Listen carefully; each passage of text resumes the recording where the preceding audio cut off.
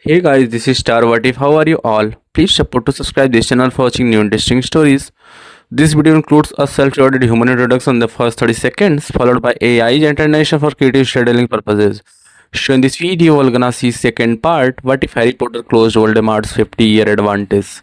But before we start, if you want more stuff like this, then be sure to subscribe this channel and share with your friends. Now let's start the video. Here is short summary. When Hermione and Harry realize Voldemort's greatest weapon is time, they create a way to take it back. By quietly rewriting the timeline instead of overpowering it, Harry enters the war prepared, patient, and finally on equal footing with a Dark Lord who no longer holds the advantage. But before we start, if you want more stuffs like this, then please support to subscribe this channel and share with your friends. Let's start the video. Nearly 100 Gryffindors waited inside their common room, wondering what the house meeting was about. Everyone in Hogwarts had been told to return directly to their dorms after classes. Few of them noticed their own head of house standing before them until Professor McGonagall cleared her throat. As you all know, the Triwizard Tournament has been a traditional tournament that showcases the greatest strengths a school has to offer. The champions and the trials, however, are only a part of the festivities. The next event will allow all students fourth year and above to participate. Excited faces grew on the Gryffindors' faces. This was the chance for the House of the Bold and Brave to shine. The boys could feel the competitive spirits rise inside them again, like when they would cheer for the house Quidditch team. The entire first term had gone by and there had been no Quidditch. The tournament was supposed to be exciting, but most of the students couldn't buy themselves seats. Harry always gave his complimentary ticket to Hermione. There was nothing exciting about reading the results in the next day's newspaper. They were ready to release their bottled up cheers, shouts, and cries of victory when they faced their opponents. By dancing. In just under 3 weeks' time, there will be a New Year's ball, held on New Year's Eve and going past midnight.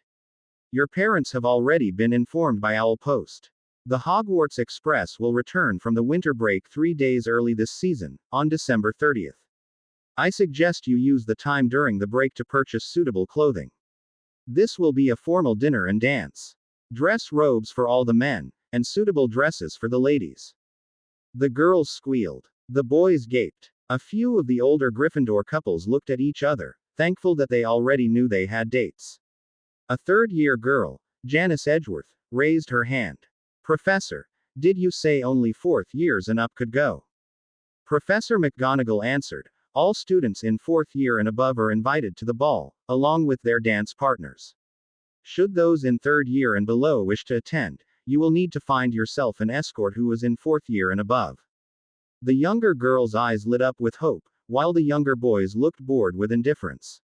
A few of the older boys understood the implications if they didn't ask the girl they wanted now. They could end up going with some 13-year-old they didn't even know. For two particular boys, being completely shameless helped them get over their nerves very quickly. Katie. Fred turned to his Quidditch teammate. Angelina. George did likewise. Would you do me the honor of going to the dance with my brother George? And would you do me the honor of being Fred's date, Miss Johnson? Both of the twins grinned wildly.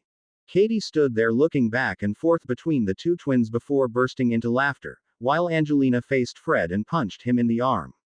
Ask me properly, you dolt. Fred got down onto his knees and took Angelina's hand. He looked straight into her eyes and cleared his throat. Angelina, will you, wait a sec, this is missing something. He pulled out a small packet from his pocket and threw it at the ground. A shiny pink powder began to fill the room, making it difficult to see anyone more than an arm's length away. The powder sparkled 10 times as much when someone moved through it and also created sweet-smelling bubbles in their wake. Fred made a deliberately embellished sweep of his arm when he took up Angelina's hand again, surrounding himself in sparkly glitter and scented bubbles. Angelina, he began, with a voice that was much deeper than normal, and for some reason, had an echo. Will you be my date for the ball? Angelina, clearly unimpressed but rather amused, blew the powder away with a quick spell. I told you to ask me properly.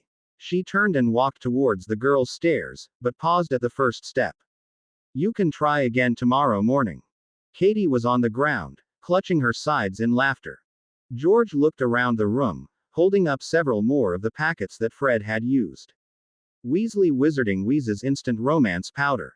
Get yours today. It gives you instant, temporary, privacy, a little sparkle to your eyes even if you haven't slept in days, enough fresh-smelling perfume to cover the fact that you haven't bathed in a week, and a little suaveness to your voice for that extra edge you'll need to land the girl of your dreams. Messrs. Weasley, this is not the time to be selling your joke products, Professor McGonagall scolded. And there had better not be any love potion within that mixture of yours, because you'll be in with more than just the school if. Oh, there's no love potion in here at all. Nothing of such dubious legality, Fred answered with a shocked expression. Why? I'm offended. We're running a proper business here. Our product is only just as effective as love potion, that's all. Many of the Gryffindors rolled their eyes in disbelief. We just invented this to help our fellow Gryffindors, George added. Some people just need every little advantage they can get to snag themselves a belle. Like, he gestured his hand around the room as several boys ducked behind the chairs and tables to avoid being made an example. Hey, where's Neville gone to?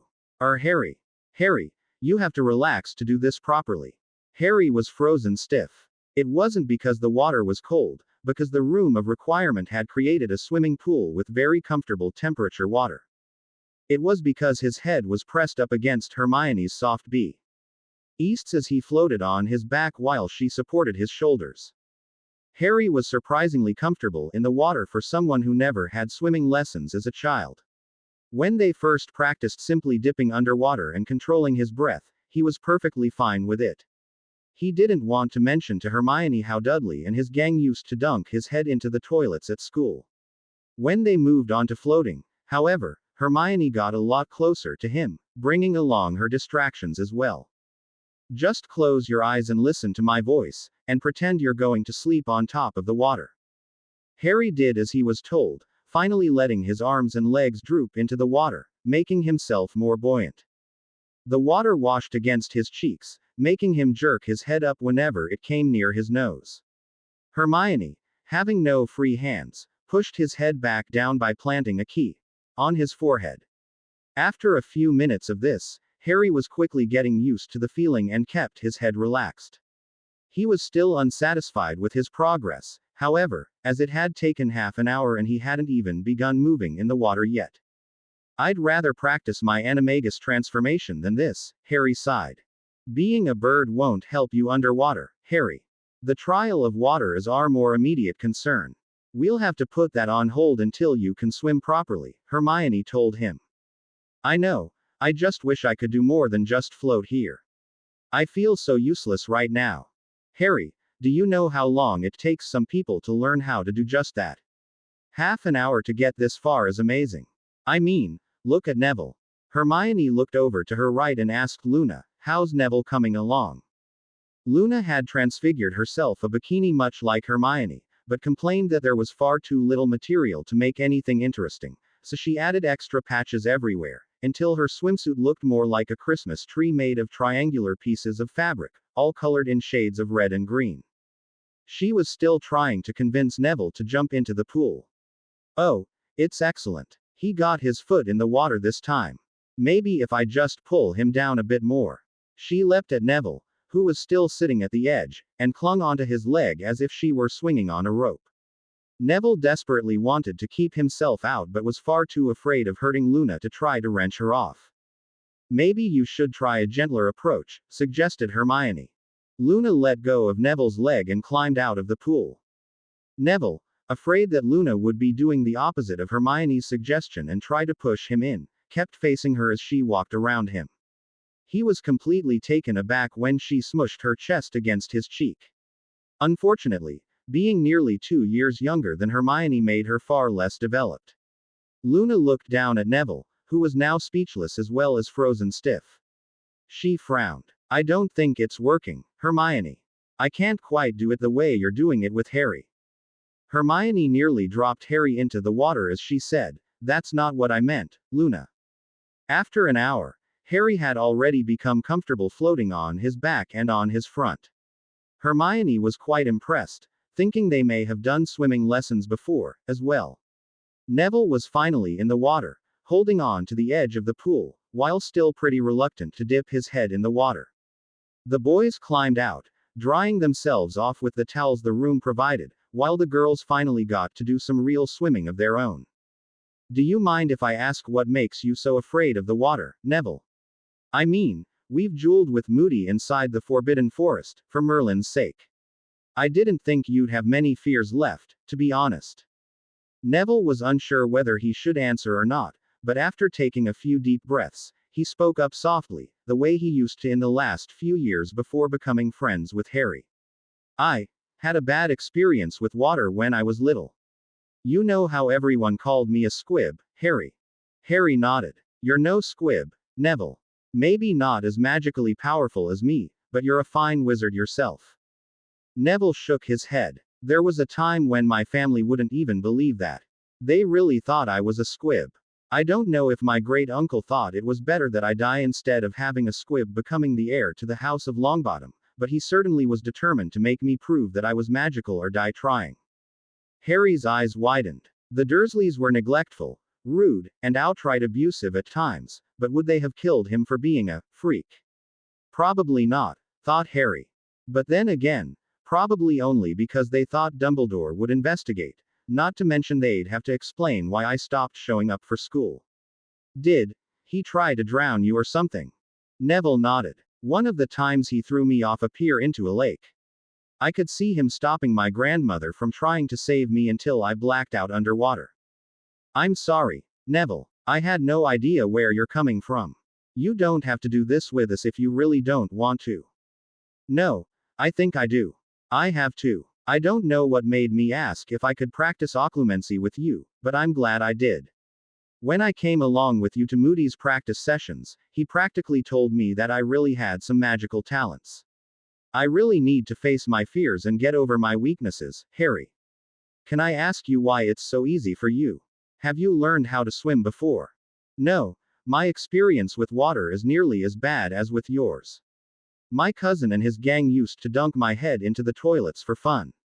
It's only easier because this time, it's with Hermione, and I trust her with my life. Thanks. I just wish I could trust Luna that way. Neville said wistfully. Well, you can always trust her to be different, at least. Harry said before he caught Neville's expression. Wait. That's not the only reason you're nervous about swimming, is it? You're nervous about swimming with Luna. He grinned. I'm not sure if I really do like her that way, but it's the way she completely ignores what people expect of her and just does what she feels she should. Sometimes I wish I could be more like her. Well, not the really weird things she does, but you know what I mean. I do want to get to know her better. Then why don't you start by asking her to the ball? But what if she says no? Asked Neville fearfully. But what if she says yes? You'll never guess what it took for me to admit I loved Hermione, Neville. I was an idiot for not doing it earlier. And with Luna, you know she'll never just say no even if she rejects you. It should be interesting. Harry laughed at his own memory. As long as it doesn't take poisoning himself with basilisk venom and going back in time, Neville should be fine. You're right. I should ask her, at the very least. Maybe at the beginning of winter break. I can get ready, Neville said to himself. Why not now? Asked Harry. We're all friends in this room. You won't have to do it in front of the school. Besides, even though there may not be many other people who like Luna as much as you do, if you don't ask her now, someone else might. As he said this, he had an epiphany. Is this why Hermione wanted us to skip the announcement? So she could set up Luna and Neville? He looked over at the girls, who by then had stopped swimming. They were talking to each other, occasionally glancing at him and Neville. Do they have to keep looking at me like that? Neville walked to the edge of the pool. Hermione gave Luna a nudge. The small bee owned which bobbed over to Neville, staying in the pool and looking up at him. Neville fidgeted for a while as Harry and Hermione moved off to the side to watch from a distance. You planned this, didn't you? Harry asked. What? Me? Hermione asked innocently. They're the ones who are setting themselves up. Haven't you noticed how much Neville watches out for Luna when we have our practices with Moody? Harry shook his head dumbly.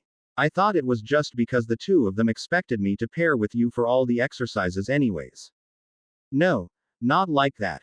It's the little things, like how he can't stop himself from wincing every time Luna gets a bruise, or how he hesitates whenever you stun her. You notice these things. I kinda noticed he hesitates, but I just consider that an opening. I usually end up stunning him 2 seconds later.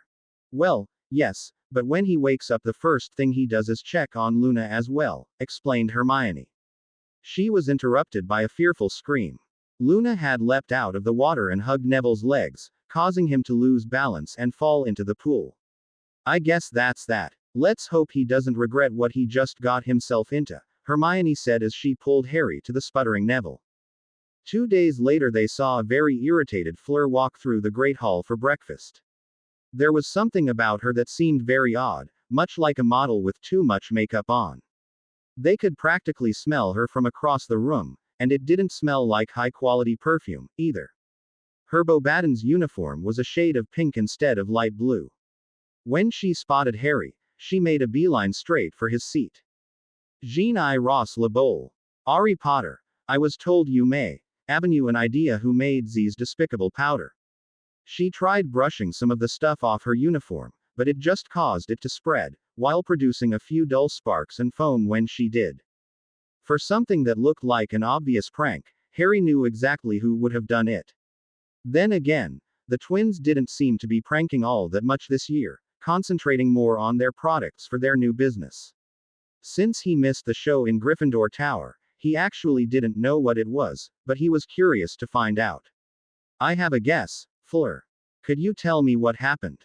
Well, I happened to run into Cedric in Z, always. I could tell. He was interested in asking me to Z-ball, but he was a little nervous, even if he hid it well. I decided to ELP him along. With your Vela powers, you mean? Asked Hermione dryly. Of course, answered Fleur. If you had a skill that set you apart from Z others, would you not use it? It's only good for a superficial, temporary infatuation. It's so shallow. I know exactly what my allure is good for. It is simply the best makeup and perfume that even money cannot buy. A girl like you has never even attempted to find yourself a boy, haven't you? I don't need to. I already have Harry, and he's the only one I'll ever want in my life, Hermione affirmed. Do not denounce Z techniques other girls use when you are simply lucky to find the man of your dreams. Some of us must work to get the attention of our intended. Harry cut in before the argument could escalate further. I'll have to admit I'm really lucky and I don't know the first thing about asking a girl out, but could we get back to the matter at hand? What happened after you turned on your allure with Cedric? Giving an unfriendly look to Hermione before answering, she scowled as she turned to Harry. I was besieged. Before Cedric could answer, I was pelted with Z's powder from all Z Hogwarts boys around me. Now it is in my air, my clothes, and I dare not risk anything more potent than Scourgify on my uniform. I'll be right back, Harry said as he got up and jogged down to the other side of the table, where the twins were sitting. Hey guys, you wouldn't happen to be responsible for a certain pink powder, would you? Responsible? Harry, my friend, our little product is raking in the coins this week. Fred answered gleefully. Yeah, I think we probably should have charged more. 8 nuts a dose and we almost couldn't keep up with demand. George added. It even landed me this fine woman for the upcoming ball, Fred said while wrapping his arm around Angelina. She laughed. No, it didn't. That ridiculous powder made you wait an extra day for me. Well, Katie saw the effects herself, and couldn't resist my advances. George wrapped his arm around his date in a mirror image of his brother. You didn't even use it on me. I was just laughing too hard when you used it on Angelina that I couldn't say no. Katie slapped George's thigh. You should consider yourself lucky that I'm a girl who enjoys your crazy brand of humor. Still, you can't deny the power of rumor. Everyone heard the story of the powder, and everyone saw us walking hand in hand the next day. Fred grinned and held Angelina's hand. Add them together and you have a thriving business, especially when most of the school will be going home for the holidays on Friday, George said as he wiggled his eyebrows. Some figure it's their last chance to snag themselves a date, so they're taking every bit of help they can get. Even if that help isn't exactly guaranteed to be help at all, Angelina finished for them. I see, said Harry. And this powder, is it supposed to spark and foam up? Not to mention the smell. Huh, no, it's supposed to make bubbles and glitter. Although it did do that when we left a pile of it on our workbench for an hour, George recalled. But we measured out each packet so that it just disperses long before that can happen, Fred explained. And what if a girl gets hit with more than one? It shouldn't be too bad. As long as there was some time in between for the powder to disperse. I guess some of the prettier, unmatched girls might have some problems for the next few days, George explained. At least it gives them more incentive to say yes to somebody to take themselves off the market, Fred howled in laughter. And then our product will really sell. The girls beside them both punched them in their arms. Guys, that's horrible.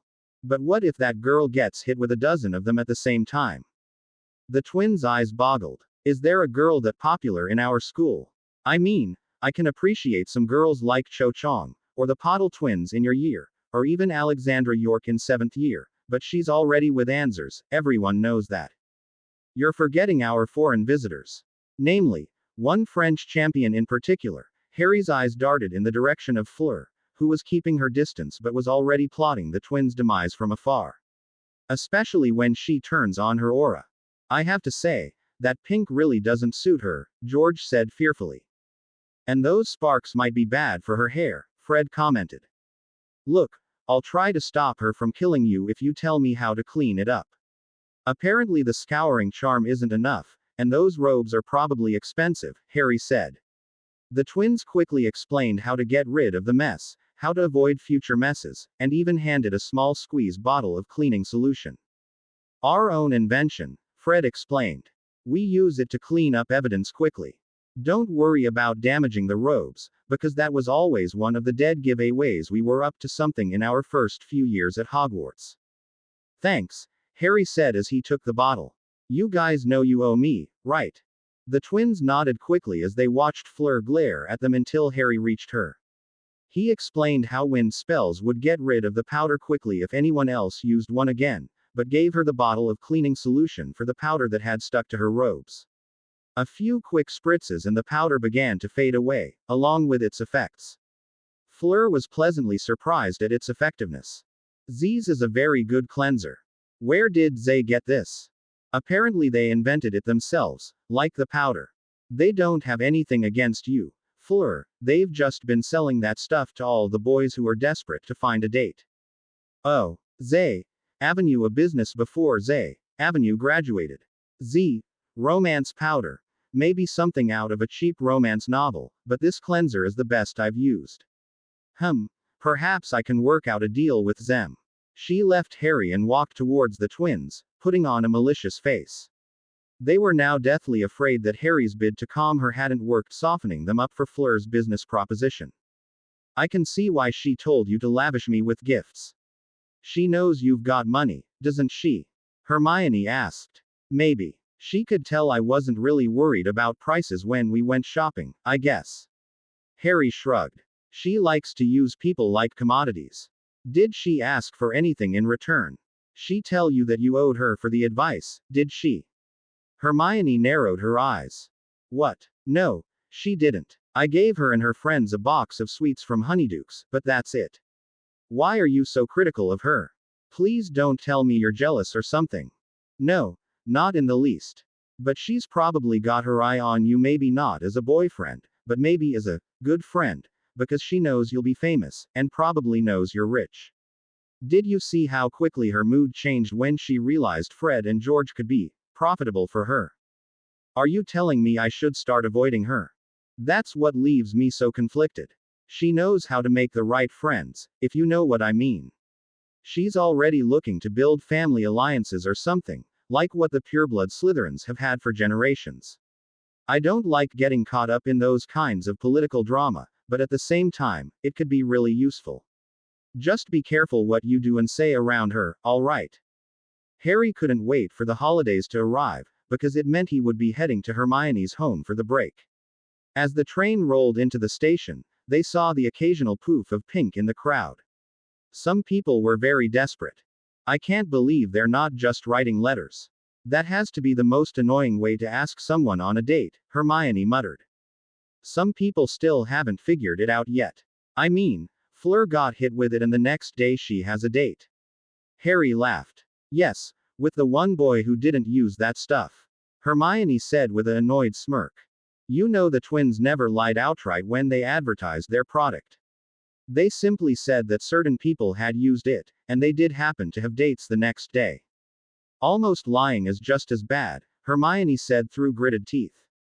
It certainly didn't help that almost all the girls complained about the stuff day and night for the past week to her, but at least she could watch from the sidelines instead of being a victim of its effects. Come on, Hermione. Let's get a compartment and make sure no single ladies are with us. Quote. Harry laughed as they boarded the train. It was far easier to find an empty cabin than at the beginning and end of the school year, since many students chose to simply stay at school, including Neville and Luna. They decided to have one cabin all to themselves, and Hermione immediately cast several privacy wards they had practiced from the Auror's handbook. After a locking charm on the door, she also cast a silencing ward and identification ward on the door. She added one-way glass charms on the windows as well, so they could still see outside and buy a snack from the trolley lady. From the other side, it would look like they had simply drawn the blinds. Surely enough, the wards proved themselves useful less than an hour after the train left the station. Harry was listening to Hermione's stories of what they used to do during winter break before Hogwarts, and this would have been the first time Hermione had been back with her parents for Christmas since first year. A beeping noise came from the door as the identification ward detected someone they were specifically watching out for: Draco Malfoy. A few seconds later, Draco and his little posse, including Pansy, were standing right outside the door. Are you sure this is the one? Draco asked. Of course. A few of the girls from Potter's fan club saw them go in by themselves. They shut the door behind them and haven't come out, Pansy told him. Inside, Harry looked over to Hermione. I have a fan club. Hermione nodded. You didn't expect to be a national celebrity and not have fans, did you? A lot of little girls grew up hearing your name in bedtime stories. And you're okay with that? How come I've never met any of them? Oh, it's not a real club anyways. Just a bunch of girls who like to get together and gossip about you. A bunch of them kept pestering me about how good a keeper you are. And what did you tell them? I told them to mind their own business. And what would you tell me? Harry moved closer. Practice makes perfect. Hermione put her arms on Harry's shoulders. And they're probably just snogging each other in there, they heard Pansy say outside. Are you sure that silencing ward is working properly? Harry asked. Yes, and the locking charm, too, said Hermione as Draco fiddled with the knob. They heard him cast Alohomora to no effect. Kicking the door in frustration, Draco said, Come on. We can get them when it's time to leave the train. Crabbe and Goyle grunted and followed. Harry watched them walk to the end of the car, and just as they filed through the door to the next car, Harry opened the door to the cabin and quickly cast a basic tracking charm, hitting Goyle. He closed the door and locked it before Goyle could see him, if he had even noticed anything. What did you just do? Asked Hermione. Tracking charm. Since he's planning on ambushing us when we leave, I think a little preemptive strike is in order. It'll make it easier to find them all in their cabin, maybe an hour before we get to London, and then we can just lock them in. I like it. They won't even see us do it. I really have to wonder why he's so fixated on you, though. I think he considers himself my mortal enemy or something, but I've got bigger and eviler fish to fry. The subject of Voldemort brought the conversation to a grinding halt. They looked at each other in silence, unsure of what to say next. Harry tried to lighten the mood by saying, well, maybe we should be glad that Draco is offering himself up to be target practice for me. For the remainder of the train ride, Harry and Hermione decided to practice their animagus training again. Without the room of requirement and with little space to move, they obviously couldn't do any swimming or dueling practice. It would be the only time they would have dedicated to training their animagi forms until the trial of water, since Hermione was determined to bring Harry to the swimming pool during the winter holidays, as well. Their shapeshifting would be put on hold to make sure Harry was as comfortable in a watery environment as quickly as possible. Picking up where they had left off weeks ago, they were both capable of shifting their limbs. Harry could turn his arm from the elbow down into a slightly misshapen wing with light feathering, which he used to fan Hermione playfully. The rest of his body, however, seemed to be very unwilling. Hermione seemed to be running into the same problem. Transforming her extremities wasn't much of a problem, but changing the rest of her body, and her size, was proving to be difficult. Every time they tried, they would suddenly suffer a strange panic attack and back out immediately. It seemed an entirely foreign body was going to be very hard to get used to, on an instinctive level. When the train passed by Northampton, they knew they were getting close. Practicing their sneaking skills, they cast silencing charms on their shoes and their best disillusionment they could muster. They carefully followed the tracking spell to the next car until Harry's wand pointed into a cabin. Moving slowly so their disillusionment wasn't as noticeable, Harry peeked inside to make sure they were all there. "Looks like they're still plotting our demise," Harry whispered. "All right then. If they couldn't figure out how to undo the private gate charm, then the prison lock will really trap them." Clausurus. Silencio. Harry added to the door. "What? I can't just let them call for help that easily." They stayed there for a few more minutes, but it was obvious Draco and his little gang weren't coming out any time soon. "You know, as much as I'd like to see Malfoy's face as he struggles to get out of his cabin, I'd rather not be late in meeting your parents. Let's go." The rest of the train ride was entirely peaceful until they pulled to a stop at King's Cross. Crossing the barrier to the platform, Hermione squealed as she ran up to her parents, hugging them both. Harry stood with the trunks, watching the love and cheer in the Granger family, until Hermione and Emma walked over and pulled Harry into their little family reunion. "Run that by me again." Dan was staring at his wife. "You heard me perfectly well the first time." "Hermione wants to." Emma began. "That's the part that makes no sense. Hermione asked to go shopping in London. Not you." "Yes. She asked to pick out a dress. So she's not going there to buy more magical textbooks. Are you sure that's really our daughter that stepped off the train?" "Hermione's still a girl, Dan. She can still get excited about going to a dance. Oh, she'll need shoes, perfume, and a haircut as well. All this for a school dance." Dan shook his head in disbelief. "It's not just a dance. It's a fancy ball. You know, if she was still in normal school, she would have gone to a school formal next year anyways." "Well, at least I know who her date is. I'll have a nice man-to-man talk with him while you girls go shopping for a day. Actually, Harry's coming with us. He wants to help shop, and I think he needs some formal clothing himself. He hasn't got a suit."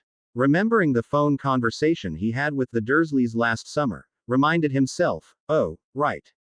Of course not. Hermione mentioned that wizards wear a dress robe or something like that for these occasions, while the girls are closer in line with normal fashion.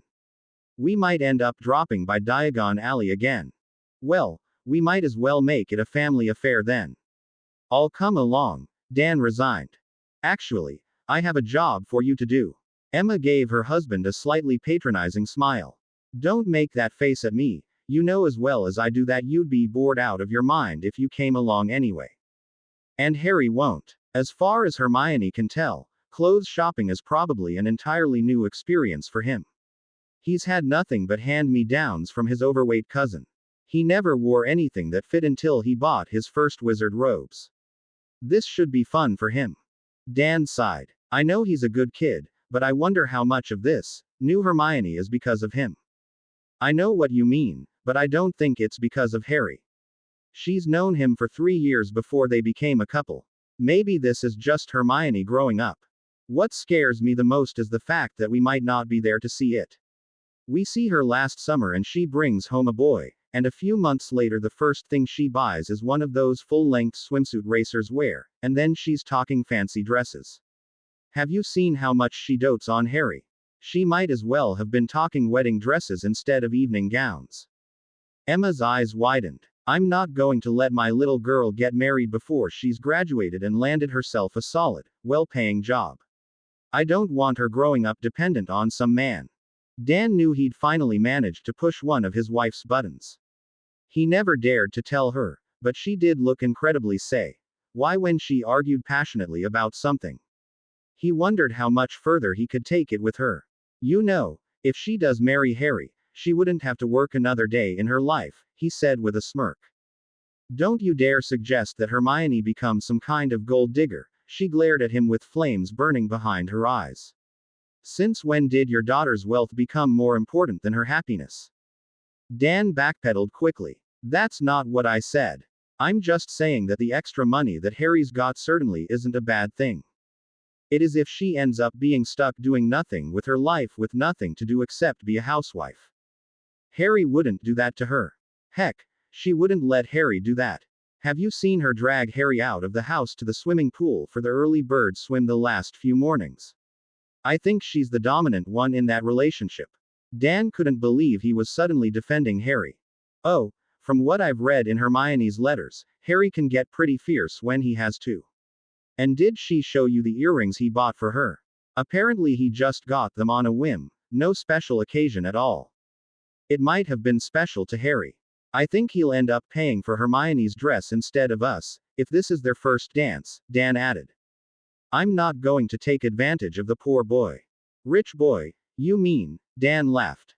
And I'm not saying you should, I'm saying Harry will probably do his damnedest to try. Despite being in the late morning on a Friday, the shops were still as hectic as ever, as there were only 2 days until Christmas.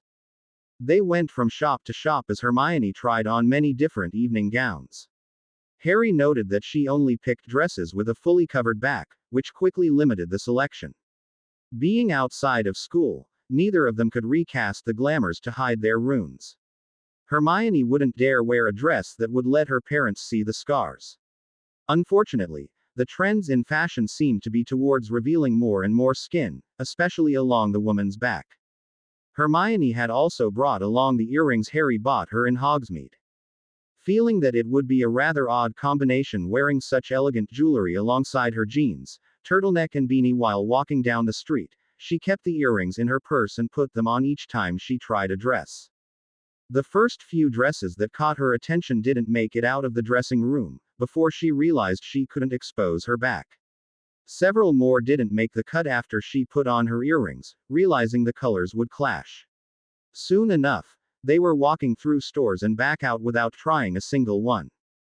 You seem to be really picky about your dresses, Hermione, Emma said to her daughter. Do you already have an idea of what you want, or are you finding that dresses aren't appealing to you?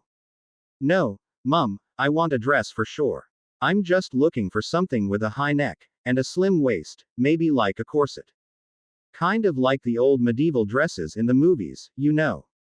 But not too puffy or frilly. A little more modern, a bit more flow to it. The less is more mantra that a lot of cocktail dresses seem to take, but a lot of these take away a bit too much, and I think Wizarding Society is still pretty far behind Muggles in terms of fashion. I think Professor McGonagall is biting her lip every time she sees one of us girls expose our knees. Oh, and I absolutely adore these earrings Harry got for me, she said, smiling sweetly as Harry tried to make sense of what Hermione was describing. So I want the dress to be a deep blue, maybe as far as indigo, to match. Emma nodded. Well, you've certainly given this a lot of thought. I know, but I'm beginning to think that we might not be able to find one. Am I being too fussy? Maybe I should just settle on something less. No. Emma and Harry both shouted at the same time, causing all three of them to look at each other in curiosity. You first, Emma said to Harry. I just want this to be absolutely perfect for you, Hermione. I don't want you to have to settle for anything. Maybe we can find a seamstress who can make a custom dress for you. Harry asked hopefully. Emma shook her head. No, not at this time of year. They're probably all busy filling out orders for Christmas, and then the shops will be closed on both Christmas and Boxing Day, so at best, they'll start on the 27th. You have to head back to school on the 29th. I doubt they could finish it in time, especially since many of them might still have a backlog of orders for alterations to get ready for New Year's. A pre-made one in a shop is our best bet. Hermione sighed. Well, we still have a few hours left. Let's keep looking. The rest of Hermione's scheduled shopping time wasn't a complete waste, as they did manage to find her a pair of shoes for the evening. They were a silvery colored, strappy sandal with a relatively low, 3 centimeters heel. Hermione had chosen them because she was unused to wearing heeled shoes at all, but still managed to pick something elegant for the occasion. She went on to buy another 2 pairs, both slightly different shades of blue with the same heel height but with different strap patterns, just in case they didn't match the dress she eventually hoped to find. It was nearing 3 o'clock, when they were just about to move on to Diagon Alley to find Harry's dress robes when Hermione stopped in front of a shop. "What is it? Have you found it?" Harry asked. Hermione sighed. "No, not exactly. This is almost what I had in mind," she said, pointing to one of the dresses on a mannequin. It was a 2-piece dress, with a soft, curvy corset up top that laced up at the back and a smooth, slim skirt that flared out below the knees. The second part was a long-sleeved shrug that matched the dress, hugging the arms but widening at the elbows. It would cover her back perfectly and ended at the top with a choker collar. In front, it narrowed sharply to the neck, which worked with the dress to expose a diamond-shaped keyhole, perfect for displaying a necklace. The only problem with it was that it was a deep burgundy instead of anything remotely blue. "Why don't you try it on anyways? It's just the color that's off, isn't it? Maybe they'll have another one inside," Harry suggested. They walked inside the store and asked to try it on. Hermione didn't come out of the dressing room, but asked for her mother to step inside with her. Harry could hear them chattering to each other. "Well, it would be absolutely beautiful if it were about 2 sizes smaller. Can't you tighten it up a bit?" "That's as tight as it gets, Mum. I'm sure a few small alterations would be all it would take to fit." "Well, the color's off anyways. This would be absolutely wonderful in blue." "Are you sure it has to be blue? This does look elegant as it is. Harry bought me these earrings, remember? And sapphire's my birthstone. He really put a lot of thought into these. Well, we might be able to find another one like it. We've been up, down, and all over London today. It'll take a miracle to find something like this again." Emma stepped back out while Hermione took off the dress. She and Harry found the store manager. Emma asked, "Do you have that same dress she's trying on in a smaller size and in blue or indigo?" The lady shook her head. "I'm sorry, that's all we have at the moment. I could put in an order for you, but it won't arrive until the first week of January. We do have a few other dresses over here." Harry could tell from a quick glance that none of them were what Hermione was looking for. All 3 of them glumly left the shop. "Well, we can always go shopping for another 2 days before you have to go back to school. We'll be able to find something then," Emma suggested hopefully. Hermione was in a dour mood until they arrived at the Leaky Cauldron and stepped through the enchanted wall into Diagon Alley. After a quick stop at Gringotts, they went directly to Madame Malkin's. Inside, it was even busier than Fluish and Blotz at the end of summer. The shop was filled with boys who needed dress robes, and thankfully there were a dozen new hires working frantically to have all of them fitted properly. Dress robes appeared to be a blend of Muggle tuxedo and their regular robes, to Harry's surprise. Apparently wizarding fashion wasn't too far behind Muggles, but then again, Muggle men's fashion didn't change as dramatically or as quickly as the women's. Once Harry was changed, Hermione gave him a little wolf whistle. "You look so much more handsome in a suit, Harry. We're going to have to buy you a bunch of Muggle suits and blazers next summer. I like this." With a smile, Harry headed to the counter. The witch asked, "Will that be all?" "All our dress robes come with the basic fabulous fit charm, but you can add the stain stopper, lintless, and a basic self-repair charm for only 3 sickles."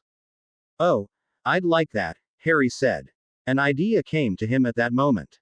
"Suppose I brought some Muggle clothes here, could you charm them for me? I'll need all the charms on my dress robe and a permanent color change as well." "Sorry, for now we're only doing alterations on our own clothes. With Christmas along with the ball at Hogwarts, we're far too busy as it is. I'd suggest heading over to Unifer's Alley. Mrs. Malkin's sister owns a shop there, only it's called Mistress Malkin's. She shouldn't be nearly as busy as us right now." Harry thanked her and paid for his new robes. He debated with himself whether or not he should tell Hermione, but settled on surprising her. It would make a perfect Christmas gift. As he walked out of the store with the 2 Granger women, he asked, "Hermione, Mrs. Granger, do you have any plans for tomorrow? I was thinking of going out by myself for a little bit to buy Hermione's Christmas present.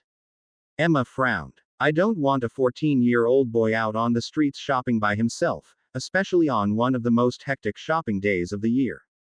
Pickpocketers and muggers will be just as busy as the shoppers, you know. I'm guessing you want it to be a surprise for Hermione. She glanced at her daughter, who smiled understandingly.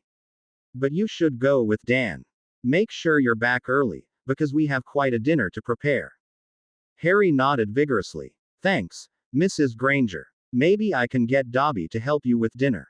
Who's Dobby? Emma looked surprised. He's a house elf that bonded to me when I freed him from the Malfoys, Harry explained. He loves doing housework, actually. Harry, you shouldn't take advantage of him like that. You should free him instead of enslaving him to you.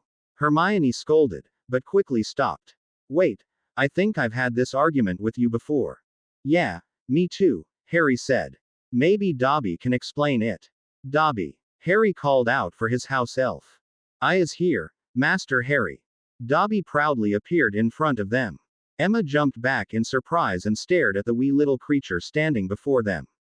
Dobby, I want you to help the Grangers prepare their Christmas Eve dinner tomorrow. Dobby's eyes lit up with excitement. But first, can you explain why you bonded to me? I is being bonded to Master Harry because Master Harry is noble and proud.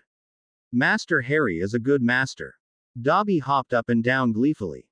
No, Dobby, what I meant was, when you were freed from the Malfoys, why didn't you just stay free? Why did you bond yourself to anybody at all? Harry asked him. Dobby's eyes watered. As Master Harry wanting to free Dobby. I has been bad house elf. I am working for Hogwarts when I should be working for Master Harry. He threw himself to the ground and began thumping his head on the brick walkway. Emma stared in disbelief at Dobby's behavior, still completely dumbstruck. No, Dobby, stop. I command you to stop hurting yourself. Harry quickly picked the elf up and set him on his feet. I'm just curious why you'd want to be free from the Malfoys but why you wouldn't want to stay free. But if I is free, then I cannot work. Dobby said. Harry and Hermione stared at him for a moment, thinking there would be more to his answer. Wait, so, you like working? Dobby nodded. But, what if you could be free and just do whatever you like, for yourself? Hermione asked. Dobby looked horrified. I would die without Master Harry. House elves cannot work for themselves. It would be like tickling by yourself, or holding your hand with your hand. No, clapping to yourself. Dobby's face scrunched up in confusing as he attempted to explain it. Hermione seemed to understand. So you mean when you work for someone else, it's like, when Harry and I hold each other's hands. That's how you feel. Dobby bounced up and down at the analogy. Yes, or like when Master Harry and Hermione press faces each day. Hermione went red as she avoided her mother's gaze, while Harry covered his eyes with his hand. They were still careful never to key in front of their parents, rather embarrassed about explaining how deep their relationship had become in a few short months, but here was 10 pounds of tiny magical elf proclaiming they had done so on a regular basis. Thank you, Dobby, that's all for now. You can come back tomorrow when it's time to cook dinner. When Dobby disappeared again, Emma turned to her daughter and said, You seem to have left out a lot of information in your letters home. Turning to Harry, she said, and you should just be glad I sent Dan on some errands instead of going shopping with us today.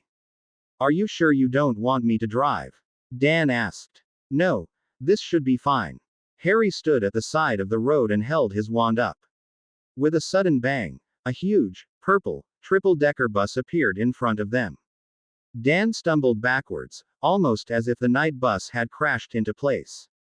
Harry stepped on and it took a few seconds for Dan to come to his senses and follow him. Harry paid the fare for both of them to Diagon Alley, where he exchanged some galleons for pounds. Dan's eyes boggled once again at the amount of cash Harry was about to put into his pocket.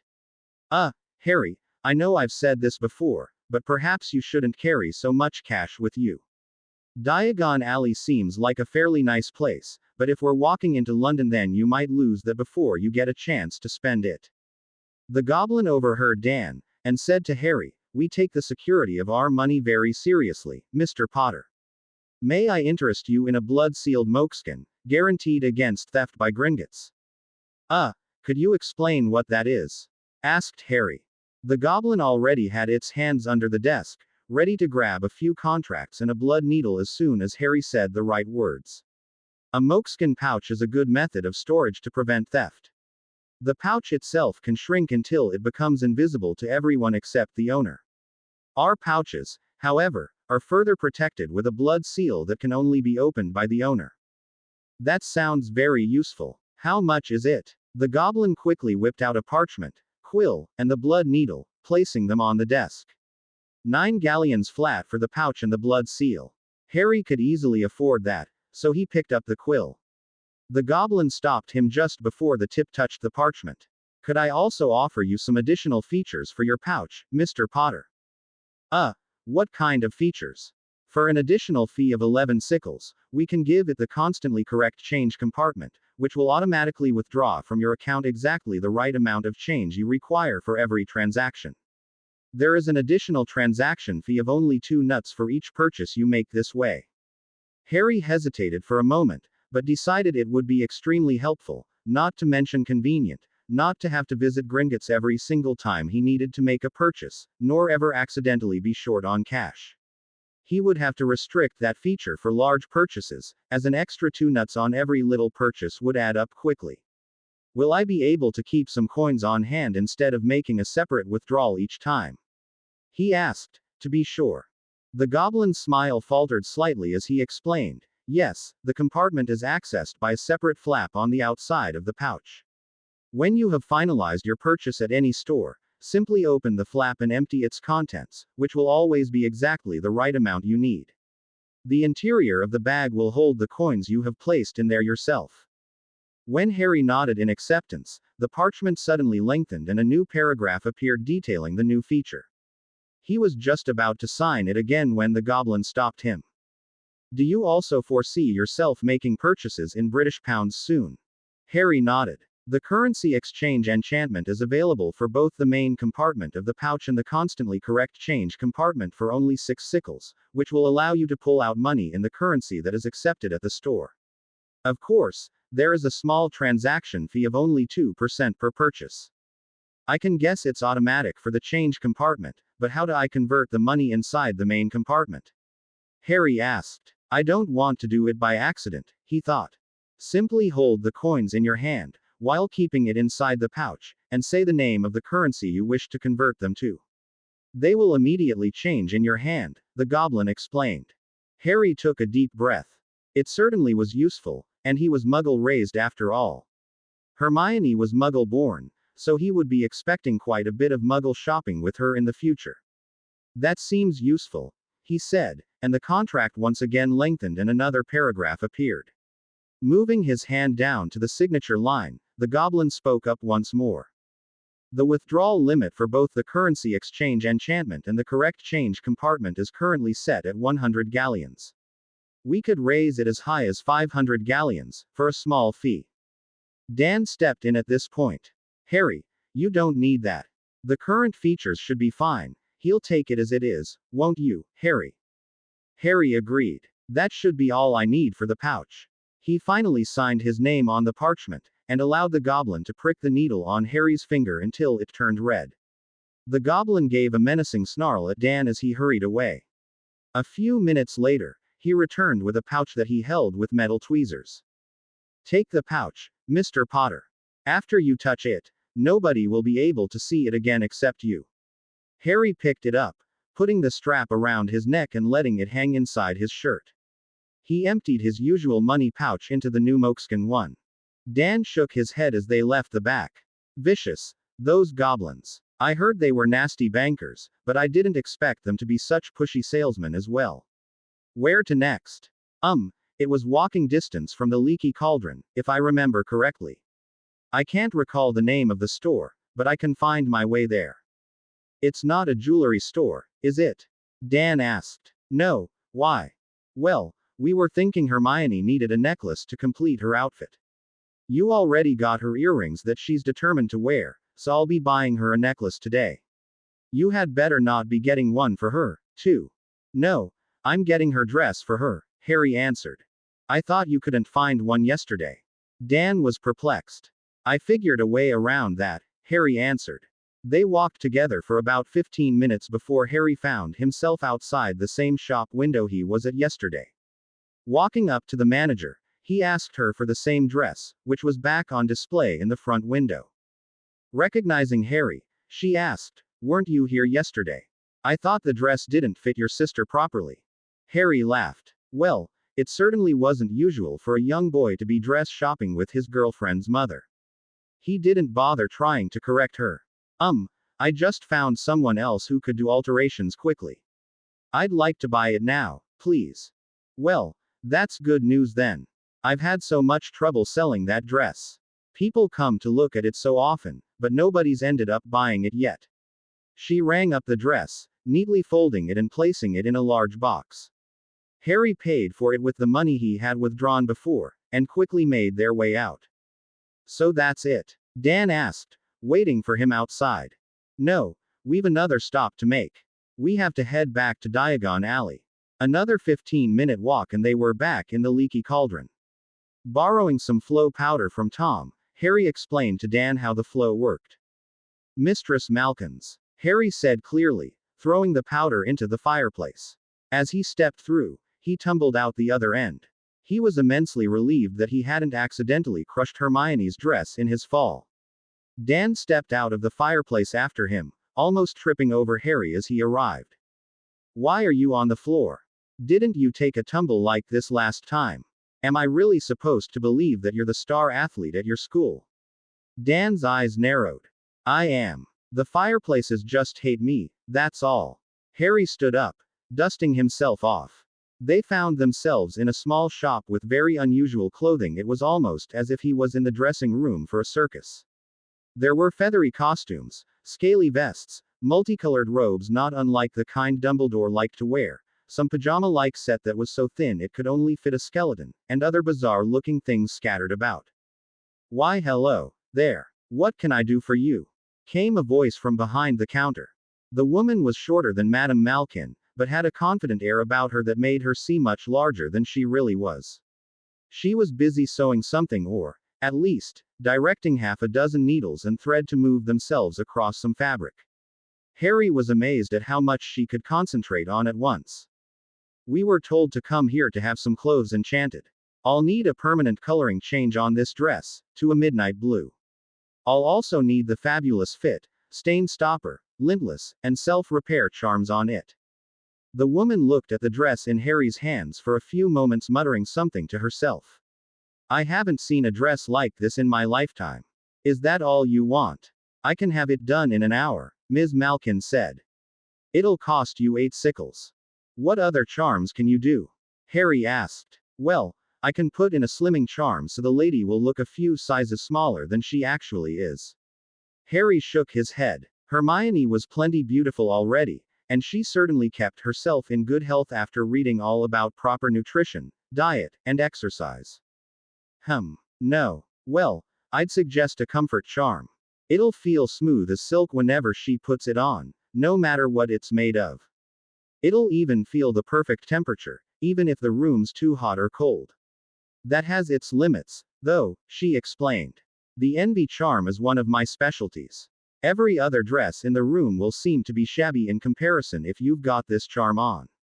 It doesn't work very well if 2 dresses both have it. I can also do a gliding gown charm. The dress will never drag along the ground, or even up a flight of stairs. She'll never have her foot caught on the hem. I think I'll go for the comfort charm and the gliding gown. She can do without the others, Harry said, imagining how Hermione would look on the day of the ball. Oh, you've got a beautiful one, don't you? Well, with those 2 it'll cost you 12 sickles, and it'll take an extra 15 minutes. Harry paid and took a note of the time. He and Dan stepped out of the shop and into Unifer's alley. Mistress Malkin's, apparently, wasn't the only shop with unusual wares. Every store in this shopping alley seemed to have rare and unique offerings. There was one shop that offered to embellish and personalize wands, etching the owner's name or slightly changing the shape of the grip for better comfort, or even studding jewels in. Harry was perfectly fine with his own wand, he didn't want to dress it up for show. There was another shop that did magical tattoos, and apparently wizard folk frowned upon tattoos even more than muggles. Harry walked by the shop quickly, as Dan would have given him a harsh glare if he had even looked at the shop any longer. They walked into a shop that seemed to be selling camping equipment, which interested Dan greatly. Unfortunately, wizards' ideas of camping differed greatly from muggles. They seemed to have everything to ignore the outdoors as much as possible, including detailed maps so that wizards could apparate precisely into the campsites without hiking, and tents that were far more luxurious than the one the Weasleys had taken to the World Cup, and animal repellents that kept all wildlife as far from the campers as possible. I could make use of some of these things, said Dan, but all this stuff together. It makes me wonder why wizards even bother with the concept of camping. Further down the street, Harry walked into what he thought was a flower shop. At first, he quickly noticed that there were no bouquets, only live plants. As he walked by one pot that had a shriveled up, weedy thing that appeared to be dead, it seemed to fill with color as he got nearer, then shrunk back as he passed. Curious, he returned to it, to find it perk up again. As he reached his hands towards it, a small bud at the end began to open up, revealing some shiny, chrome-like petals. The flower suddenly became tinted with orange right before Harry felt a hand slap down on his shoulder. Best not be touchin' that one, it'll k the magic right outta ya through her finger. Harry was startled to see a man, presumably the shopkeeper, right behind him. Really? It can do that? Harry quickly put his hand back in his pocket. Nah, I'm just foolin' witcha.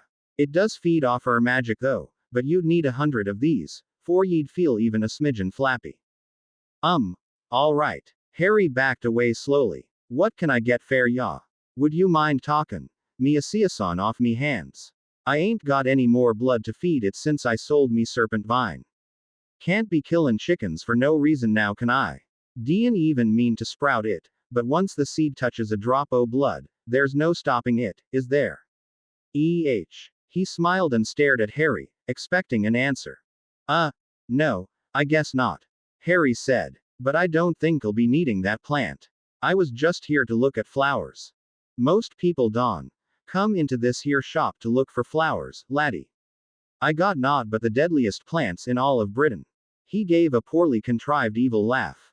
Didn't you just tell me that first flower I was looking at couldn't hurt me? Harry asked. I guess that one ain't so deadly.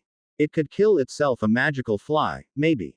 What about normal flies? What about 'em? What if Never mind. Do you have any flowers? Other than that, Harry waved in the flower's general direction, which had gone back to its half-dead, wilted state again.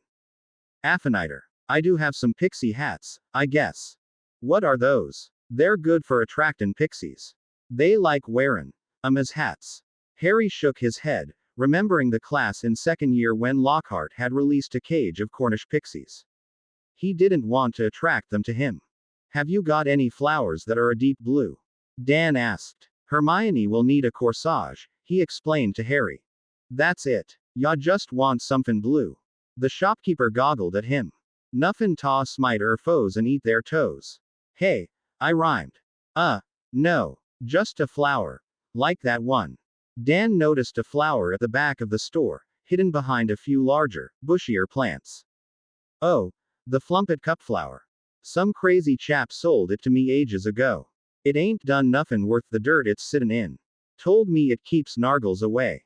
Took a year ta figure it out. If I ain't never seen a nargle before, how do I know they're stayin' away now any more than they were before, huh? I'll sell it to you fair the price of the pot and the dirt. You can have the flower fair free. Thanking the store owner, they left the shop with Dan holding the plant. They spent some time browsing other shops, such as one that sold magical armor, and another that had antique tools, like magical staves, which fell to disuse several hundred years ago, after wands were invented. Harry and Dan were both surprised to find one shop that dealt with Muggle imports, which helped wizards buy Muggle goods with hefty locator fees, of course. There was a shop for exotic pets, none of which Harry had seen before, but at least none of them were exotic enough to be interesting to Hagrid.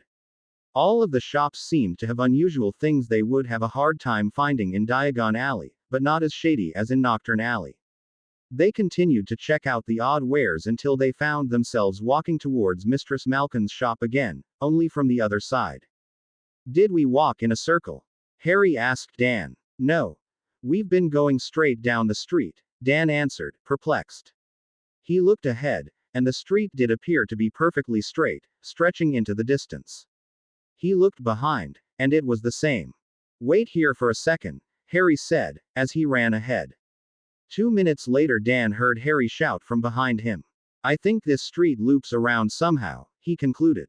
Then how do we get out of here? Let's just ask Ms. Malkin. They stepped into the shop, where the seamstress was waiting with the dress, neatly packed into the box. The color would match Hermione's earrings perfectly. It's ready, dear. I had ever so much fun with this dress, it reminds me of one of my favorite witches.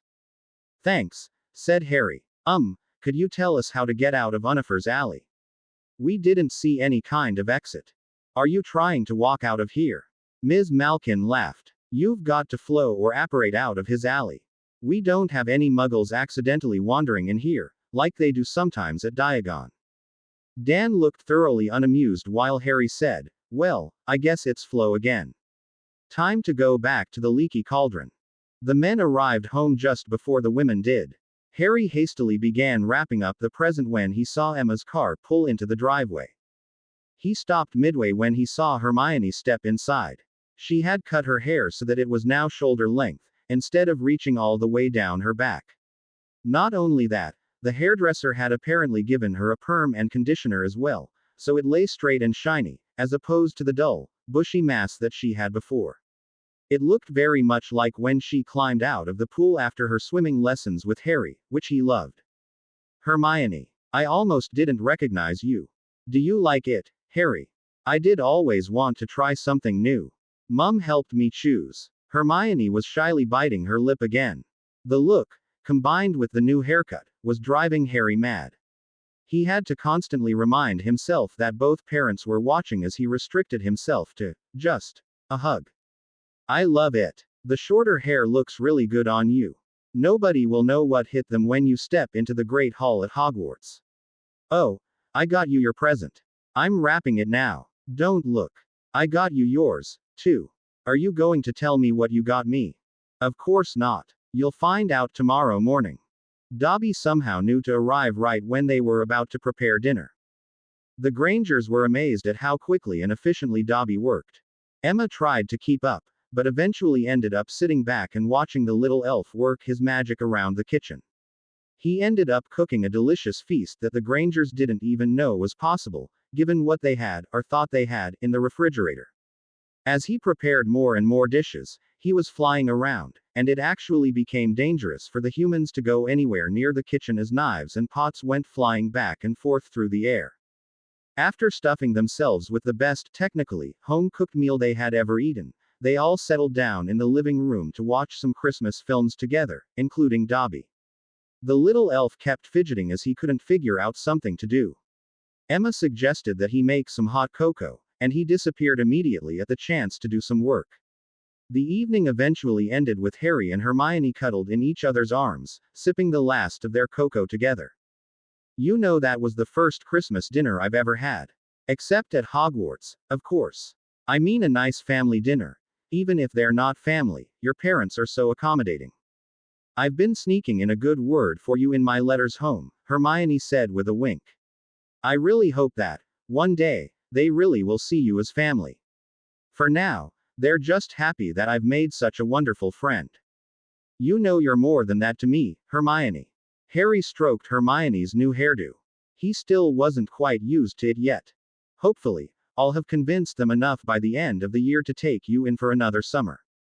Maybe you'll never have to see the Dursleys again. You really think they would? Harry asked, his voice filled with hope. A Dursley-free life would be a better Christmas gift than anything that could be bought in a store. I'm sure they will. They were actually pretty happy to have you around last summer already, but they were worried about us getting too close. I'm not sure if I want to give This up just to keep pretending for another summer, Harry said as he squeezed Hermione tighter. No, I'd suggest just the opposite. Maybe they'd welcome you more if you showed how much you really love me. It might still mean less kiss and cuddles, so they know it's not just some silly teen romance. I guess you're right. I don't know what I'd have to do, though, unless it means jumping in front of lorries every time you cross the street. They both laughed as they tried to plan out the rest of their year, until they fell asleep together on the couch in front of the Christmas tree. Harry dreamed of the Grangers adopting him from the Dursleys, while Hermione dreamed of her White Knight, stopping buses with his bare hands for her. Hermione gingerly unwrapped her present. Had it been more carefully wrapped, she could have undone the tape far more easily with her practiced method of preserving the wrapping paper. Unfortunately, Harry had taped it all together hastily yesterday when he saw the car approach, resulting in a gift with far too much tape and extra folds where they shouldn't be. Harry watched her eagerly, while Emma was trying to get clues from her husband, who wasn't giving an inch. Rip came the sound of tearing paper as Hermione let out an exasperated sigh. Will you finally just open it up, Hermione? Harry goaded her on. Fine, she sighed as she quickly ripped off the paper, revealing a nondescript box inside. As she opened it up, she stared at the contents, speechless for a few seconds, before shutting it again quickly. Harry, how is this possible? They said they couldn't get another one until magic, Harry replied, grinning from ear to ear. Harry, tell me, did they have this one at a different branch? You didn't pay a huge sum of money to get a whole new one made quickly, did you? How did? Oh wait, you meant magic, didn't you? Hermione, for being the smartest witch ever, I have to wonder how you forget that you are a witch sometimes. I usually put my mind off magic while I'm at home, since I can't cast spells anyways. I normally read Muggle novels and textbooks while I'm back. Hermione explained sourly. Her mood didn't last though, as she opened the box once again and held the dress in front of her. Mum, Dad, I'm sorry, but I really want to try this dress on right now. I'll open your gift later. She ran up to her room, slamming the door behind her. Harry, I think this is a good time for you to go to your room and put your dress robes on, Emma said as she nudged him. As Harry left, she said to her husband, get the camera.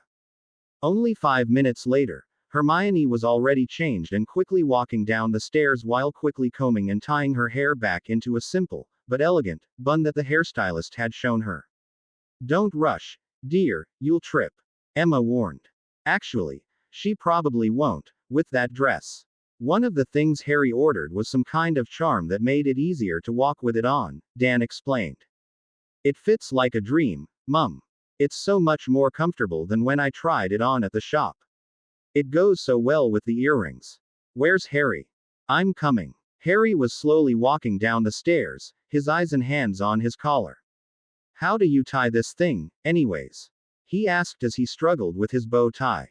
He looked towards Dan for help, who just shrugged in reply. Emma walked over to him. I'm the one who always ties his ties for him, she said. Honestly, you'd think after almost 2 decades of marriage he'd learn to do it himself. I'm nothing without you, honey. Dan tried to appease his wife while he presented Hermione her present. I think this would be a good time to open our gift to you, he said. Hermione opened up the small box and hugged her father in delight. This is perfect, she cried as she took a necklace out of the box and immediately worked to put it on. Like the earrings, the chain was relatively thin and made of silver. It split into a double chain at the front and each of the 2 chains each with a sapphire dangling at the middle. There was another set of sapphires at the points where the chains met. It was displayed perfectly in the keyhole opening on Hermione's dress. How on earth did you pick that necklace? Emma asked. You didn't get to see that dress until yesterday with Harry, right? Lucky guess. Dan shrugged. He held up the camera. Let's get some pictures. They spent the next hour running around the house, looking for good places to pose. After a few shots in front of the Christmas tree, and another on the couch, a few sitting on the stairs, they started on more staged shots. Dobby quickly whipped up a mock dinner as they sat on opposite ends of the table. There was another with Harry kneeling on the ground as if he was proposing, followed by one where he was holding Hermione in his arms. They even braved the cold outside for a few quick shots of them playing in the snow. Thankfully, the stain-resistant charms did their jobs well, preventing any snow or dirt from tarnishing their new evening wear. By the end of it, they had gone through 3 rolls of film and were all back in the living room, having a good laugh. Emma had tears rolling down her cheeks. "Mum, what's the matter?" Hermione asked. "You have no idea how happy this has been for me. I never thought I'd get the chance to see you like this." "What do you mean? Your mother, well, she pretty much imagined your whole life before you were even born," Dan explained. "She would read you books every night before you'd go to bed, and then she would tuck you in and key you good night. She would take you to swimming lessons, and then piano lessons, and then you'd spend weekends playing together at the park. Heck, she practically imagined your whole life up to the point where you got married." Emma's cheeks were already red from the combination of laughing and crying, but it was obvious now that she was blushing. "Dan, you weren't supposed to tell her. It's just a fun family story. We'll all look back on this one day and laugh." Dan continued, "Well, despite a few setbacks, like how much you hated ballet, you pretty much had the childhood Emma dreamed of giving you. Until we all found out about Hogwarts, that is." "You can't possibly mean." Harry started, quick to defend his girlfriend, even from her parents. Hermione was speechless. "No. We're proud that Hermione has magical talent, and we fully support her. It's just the little things that we're missing out on," Emma said. "Your mum wanted to, help you with homework after school, watch you beat out all the others in the maths contests, win first prize at the science fair. And getting you a dress and meeting your date for your school formal," Emma finished. "I never heard about a school formal for Hogwarts, so I'm guessing this one is special. It's only because there's that tournament this year, right?" "And Harry," Hermione said, linking her elbow with Harry's.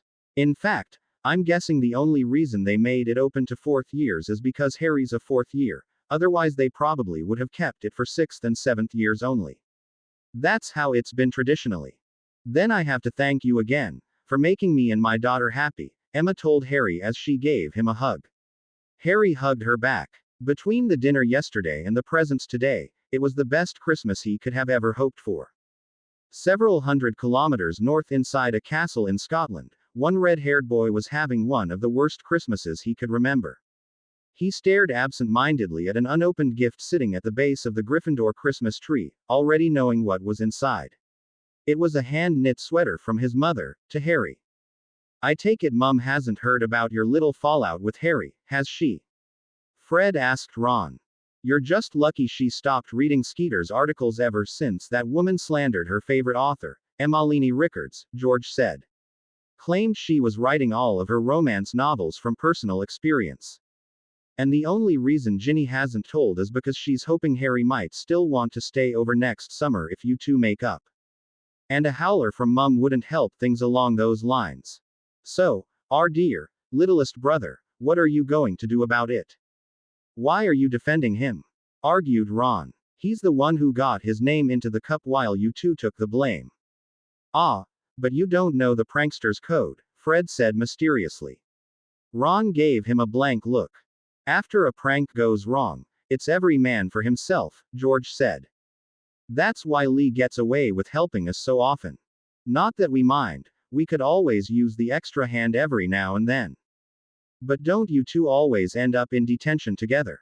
Ron asked. "Only because the teachers can never figure out which one of us is which. And they figure if one of us did it, the other had to know, at least. So you two aren't even mad that he's up in front of the crowds when it could have been you two." Ron was completely bewildered by his brother's attitudes, as he wanted to be the one standing on stage with the crowds cheering for him. "Ron, get your head out of your ass," George said. "We just wanted our names in the cup. Yeah, we're not stupid enough to try to go toe-to-toe with Crumb in a dueling arena. We just like a good prank, and we can appreciate one that wasn't done by ourselves. Yeah, did you hear the Marauders managed to turn an entire classroom into a swamp? We've got a few ideas to try to one-up them. And you'd better stop eating Harry's mince pies." Ron, who had absent-mindedly opened one of the packages from his mother, also failed to look at who it was for. It smelled delicious, And Ron was certainly missing out on a box of chocolate frogs that Harry got him each year. He could do without a homework planner or alarm calendar from Hermione, but he did miss having something sweet to munch on under the tree on Christmas Day. He'd already cleared off half the pies that his mother had sent. As the twins left, he looked back at the box. It wouldn't do to give Harry an opened package with half the contents missing. He wouldn't miss what he didn't know about, would he? Ron shrugged, and picked up another.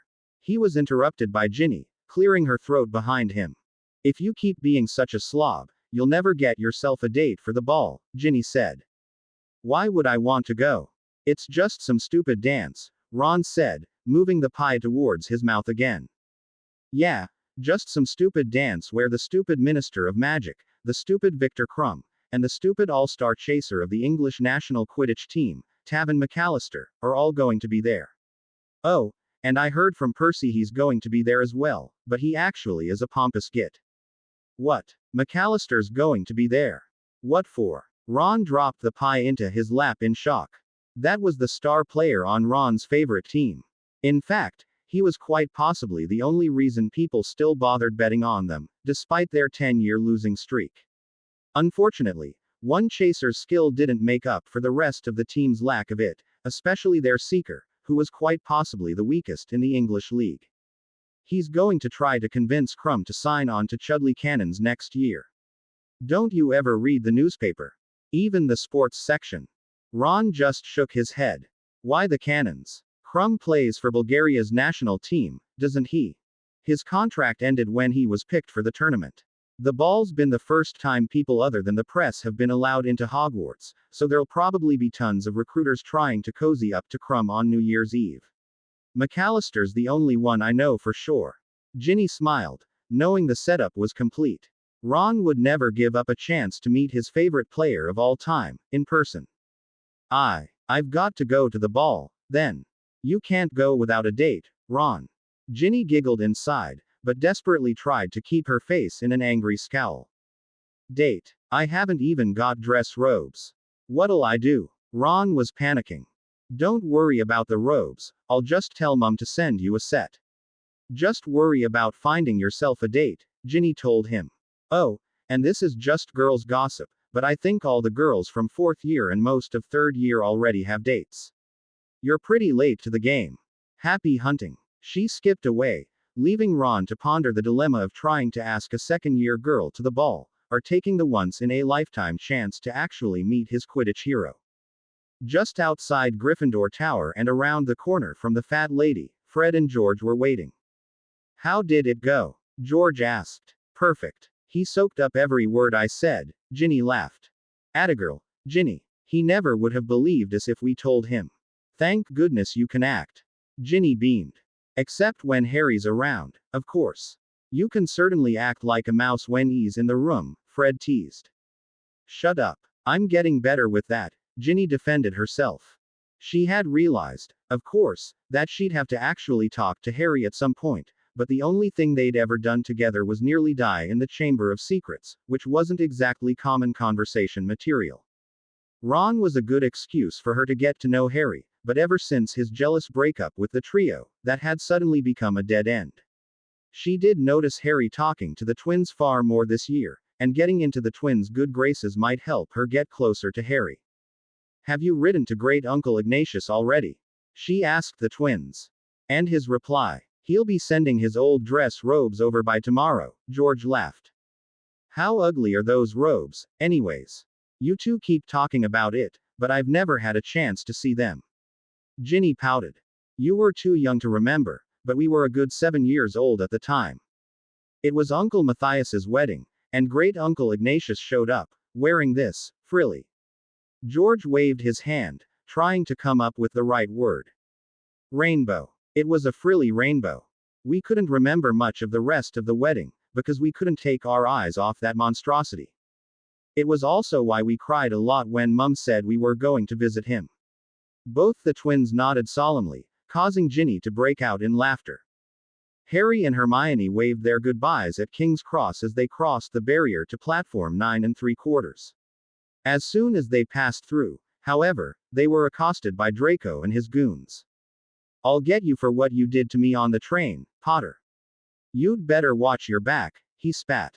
Huh, what did I do? Don't deny it. It's obvious it was you. I'll have your wand snapped for this. Draco was fuming. No, seriously, what did I do to him? Harry turned to Hermione to jog his memory. With such a fantastic holiday break, he had put life's little annoyances like Draco Malfoy out of his mind. We locked him in his cabin on the train, Hermione reminded him. Right. Harry laughed. Sorry, Malfoy, I forgot about that. You know you shouldn't try to break into someone else's cabin, don't you? That was just a quick lesson on manners. And unlocking charms. How did you finally get out? Draco refused to answer, as it would obviously be embarrassing.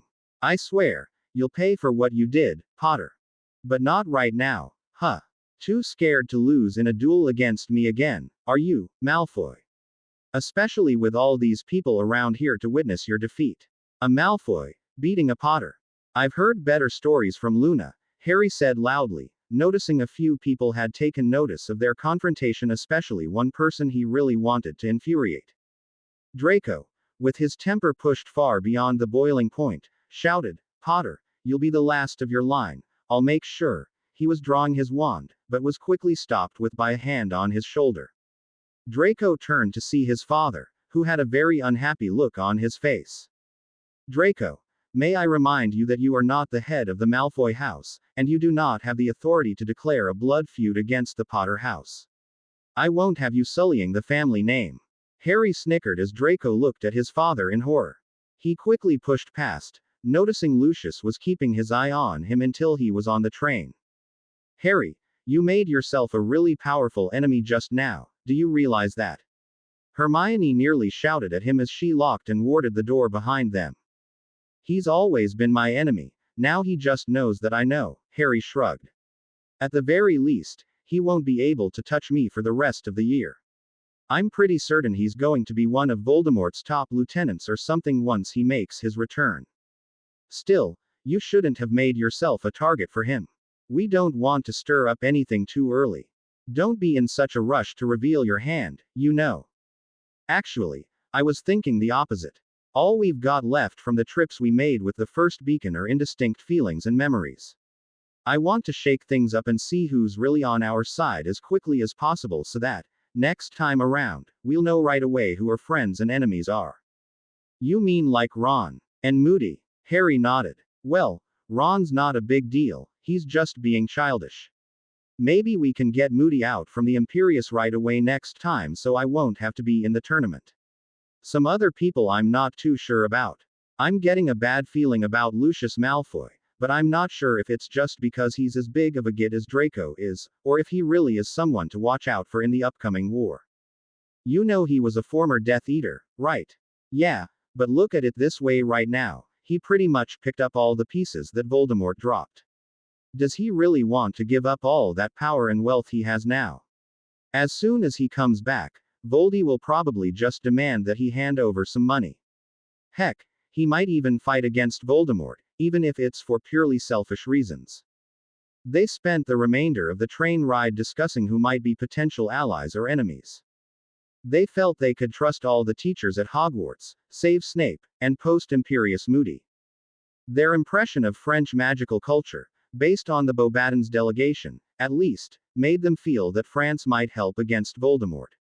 Blood purity wasn't an issue, and even mixed blood like Fleur or Madame Maxime was perfectly acceptable. Durmstrang was an amalgam of students from Eastern Europe, and Karkaroff was a former Death Eater. They respected power and Voldemort had power. Most of them were hard to predict. Karkaroff only repented because he feared Azkaban would he turn back to Voldemort. Krum seemed very interested in becoming as powerful as possible, but he also had a strong sense of fair play, possibly from being a professional athlete. He did skirt the rules as much as he possibly could. Would he see Voldemort as a challenge to his own power, or go to him to learn how to become more powerful? Throughout the ride, they heard the door handle jiggle every so often. As they pulled into the station, Harry chuckled. Well, since their unlocking charms are still just limited to Alohomora, I guess it took a while for an adult to find them and let them out last time. You think they're waiting to ambush us? Hermione asked. Without a doubt, Harry said. They couldn't see anyone outside the cabin through the charmed glass, but it didn't mean they weren't hiding in the next cabin, ready to jump out. I say we go in the opposite direction just in case. They'd probably expect us to go left to exit the train, and want to hit us from behind. I'll take the front.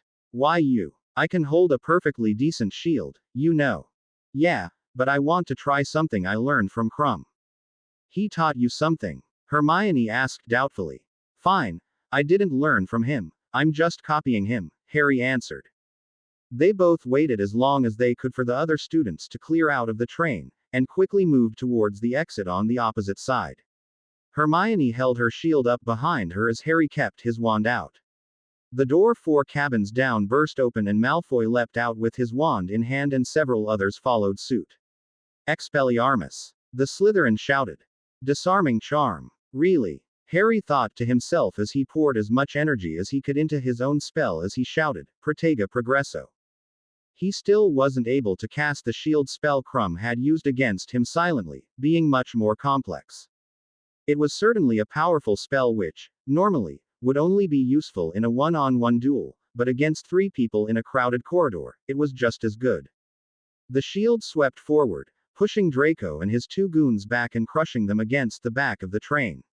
Harry quickly released the spell, partly because he didn't want to crush Malfoy, Crabbe, and Goyle to death, but mostly because he was quickly feeling drained. Wow, now that's quite a spell. How on earth did Crumb manage to cast 3 of these in a row? With a bone bludgeoner in between. Hermione peeked around Harry's shoulder at the crumpled heap of green robes. Well, first off, I think Crumb is more powerful than you for sure, but I also think you put way too much power into your spell this time, she said. Thinking it was best not to walk right past them in case they woke up, they turned around again and headed out the other exit of the train. Just as they were about to step off, Harry heard a muffled groan and turned to see Malfoy rolling Goyle away. You think you've won, Potter? He snarled as he pulled his wand out from underneath the chubby oaf and pointed it at Harry. Turberer. Whatever the spell was supposed to do, it certainly wasn't what Malfoy had intended. In his haste, he hadn't noticed his wand had a small crack and was slightly bent. Instead of flying straight out from the wand, it seemed to spiral out and dissipate mid-flight, while some of it seemed to leak out of the crack, causing the wand itself to smoke slightly. Furious, he cried out, "You'll pay for what you did to my wand, Potter." My. He stopped himself short of saying his trademark line. You know, I somehow suspect your father won't like hearing about this. I'm pretty sure that, whatever he told you back at King's Cross, it wasn't to try to ambush Harry Potter and get your own wand broken, Harry laughed. Maybe I'll write to your father and let him know. Draco looked horrified as he quickly stumbled out the rear exit of the train, while Harry and Hermione decided to take their time, strolling from Hogsmeade to the castle instead of taking the carriages. Professor Snape was waiting for them when they arrived. Having spent the last 2 months skipping out on potions and studying on his own, he wasn't glad to see the greasy professor in front of him once again. The stress-free learning environment, Hermione's advice, and vague memories of having brewed the potions before helped him get through nearly all of the 4th year's coursework by the end of first term. He wondered how that would reflect on Snape's teaching skills. For now, however, Snape was going to address him as the head of Slytherin House, not as potions professor. Potter, you've crossed the line this time. Even your father wasn't stupid enough to snap another wizard's wand. I'll have you expelled for attacking 3 of my students and your own wand snapped. Snape shouted. Well, I can't say I didn't see this coming, Harry said nonchalantly. So you admit that you broke Mr. Malfoy's wand, then? Evidently you are a true Gryffindor, acting before you think and proudly proclaiming your imbecilic stunts to the world. We'll have you pay for a new wand for Draco as well, Snape sneered, thinking he had caught Harry's confession. I'll take this one, Harry, Hermione said. Actually, Professor Snape, both magical law and the Hogwarts rules agree that Harry was well within his rights to defend himself. You're trying to convince me that snapping someone's wand is an act of defense, Granger. What insipid book did you pull that idea from? Even Longbottom mind isn't so feeble that he would try that as an excuse. Now, Potter, You will hand over your wand immediately. No, he won't, Hermione interrupted, keeping herself calm in spite of Snape's insult. You haven't even heard Harry's side of the story, yet. You can't confiscate a student's wand without evidence of his guilt in a serious magical offense. I have all the evidence I need, Snape said as he moved towards Harry. Yeah, we all know that all the evidence you need is for Malfoy to whine about how he's not getting his way. I don't know why I'm bothering with you. I'm going to take this to Professor Dumbledore, Harry boldly said as he pushed past his former potions professor. Professor Dumbledore is at a Triwizard meeting. If you're looking for him to save you, he's not available. Fine, then, let's take this to Professor McGonagall. As deputy headmistress, she is also at the meeting. Face it, Potter, you're going to have to deal with me. Actually, Hermione piped up again, for matters outside the classroom, another professor is allowed to arbitrate in disagreements between a professor and a student in matters involving detention over 1 week, house point deductions over 50, and, of course, expulsion and wand confiscation as you mentioned before. Let's take this to Professor Moody, Harry said immediately. He could tell Snape was terrified of the ex-Auror. Hurrying towards the defense professor's office, they left Snape chasing after them. While keeping up a quick-paced jog, he said to Hermione, "Have I told you how much I love you, lately? I think the last time you said it was about 5 minutes before we got to the castle, Harry," Hermione giggled. That was brilliant back there. Thank you so much, Harry said. I've been wanting to do that for a while, Harry. You're so lucky you're in the tournament, getting to skip his class and all.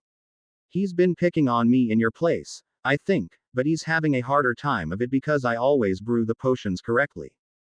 Harry laughed. Why don't you drop the class too? At the pace we're going, we could be ready for owls by the end of this year. Being in Snape's class holds you back, you know. Yes, but it'll show up on my grades if I don't do the assignments. And I still need to take the exams. Still, I'd love to take the potions owl a year early if it means I don't have to deal with Snape anymore. They arrived at Moody's office and knocked on the door. Snape caught up to them just as Moody opened the door. Mr. Potter, what can I do for you? He asked. His magical eye swiveled towards Snape. Having some problems with Death Eaters, son. I have been acquitted. Snape said stiffly. This is a Hogwarts matter, Professor Moody, he stressed. Once a Death Eater, always a Death Eater. Maybe if you're willing to chop off your own left arm, I'd be more inclined to believe your story. Albus might forgive you, but not everyone's so kind. Now what are you doing with Mr. Potter here? Professor, we need you to arbitrate a disagreement we're having with Professor Snape. He wants to confiscate Harry's wand and maybe expel him.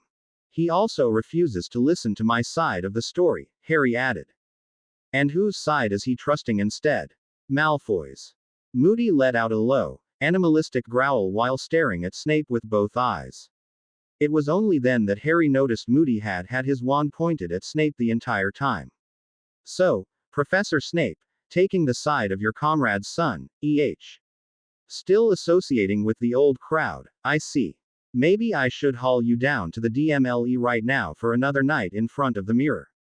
Harry didn't know what mirror Moody was talking about, but Snape gave a barely perceptible shudder as he replied, May I remind you that I am not the one on trial here, Professor Moody, and you are no longer an Auror. Right then, lad. Tell me what happened. Basically, during the train trip, Draco tried to break into our cabin several times. He obviously failed, Harry explained as gave a knowing smile to Moody, who taught many of those spells, straight out of the Auror's handbook. At the end of the trip, we guessed he would try to ambush us, which he did. And failed in that, as well. You seem to have conveniently left out the part where you snapped his wand, Snape spat, barely holding in his anger. Because I didn't. I just cast a shield charm and Malfoy, Crabbe, and Goyle fell down. I think it was Goyle who snapped Malfoy's wand, by falling on it. Or maybe Malfoy broke it himself when he pulled it out from under Goyle. Harry shrugged. You're saying a shield charm knocked them over? Preposterous. Snape glared hatefully at Harry. Never big on actually collecting evidence, are you, Severus? No wonder we were losing the last war, with such a shoddy spy working for us, if you really were on our side, that is. There's a very simple solution for this. Potter, give me your wand. What are you going to do? Harry asked cautiously. While he definitely trusted Moody more than Snape, he didn't want to let his wand out of his reach without a very good reason. Good to know you're learning, boy.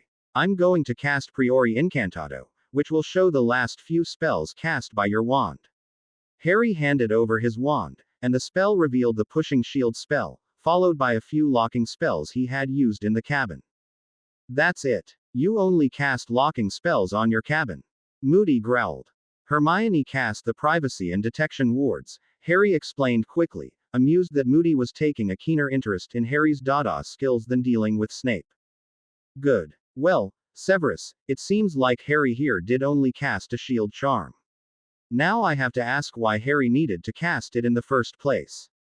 Well, Malfoy opened up with a disarming charm, and I countered with the shield. After he fell over, he tried casting another spell with his broken wand, but it didn't come out right. What does Turberer do? Moody glared at Snape with both the fury and delight of a predator capturing its prey. So did you teach him that spell, or did his father? Your little pupil tries to murder someone with a dark spell and you try to get the victim expelled. We're going down to the dungeons, and good thing we do have on-duty oars on the grounds thanks to the tournament, Potter, you're free to go. Moody marched Snape away at one point after he ushered the teens out the door.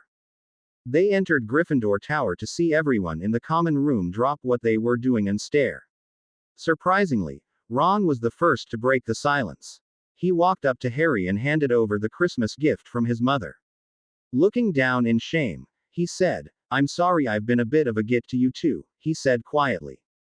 Now there's an understatement, Hermione snorted. I couldn't think of a way to make it up to both of you, but since Harry might get expelled, I was thinking I could take you to the ball instead. He asked Hermione. Bad news travels fast in this castle, doesn't it? Thought Harry. I'm not getting expelled, Ron, but Draco might be. I'm taking Hermione to the ball, he said. But, I have to go with Hermione. We've known each other for years.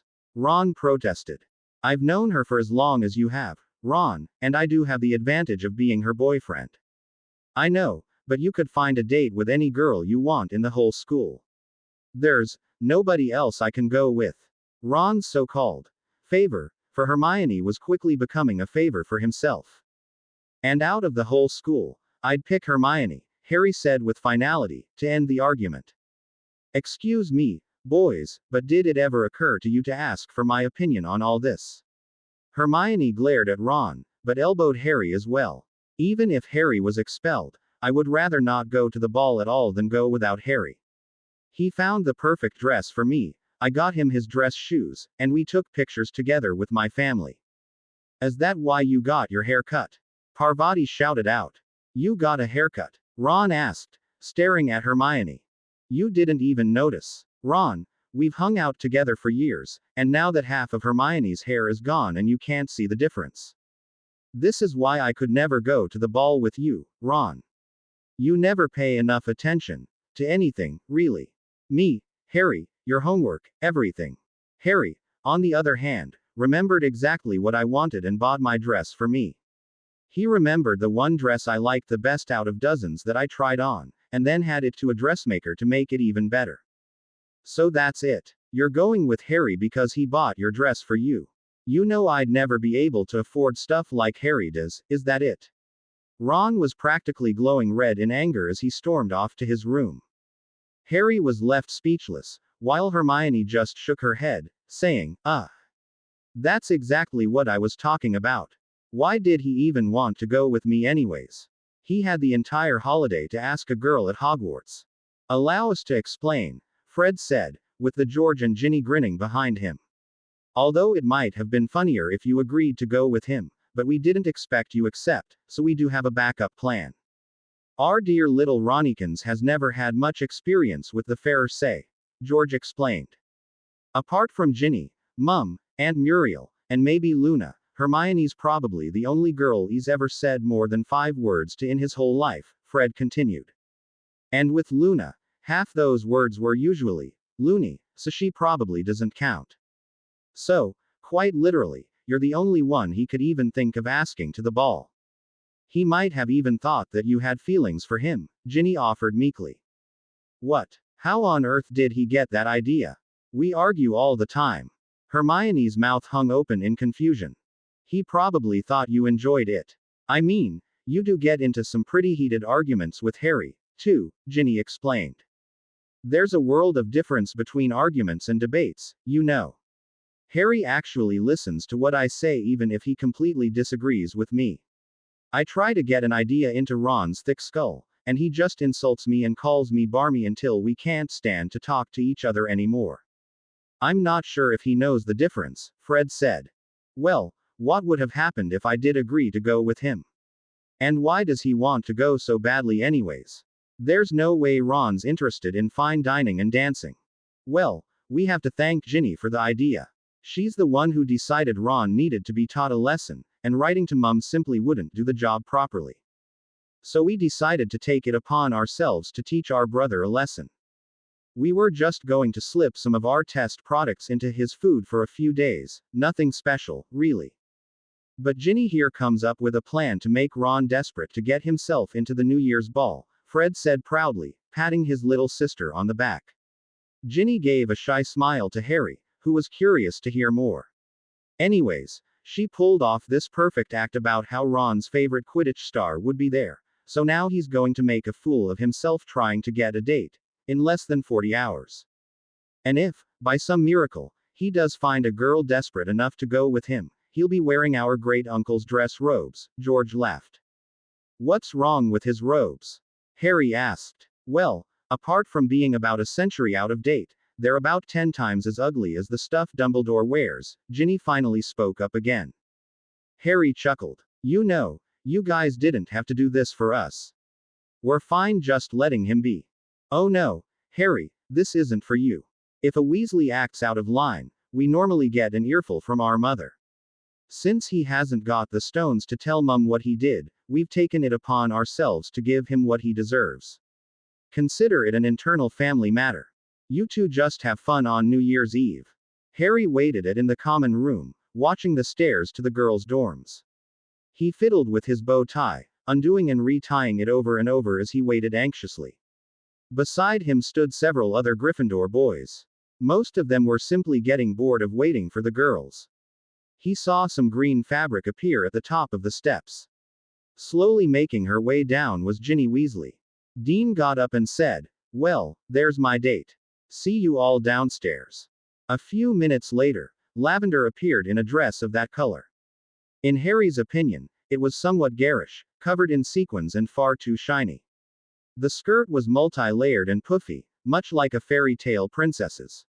Lavender herself had the reddest lipstick Harry had ever seen, along with bright blue mascara.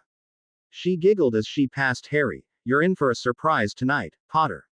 She linked arms with Cormac McLaggen as they left the tower. Harry continued to wait. Just after the fat lady closed the entrance after Lavender, he saw a slim dress of shocking pink appear at the top of the stairs. Parvati was making her way down in a dress that was styled after an Indian sari. You're going to love what we've done with Hermione, she said as she passed by. Harry noticed that, although she hadn't been as excessive as Lavender with her makeup, she did concentrate on her eyes with hers. She had decorated her eyes with both black and gold eyeliner to the point where they looked like those of a Nyx. She left Gryffindor Tower alone, presumably to meet up with her date. Apparently her sister had set her up with some fifth-year boy in Ravenclaw. What did she mean by what they did with Hermione? Thought Harry. The way those two operate, Hermione might be coming down with a clown face for all I know. He worried more and more every minute. Staring at the clock on the wall, they had another 5 minutes until the ball began. The only people left in the common room aside from Harry were the ones who weren't interested in going to the ball anyway. Where was Hermione? Harry fretted. With 3 minutes to go, Hermione quickly rushed down the stairs. She had her hair done up far more elegantly than back at home, in a tight bun that was presumably held together by magic, because Harry couldn't figure out how it could stay that way. She left the ends of her hair deliberately loose around the bun, so it had a little playful messiness to it. It was a far cry from Hermione's old, too much hair to manage messiness. Thankfully, she kept her makeup to a minimum, just some eyeliner and lip gloss, along with some dark nail polish. With her dress and jewelry, Harry was awestruck. He scolded himself for never imagining that Hermione could be this beautiful. Ah, I'm going to kill Lavender and Parvati. Hermione huffed in the most unladylike manner. Come on, Harry, we're going to be late. She grabbed Harry in his dazed state, nearly causing him to fall over. What did they do? Are they the reason why you're late? Harry asked. Yes, Hermione hissed. They wouldn't stop trying to dress me up like a doll and giving advice on how to catch boys like fish at the ball. As if I needed anyone's attention other than yours. I ended up having to wash off everything they did and redoing everything myself. So you managed all this in only 10 minutes after Parvati left? Harry was impressed. Yes, and this is why I ended up with such a bland look. I'm sorry, Harry, I really wanted this to be special. Don't worry, Hermione. You're looking even better than I could have imagined. As they were scurrying down the many flights of stairs, they heard a hooting from above. Carries, being led by Hedwig, were flying through the castle and landed gently on the banisters beside Harry and Hermione. Carries proudly stuck out her leg, bearing a small note, a wristband corsage for Hermione and a matching boutonniere for Harry. They were freshly made from the flumpet that Dan had bought during Harry's shopping trip. Thanking their owls, they continued down, reading the note along the way. Dear Hermione and Harry, I hope the flowers reach you in time for the ball. Dan nearly forgot about it and we had them done this afternoon. I just hope Carries didn't tire herself out rushing all the way out to Scotland for you. We got the pictures developed and we'll send copies along next time. I hope you can find someone to take pictures for you as well. We'd love to have photos of you dancing your hearts out. Love, Emma and Dan. Hermione slipped hers on her wrist as Harry affixed his to his lapel. Grinning, they knew they were finally ready with 1 minute on the clock and the doors of the Great Hall in sight. Everyone was milling about, waiting for the doors to open. Harry had never seen such a sea of colors among the students. Usually it was just a lot of black with bits of red, green, blue, and gold. Now, on the girls at least, were dresses of every color and fabric. Some of the Durmstrang girls had even taken to wearing fur, while most of the French girls tended to choose more daring shearer fabrics with generous amounts of skin showing. Most of the Hogwarts students had taken to wearing more traditional dresses that nearly reached the floor and made with layers of heavier fabrics. There was the occasional girl who tried something a little more unique, like Parvati. The boys all wore black dress robes except for two, who stuck out like a sore thumb. Harry laughed as he pointed them out to Hermione. I hope Angelina and Katie aren't too miffed about their dates, fashion sense. Off to the side, Harry could notice a cordoned-off area with nearly 100 journalists and photographers packed like sardines, trying to get as close as they can to the crowds. The champions were happy to be able to keep their distance, while some other students gladly walked towards them, letting the photographers snap their pictures. I forgot the map, Harry suddenly said aloud. Why do we need it now? Hermione asked. I wanted to find Rita Skeeter, so I could at least know what she looks like, Harry explained. Forget about her tonight, Harry. Let's just have fun, Hermione said. I'll keep an eye out for her during the trial of water. They approached the other champions, who were allowed their own area opposite to the press. Interestingly enough, there were only 3 couples. Hello Fleur. Harry greeted the witch. I see you managed to snag Cedric. Hey yourself, Harry, Cedric said in reply. It's not as if she had to try very hard. Who could possibly resist a beautiful, intelligent, talented, half-Vila girl like her? Harry could, Fleur laughed. Because I've got Hermione, Harry explained. Did you know that, out of the 168 Triwizard tournaments ever held, only 6 times have 2 of the champions chosen each other for the Yule Ball? You two will be the center of attention this evening, Hermione told them. That is not a problem for me, Fleur said as she pulled off some kind of wandless Vila magic, making her skin sparkle. You know, if you keep doing that, I might end up falling over you this evening. I can only resist you so much, Fleur, Cedric said. Crumb had stayed silent the entire time. Interestingly, he had chosen a Beauxbaton girl for a date. Harry didn't recognize her, as she wasn't one of the girls with Fleur he had met on his trip to Hogsmeade after the duels. She was far shorter than Crumb, the top of her head only reaching Crumb's shoulder. It seemed that the gruff, burly Durmstrang champion liked quiet, dainty girls. All of the Durmstrang women were clearly as tough as the men. Oddly enough, that made Harry and Hermione the only couple out of the three where both were from the same school. All six of them made small talk for another few minutes after the doors to the Great Hall opened and all the other students made their way inside. We're supposed to go in last and open up with a dance right away, even before the speeches and announcements, Cedric explained. You got here just after Bagman told us. Yes, one event where they can do something before the old men talk, Crumb muttered. Harry, in all the rush to get to the ball on time, was suddenly reluctant to enter. He whispered to Hermione, I think we forgot something on our to-do list. You mean dancing lessons? Harry, this is going to be a disaster. Hermione was panicking. She wasn't used to being so unprepared for anything. Calm down. Just be careful where you step, we'll just do something.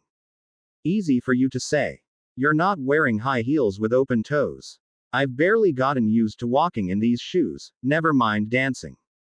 They kept bickering under their breaths as they followed the other champions into the Great Hall, whereupon they both stiffened up immediately. They both put on nervous smiles as they glanced around, seeing applauding students surrounding them. Up ahead, Fleur had once again put on her publicity persona and was strutting confidently to the dance floor with Cedric in tow. Crumb held himself in a serious, dignified manner behind them. So, would you rather act like Fleur and Cedric, or Crumb and Dominique? Harry whispered. Neither. I'd rather we just do our own thing, Hermione said. So let's, Harry said as he linked arms with his date. I'm just happy that I get to try to dance with you tonight. We should just ignore everyone else and enjoy our night together, shouldn't we? Splendid idea, Mr. Potter, Hermione giggled, taking her eyes away from the crowd to smile at Harry. They both calmed down a little as they approached the dance floor. He glanced over his shoulder. Fleur and Cedric were standing together. His right hand was on her upper back, and his left hand held up her right out to the side. Fleur's left hand was resting on Cedric's shoulder. Harry and Hermione quickly copied them. The opening dance music was performed by the Hogwarts Music Club. They chose a smooth song ideal for a foxtrot, although Harry and Hermione didn't know that.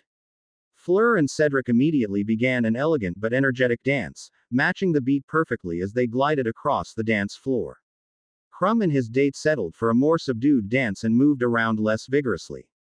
Harry and Hermione took a good minute figuring out whether they wanted to go left or right. You know, if we've really done this several times over, I had hoped some of this might come to me naturally, Harry said. Well, if we danced horribly every single time, then dancing horribly would definitely come naturally to us, Hermione said glumly.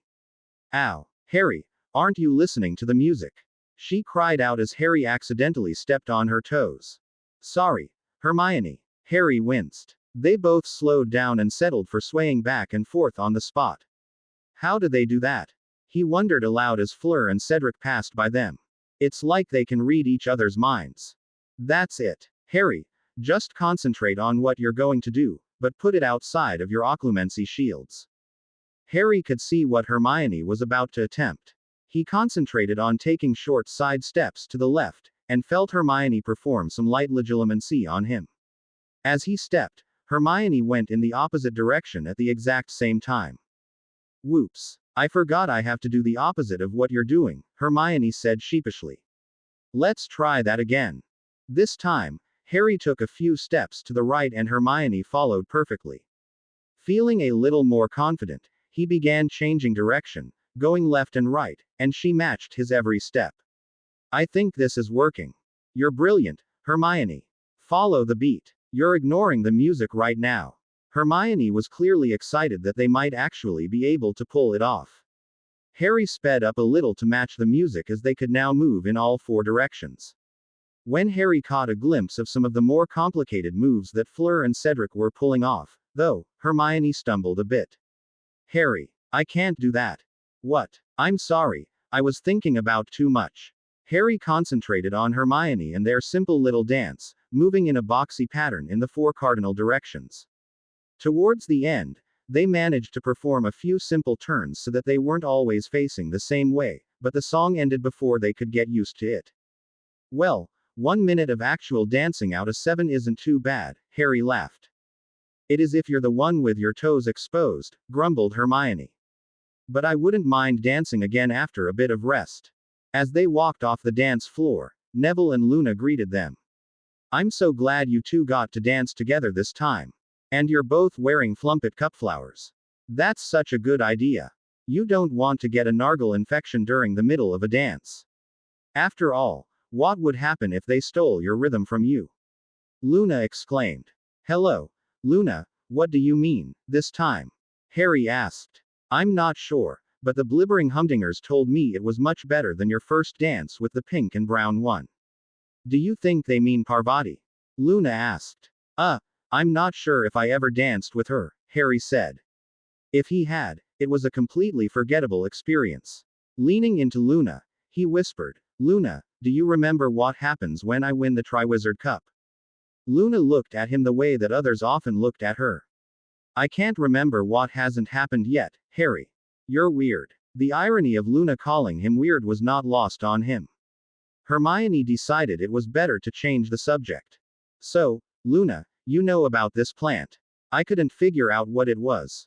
Does it really protect against nargles? Hermione turned to their resident botanist with a grin. I don't remember seeing that kind of flower in any of my books, Neville said. Have you got the plant itself? I'd love to take a look and maybe grow one of my own. It's at home, Hermione said. My dad bought it with Harry at some odd florist in Unifer's alley.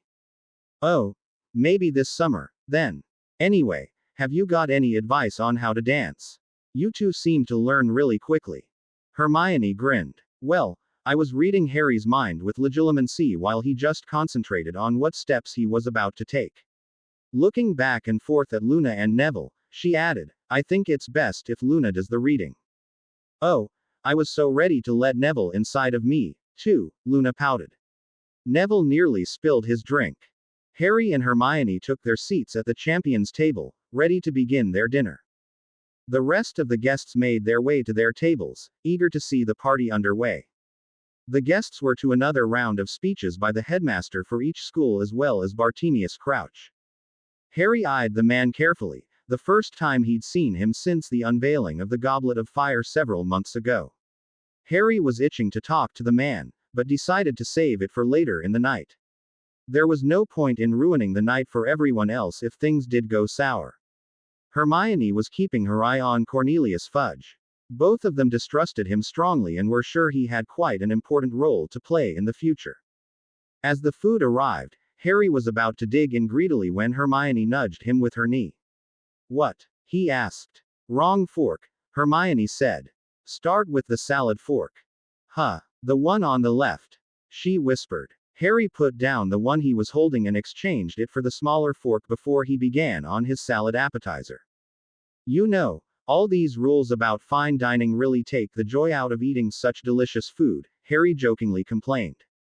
Don't tell me you're going to gorge yourself like Ron, Hermione huffed, straightening up. Anyway, how often do we get to do this, anyway? Maybe once every time we go back through the beacon. He whispered into her ear. Hermione giggled. I expect to be taken to a nice dinner and dance more often than that, Harry. I'll remember that, he replied. The dinner was a light 3-course meal, which let everyone finish quickly without feeling too stuffed to dance afterwards. Afterwards, food and drink was available for those who wanted to keep eating, but the tables were mostly cleared for those who simply wanted to mingle and converse. The Hogwarts Music Club had left the stage while the guests were eating, making way for the guest band of the night, the Weird Sisters. Harry and Hermione both noticed that, while they used classical orchestral instruments like cellos, violins, and piano, the music they played was far more upbeat and better for the younger guests, making the ball more like a rock concert. With the smaller group playing the music, Harry finally noticed how the magical instruments filled the entire hall evenly with sound without being too loud for anyone, even those sitting directly in front of the stage. Seeing that nearly everyone was distracted with dancing, food, or conversation, he decided that it would be the perfect time to try a private chat with Mr. Crouch. "Excuse me, Mr. Crouch, could I have a word?" Harry asked when he approached the official's table. He began with some very light legilimency, just in case Crouch had enough occlumency training to detect him. "Why, if it isn't Harry Potter. I'd be glad to have a chat with you. What do you want to know? Has there been any progress in finding out who may have put my name into the cup?" Harry started with a relatively innocuous question. "I'm sorry, I haven't heard anything new. The investigation isn't my department's concern, Mr. Potter. Perhaps you should speak to Orr Shacklebolt instead." That wasn't a lie, Harry could feel. He could sense that Crouch had some basic mental shields but wasn't actively concentrating on them now. Not wanting to put the man on his guard, Harry kept his legilimency at the lowest levels. "I was hoping you might have heard something they didn't. They did say the suspect was probably a master enchanter. Do you know anyone who is one?" "No," was Crouch's reply. That was a lie. Damn, couldn't he say more than that? How can I keep questioning him without sounding accusing? Really, I thought a man of your position may have met a few," Harry said in a disappointed tone. He did his best trying to play the guilt card, but it seemed like Crouch was immune to it. "Mr. Potter, the person who subverted the Goblet of Fire is a criminal. Before I became the head of the International Cooperation, I spent decades putting criminals into Azkaban. If I knew any enchanters who operated illegally, they'd be rotting in a cell by now." Crouch's bold statements were rather odd to Harry. They were more than just truthful statements. He could feel that Crouch firmly believed in catching and punishing the criminals, but why did the last sentence feel completely different? Could any of them have escaped? Nobody can escape Azkaban. "Oh, right, Sirius Black," Crouch corrected himself. "I can assure you, Mr. Potter, that Black was no enchanter. He was little more than a loose cannon.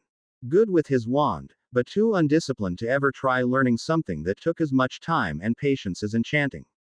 Harry was getting frustrated. The first sentence was a lie even before Crouch made the excuse of Sirius.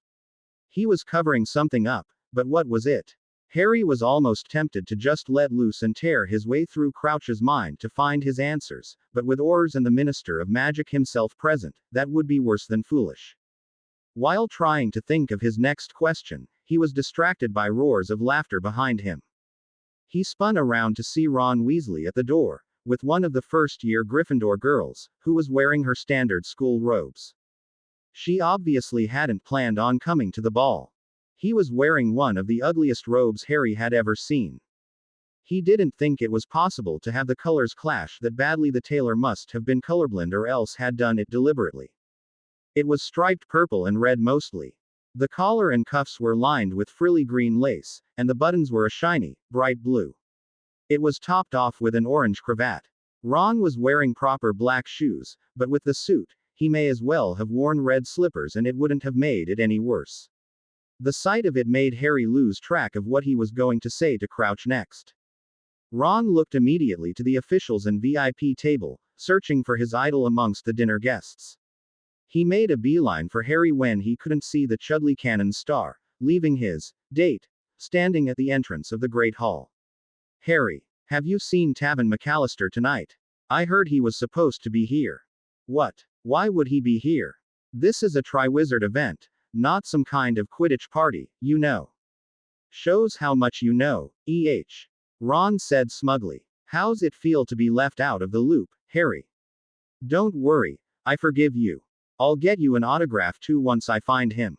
He found his next target, Crumb, thinking that would lead him to his prize. Fred, George, and Ginny hauled Harry away from Crouch, laughing like mad. "I can't believe he actually went through with it," Fred said, wiping a tear from his face. "That girl over there is probably the bravest firstie I've ever seen." "She does Gryffindor proud," George said. "That doesn't stop her from being scared to death with none of her friends around. That poor girl. And she has nobody to dance with," Hermione said as she approached them. "I'll keep her company," Ginny said. "It seems Dean is more interested in the food than in me." Harry looked around for his roommate, and spotted him chatting with some other Gryffindors, still snacking on food at the table. He didn't seem all that concerned about Ginny. So any bets on how long it'll take Ronnie to figure it out? Fred asked as he watched Ron approach Crumb with a parchment and quill in hand. He appeared to be interrupting a private moment between Dominique and Crumb, who seemed to be hitting it off. Oi, that little French one's feisty. George exclaimed as the parchment went up in flames. Crumb's date followed up by dousing the flames with her drink, leaving Ron sopping wet. Even Crumb seemed to be surprised by her outburst. I wonder if he'll still fawn over Vicky Crumb after that, Fred laughed. Will you two stop laughing at your brother and give us a little attention? Angelina had crept up behind them, giving Fred a hard pinch on his neck. Katie was right behind her, equally annoyed. The two girls dragged the twins off into the crowd. Finally alone, Hermione pulled Harry to a quieter corner of the hall, asking him, "Did you find out anything about Crouch? He's not the one who put my name in, but he's hiding something. I couldn't figure out any more without accusing him of casting the Imperius on Moody in front of everyone." What do you mean, he's hiding something? I think he knows who it is, but he doesn't want to admit it. I think it has to be an escaped convict. I got the most conflicted feelings from him when I asked about criminals who were enchanters. But Sirius is the only one who's ever escaped from Azkaban, Hermione said, puzzled. I mean, if anyone else did, then it would be all over the papers again. What else can I do? He's had occlumency training. If I pushed any harder, he'd probably throw me in Azkaban himself, Harry sighed. Oh, I forgot to mention, he used to be an Auror or something. He said something about catching criminals himself. Did you know that? So maybe he was lying about a criminal he caught himself. Hermione sighed. We can't get at the court records from school. This might have to wait until summer, when we can visit the ministry ourselves. Put that on our to-do list, then, Harry said. Let's just enjoy the rest of the evening. You up for another dance? Actually, I'm thinking pictures first, Hermione said, pointing to Colin Creevey, who was apparently talking to the first-year girl Ron had brought with him. Ginny was looking rather pleased with herself. How did Colin get in here? He's only third year. And I don't mean this badly, but he's not exactly brave enough to ask an older girl out to the ball with him, I think. I think he may have special permission from Professor McGonagall to be the official student photographer, Hermione said. He is one of the only students with his own camera, after all. As Colin saw Harry approach, he stopped talking and nervously stuttered, I haven't been taking any pictures of you this evening, Harry, Hermione. I swear. Relax, Colin. We want you to take our pictures this time, Harry explained. In fact, I'll even pay you for it. Really? Colin took his camera out of his bag, eager to snap a few right away. With certain conditions, Hermione added quickly before he pressed the shutter. You don't give or sell these pictures to anyone. In fact, we want all the copies. And we'll want duplicates of the ones we like best. Colin nodded in understanding. Harry and Hermione posed for several pictures, trying different positions. They started off with relatively normal, side-by-side picture, then some with Harry holding Hermione from behind. Grabbing a chair, they tried a few shots sitting. Eventually they began to have some more fun like they did at home, although they were still stuck in the Great Hall. They had a shot of themselves dancing, pretending they were better than they actually were. There was a mock utensil fight at their table, which led to a few shots of Hermione feeding Harry. They ended their photo session with their arms wrapped around each other, their lips locked in a soft key. They could hear a few wolf whistles in the background, but they ignored them. Okay, that picture doesn't get to Mum and Dad, all right. Agreed. But I think I'll keep it with me all the time, Harry said. Maybe I should put it in a locket to keep it close by. I want one too, Hermione squeaked. Of course you'll get one. Maybe it should be one of those lockets that snap together like a puzzle. A heart-shaped puzzle or something. No, I can't imagine myself wearing that after I graduate from school. Pick one that's classier, please. Fine, Harry said as his idea was partially shot down. Let's go dance now. They made their way back to the dance floor, where there were really only a few couples dancing. The Weird Sisters were playing a quick, upbeat song, and very few people could truly dance to it, most of them opting to just move around in place. Fleur and Cedric, however, had stolen the dance floor as they jiving perfectly to the music, causing many people to stop and watch. Harry was glad that everyone's attention was on them, which allowed him to learn how to dance properly with Hermione without cheating with legilimency. The only other couple who was really dancing was, surprisingly enough, Luna and Neville. At least, Luna was dancing. Neville was getting the hang of moving his feet, and Luna was very good at avoiding his. Every once in a while when Neville froze, unsure of what to do, Luna would just continue and add a flourish, like a spin or even jump into Neville's arms until he recovered from the shock and continued dancing. The two of them decided to settle on a very simple dance like they had just did at the beginning of the ball. Going at half the speed of the music, they just danced in a simple square, using the same steps as before but without any legilimency tricks. Both of them were surprised how much easier it was this time. "You know, this is pretty fun," Harry said. "Maybe we should have taken those lessons after all. Especially when you've gotten much better with your footwork," Hermione sniggered. "I'm just wondering how long it took Cedric to learn how to dance like that." "We could ask," Harry said. "Oh, I wouldn't want to interrupt them. We can always ask him some other day." Fleur and Cedric tired each other out after a while, spending the rest of the night at their table chatting. Harry and Hermione continued to dance their slow, simple dance until 11:50, when the floor was cleared and they readied the countdown to the new year. Sitting down at the table, Harry watched as sparkling numbers appeared on the ceiling of the Great Hall, displaying the time. They looked like clusters of stars, blending in with image of the actual night sky outside that the ceiling showed.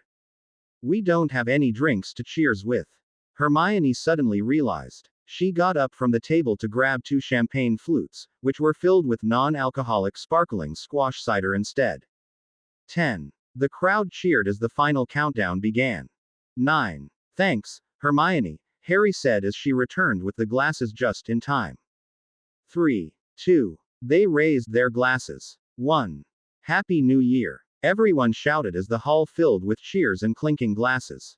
"Happy New Year," Harry said as he took a swig of the cider. Seconds later, his eyes rolled up as he crumpled to the floor. Harry found himself lying on his back in a dark, dank chamber. He could hear the slow drip of water on the rocks. He could barely feel the cold, hard stone floor on his back, as it felt extremely numb.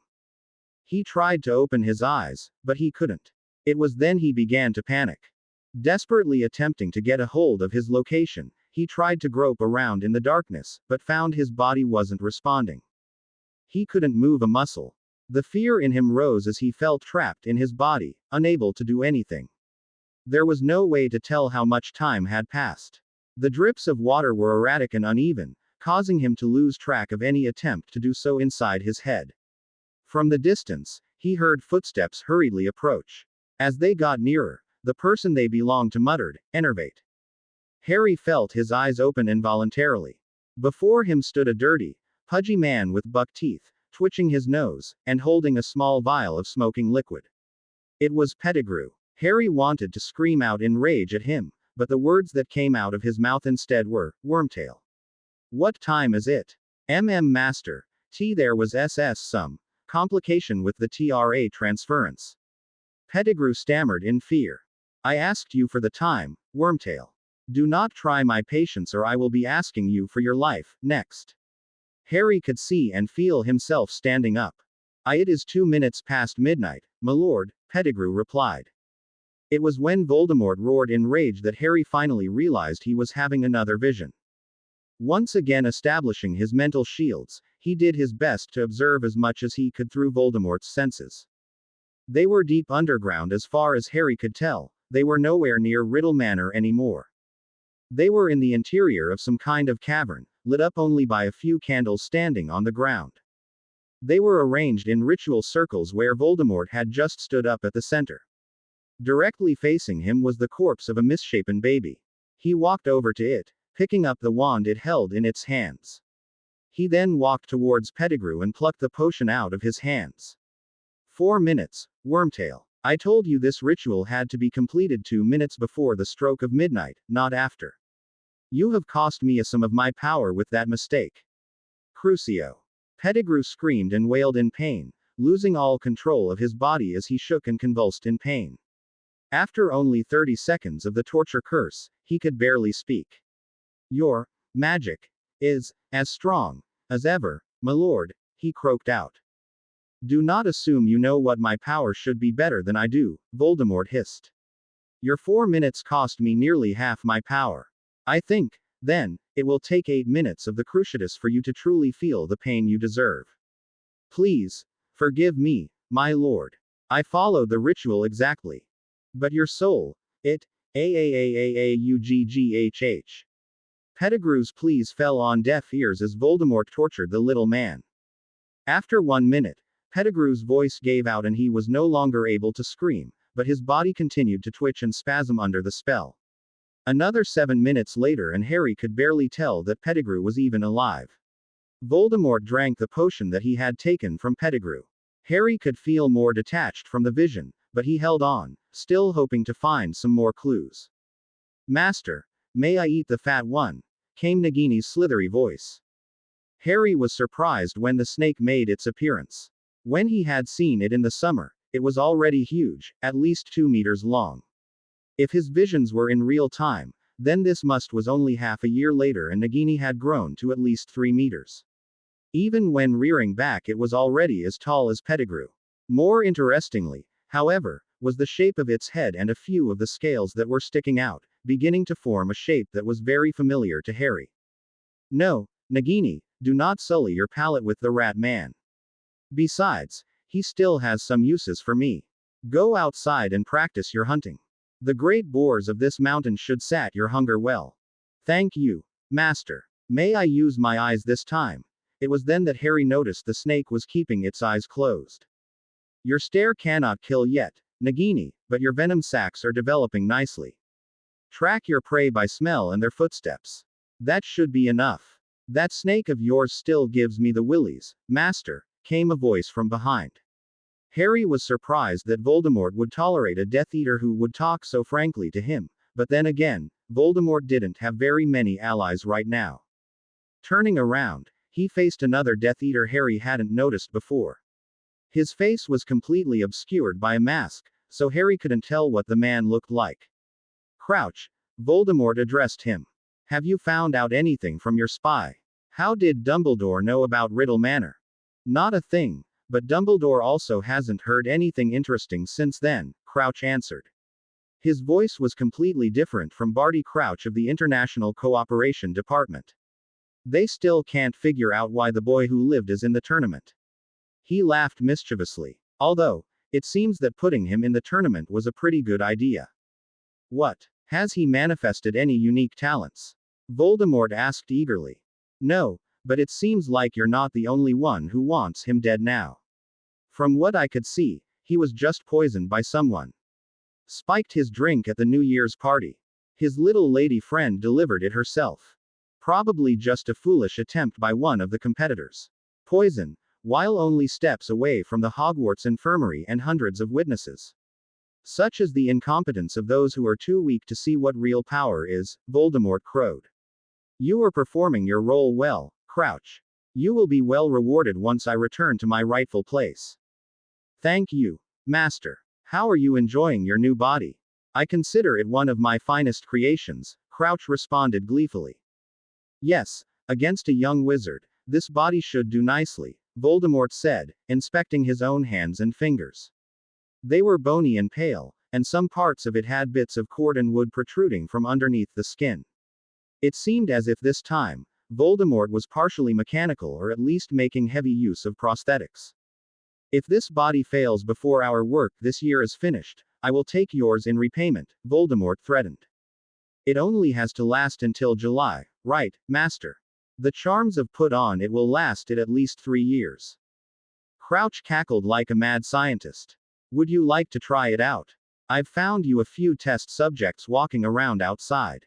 With a flick of his wand, a few hovering flames lit up the back of the cave, where several people were tied up to the rocks. Harry could tell they were muggles. They wore thick, down parkas instead of robes and 2 of them appeared to still be wearing snowshoes. Excellent work, Crouch. Eyeing the first one, man in his late 30s who looked starved and dehydrated, he raised his wand. Flammadio. A glowing orange blade flew at the man, passing straight through his body. The man died before he could even react to the shock. Harry could see that the rock he was tied to had also been cut, and it was glowing red from the heat of the spell. As the smell of burnt flesh filled the air, Harry felt nauseous. He had to get away from this. He couldn't hold on to the vision any longer. With a sharp breath, he opened his own eyes once again, and threw up. I'm telling you, I didn't do anything. Hermione pleaded. I love Harry. I'd do anything for him. Tears streamed down her face, dripping all the way down her cheeks as she couldn't wipe them away. Her arms and legs were shackled to the interrogation chair. In front of her, two Aurors stood silently, one still inspecting her wand.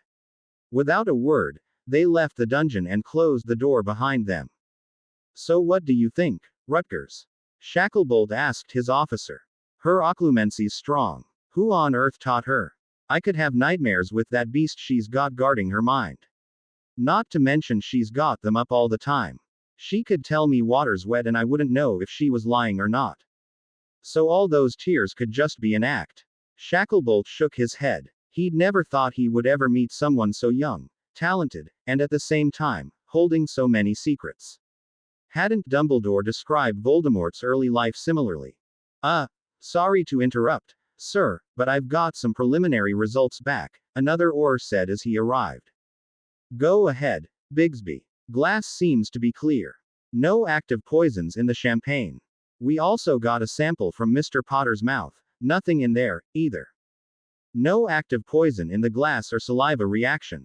Kingsley looked puzzled. Then it's probably a binary poison, something he ate just before drinking the cider. He fell right after the first gulp, right? That's the odd bit about it, he had nothing to eat or drink at all before the cider for an hour. They were seen dancing together for an hour until the countdown. Rubbing his chin, Kingsley said, we'll know more when the healers are finished their examinations. What else? Background info on the girl all seem to corroborate. She's been his girlfriend since September, or June, depending on who you ask. They're always together. Jealousy, maybe. Sometimes the really devoted ones can be obsessive. Has Harry dated any other girls? Bigsby laughed. Yeah, right after the second trial. Guess who? Fleur Delacour. Cedric noticed him still watching his date throughout the night. We've got motive, but we still haven't found the method. Keep at it, Kingsley ordered. No Veritaserum authorization yet, not without stronger evidence. She's just the lead suspect. There's always the chance of a compulsion charm by someone else, so keep an eye out, the Auror captain ordered. Harry found himself in a very familiar room, the Hogwarts hospital wing. Madame Pomfrey was standing over him, but an Auror was watching him from the foot of his bed. His mind was still reeling from everything he had seen. How long was I out? Harry asked. Just a little over an hour. Thank goodness you're all right. Whatever poison that was, it didn't show up in any of my medical scans, but we couldn't wake you no matter what we tried. Poison. The word reverberated in his mind. Somebody else mentioned that to him already. Yes, we believe your glass was poisoned at the ball. We're still having trouble tracking down how she did it, the Auror told him. Harry quickly remembered what had happened. He was still in his dress robes. The clock had just struck midnight and he'd fainted when the vision began. Then it struck him. Crouch had mentioned to Voldemort that he saw Harry drink something at the ball and faint. That must have been half an hour ago. There was a spy inside Hogwarts tonight, feeding Crouch information, or was Crouch there himself? Harry shuddered at the thought. How did he, or the spy, get off the grounds? Harry doubted that Voldemort was hiding within a half-hour owl's flight from Hogwarts. Walking off the grounds and apparating could work, and so would flowing. The chaos of Harry fainting would have been the perfect time to escape. But what if it was simply another form of instant communication? Harry couldn't take the chance. Voldemort still didn't know about Harry's visions, and he couldn't afford to tell anyone he didn't trust completely. Could you let Hermione in, please? He asked. I know you still want to keep me here under your potions, Madame Pomfrey, but I assure you I'm feeling much better, and I could use the company. Mr. Potter, the Auror began. We have reason to believe that Miss Granger is the one who poisoned you. We've taken her into custody. What? Harry shouted, bolting upright. No, she'd never do that to me. You've got to let her go. It's just a misunderstanding. Mr. Potter, I know you had a close relationship with the girl in question, but you must understand. Tell me where she is, Harry interrupted. He swatted Madame Pomfrey's hand away as he searched for his wand. He found it on the tray beside the bed. Please, stay calm. Put down the wand. You're confused. You had a tiring night. You've just recovered from poison. The Auror held up both of his hands towards Harry in an attempt to placate the boy, but Harry wasn't stopping. Where is she? Is she in the DMLE at the ministry? Is she hurt? I can't tell you that. We have to keep you two apart. You could be in danger. Tell me, Harry roared. The Auror's words struck him hard. Keep us apart. No, I have to be by her side right now, he thought. She could be in danger. Who's the spy? Who's with her? With a burst of legitimacy, he thrust his will upon the Auror's mind. The Auror couldn't even bring his mental shields to block the attack before Harry found what he wanted. She was close by, in one of the Hogwarts dungeons that had been converted for use as an interrogation room for the Aurors stationed at the castle this year. Harry leapt from his bed with wand in hand, surprising Madame Pomfrey. The Auror was still off balance from the mental attack. He was out the door before either could stop him. Harry ran through the corridors hearing Auror's footsteps behind him, with shouts of, "Stop him!" He ducked down a secret corridor, shaving a minute off his trip to the dungeons and losing his pursuers at the same time. He knew he had arrived at the right dungeon when he saw Shacklebolt standing outside, talking to another Auror. Shacklebolt noticed him approaching first. Harry, that was a quick recovery. Are you sure you're not supposed to be in bed? Still suspicious of a potential spy working for Voldemort, and desperate to see Hermione, he nearly fired a spell at the Auror captain. He was barely able to calm himself enough to say between his heavy breaths, "Not poison. Hermione's innocent. Let her go." "What do you mean, not poison? So you just decided to faint of your own accord?" The Auror standing beside Shacklebolt asked doubtingly. Harry thought for a moment. A silly excuse was better than telling them the truth, he decided. "Yes. I'm prone to fainting. It was just a coincidence. Now where is she?" "Bigsby, let me handle this one," Shacklebolt muttered to the other Auror. To Harry, he said, "I assure you she's fine. We'll release her after questioning unharmed." "Sorry, your word isn't good enough. I need to see her now." Harry's agitation was showing more and more. He kept glancing at the door behind the Aurors, wondering how quickly it would take him to unlock it himself. "Are you going to open that door for me or not?" The Auror who chased Harry from the hospital wing arrived from the opposite end of the hallway. Now there were 3 Aurors between him and the door. The Auror told his captain, "Sir, he's paranoid and delusional. He attacked me and ran straight from the hospital wing. Probably thinks he has to be the White Wizard here to save his weeping witch. They think I'm crazy." Harry wondered. "Well, I guess I am acting a little strange from their perspective." Calming himself a little and trying to look a little less crazy, he asked again, "I just want to see her. Can you let me into the dungeon?"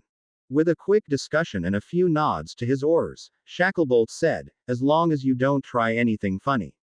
You'll have to hand in your wand." Harry weighed his options. There was the possibility that they'd just stun him and take him back to the hospital wing, but they probably also thought he'd attack them or maybe Hermione if he didn't. He did a surface legitimacy scan. Shacklebolt had strong shields, and he couldn't feel anything from him. Bigsby was just surprised and suspicious. The one from the hospital was feeling hostile. "Tell him to put away his wand and unlock the door, then I'll give mine over," Harry bargained. Shacklebolt nodded in agreement. "Vern, put down your wand and show him in." After he did so, Harry handed over his wand to Bigsby. Making sure not to do anything surprising, he walked inside. Hermione was shackled to a chair, sobbing quietly. Her eyes were puffy and her hair was a mess. She looked up as he walked in. Harry, you have to believe me, I didn't put anything in your drink. I swear, Harry, I'd never betray you. I'm sorry, I'm so sorry." She began to bawl uncontrollably. Harry ran up to her and wrapped his arm around her protectively. He kissed her forehead reassuringly and asked, "Are you all right, Hermione?" Did they hurt you? You didn't have anything to do with what happened to me, Hermione. Don't worry. He wiped her cheeks with his thumb. I thought IW was going to lose you, Harry. You only had a sip of the cider, and then you fainted. It must have been something really potent. She sniffled as she spoke, causing her chest to heave unevenly. Hey, you're talking to the guy who's survived basilisk venom twice, Harry joked. I'll always find you again no matter what happens to me. He brushed her hair back with his fingers and lifted her chin, smiling at her. Hermione gave a weak smile. Once, she corrected. So what was it? Madame Pomfrey must have figured it out pretty quickly. Oh, it wasn't a poison. I'll tell you about it later. You're the only one I can trust right now, Harry whispered as he leaned into Hermione's ear. Although I'm going to need some kind of excuse for why I'd faint for no reason. You're epileptic, Hermione suggested. I'm not sure what that is, but I guess it'll work, Harry answered. To the Aurors standing at the door, he shouted, Hey! Could you guys let her go now? Rather surprised at how much calmer both of them were now that they were reunited, Shacklebolt undid the locks binding Hermione to the chair. She immediately leapt up and hugged Harry with all her might. Both of them refused to let each other go as Shacklebolt cleared his throat awkwardly. Excuse me, Mr. Potter, but we'd like you to come in for some questioning tomorrow. I'd rather speak to Dumbledore, actually. In private. Is he available right now? Dumbledore would get involved directly at some point, Shacklebolt knew. If it wasn't as the headmaster of the school, it would be as the supreme mugwump if this became an international concern. If a suspect was actually caught and taken to court, he'd be there as the chief warlock. Having Harry speak to him directly might even speed up the process. He ordered Vern to go find the headmaster. Half an hour later, Harry and Hermione were sitting in Dumbledore's office with the Aurors waiting outside. Still in their dress robes but looking far more tired and unkempt, they waited for their headmaster to close and lock the door. Lemo. Drop. Dumbledore offered. When they both politely declined, the headmaster sighed and continued. Why is it that you ask to see me, but refused to answer the questions of the Aurors, Harry? Instead of answering directly, Harry asked, Is your office secure, headmaster? Can anybody overhear our conversation in here?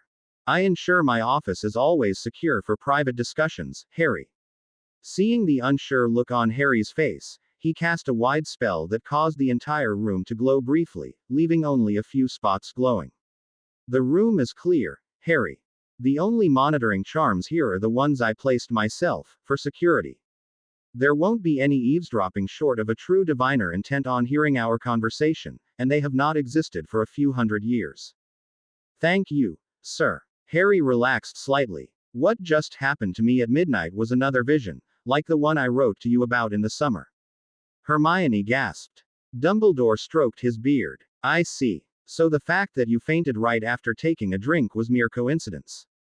Harry nodded. There's a lot that happened. I'm trying to organize everything in my mind right now. Why don't you tell me from the beginning, then? Harry took a deep breath and began slowly. My vision started at the end of a ritual Voldemort and Pettigrew were performing. When he woke up, the first thing he asked for was the time. He punished Pettigrew for finishing a few minutes late, Harry explained. He paused here, wondering, why did he have to finish at 11:58 exactly, instead of midnight? In fact, why New Year's at all? I think the most magically powerful days were on the solstices and equinoxes. I see you've been taking your astronomy classes more seriously than your potions, Dumbledore chuckled. New Year's Eve is, in fact, a rather important day for Voldemort. He was born several minutes before the stroke of midnight. Was the ritual he was performing some sort of rebirth ritual? Harry nodded. He transferred to a new body. The last time he was in some tiny, baby's body that Pettigrew carried, but now he's the size of an adult and he can walk around by himself. Dumbledore nodded knowingly. One of the rituals he may have been attempting would require that he perform it as close to his own birth date as possible. What about the baby's body he was in before? Harry asked. I sincerely hope you are only asking out of curiosity, and you will never attempt the ritual yourself. Harry only nodded in response. Then it is best not to mention it at all, other than to say it was the result of an extremely dark magic mixed with a very damaged soul. Is there anything else you remember? The snake showed up again, and it's grown a lot bigger. Oh, I think the snake's a basilisk. Voldemort mentioned its stare and its venom wasn't really mature yet. I knew it would be rather silly for him to make a Horcrux out of a plain old boa constrictor or something, Hermione commented. Eep, she squeaked as she caught Dumbledore's surprised look. How did you know about such a dark object? The headmaster asked cautiously. It couldn't have been from the books within the restricted section. Voldemort mentioned it. Harry made up an excuse. We didn't know what the word meant in the summer, but Hermione's just brilliant at researching, you know, and we managed to figure out what it was by the time school started. We figured you already knew what the ritual was by what we could describe. Go on, then, Harry, the headmaster said with a kindly smile. Harry knew that, inside, Dumbledore was probably doubting his story. He'd have to be more careful. Well, next he talked to a new Death Eater. He was named Crouch. I'm almost certain that was the Bartemius Crouch I saw on the map that put my name in the cup, sir. His voice was different from Mr. Crouch here, a lot younger. He's the one who constructed the new body for Voldemort. He also mentioned a spy here at Hogwarts. He knew about me fainting at the ball, headmaster, and it couldn't have been more than half an hour since it happened. This is indeed troubling, Dumbledore mused. I can see why you felt you couldn't trust the Aurors.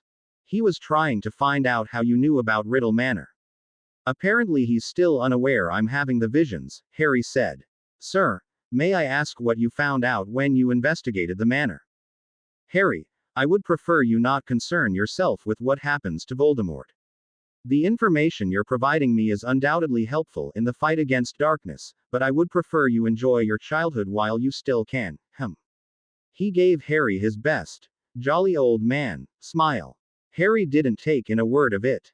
Sir, he's already robbed me of my parents and then got involved in my life again when I was reintroduced to the magical world. I don't think ignoring him would make him ignore me. In fact, he seemed to have a rather unhealthy interest in watching my progress in the tournament, Harry retorted. Ah, yes, but you must not face him before you're ready, Harry. It is important to choose your battles wisely instead of rushing to meet your opponent at the earliest opportunity. But if we don't keep track of what Voldemort's up to, how can we know when is the right time to face him? Hermione asked. Miss Granger, if Voldemort does return to power, then there will be many roles in the days to come. Coordinating the forces of the light is not the job of a young student such as yourself. But what about Harry? Voldemort's taken a personal interest in him. He's going to have to face him eventually. Then let us hope it does not come to that. It is the role of the adults to take arms and protect the innocent such as yourselves. I'd rather not hope about it, but actually know what I'll be facing and prepare for it, Hermione huffed. Harry smiled. He knew she wasn't the type to hope she got good grades even if she'd been tutoring all the other students in their year. She'd certainly been helping him prepare for nearly every possibility when it came to the Triwizard Trials. Do not doubt the power of hope, because hope is one of the greatest sources of light when you are faced with darkness, Dumbledore said. When plans fail, hope is what carries people through. Harry was getting frustrated with Dumbledore's answers. Did he always have a wise-sounding answer to everything? The discussion was going in circles. There was no point in any more discussion other than to get what they came here for originally. Thank you, Headmaster, I'll keep your advice in mind. You'll tell the Aurors that Hermione's done nothing wrong, then? He asked as he took Hermione's hand. With a nod from Dumbledore, they left his office, walking past the security team waiting outside. They slipped past the Aurors, avoiding their gazes. As they approached Gryffindor Tower, Hermione tugged back on Harry's hand. Harry, I don't want to go to bed yet. Aren't you tired, Hermione? Harry asked, concerned by what he saw in front of him. Hermione was already drained at the ball from dancing, and after that she underwent an interrogation by the Aurors. He thought that rest would be the first thing on her mind. Harry, I just want to be with you a little longer. An hour ago I thought you were dying, and that I might have had a hand in it. He reassuringly held her closer as they turned the corner towards the room of requirement instead of the fat lady's portrait. You didn't, Hermione, you have to remember that. Even if you did, I wouldn't blame you for it. It would have had to be some compulsion charm, or the Imperious, or something like that. I know you'd never hurt me willingly. It's just. The interrogation. It felt awful, Hermione mumbled. Harry lost his concentration when she said that, making him attempt to summon the room all over again. What did they do to you? It's not so much what they did, but what they said. They kept asking questions like, do you know what you've done? And telling me, you'll never walk away with this many witnesses. When they started asking me for the formula of the poison, I realized they probably couldn't wake you and you might have been dying. They walked into the room together, which had fashioned itself into something much like a deluxe suite at a hotel. They both sat down on the bed and Hermione leaned her head onto Harry's shoulder. You know, it's not so bad, is it? If it was poison, you could always go back in time again and we'd be reunited. You'd be saving my life, too. He wondered if this was the right thing to say in this situation. He realized it probably wasn't when Hermione cried harder. But that wouldn't fix anything. She sobbed. I thought you really were poisoned, and I'd done it. What if you never trusted me anymore? What would be the first thing you'd do when we found each other in the chamber again? She flopped down onto the bed and curled into a ball. Or, even worse, if I was found guilty and sent to Azkaban, then I wouldn't be able to send myself back anyway, and I'd have to live years with those Dementors. Hermione, you're thinking too much again. Have you forgotten how much you've done for me?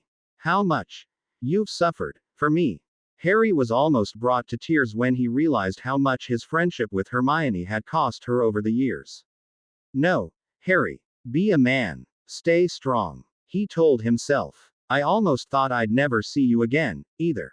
I was so scared when I woke up and they told me you'd been taken away. Hermione's breathing grew quieter as they lay on the bed together, savoring each other's presence, which they could have lost with a little bad luck. Did you come straight to me, Harry? Hermione mumbled, half asleep.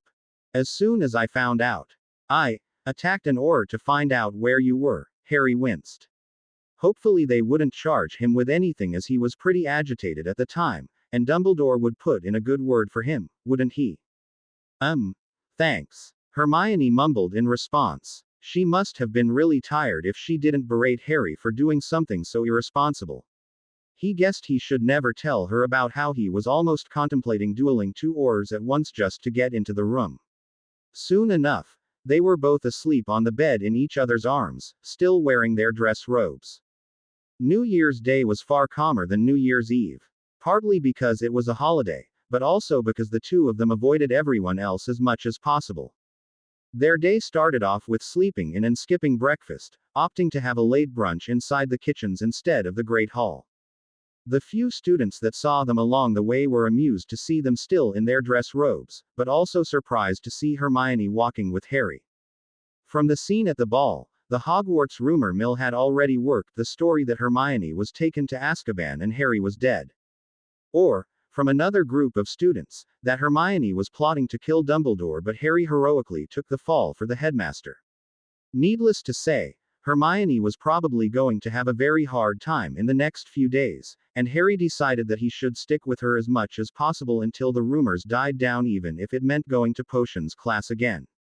Are you sure about that? Hermione asked as she worked on her omelet.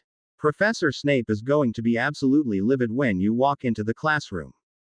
I'd love to see the look on his face when I brew the potions perfectly, Harry said, staring at the strange, custom creation from Dobby. He'd asked for something tasty, and this was the result. I think we'll probably be able to start studying fifth-year potions after the trial of water, thanks to your wonderful tutoring. Harry, if you're going to class, you should take it seriously, Hermione chided. Can't promise you that, he replied, taking the first bite of his breakfast. He had to hand it to the little elf. It might have looked strange, but it was what he'd asked for. He won't teach the class seriously when I'm in it. In fact, I'm sure he'll try to give me a failing grade for whatever I brew, so I'll probably end up reminding him that I don't even have to take the class this year. Harry, you have to take school seriously. He was touching on one of her sore points.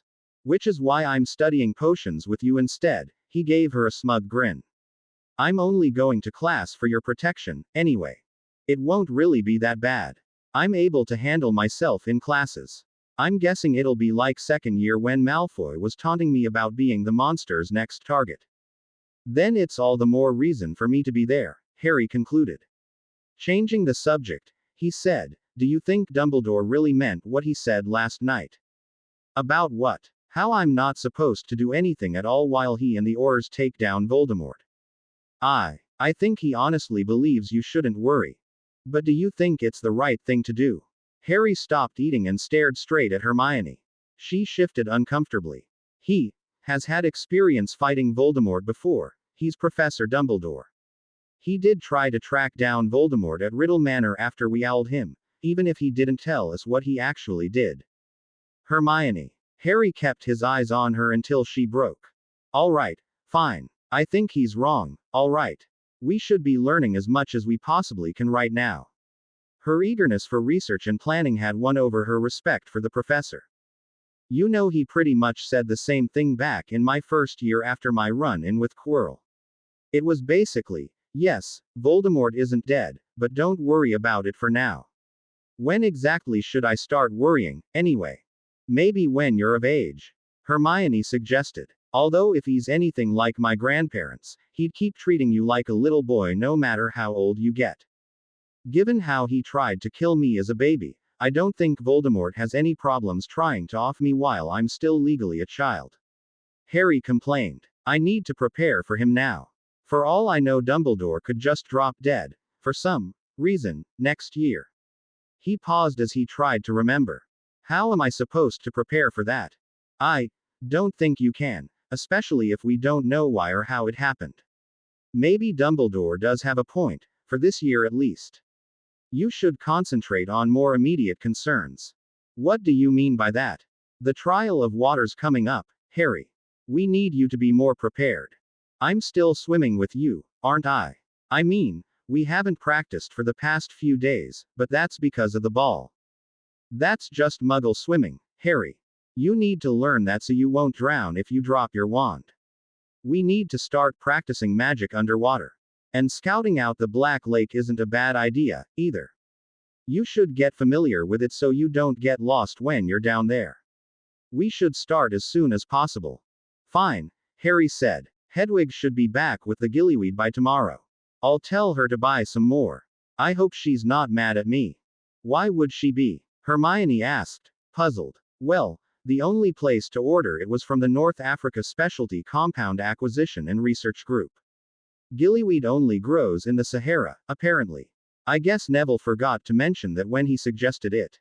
I only ordered 3 hours worth for the trial, but I guess I'll get more so I can swim every day before the trial. I hope she doesn't mind flying all the way there again. The apothecaries in Diagon or Unifer's Alley didn't have it. And why would a water plant grow in the desert? Hermione wondered. Nope, not enough interest in it, I guess. They offered to order it for me, but it was faster to deal with the company directly. And the Sahara isn't actually a desert, it's just what the Muggles see. It's one of the biggest wizarding nature preserves in the world, including the world's largest lake, Harry explained proudly, getting the chance to teach Hermione something. He was actually just regurgitating word for word what his owl order potions supplier had told him. We have to visit that someday, Harry, Hermione said, slamming both her hands on the table. And once you get better at swimming, the Great Barrier Reef. And Yellowstone Park. And the Galapagos Islands. Oh, Harry, there's so much of the world I want to see as soon as we finish school. What happened to our more immediate concerns? Harry joked. He'd never had a chance to even see pictures of the places she mentioned, except the reef during a documentary they watched over the summer. If the other places she suggested were as beautiful as that, he wanted to go as well.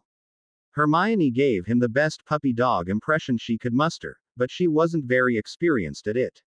Okay, fine, we'll take a trip together after graduation. I want to see it, too. Harry waited for Hermione in the common room after changing out of his dress robes. The other boys, for the most part, were completely used to various incidents causing Harry to end up in the hospital wing, so he had no difficulty getting to his dorm to get changed. Hermione, he suspected, was having much more trouble. While he was waiting, he caught some flaming red hair approach out of the corner of his eye. Hey, Harry, I heard what happened last night, Ginny said. I wanted to say, why you can, if you want to talk about it. Harry sighed. Ginny would be the fifth person to say that to him, and he'd only been awake for an hour so far. From whom? He asked. What? Ginny was taken aback by Harry's response. Whichever story you heard, it wasn't from me, so which story did you hear? Harry asked her as gently as he could, but he couldn't hide his frustration very well. Evelyn told me that you broke up with Hermione at the ball and she didn't take it so well. She may have heard that story from Ophelia in Hufflepuff, though, who probably got it straight from Cedric, she recalled. Seeing that Harry was still waiting for more, she continued. Everyone was sitting on the opposite side of the hall from the champion's table, he's the only one who could see everything. I only saw the Aurors taking Hermione away, and she was absolutely hysterical. I didn't know what she did to you, but I think she wanted to go back for more. She was fighting them tooth and nail to get back to you. They eventually had to stun her. The story was entirely false, but he was waiting for what Ginny had seen herself. Really? You saw them stun Hermione? Hermione hadn't told him that part. Then again, a proper stunner shouldn't hurt. Perhaps she was embarrassed about completely losing her composure. Yeah, she must have been furious. At first I thought she was worried about you, but when I heard from Evelyn. Ginny told him. She was worried about me, Ginny. We didn't break up. I'm, epileptic. Harry decided to use Hermione's excuse. You're what? I'll get Hermione to explain it, Harry said, not really knowing what it was either. But the point is, that story about us breaking up is false. So is the story about her trying to poison me.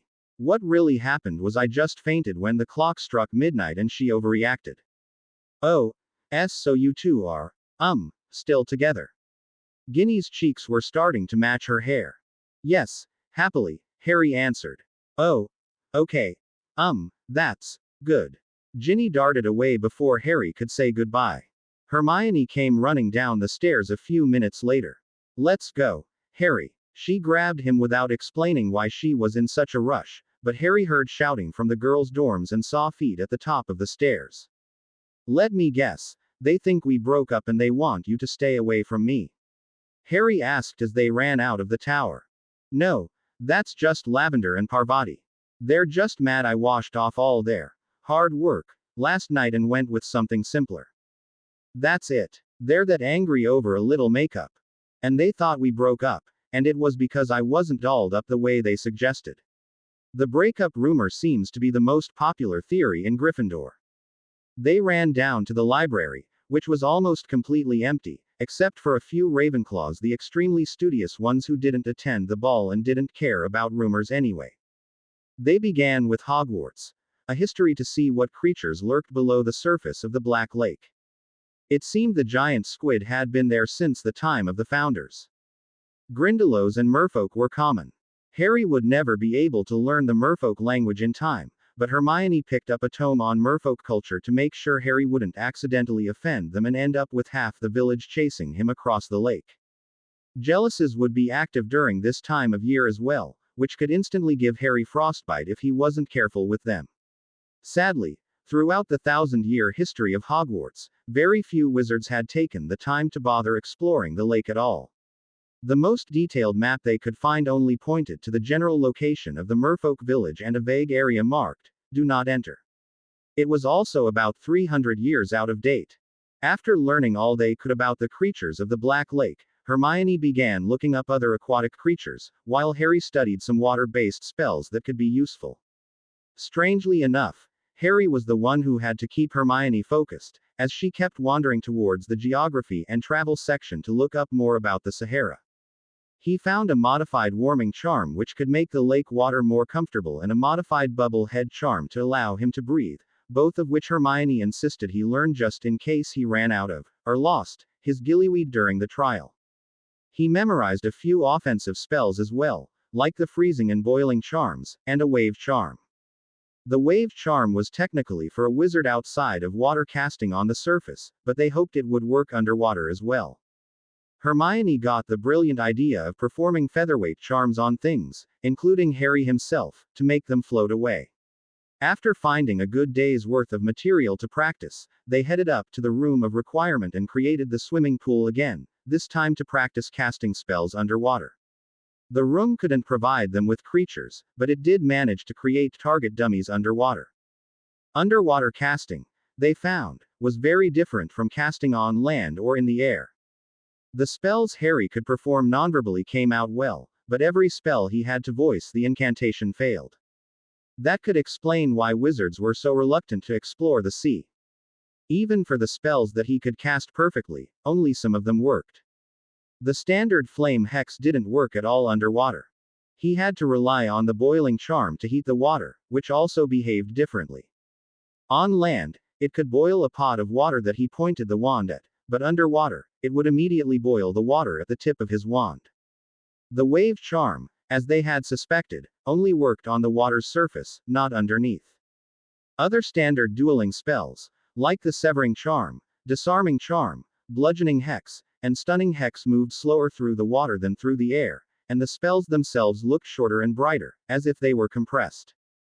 Harry spent much of his time relearning his aim, while Hermione kept working on the modified bubble head and warming charms so she could teach Harry after she perfected the spells. They decided to leave mapping out the Black Lake until next week, after they were both comfortable enough with casting underwater to defend themselves and Hedwig could return with a larger batch of gillyweed. Their first day of classes began on a brighter note as Hedwig flew in, delivering his first package of gillyweed. She was tired from the long-distance flight, but turned out to be quite proud that Harry would rely on her for the same flight again, but with an even larger package. Harry gave her his entire plate of bacon as a reward. Neville stood by them when some of the others looked at them suspiciously. Luna offered her condolences, suggesting that next time, they should wear the entire potted flumpet instead of just a few flowers so that the Nargles didn't steal their night away. Harry chuckled at that. The twins were putting on a good show with Colin, bribing him for pictures of Ron at the ball, who was desperately trying to get them destroyed. The Daily Prophet arrived in the middle of breakfast with the other post owls. Harry and Hermione were both anticipating the bad news in the papers, quite possibly all across the front page. It wasn't nearly as bad as they thought. News of Harry's collapse took up only half of the front page, with the other half devoted to Cedric and Fleur, the new darling celebrity couple. All the girls with subscriptions to Which Weekly were distracted with the arrival of their magazine. Harry read the front page article. Harry Potter collapses at the stroke of midnight. By Gwendolyn Fairweather. The New Year's ball was a stunning event, as everyone expected. For the youngest champion, however, it seems that it was quite literally stunning. After a tiring night of dancing, the excitement of the final countdown to the new year ended in his fainting on the spot. Initially, the Aurors suspected that it could have been an attack on the champion, and took no chances when they immediately moved Mr. Potter to the hospital wing under guard and took in Mr. Potter's date, one Hermione Granger, for questioning. The other partygoers were quickly questioned in a very efficient manner under the direction of Auror Captain Kingsley Shacklebolt. Thankfully, the excitement was all for naught as Mr. Potter recovered quickly with a few reinvigoration potions.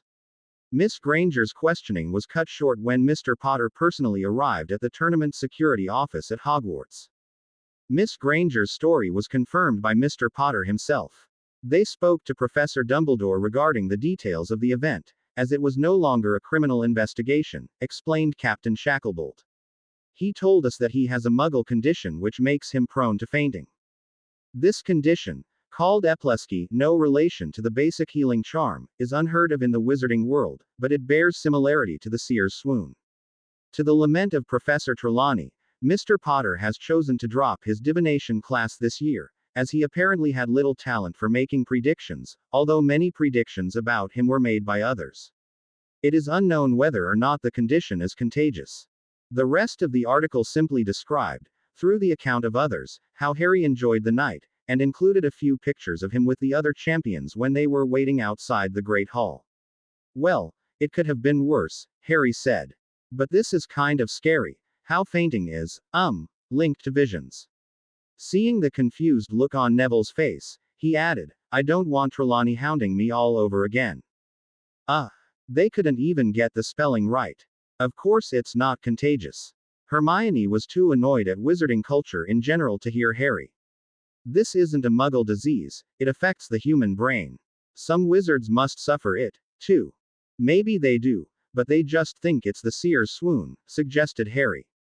That's as bad as muggles a few hundred years ago. They thought it was demonic possession or something. The wizarding world is so backwards. Hermione grumbled.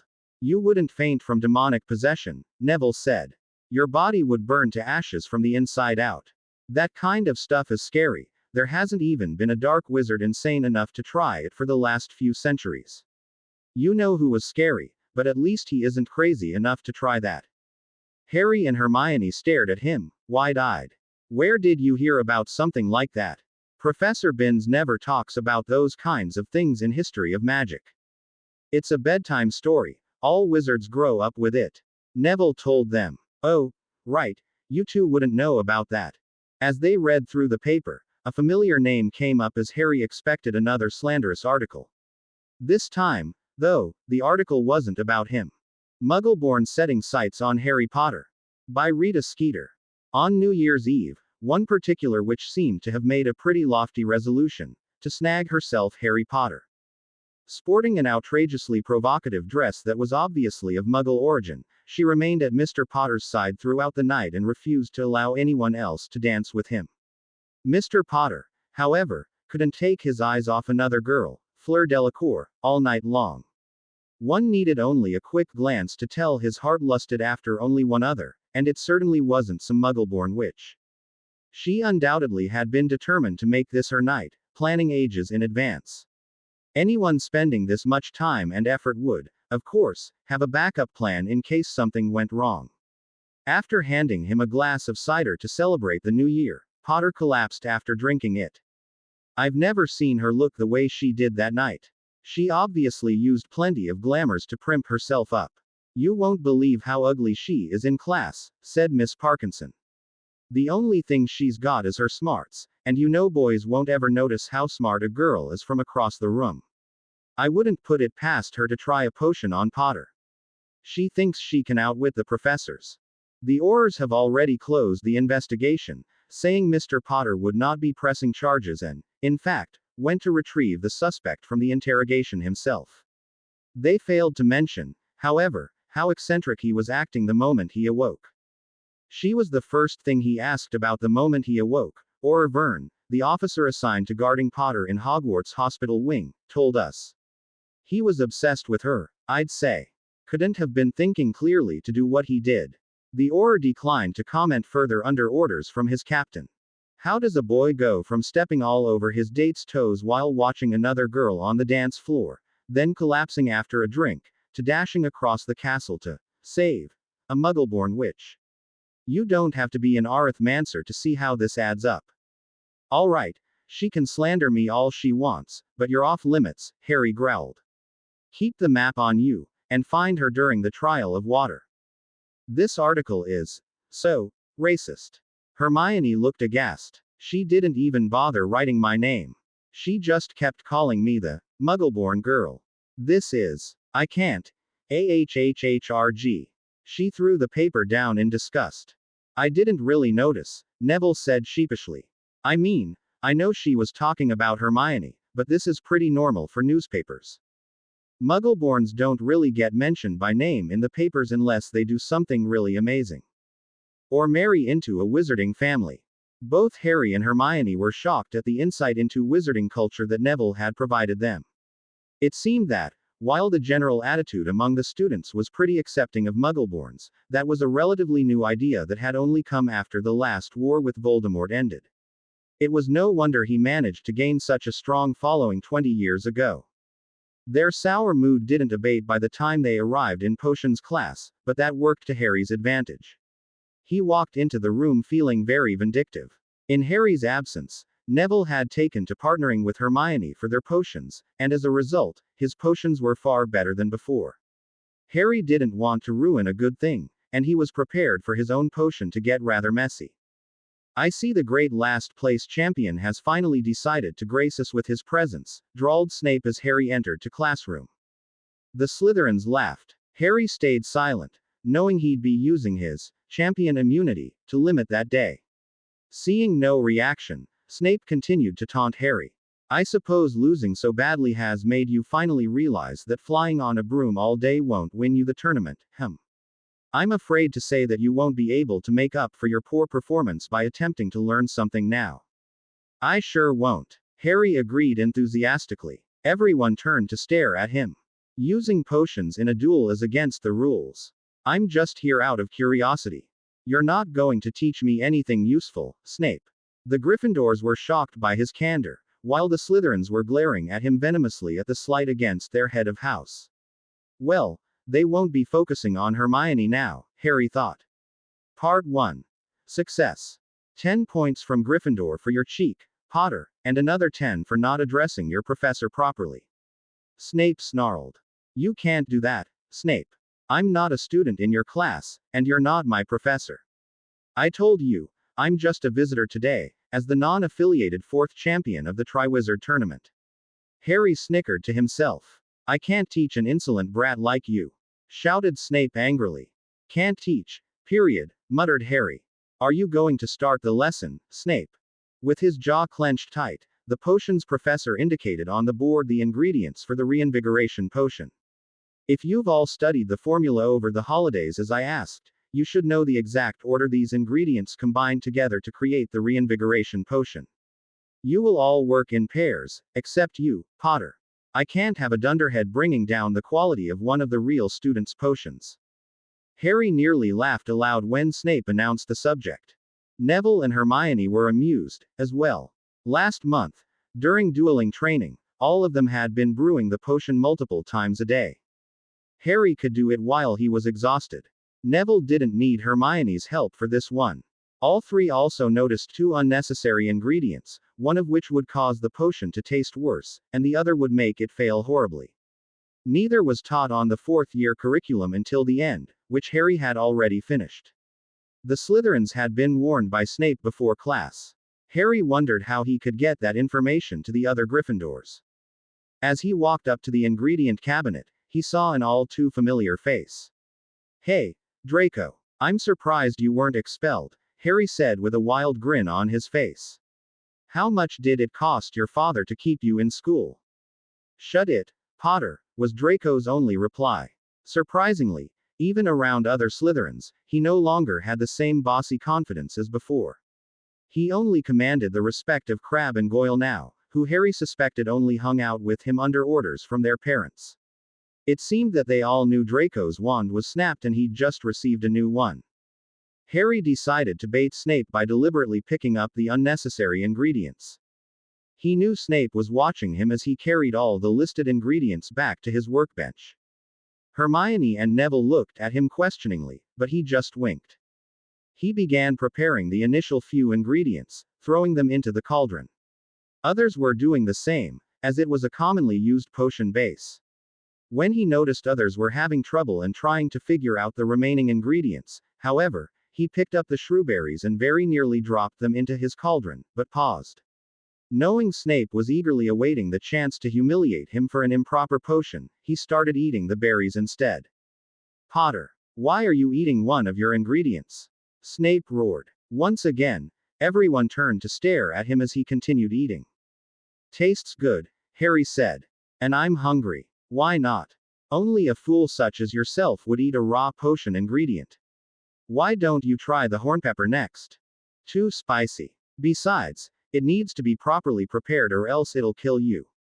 The shrewberries, on the other hand, are perfectly fine to eat straight from the bush. They're just a flavor enhancer, Harry explained, watching Snape lose his composure. He just needed a little more to tip him over the edge. But I really have to wonder if your potion's mastery is legitimate, Snape, if you think shrewberries aren't good to eat or if they should be part of a reinvigoration draft at all. You think you know enough about potions to challenge my authority? Tell me, Potter, do you know what are the proper buffers to mix dragon's blood and giant's blood in a single potion? Snape challenged. Oh, stop trying to change the subject, Harry said casually, waving his hand dismissively at Snape. Even a 4th year knows that shrewberries make things taste worse if you use them in a potion that also has aconite bark. Suddenly, half the Gryffindors looked down at their own benches and moved the berries off to the side. A few of them even ate the berries themselves. Snape furiously began deducting points from the students who followed Harry's lead. And what on earth is the dried newt tail doing here? It'll just make the potion explode. I really have to question your credentials. There was another flurry of movement as the Gryffindors moved yet another ingredient away from their cauldrons. Detention. Potter, roared Snape. Can't do that, remember. I'm just visiting, Harry reminded him. I'll be sure to fail you. You'll never get to write the owl. Snape was now seething. You're saying you can fail me in a class one won't take until next year. That really shows your professionalism, Snape. The fuming professor drew his wand. Harry was prepared to defend himself, but Snape only vanished his potion. Get out of my class, Potter. You're not allowed to throw me out, Snape. That would be a blatant violation of the rights for all Triwizard champions to have equal education and resources at Hogwarts. He went to the cabinet to grab more potions ingredients, but Snape tried to stop him. Do not waste my potions ingredients, Potter. You've already used up your share, Snape spat. I didn't waste anything, Snape. You're the one who vanished my potion, which you should have known, if you really are a potions master, was brewing perfectly. It's well within my rights to get a chance to practice brewing this potion when I've done nothing wrong. Besides, there's still plenty of time left in class for this potion. He continued to gather the ingredients again, making sure to grab another measure of berries. You already know the berries aren't necessary for the potion, Potter. Why are you still taking them? Hissed Snape. Popping another one in his mouth, Harry pointed to the front of the room and said, It's still up there on the board. You've told us all to grab the berries for something, and if it's not as a part of the potion, I think it's to keep us energized while we brew this. Potions is such a boring subject. He spent the remainder of class brewing his potion and grinning like mad at Snape as much as he could, taunting him to try something else. So distracted by Harry's behavior, he forgot to pester the other students. Nearly everyone managed to brew at least a passable reinvigoration potion, but Snape still tried to fail a few Gryffindors. Harry left, feeling it was the best potions class he'd had, and quite possibly, would ever have. He should have put the champion's visitation rights to use months ago.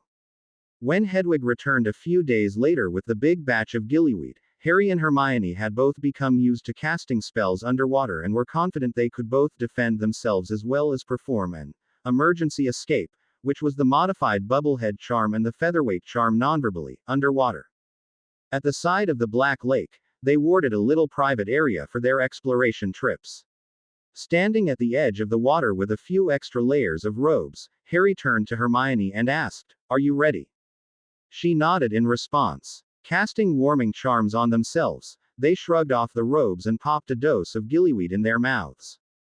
It was springy and rubbery, and as they chewed it, it squirted some of its juices out. Thankfully, it didn't taste that bad. They wouldn't have to gag while keeping it in their mouths. As soon as breathing air began to feel uncomfortable, they jumped into the water. It only took a few seconds for the transformation to complete. Their hands became webbed as their feet grew larger and flatter. Slits opened up at their ribcages as water passed straight through their lungs. It was an odd feeling for Harry to get used to. The first thing they noticed about the lake was that the water was salty, but that it also tasted right. They gulped down their first few breaths of water. The next was that the water was a bit too warm, canceling their warming charms. It felt much more comfortable. He looked over to Hermione, who signaled to him that she was fine. They began swimming slowly away from the shore. Hermione pulled out a piece of parchment and quill, charmed to be waterproof, and began making sketches.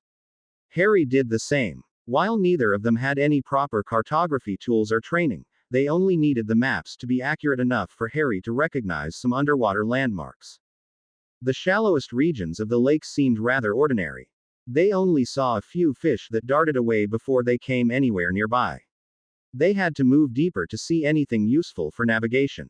Below them was a thick kelp forest. Neither of them could see the bottom, and they were both wary of the dangers that could be lurking in there. They swam over it, trying to keep track of how far they were moving as they sketched out their maps. Suddenly, Harry noticed movement just below him. He whipped out his wand just in time to throw a bludgeoner at a Grindylow that darted out from the kelp. Hermione, who was still sketching, was caught off guard as another Grindylow went for her and wrapped its long fingers around her leg. Harry blasted it off with a bludgeoner while Hermione released her wand from her holster. They were quickly firing bludgeoning hexes all around them as a pack of Grindylows swarmed towards them from below. They both swam upwards so they were a good 3 meters above the kelp again, easily picking off the few foolish Grindylows that still tried to attack them. The rest retreated back to the safety of the kelp. Hermione quickly added a note to her map. Grindylow packs. She scribbled. Harry knew that, on the day of the tournament, he could be doing all that again, except without Hermione as backup. They continued along the path they were on before, except higher above the kelp. Harry kept his wand out while Hermione continued mapping. The kelp ended at a cliff, where the lake rapidly got deeper. Harry couldn't see the bottom. Nodding to each other, they both swam down. Harry lit his wand with lumos, which gave them a few meters of visibility. They could see the lake bed, which Harry guessed was about 15 meters from the surface. He could barely see the sunlight from this depth. They continued along the bottom, taking note of anything peculiar. They passed by an old, rotting shipwreck. How did such a huge ship get here? Wondered Harry. Then again, how did the Durmstrang ship get here? There were a few small caves and alcoves in the rockier parts of the lake, a few of which had creatures lurking inside. They even passed by the giant squid at some point. Harry had no idea how to defend himself against such a monstrous creature, but thankfully, he didn't have to. It swam past without any hostility. Harry could swear it even waved a tentacle at them as it left. They continued on, enjoying the sights that the lake had to offer, but ever cautious of another attack. They stopped cold, quite literally, when they reached the jellies' breeding grounds. They were especially active at this time of year, and they could both feel the drop in temperature as they saw a giant ice structure anchored to the rocks with the creatures swarming over it. Individually, they would have been invisible, but the huge mass of semi-transparent blobs was hard to miss. They decided to cut their exploration short here, as the gillyweed was due to wear off soon anyway. As they surfaced, Hermione took note of where they were. They could still see their robes and shoes in a pile at the shore underneath their notice-me-not wards at a distance. 2 hours of exploration and they had only managed to map out about a quarter of the lake. They knew what would keep them busy right up until the trial of water. Harry and Hermione found that they had to do most of the work in preparation for the trial. Moody, unfortunately, wasn't much help with this trial. Not many wizards think of hiding in a lake, was his excuse. If they do, I'd just blast them from above on my broom. They still had their Saturday morning practice with him, as Harry knew he still had a lot to learn about combat and dueling. Luna and Neville couldn't accompany them, either. Neville had only just become comfortable with getting his face in the water. They ended up heading to the Black Lake every day after class, spending about 2 hours under the surface each day. Over the next week, the two of them had several close encounters in the lake. Harry insisted on practicing defending both of them against Grindylows, causing him to take a few scratches while chivalrously leaving Hermione unscathed in the encounters. They also wandered into what they thought was another kelp forest, but turned out to be the edge of the merfolk village, where they had their kelp farms. They were nearly speared as they attempted to make apologetic motions to the merman farmer. They swam away as quickly as they could and circled the entire village, taking note of where its borders were. The next day, they found where the old textbook had said the Mer village had been a few hundred years ago. There were many abandoned structures and the area seemed to be infested with some kind of red, bubbling coral. The water in the area was warmer, too.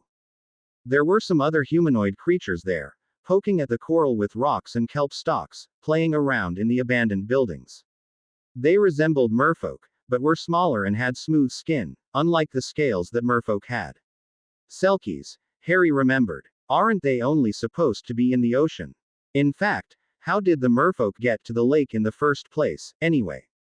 Harry found his answer in the form of an underwater tunnel. It appeared to be an underground river that passed directly underneath the Hogwarts grounds. They swam for several minutes, but as it appeared to have no ending, they decided to turn back. They figured it'd lead to the ocean at some point. On the way back, he noticed something man-made on the side of the underwater cavern. It was a huge disc, partially hidden because it had clams and algae growing all over it. At the center, however, was a familiar design. Harry tried whispering in Parseltongue, "Open." Even though his voice came out muffled by the water, the cover slid open, grinding away the mollusks from its surface.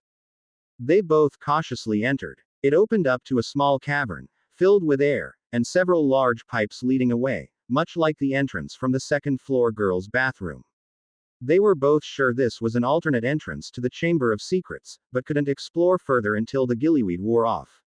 They went back to the shore, preferring to be where they left their clothes once they returned to their fully human form. They managed to finish mapping out the lake in 4 days, but continued to swim for the remaining days to make sure he was even more familiar with the lake. Swimming at full speed from one end of the lake to the other, he could make the distance in about 15 minutes. A very quick, rough search without checking the nooks and crannies would take an hour and a half. With the map in hand and remembering some of the better hiding places, a good search still took twice that long. Thankfully, his regular appearances helped him become more familiar with the locals of the lake. The mermen noticed him coming by and merely watched him as he took his usual route around the outside of the village, not quite on their guard as much as his first encounter. They also managed to encounter the giant squid every time. It seemed to enjoy chasing them down for fun, but it was never actually hostile. He found out that the selkies wandered everywhere around the lake, and some occasionally swam down through the tunnel, although the boiling coral-infested areas seemed to be their favorite, along with the jellies breeding ground. Some of the more curious ones actually swam up to Harry and Hermione, prodding them playfully with some kelp stalks before swimming away quickly and watching their reaction. Well, why not? Thought Harry, and decided to work on his swimming speed and agility by playing tag with them. He kept losing, being unable to keep up with actual aquatic creatures, but it was still a fun way to end his training. "You have the map?" Harry asked as they walked down the path towards the lake. "It should be in your belt," Hermione answered. "Along with your gillyweed capsules." "No, I'm talking about the Marauder's map. Your job is to catch Rita in the act today," Harry said. "We still haven't figured out what to do with her after I've found her," Hermione protested. "I mean, she apparently hasn't done anything illegal, so I can't get or Shacklebolt to arrest her or anything." "Well, at least figure out what she looks like. And try to stop her from getting any good quotes. I don't know, maybe you can set her parchment on fire or something. Just stop her from writing about me, are you? And you just focus on the trial, Harry. Good luck." She gave him a quick key. As they parted ways, Harry stepped into the champion's tent while Hermione went to the stands. All 4 of the champions were there early, and all of them were dressed for the occasion. Harry was having trouble keeping his eyes off Fleur even without her aura, but so were the other 2 boys. Oddly enough, Fleur was the one looking the most distracted as she kept nervously glancing out towards the lake. "Something wrong, sweetie?" Cedric asked her, rubbing her shoulders. "Z water is not the best place for me," Fleur answered. "Much like Z trial of air for you, I only hope not to do too poorly for Z's trial." She sighed, and then brushed Cedric's hands away. "And for today, I am your competitor, not your sweetie, Monsieur Diggory," she added. "Right you are, then," Cedric laughed. "I've got a school to represent." Crumb was keeping quiet. Without robes covering him, his well-toned, athletic body was visible to everyone. He was obviously well-fed and well-trained, the byproduct of being both a professional athlete and now the favored student of Durmstrang. Harry wondered how well Crumb knew the lake. He'd seen Crumb dive into the waters often to swim, but never once saw him at the bottom while he was doing his mapping. Then again, it was a pretty big lake. He hadn't seen Cedric or Fleur in the lake, either. He was sure they didn't know about the room of requirement, either, so where else could they have trained? His thoughts were cut short as Ludo Bagman walked in. Well, everybody's here already. Then let's get started with the event, shall we? The ground rules for this trial are the same as the trial of air: no casting directly against your fellow champion on top of the other rules for the entire tournament. There are 2 additional rules. First, no casting spells against humanoid creatures, including the merfolk or their property underwater. You can rest assured that they will not attack you. Oh, good, thought Harry. Those merman guards looked vicious, even after they got used to me. It was also the one part of the lake that Harry was unable to map. Secondly, there are 4 chests in the water today. Each of you will retrieve one of them. The second rule, of course, is that you may not take the chest from another champion who has laid their hands on. So, a treasure hunt, thought Harry. Looking around the room, it seemed that nobody was surprised in the least. Inside each chest is a golden egg. You must get the egg out of the chest and return to shore in 3 hours or less. Another egg. Well, at least I brought 5 hours worth of gillyweed just in case. Harry unconsciously patted his belt. But a thorough search, for me, still takes 3 hours, and I've been exploring the lake every day for the past week. There had better be an easier way to find them. And finally, I'll leave you all with a hint. Listen to the song. Bagman smiled at them and left. I hope that means the song will lead us to the chest. An hour later, the stands were once again packed with spectators as the 4 champions stood at the edge of the dock. The first year's boats had all been put away and the dock was dressed up so that it was far prettier than before. It was carpeted for the champions' bare feet, and the dressing room tent placed at the end. The judges sat at a long table along the length of the dock so the champions had to walk past all of them to reach the water.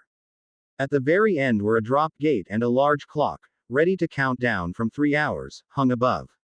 They were all waiting at the gate, eager for the trial to finally begin. As a bang sounded from the judges' table behind them, the gate dropped and 3 of the champions dove in immediately. Harry popped a capsule into his mouth and began chewing.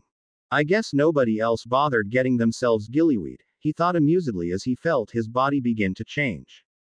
As soon as he jumped in the water, he heard a noise he'd never encountered during his explorations. Calming down, he realized it was a song, but coming from multiple sources, causing it to overlap and sound distorted. Which way to go first? Left is the squid's nest. Right is the Selkie hunting grounds. Harry decided to go left. The squid was friendly enough, but maybe the other champions wouldn't know that, and it would be a perfect distraction for them if the squid was actually resting at its nest, of course. The Selkies, on the other hand, were rather unpredictable. They might help or hinder him, depending on their mood. He moved quickly through the water, having learned how to take full advantage of his gillyweed morphed body, including his breathing technique. The minute-long head start that the others got was quickly eliminated when he saw Cedric swimming up ahead. He was using the modified bubble head for breathing and had transfigured something into fins to wear on his feet. Harry waved as he passed by.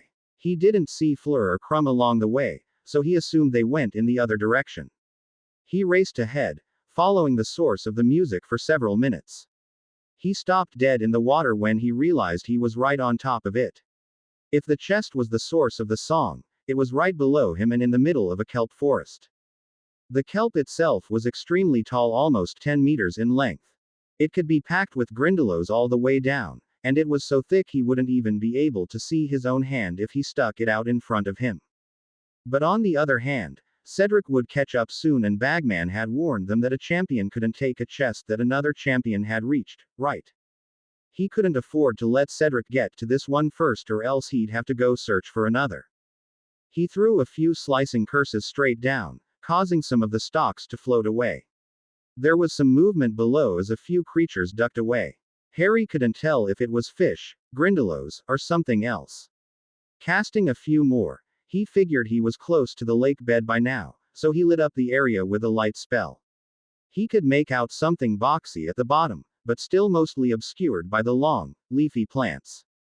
By now, Cedric had nearly caught up to him, following the same source of music. Well, now or never, Harry thought. He dove down as quickly as he could, and grabbed the box. As soon as he touched it, there was small flash, and instead of just a song, there were lyrics as well. He didn't have time to listen to it as he sensed many, many eyes on him. Oh no, he thought. Here they come. Tightening the grip on his wand, he grabbed the chest with his other hand and swam up as quickly as he could. As soon as he moved, something grabbed his foot. He didn't even think as he blasted the grindylow away, but another lunged at his thigh. He kept firing off blasting curses while kicking as hard as he could, but they were swarming him. One was on his leg and another had its fingers around his neck. Sticking his wand behind him, he cast blindly, but a third Grindylow gripped his right arm just as he released the spell, causing him to lose his grip. Desperate not to lose his wand, he let go of the chest as he punched the Grindylow away with all his might. Freed of the extra weight and now with another hand to fight off the creatures, he continued blasting with his right and punching with his left. He was quickly free from the creatures as he hovered above the kelp once again. Back to square one, it seemed. Cedric had paused to watch him. Seeing Harry fail to retrieve the chest, he dove down while casting a modified cyclone shield around himself. This one created a vortex of water that pushed away anything that was approaching him as he went straight for the chest. Harry could see a few Grindylows get knocked around as they tried to grab Cedric. Upon reaching the chest, however, there was another flash of light and Cedric was pushed away. Shaking his head, he surfaced and gestured towards Harry, as if saying, "It's all yours," as he swam off to find the next one. Harry couldn't perform the cyclone shield nonverbally yet, and trying to talk underwater made nearly all the incanted spells useless, but he couldn't cast his basic bludgeoners and blasting curses fast enough. There was one spell he could use that he could simply hold continuously. Though it would barely injure the Grindylows, it might make them uncomfortable enough to stop trying to catch him. Positioning himself straight above the chest again, he cast the water-boiling spell. He swam down in a spiral so that he would surround himself in a shield of hot water, but was careful not to burn himself. Nothing attacked him on the way down. Grabbing the chest again, he swam up as quickly as he could, in a spin again. One of the Grindylows tried to attack, but he held his wand towards it and it quickly flinched away. He maintained the spell until he was once again clear of the kelp and immediately began searching for a safe clearing to work on opening the chest. As he settled down in an empty alcove, he realized he was getting extremely tired and gasping for oxygen, gulping the water as quickly as he could. Was that really that tiring? He thought. He then noticed his fingers weren't quite as webbed as before and he realized that his gillyweed was running out. Popping another half-hour capsule in his mouth, he nearly had to cast an bubble head charm on himself to keep breathing before the gill slits in his chest returned to full size. Well, at least I know it's been half an hour, he thought. He inspected the box, noticing a small plate at the top now bore his name along with a time inscription, 0 hours 16 minutes and 56 seconds.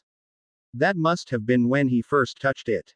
It was locked shut with 3 differently shaped locks, none of which had keyholes. He listened carefully to the song that it was repeating over and over. You have nearly claimed your prize. The egg you seek is just inside. The first lock doesn't like this taste. But do not quench its thirst with haste. The second latch thinks it's too warm. But it must grasp a solid form. A cold, the third's about to catch. It bickers with that second latch. Before I'm open, I'll say clearly that I love the water dearly. Do not let me take a breath. Because it will be my death. The final warning was the easiest to understand. If it touched air, it died, and that almost certainly meant he'd fail the trial. Second latch was easy, it's too warm even in this chilly lake in January, so it needed to be colder. And any colder and the water would be frozen. It needed a solid block of ice. Harry cast a freezing charm at nothing in particular, aiming to freeze the water at the tip of his wand. The water got colder, but didn't freeze.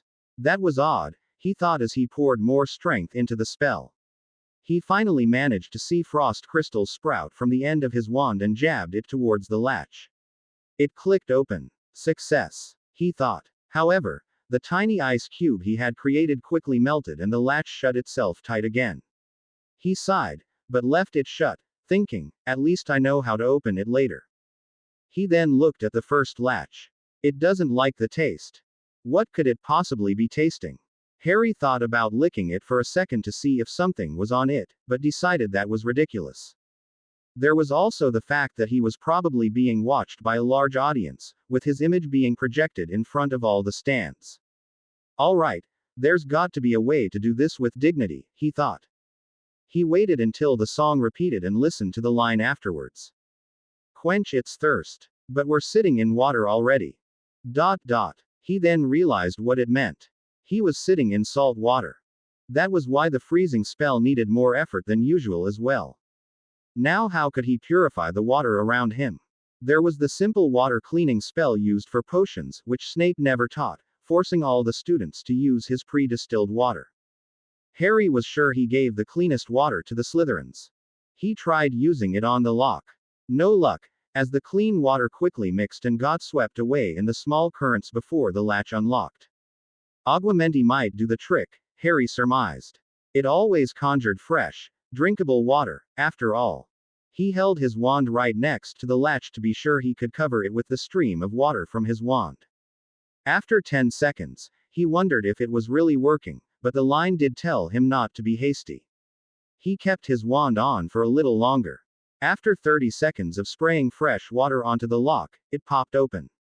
He ended the spell thankfully, and the latch closed again. 30 seconds to open it up and only 1 second to close again. That's just not fair, he complained to nobody in particular. The third latch supposedly bickered with the second. It made a bit more sense now. The second latch needed ice, so he shot a jet of boiling water at the third. After a few seconds, the latch popped open, closing just as quickly when he finished his spell. Harry realized the problem immediately. He could, with a bit more effort, freeze a bigger block of ice for the middle lock easily. But the first lock took 30 seconds of fresh water and closed after 1 second. The last lock took about 5 seconds of boiling water and also closed after 1 second. He sat around for a few moments, thinking about what to do. He either needed a more permanent source of fresh water or heat. He pulled out his map, looking over all the little notes that he and Hermione had made over the past few days. The boiling coral, he realized. The nearest batch was at the abandoned Mer village, where the Selkies liked to play. Harry picked up the chest and began to swim as fast as he could. It took him about 15 minutes to get there while lugging the chest with him, forcing him to take out another dose of gillyweed on the way. He did pass by the huge, jelly-sized structure along the way and thought about breaking off a chunk of ice, but he could freeze the water easily enough, now that he knew he just had to give the spell a bit of extra strength. As he reached the coral, he saw the Selkies playing again. This time a few of them had skewered some jellices on bits of wood, presumably from the shipwreck, and were cooking them on the coral. I wonder what they taste like. He didn't waste any time trying it, though, as he picked up a rock and broke off a chunk of the coral, which continued to bubble as it fell into the sand below. Realizing he needed to pick it up, he transfigured the rock into a pair of tongs, then stuck the piece of coral to the third lock with a simple sticking charm. 5 seconds later, the latch clicked open and stayed open. Harry quickly poured as much effort as he could, freezing the water at the tip of his wand. Within seconds, he had a fist-sized block of ice, which he stuck to the middle latch with another sticking charm. The ice block was melting rapidly beside the burning coral, and Harry hoped it would last long enough for him to open the first as well.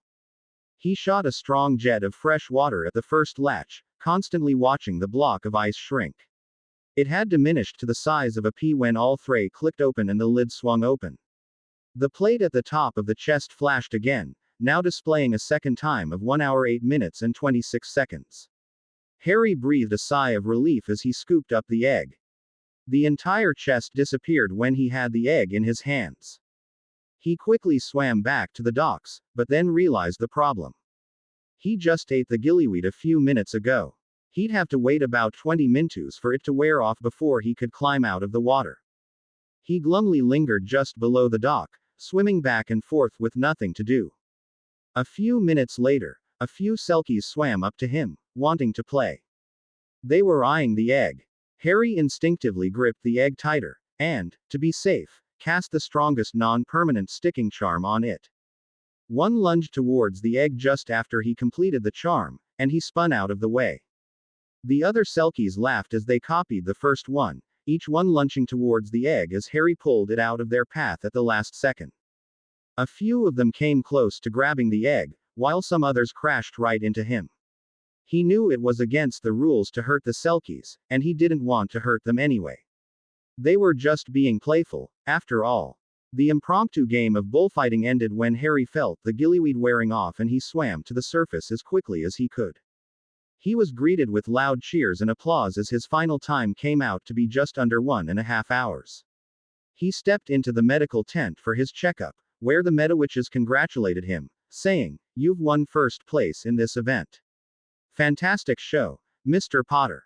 He was a bit perplexed by this as he saw Crumb sitting outside the tent. "I won?" he asked. "Isn't Crumb the winner? I saw him outside." "Oh, well, you'll find out about that when they ask for the scores," the Medawitch said. "Just between you and me. Well, I'm not supposed to say this, you know, healer-patient confidentiality and all, but you probably shouldn't talk to him right now. He's grumpier than usual." The Medawitch unstuck the egg from his hand for him, and after everything else checked out, they sent him to the dressing room tent, where he put on warm robes and shoes. Back outside, Harry looked towards the stands, hoping to catch a glimpse of Hermione. He couldn't see her anywhere.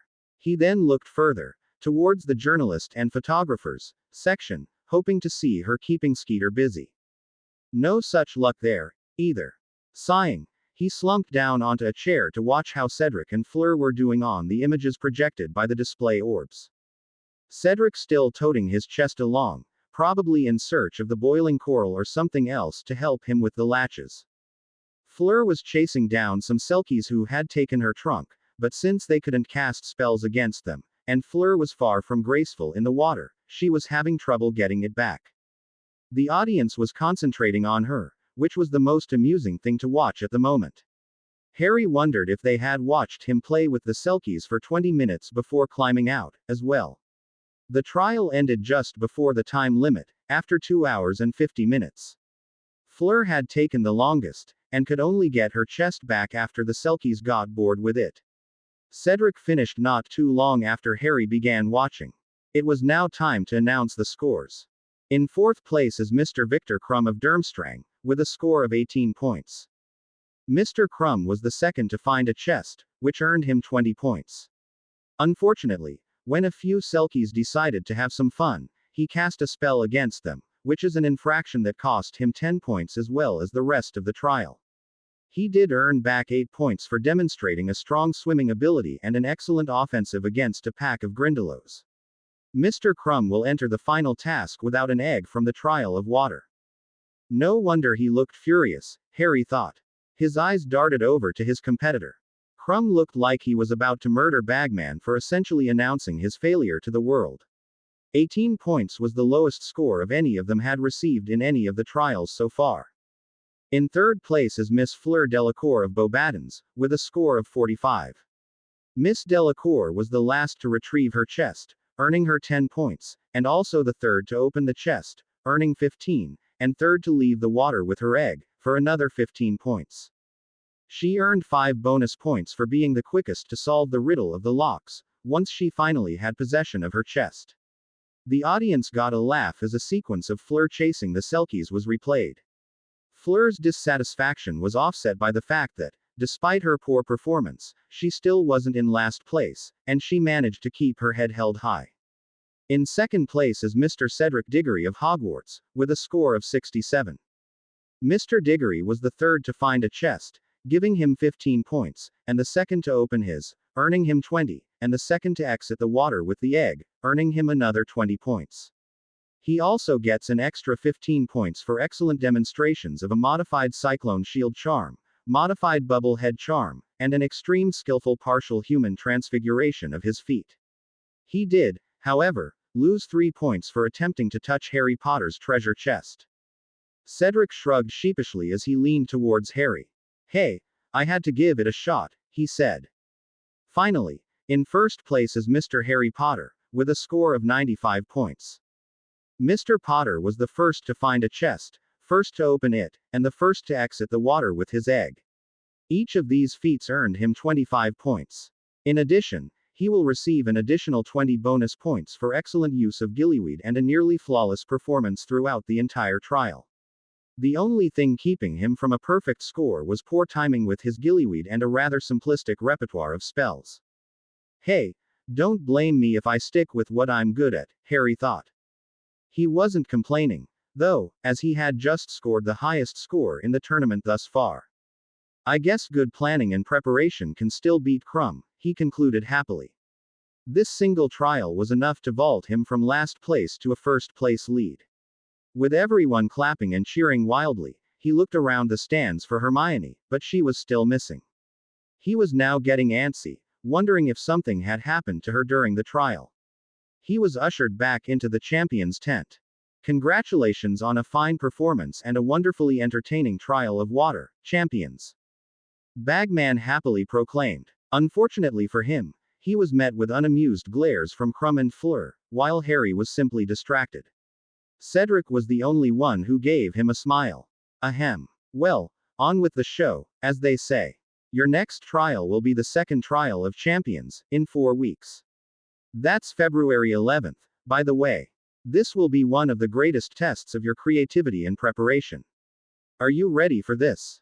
His attempt to drum up some excitement was met with 3 unamused stares from the older champions and Harry glancing out of the tent. It will be a wandless duel. What? All of them shouted together. Wandless magic was almost unheard of, save for very specialized skills like occlumency, the seer's visions, animagus transformations, none of which were really dueling material. Oh, no, you won't have to perform wandless magic, Bagman chuckled. It's a standard duel until you're knocked out of the arena or subdued, but the only additional rule is no wands. You're allowed to bring in any other kind of tool that you can carry in your hands. The tools, of course, must be magical in nature, non-living, and of course no dark magic or dark artifacts. Well, darn, thought Harry. I was sure I was capable of lifting Hermione into the arena. I wonder how much Moody weighs. Harry left the tent as quickly as he could. Most of the crowd had already left, and Harry still couldn't see Hermione in the stands. Fearing the worst, he began running towards the castle, but as soon as he ran past the bleachers he heard, Harry. Hermione was hiding beneath the seats. Harry ran up to her, asking, "Are you all right? Why are you hiding under there?" "I'm fine," she answered. "But I didn't get to Skeeter. I got distracted by something on the map." Distracted? What could have distracted you from getting back at Skeeter? Was it serious? Harry asked. His question was answered when a big, shaggy black dog leapt out from the shadows behind Hermione and pinned Harry down, wagging its tail madly. Hermione sighed. "Yes, Harry, it's Sirius." While Hermione snuck off to the kitchens to get some food for Sirius, Harry and his pet dog went to the Shrieking Shack for a chat. Harry put up a few wards just in case the shack's reputation wasn't enough to keep people away. Sirius watched him until he was finished, and then transformed back to his human form. He looked ragged and weak, but not nearly as bad as when Harry saw him last year. He smiled and gave his godson a hug. "Harry, it's so good to see you again," he exclaimed. "How've you been holding up?" "I'm fine, Sirius," Harry said, shaking his head. "Why are you even here?" Harry, aren't you glad to see your godfather? We haven't spoken or written to each other for half a year." He let out a loud, barking laugh as he slapped Harry on the back. "Yeah, but you're the one that told me not to write to you because you're in hiding," Harry said. "So what's worth coming back to Britain and risking getting thrown into Azkaban again?" "You, of course. I read an article in the paper about you." Harry sighed and slapped his hands over his eyes. "Ugh. Please don't tell me you've been reading Rita Skeeter." "What? That crazy woman. She's got a regular column in the Prophet but nobody outside of Britain listens to her, pup." "Don't worry about it. No, I got my news from a newspaper in France. Said you collapsed at New Year's. I got worried, so I made my way here. That's it. That was nothing serious." Harry debated whether or not to let him know about the vision or just use his public excuse. He decided to let Sirius know the truth. "Well, I'm fine, at least, but Voldemort's back, Sirius." "What? How do you know? Did Dumbledore actually decide to tell you?" Sirius asked, wide-eyed. "No, I'm the one telling Dumbledore, actually. I guess he hasn't passed on that information to you," Harry said, frowning. "I've had visions of Voldemort twice so far. The first time was the night of my birthday. Back then, he was in some mutilated baby's body. On New Year's Eve, he transferred his soul to some new, adult-sized artificial body. He's back. Oh, we're not ready for this, not another war. Sirius muttered. Well, Voldemort doesn't have many people at his side. In my last vision, I think he only had 2 Death Eaters helping him. Harry tried to be optimistic. Was Peter one of them?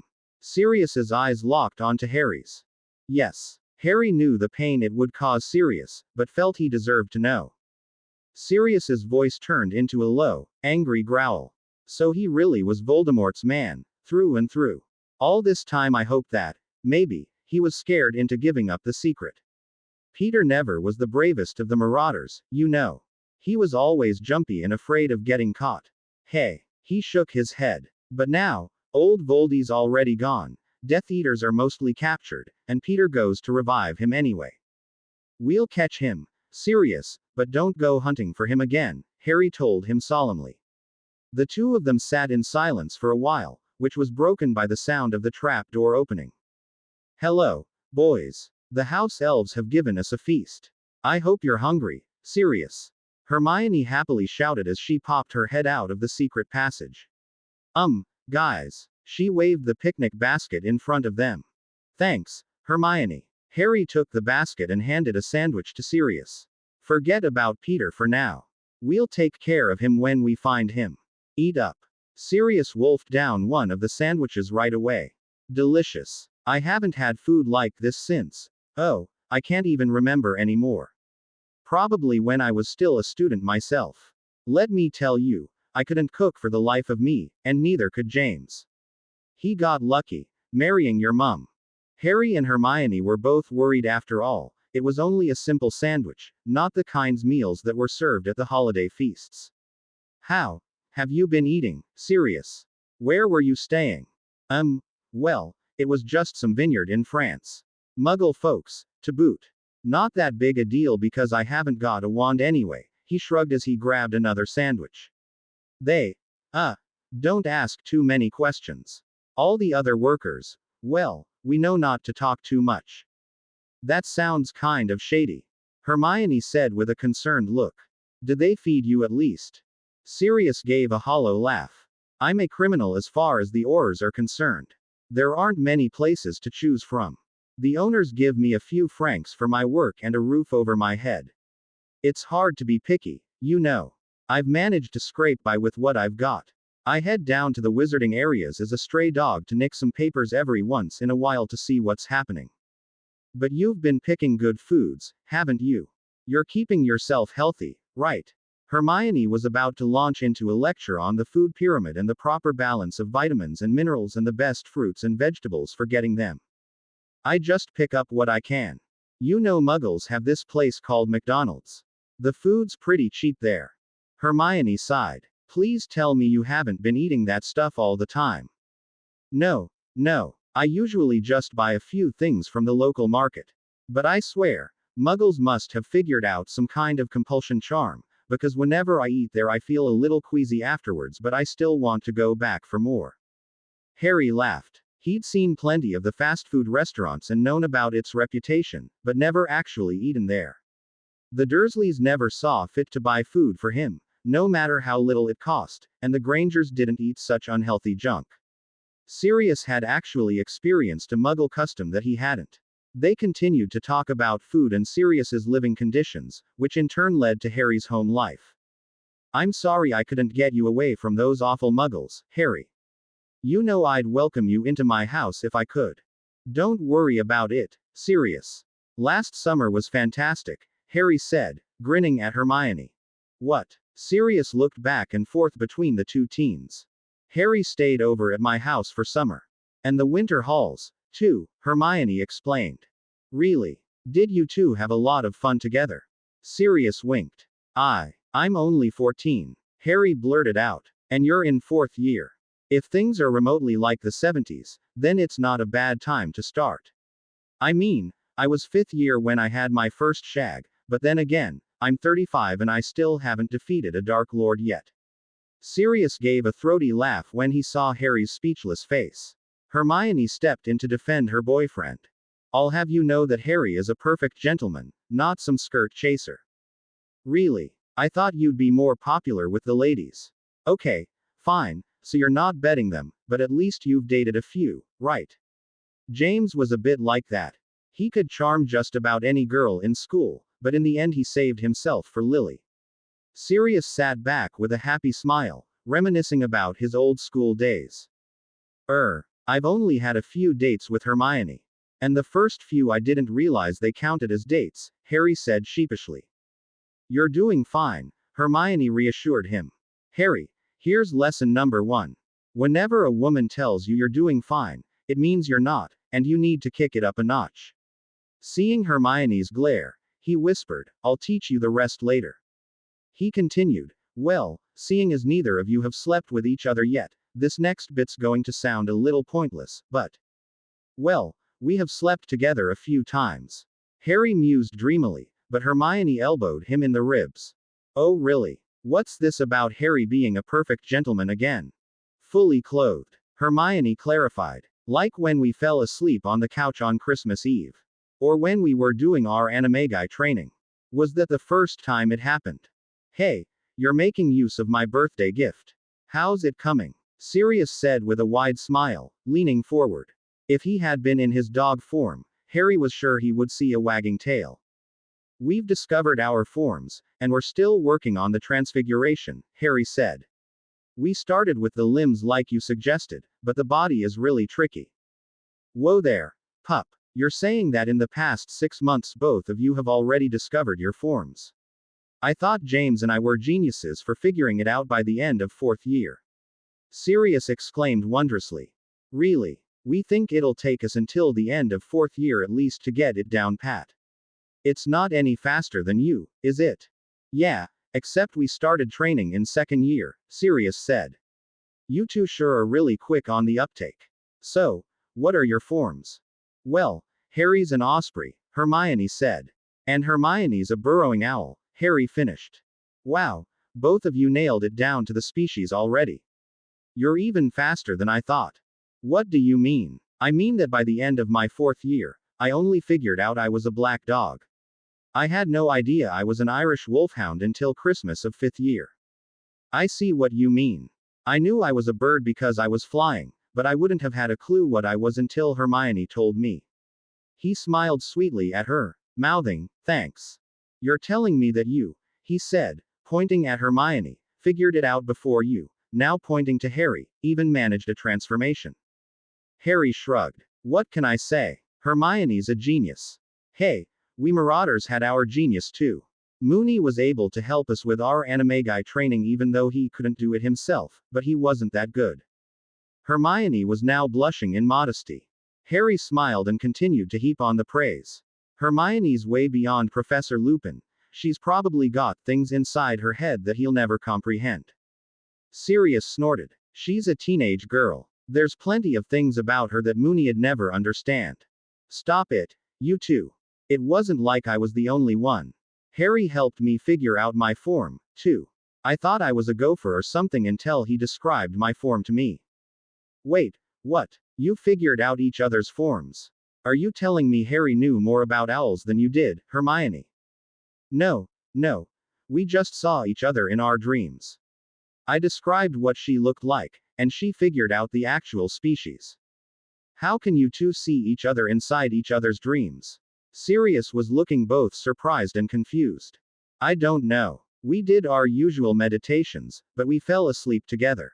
Then it just happened, Harry shrugged.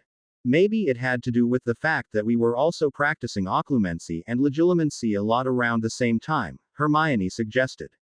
I mean, we have been pretty intimate with each other's thoughts. Getting intimate, Sirius nudged them. Sirius, will you stop with the say? Dodul innuendo. Hermione tried to scold him, but the man just laughed it off.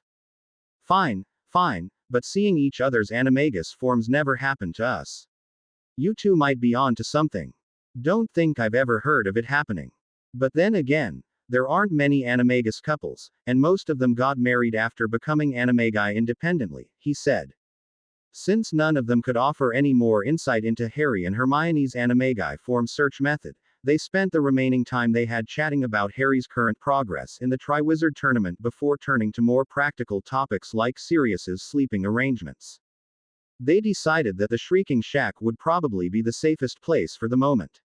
Hermione reinforced Harry's wards, which cleverly used the shack's reputation to enhance a person's fear and dread as they approached. They would sneak in more food whenever they could, hopefully every evening after class. I'm sorry, Harry, but that would be against the rules, would it not?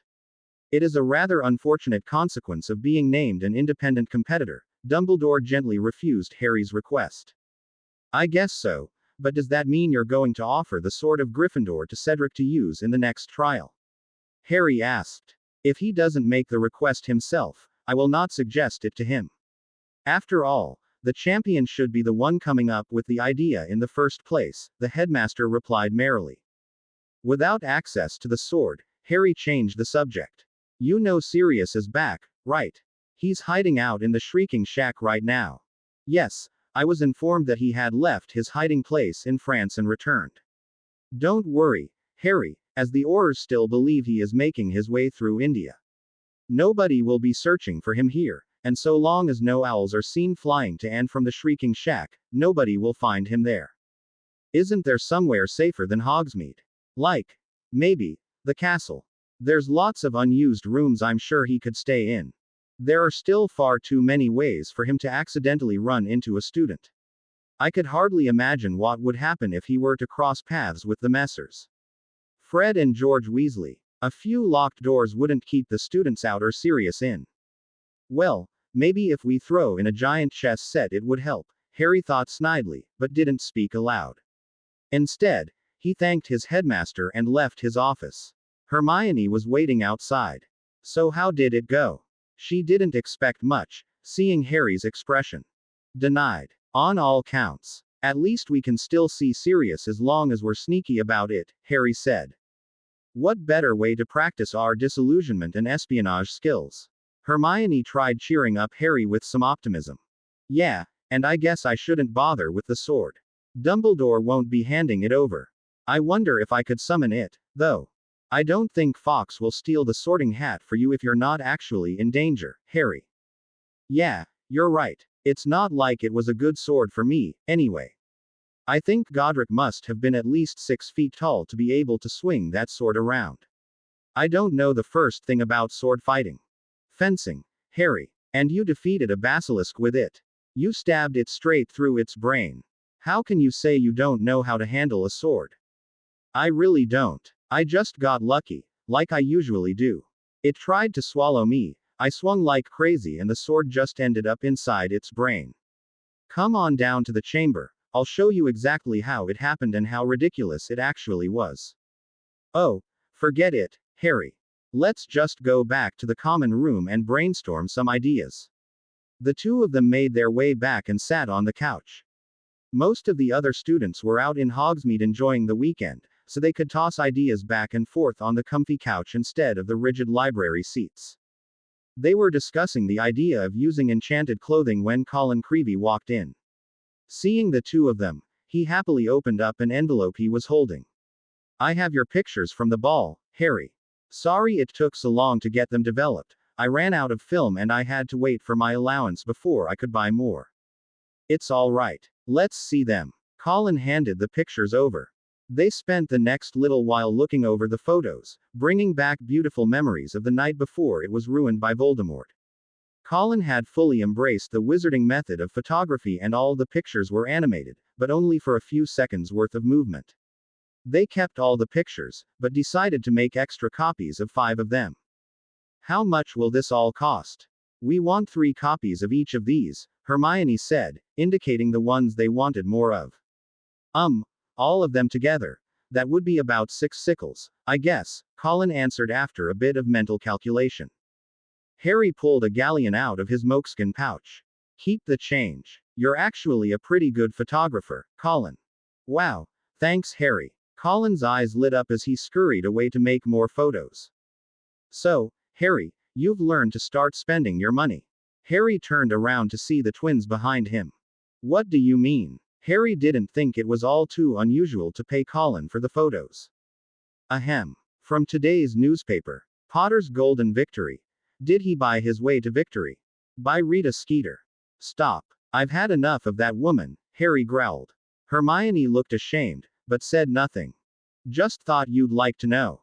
Who would be crazy enough to buy all the gillyweed in Britain just to stop Cedric from getting some? Well, not me. The apothecaries don't store much of it because it doesn't keep very well and it's not a popular potion ingredient anyway. I couldn't even find any in Britain myself when I shopped around. I had to order it from Africa.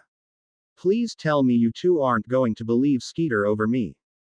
Harry, mate, we're not like Ron. We're here on business. What kind of business? The twins had never approached him before, other than to try to sell him their new products.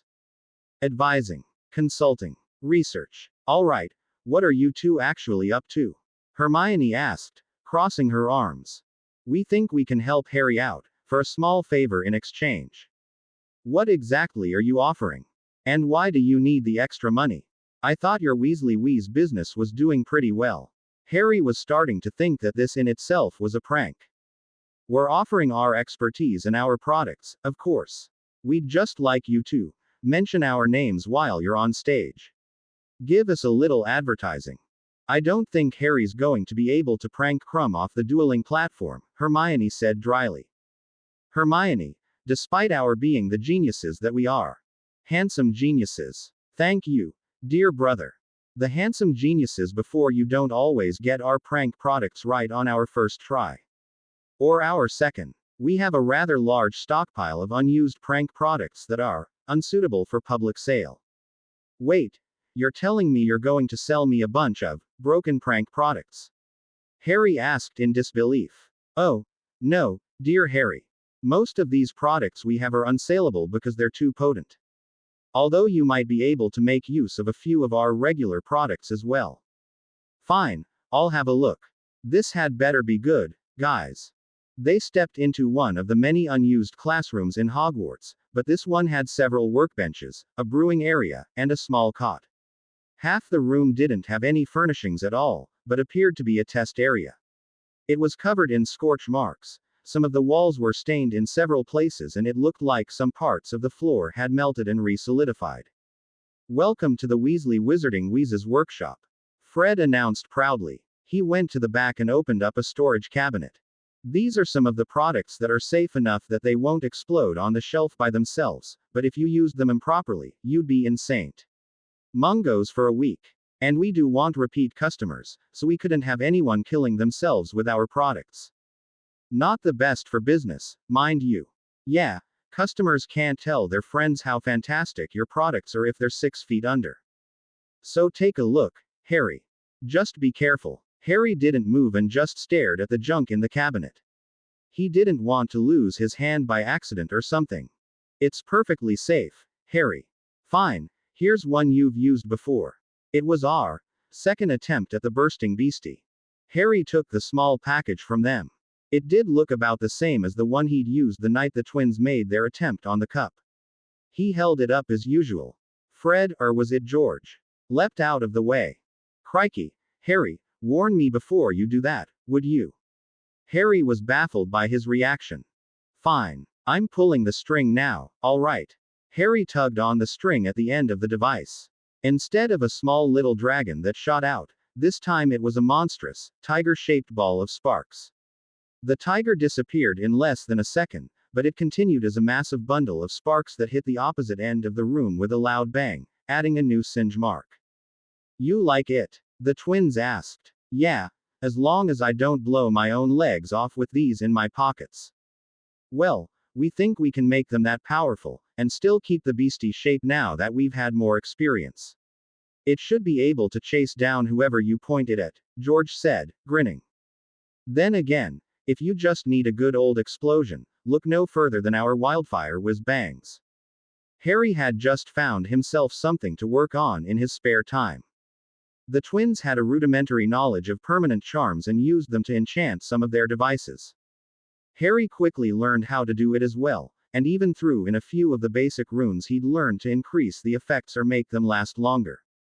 He made good use of the twins' shield hat, which had a semi-permanent, but weak Protega enchanted to it, which would last until the first spell cast upon it. The twins had shelved the idea because a one-use shield hat wasn't going to sell very well.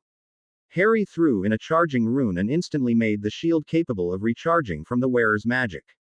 They quickly moved on to charming nearly every piece of clothing they could, figuring that would make up the bulk of Harry's defensive capabilities. One area that Harry simply couldn't match the twins on, however, was potions. Seeing them make potions was like, well, magic. They had begun their business on a shoestring budget, and had tested out hundreds of cheap alternatives that approximated the effects they wanted. The result was a lot of experience via trial and error. They could take almost any potion and almost instantly figure out how to make it easier to brew, cheaper to buy, or turn it into a candy. The latter skill boggled Harry's mind. For all of Snape's ranting about how precise and delicate potions' work was, the twins seemed to be able to mix anything they wanted with sugar and caramel and not cause an explosion. Even Hermione was impressed, because she learned a lot from the twins' potions notebook. She suspected that the two of them could easily be potions masters if they desired. Harry found an immediate use for their talent. Knowing that Snape would be asking for a minor fortitude potion, which made people a little more resistant to minor injuries, next class, he asked the twins if they had any variations of the potion. It turned out that they did. Since the fortitude potion was only good enough to last a few minutes and only protected against minor injuries from accidents like stubbing your toe, burning your tongue on a hot drink, or scraping your knees, few people ever took the effort to brew one of these potions other than as test material in potions class. The twins had reformulated the potion into a gobstopper that lasted several hours, turning it into a useful candy that meant a full day without worrying about bumps and scrapes. Harry practiced the formula so he was ready for his next potions class. And what was Snively's reaction? Sirius almost choked on his salad from laughing too much. Well, he tried to ignore me. I mean, he really tried. He didn't talk to me at all, no matter how much that vein on the left side of his forehead was throbbing. You know what I'm talking about, right? Harry smirked. Well, go on. That can't be the end of it. That's when I pulled out a bag of sugar and melted it into my cauldron. What? And it didn't blow up? No, but Snape did. He said I was a danger to everyone in class and tried to vanish my potion. Does he usually do that to get rid of a potion? Slughorn used to drain it into an anti-reaction basin. Yeah, but normally only at the end of class when the flame's been put out and the potion settled. He was a little too angry this time.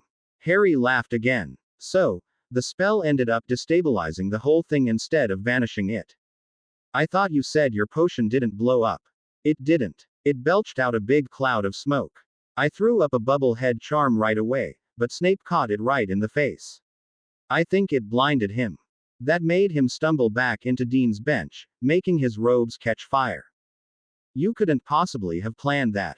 No, I was actually planning on him getting mad enough to haul me to Dumbledore. And when that happened I would demand to see Madame Maxime and Headmaster Karkaroff as well, and claim that a professor of Hogwarts was attempting to subvert the Triwizard rules. I've been trying to push him over the edge for the past 2 weeks now. I just didn't expect it to happen this way. Sirius gave Harry a kindly smile and pretended to wipe away a tear. I'm so proud of you, Harry. The first step to being a marauder is giving a greasy git what he deserves. Oh, stop it, Sirius. Harry laughed. And you've already started step 2, getting an animagus form. Are you going to use it in the tournament? Harry shook his head. No, I was thinking it would be more useful to keep it a secret, like you.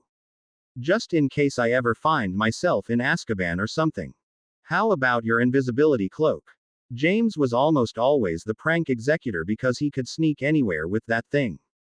I'm not going to accidentally rip up my dad's cloak over a silly tournament. Well, what are you going to do, then? No sword, no cloak, no animagus, what else have you got? I've been putting your successors to work, Sirius. Harry grinned. Didn't I just tell you you're the next marauder? You don't seem to be working very hard right now. I'm talking about the official Hogwarts pranksters. The twins. They can make just about anything explode. Sort of like Neville, but with a lot more control over when and how. So you're going to use their little bombs and stuff to win. You'll need a better plan than that to win, Harry. Oh, I've got a lot more up my sleeve. Well, since you won't be able to watch my duel, I'll tell you what I've got planned. Quote. Harry went over all the preparations with the twins.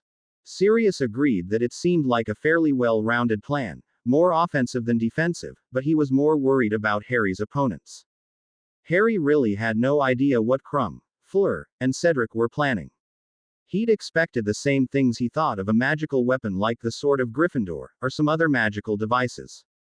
Not knowing exactly what to defend against, he just went for the basic combination of shield-charmed clothing and dodging for his defense. He hoped it would be enough. There's no such thing as having enough ammunition, Harry, Hermione told him. She and the twins were spending the last 2 days frantically brewing, crafting, mixing, and packing up as many rounds of Harry's tools as possible. Harry was busy modifying several belts into holsters, each carrying several dozen packets, tubes, vials, and candies all within easy reach for him. She's right, Harry. Why launch one whiz-bang at your opponent when you can toss 5 of them at once? Fred gave a wicked smile. That sounds a little excessive, Harry said. I don't exactly want to kill them, you know. That's not what I meant, huffed Hermione. I don't want you to stand up there on stage with empty pockets and nothing left to use. Don't go wasting them by tossing them 5 at a time, Hermione said, glaring at Fred. And are you sure the engorgement vials are allowed? I think we're skirting the rules pretty close with the candies already, but the engorgement potion is a potion, no two ways about it. I asked Mr. Bagman already, Harry. As long as you're not drinking the potion yourself, you'll be fine.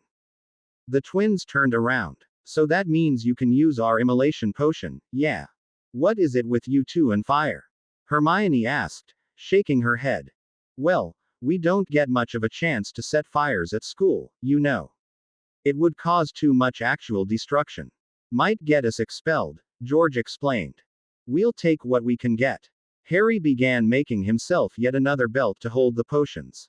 In the end, he'd be carrying nearly 50 candies, 30 potions, and almost 100 assorted knickknacks, for each duel. Every belt had a quick release latch, just in case something went wrong and he needed to forfeit the match very, very quickly. Harry hoped he wouldn't have to use it. Sirius had taken a serious risk in his attempts to spy on the competition for Harry. Hermione insisted fervently that he stay in the Shrieking Shack for his own safety. He snuck out a few times in his animagus form to roam the Hogwarts grounds and Forbidden Forest.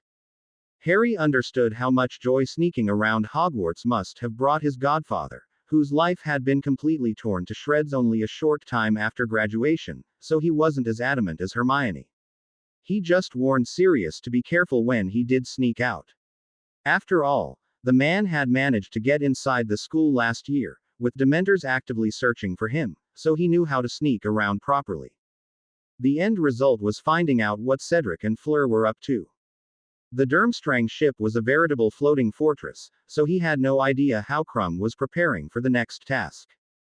Sirius had seen Cedric perform wandless magic at night near the edge of the forest, but he was wearing some other kind of focus device on his hand. On top of that, the spells he cast were done wordlessly, more powerful than expected, and could be fired off rapidly. He couldn't figure out any more details, as there were several other Hufflepuffs standing guard and watching for spies. Harry wondered if Cedric knew a wand crafter of some sort who had created him some kind of super wand.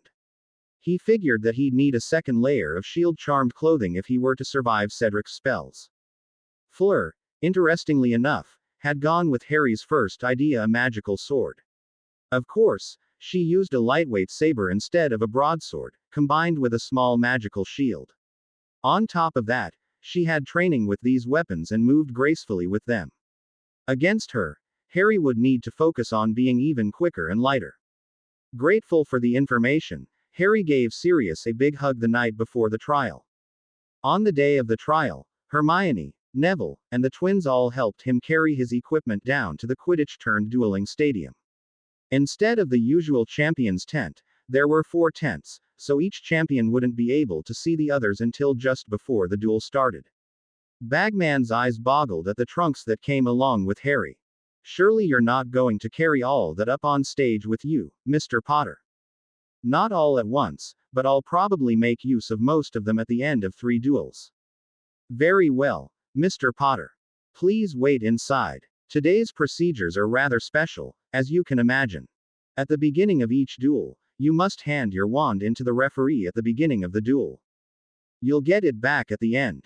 During the 2-hour break in between each duel, you have to stay inside this tent. You will not be allowed to watch the other duelers during your break. No visitors will be allowed except for tournament officials and metawitches. An arbitrator will be coming by shortly to inspect your choice of tools before the duels begin. Is that clear? Harry nodded with some reluctance, but understood the need for all the secrecy. At least he had a rough idea of what Cedric and Fleur were using already. Hermione gave him a quick good luck key before leaving, while Neville, Fred, and George gave him hearty pats on the back. After his friends left, Harry ended up waiting for an hour before the arbitrator came by. He spent the time loading up his many belts and checking over the shield charms on his hat and robes. He was putting on his explosives belt when the man walked in. "Hello, Mr. Potter. My name is Julian Skelet. Would you care to explain to me what tools you've brought today?" "Well, on this belt I have the explosives. Most of them shoot off sparks or fireworks. That trunk over there has more," he explained, pointing at the trunk beside him. "This next belt contains the throwing vials." The explanation and inspection for all the things Harry had took half an hour, but it went by without a fuss. He had looked questioningly at the candies that Harry intended to use, but as the rules specifically forbade potions, he managed to get away with it the same way he got away with using gillyweed for the last task. It wasn't liquid, and he didn't actually have to swallow anything. The gillyweed juices soaked straight through his skin, and his candies he picked were meant to be spat out, so the arbitrator grudgingly allowed them. It was a rule they'd surely change in future tournaments. Another official came by later, informing him he would be starting his duel in 10 minutes and his first opponent was Cedric. Remembering what Sirius had seen, he quickly pulled out his spare set of charmed robes. Undoing the many belts he had, putting on the second layer of robes, and then putting them back on took nearly all of the 10 minutes. He was still scrambling with the last buckle when the official stepped into the tent to escort him to the dueling platform. As he walked up to the platform, he took a good look at what Cedric was wearing. It was a gauntlet on his right hand, a very pretty gauntlet that was studded with jewels. In fact, it reminded him of Gryffindor's sword. It must have been goblin made. As they stepped up on stage, the referee asked for their wands. After handing their wands over, Harry and Cedric bowed and the duel began. Keeping what Sirius had found out in mind, Harry knew that if he was defensive with Cedric, he'd probably get pinned down quickly. The shield charms on his robes wouldn't last very long. He immediately pulled out 2 of the modified bursting beasties and yanked the cords. A sparkling wyvern and cougar began charging towards Cedric. Without bothering to defend himself, the older boy dodged and tossed a light stunner at Harry. Harry easily sidestepped the single spell as he pulled another set of the beasties from his belt. Was Sirius seeing the right thing? That was a pretty weak stunner. If Cedric really can cast faster than he could with a wand, why doesn't he? Harry wondered. He looked into Cedric's eyes, trying to read what he was thinking. 36 was the only thing Harry could pull from Cedric's thoughts. As the fireworks charged towards him, Cedric barely noticed in time that the sparkling animals could change their direction slightly to follow him and singed his left hand slightly. Seeing the effectiveness of this weapon, Harry released the 2 in his hand and immediately pulled out 2 more. He'd only have another 4 remaining, but if they could end the duel quickly, all the better for him. To his surprise, Cedric reacted completely differently seeing 4 of the beasts charging at him.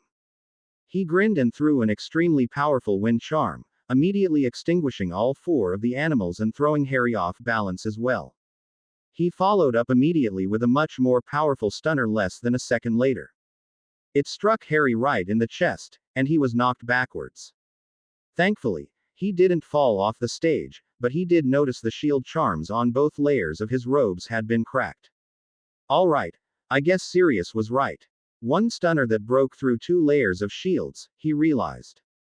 Reading Cedric again, he was surprised again to sense the number 29, but managed to catch an image of shattering rock. At that instant, Cedric followed up with a massive reductor spell. Without thinking, Harry grabbed the first thing his hand could reach and tossed it in the path of the spell. It was a packet of instant darkness powder, which exploded midair, blocking the champions' views of each other. Cedric immediately stopped his attack. Darn, thought Harry. I should have saved that for later. He's casting spells without an incantation. It was one of the experimental items that the twins had yet to perfect, and he only allotted one dose per duel. He had intended to use the powder when Cedric was pinned down at one of the narrow ends of the dueling oval, not have it explode right in the middle and cut off his legitimacy. Still, it bought him some time and he wasn't going to let it go to waste. He pulled a bag from his waist belt and started tossing them in the general direction of Cedric. He clapped his hands, setting off the clap traps, which had various effects. Some were sticky, some released a mild stinging hex, while others released itching powder or stink powder. Harry was sure Cedric would be sufficiently distracted by the little devices until the darkness powder dissipated. To his surprise, Cedric came charging through the darkness powder. Harry was glad to see a few of the sticky clap traps were attached to him, impeding his movement, and he looked extremely uncomfortable, trying to resist scratching himself. Harry didn't have much time to celebrate, though, as Cedric launched 5 stunners in a row so quickly it looked like a long stream of spells instead of 5 individual ones. Harry managed to dodge 3 of them and let his hat absorb the last 2, destroying its shields. Harry knew he was now defenseless, and began throwing everything he had at Cedric. First, he pulled his last few bursting beasties while running through the cloud of darkness powder. Cedric reacted the same as last time, using a strong wind spell to blow away the beasties and at the same time removing the darkness, itching, and stink powders from the arena. Harry wasn't done. He started lobbing his immolation vials, dividing his side of the field and Cedric's with a wall of flame. He now had much more room to move than Cedric did. Oddly enough, Cedric didn't halt the flames with a simple flame freezing charm as Harry expected, but just watched Harry's next move. Harry pulled out the extra potent whiz-bangs, which tossed out simple fireballs and sparks straight at Cedric. Just as the fireball was about to hit Cedric, he burst into action again. This time he cast a very powerful jet of water that cut straight through the fireball and the flames burning on the ground, running towards Harry. In response, Harry tossed an avalanche in a tube at Cedric, which contained some sand and engorgement solution. When they mixed midair, the sand grew to the size of pebbles and burst through the vial, showering Cedric with stone.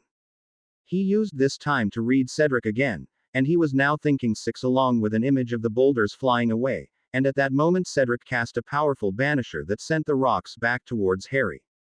Ducking and shielding himself with one arm, he lobbed another 2 of the bottles along with his remaining immolation vials and a portable swamp at Cedric, who banished the vials but missed the swamp. Stumbling waist-deep in muddy water, he met Harry's eyes for a second. Harry saw 4 and an image of himself flying away. Harry immediately smashed a vial of sticking solution and adhered himself to the floor just as Cedric cast an extremely powerful banishing charm. He felt the banisher grow stronger, and then suddenly cut off. He was expecting Cedric to finish him with the next spell since he could no longer move, but nothing came.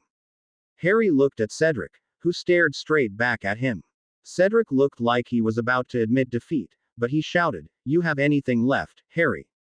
Harry searched his belts and pockets with his free hand. He was almost completely empty. There was only one thing he could hit Cedric with at this range, a watermelon seed shot. It really wasn't a useful tool for a duel, little more than a distraction. Harry put it in his mouth and immediately began spitting watermelon seeds at high speed at Cedric, who was more annoyed than anything. "Is that all you've got?" He laughed. "Why don't you come a little closer?" Harry shouted back at him. He had a few doses of flaming hot peppermints. He popped one in his mouth and spewed a thick stream of fire towards Cedric. Unfortunately, its flames barely made it halfway. "Did that get you?" "No," came the reply. The referee immediately ended the duel, and to his chagrin, had to unbind Harry from his own sticking solution. He declared the duel a draw and the 2 of them received their wands again. Cedric walked off stage, still scratching himself from the itching powder as he repeatedly cast the scouring charm to rid himself of the clap traps. "So, you got some help from the Weasley twins, eh?" he asked Harry. "Yeah, I did. Why did you stop? I was almost out of things to throw at you, Harry asked in reply. I was completely out of spells to throw at you, Cedric shrugged in reply. I should have had a backup solution. I guess I'm stuck with what I have for now, though. It was only then that Harry noticed the jewels on Cedric's gauntlet weren't nearly as shiny as when the duel started. So that's why Cedric was counting down the entire duel. He wanted to find out more about that gauntlet, but before he could ask, the two of them were ushered into their separate tents. Sitting in a tent all alone was extremely boring. The first few minutes were full of excitement, with the referee first asking Harry how to dispel the swamp. He didn't know, so he directed the man to the Weasley twins. Afterwards, the Medowitches chatted with him, congratulating him on his win, and so did the girl that brought him his lunch.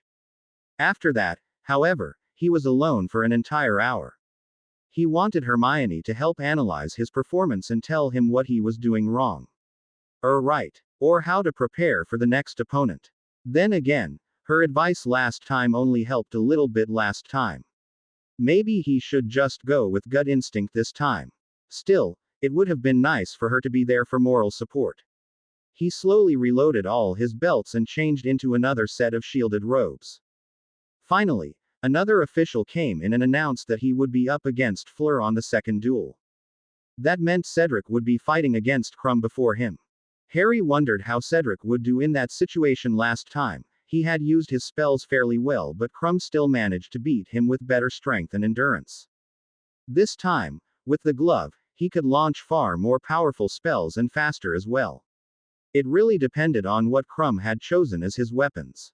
Only a few minutes later, he was told the first duel was already over. Cedric must have launched off all his spells as quickly as he could. Whether that was enough to beat Krum, Harry wouldn't know until the end of the day. Up against Fleur, Harry wore only one layer of shield robes and carried less on his belts as well. He didn't want to get weighed down, and Sirius had said she was very quick and nimble with her weapons. As they stepped out, Harry looked at what Fleur was carrying. It was a sword and shield, all right, but they were both made of wood. He could understand a wooden shield, but was a wooden sword supposed to be dangerous? He guessed that his immolation vials and whiz-bangs would be very useful this round. Fleur was eyeing him with equal curiosity, trying to figure out what all the devices Harry had strapped all over his body would do. Once again, they handed their wands in at the beginning of the duel and bowed. Harry immediately opened up with two bursting beasties again, but Fleur nimbly dodged both of them and purposefully dragged her wooden sword through the shower of sparks and absorbed them. The sword ignited and began burning with a light blue flame. Why, thank you, Ari. She smiled sweetly as she charged forward. Harry pulled out a whiz-bang and shot it directly at her as she approached. Fleur held her shield at an angle, which created a gust of wind and deflected the fireball above her. Holding her sword up, part of the flames got absorbed by the sword, whose flames began to burn even more brightly. Okay. No more fire, thought Harry as he kept his eyes trained on Fleur. Thanks to his legilimency, he could predict her physical moves pretty easily, but the sword was a surprise. Sometimes the flames extended, sometimes it threw a fireball, and sometimes it shot a flaming spear towards Harry. It all seemed to be controlled by small movements from her wrist instead of any kind of incantation or button on the sword itself. Fleur was moving like a dancer, flicking the lightweight sword around more like a baton. His robe's shields could handle the glancing blows if Harry didn't manage to dodge the flames completely, but he knew they would shatter to a direct hit. He needed to slow down Fleur's assault. All right then, what else have I got? Harry opened up a bag of clap traps and spread them out in front of him while he backed away from Fleur. She skidded to a halt, but ended up stopping right in the middle of the traps. Harry clapped and all of them burst at once. The sticky ones bounced up and clung to her, but the powder-spewing ones were less effective as Fleur's shield blew their contents away. She advanced on Harry again, but her movements were obviously hampered by the sticky traps. Harry could now dodge her attacks much more easily and decided to keep impeding her. Keeping his eye on her as he dodged her attacks, he palmed a sticking solution and concentrated on reading her movements. When she finally took a big step forward, he dropped the vial just beneath her feet and she ended up stepping on it, tripping as her foot was glued to the ground.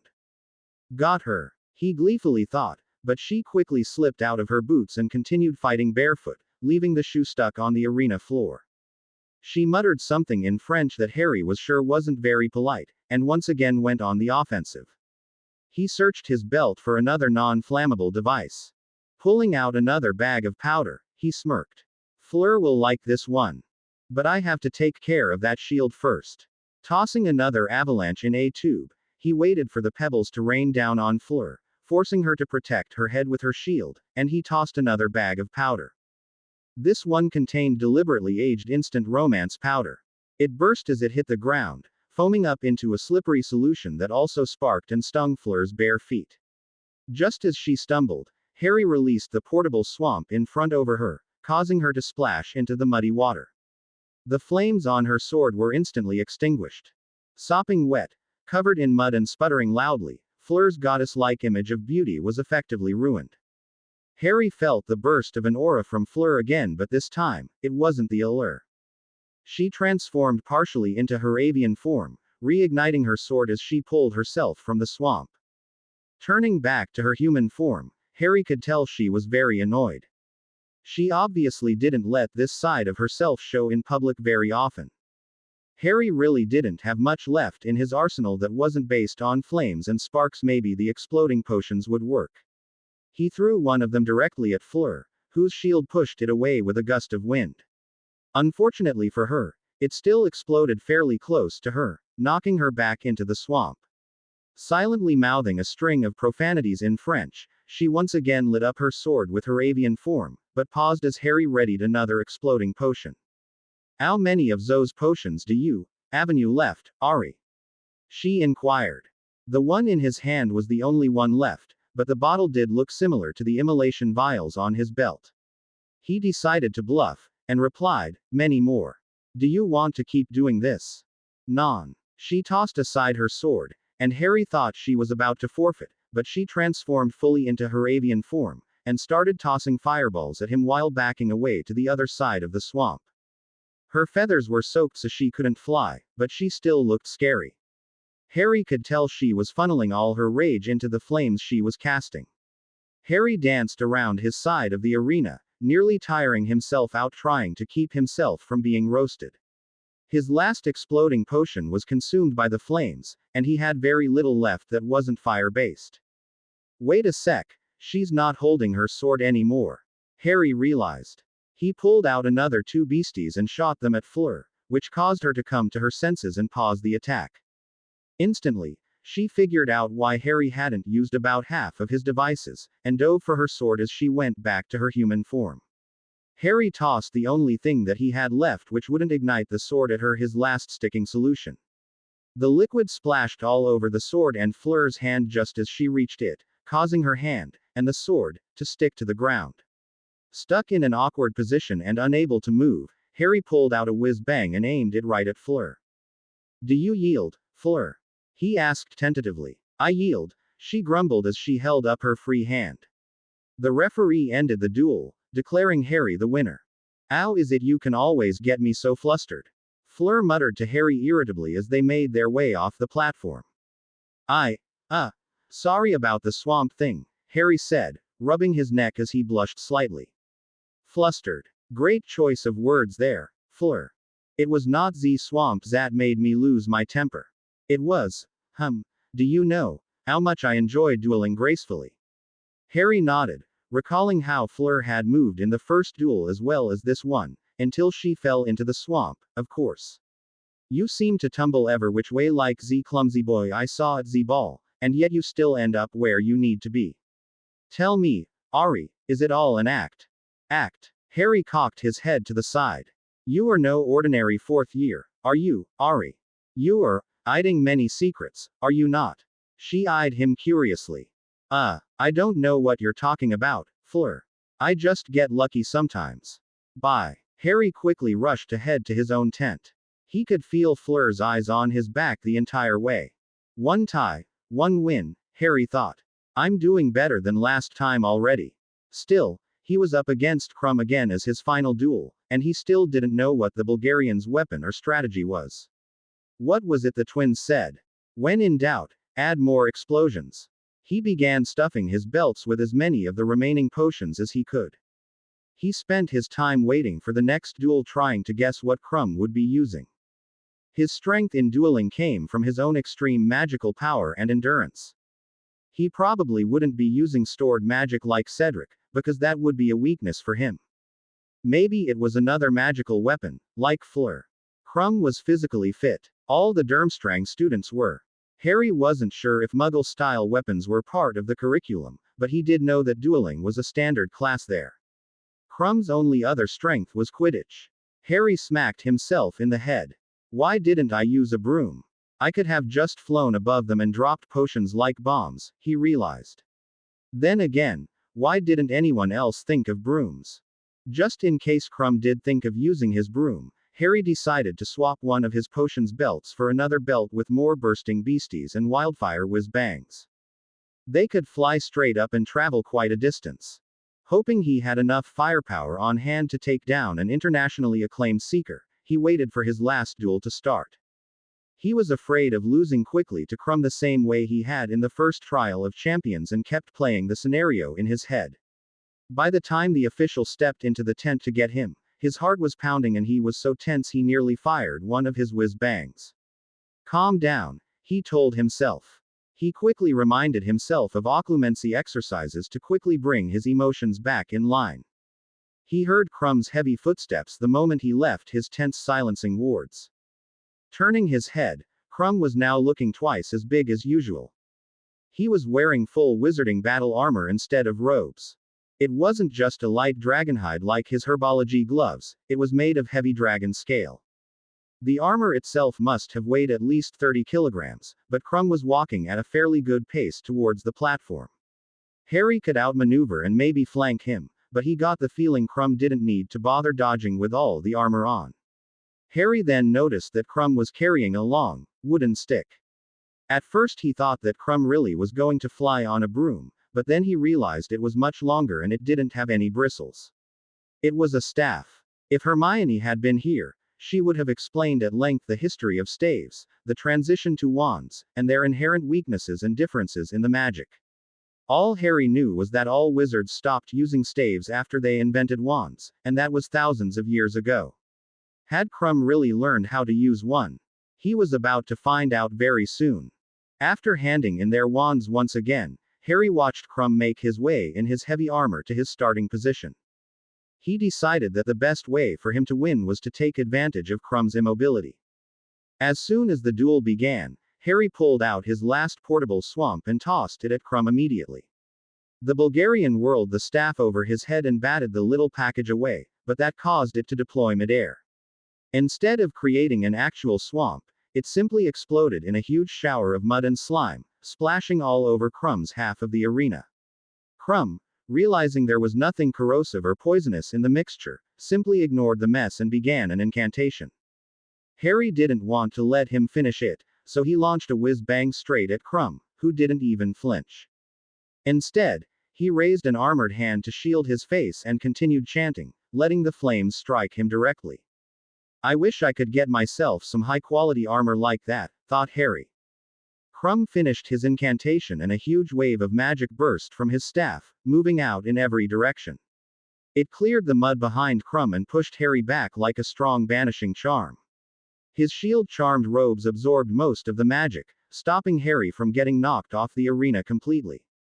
Crumb was rather surprised that Harry's ordinary-looking robes actually served as armor, but smirked and began a second incantation. Since one whiz-bang wasn't enough, Harry decided to try 4 at once. Holding 2 in each hand and pulling the strings with his teeth, he launched all 4 at Crumb. The 4 sparkling fireballs merged into one as they approached Crumb, forcing an interruption to the incantation. Crumb released all the energy he had been channeling into the staff with a quick tap, which helped dispel some of the flames, while he huddled low and again let his armor take the brunt of the attack. He came out of it red-faced and breathing hard, but otherwise unscathed. It seemed like Harry was nearing the limit of Crumb's armor. Crumb quickly switched tactics as he watched Harry pull another set of contraptions from his belts. He began another, different incantation. Harry felt a small tug and accidentally dropped one of the whiz-bangs he was holding, which slid towards Crumb. Pieces of parchment formed the judge's table, bits of loose pebbles and other bits of rubbish from all around began sliding towards Crumb. The random debris rose up above him and gathered into a ball that hovered above the staff. Harry felt the pull get stronger and stronger as he struggled to stop himself from sliding towards Crumb as well. A few of his beasties and an immolation vial slipped out of their belts ended up in the ball of debris. That, apparently, was what Crumb was waiting for, as he suddenly whirled his staff around, throwing the big ball of junk at Harry. Harry only just managed to dodge out of the way, but as the mass crashed into the ground, the immolation vial and beasties within were triggered, causing the entire pile to light up on fire and then explode. Harry was struck from behind by flying chunks of burning debris, knocking him flat on his face. Okay. That hurt. I hope I'm not bleeding too badly, he thought. He rose to his feet woozily, seeing spots. Crumb grinned, gathering another ball of junk with the odd, sustained summoning spell. Harry couldn't help but stumble towards Crumb a bit as a few more of his trinkets came loose from his belt. He managed to catch one whiz-bang in his hand and got an idea. Well, Crumb, if you want these that badly, he pulled the emergency release on all his belts, deliberately throwing them all towards the gathering pile. Crumb saw what Harry was doing and immediately twirled his staff again, throwing the ball back at Harry. Harry, however, used the one last whiz-bang in his and ignited it immediately after releasing his belts. The junk ball and the fireball met somewhere in the middle of the arena, immediately triggering about 6 exploding potions, 4 immolation vials, 12 bursting beasties, another 8 whiz-bangs and various other powders and potions. Harry ducked low and shielded his face, but the resulting explosion still blasted him across the arena, where he skidded off the edge of the platform and fell onto the grass. Well, at least I went out with a bang this time, he thought as he blacked out. Harry woke up on a bed and saw a few blurry shapes hovering over him. How did I do? He asked. He was surprised when it wasn't Hermione's voice answering him. They haven't announced the scores yet. You'll be up on stage in a few minutes, a Medowitch answered. Back on stage. How long are they waiting for me? Harry blinked a few times and got a better look at the witch. How long was I out? About half an hour. The judges decided it would be improper to announce the scores with 2 of the champions missing and decided to delay the ceremony, the witch explained. 2. Harry, surprised, looked around and saw Crumb, still in his armor but with a few scratches on his face, lying on the bed next to him. The Bulgarian was already awake, and seeing that Harry had woken as well, grinned at him. Mr. Potter, I have not had such a fight for some time. You vere much different here than Van Duel. Harry was surprised that Crumb was being friendly. The last time he had lost against Fleur, he seemed very bitter, along with the trial of water. Harry was pretty sure he hadn't beaten Crumb, but he suspected it would probably come out as a tie if both of them were laying here in the healer's tent. Thanks. I was just running on instinct today. I don't know why I threw all my belts at you, it just felt like the only thing I could do. During the wand duels I was trying to match your skill. Is that why you were using such weak distractions? You were following some plan? He asked curiously. Yeah, Hermione figured the only way I could beat you was to keep you on the defensive and maybe sneak a confundus somewhere in there, Harry explained. Not good strategy. I have basic occlumency. I always use it in duels. Confundus vold do nothing. You vold need something stronger, like Kojero, Mandatus, or Imperio. Today you are stronger fighter. You are like cornered animal. Beasts do not vast time with strategy. That is why they can be more dangerous than man. Harry did feel like a cornered animal today. Then again, he did feel like that during the wand duels as well, but he suppressed the feelings while trying out Hermione's plan. Would he have done better just winging it?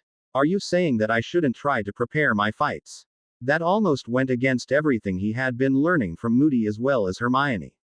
No, preparing is for before fighting. Strategy is for opponent you can outthink. For opponent who has more power and more experience, instinct is your route to victory. Harry doubted that instinct alone would be able to let him defeat Voldemort, but Crumb did have a point.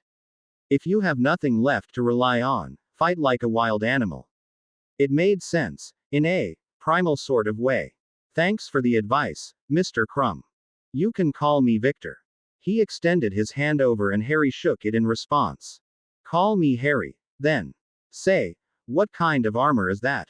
It's certainly a lot better than the robes I'm using.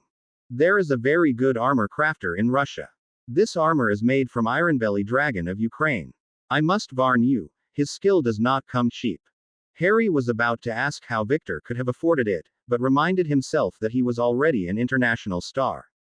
By then, the Medawitches were done applying the salves, and most of the small cuts and burns were already healing quickly on both of the champions. With a pepper-up potion for each of them, they were quickly back on their feet as they made their way back on stage. As the two of them emerged from the tent, a loud cheer erupted from the crowd. It looks like our two champions have returned. I wish I could be so young, to be able to recover from such a beating so quickly. Let's have another round of applause for them. Harry rolled his eyes as Bagman continued to drum up more excitement from the crowd. In fourth place, we have Fleur Delacour. She leaves this event with no wins, but still earned 20 points for her masterful use of the traditional Vila Embersword and Windsurge shield. In addition, she also showed us the fury of her Vila Avian form in her duel against Harry Potter. I know I wouldn't want to cross her. The audience laughed and applauded, while Fleur bowed to the judges, evidently disappointed in herself. Harry noted a flash of shame cross her face when Bagman mentioned her transformation, as well. In third place is Cedric Diggory, who earned 35 points with 1 win, 1 loss, and 1 stalemate. He earns an additional 15 points for his use of a mage hand caster glove, but his lack of a backup plan once his glove's gems were exhausted prevented him earning full points for his preparation. Cedric seemed rather happy with his results and waved to the crowd while still wearing his jeweled glove. Second place goes to Harry Potter, who earned 45 points with 1 win and 2 stalemates. His wide variety of odd trinkets and potions, all of which appear to be handmade, earned him 17 points. The judges would like to mention to Mr. Potter that a slightly less volatile set of devices could prevent him from being injured by his own weapon. The crowd chuckled at that, while Harry caught a few disapproving glares from the judges. Apparently a few of them were bowled over by the explosion as well. Knowing that the twins were watching, however, he motioned to Mr. Bagman. It appears that Mr. Potter has something to say. With a quick sonorous, Harry made good on his promise to the twins. I just want to thank Messrs. Fred and George Weasley for their help today. All the devices I used are available, in slightly less volatile form, of course, via owl order from the Weasley Wizarding Wheezes. You can find them by. He was interrupted by a firework being launched from the spectators' seats, which shot high up into the air and formed their triple W logo. Harry could make out the twins standing up and waving. I guess you can find them right there. Thank you, Mr. Potter. I'm sure they will have very profitable times ahead. Finally, in first place, we have Victor Crumb, who won 2 of his duels and ended the last one in a stalemate and earning 60 points. We must congratulate him for his expert use of the ancient and traditional wizard's staff and combining it with modern hit wizard armor, a very potent combination indeed. He earns the full 25-point bonus as a result. Harry was still in first place thanks to his excellent performance in the Trial of Water, but now Crumb was in second, and not very far behind either. As they all walked off the stage, Cedric grinned at Harry. So, you managed to get Fleur mad, I don't like to admit it, but she's usually the one who's in control, if you know what I mean. What did you do to her? I hope he doesn't suspect that I touched her bum or something, Harry thought. I kind of dropped her into a swamp. After dodging all of her attacks, that is. I think she was getting a little frustrated already, but the swamp thing pushed her over the edge. How did you do against her? Oh, I was a mess. I thought I'd be safe keeping my distance, but that sword of hers is unpredictable. I must have gotten burned a dozen times before I managed to finally hit her with a quadruple-powered Expelliarmus followed by a stunner. Everything weaker just kept getting deflected by that shield of hers. How did you really manage to dodge all her attacks? Moody told me to learn it for dueling. Constant vigilance and all, Harry lied, not wanting to give away the full extent of his skills. So, how does that glove work? Where did you get it? Hyda's grandfather is a jeweler, with a particularly special interest in goblin-made trinkets. I think it's called Telemon's Treasure House. Cedric laughed. He had quite a story to tell about these gloves. Since they were banned from using wands a few centuries ago, they learned to make these instead. Of course, the ministry confiscated all of them and banned these as well right after they found out. He lent it to me, hoping the publicity would be good for his business. I didn't think about interrupting Bagman on stage like you did, though. The discussion of the gemmed glove took them back all the way to the champion's tent, where they were very quickly briefed on the next trial, the trial of Earth. Again, it was 1 month away, and this time they would be back to their standard equipment, regular robes and a wand. The only clue they were left with was, study your potions.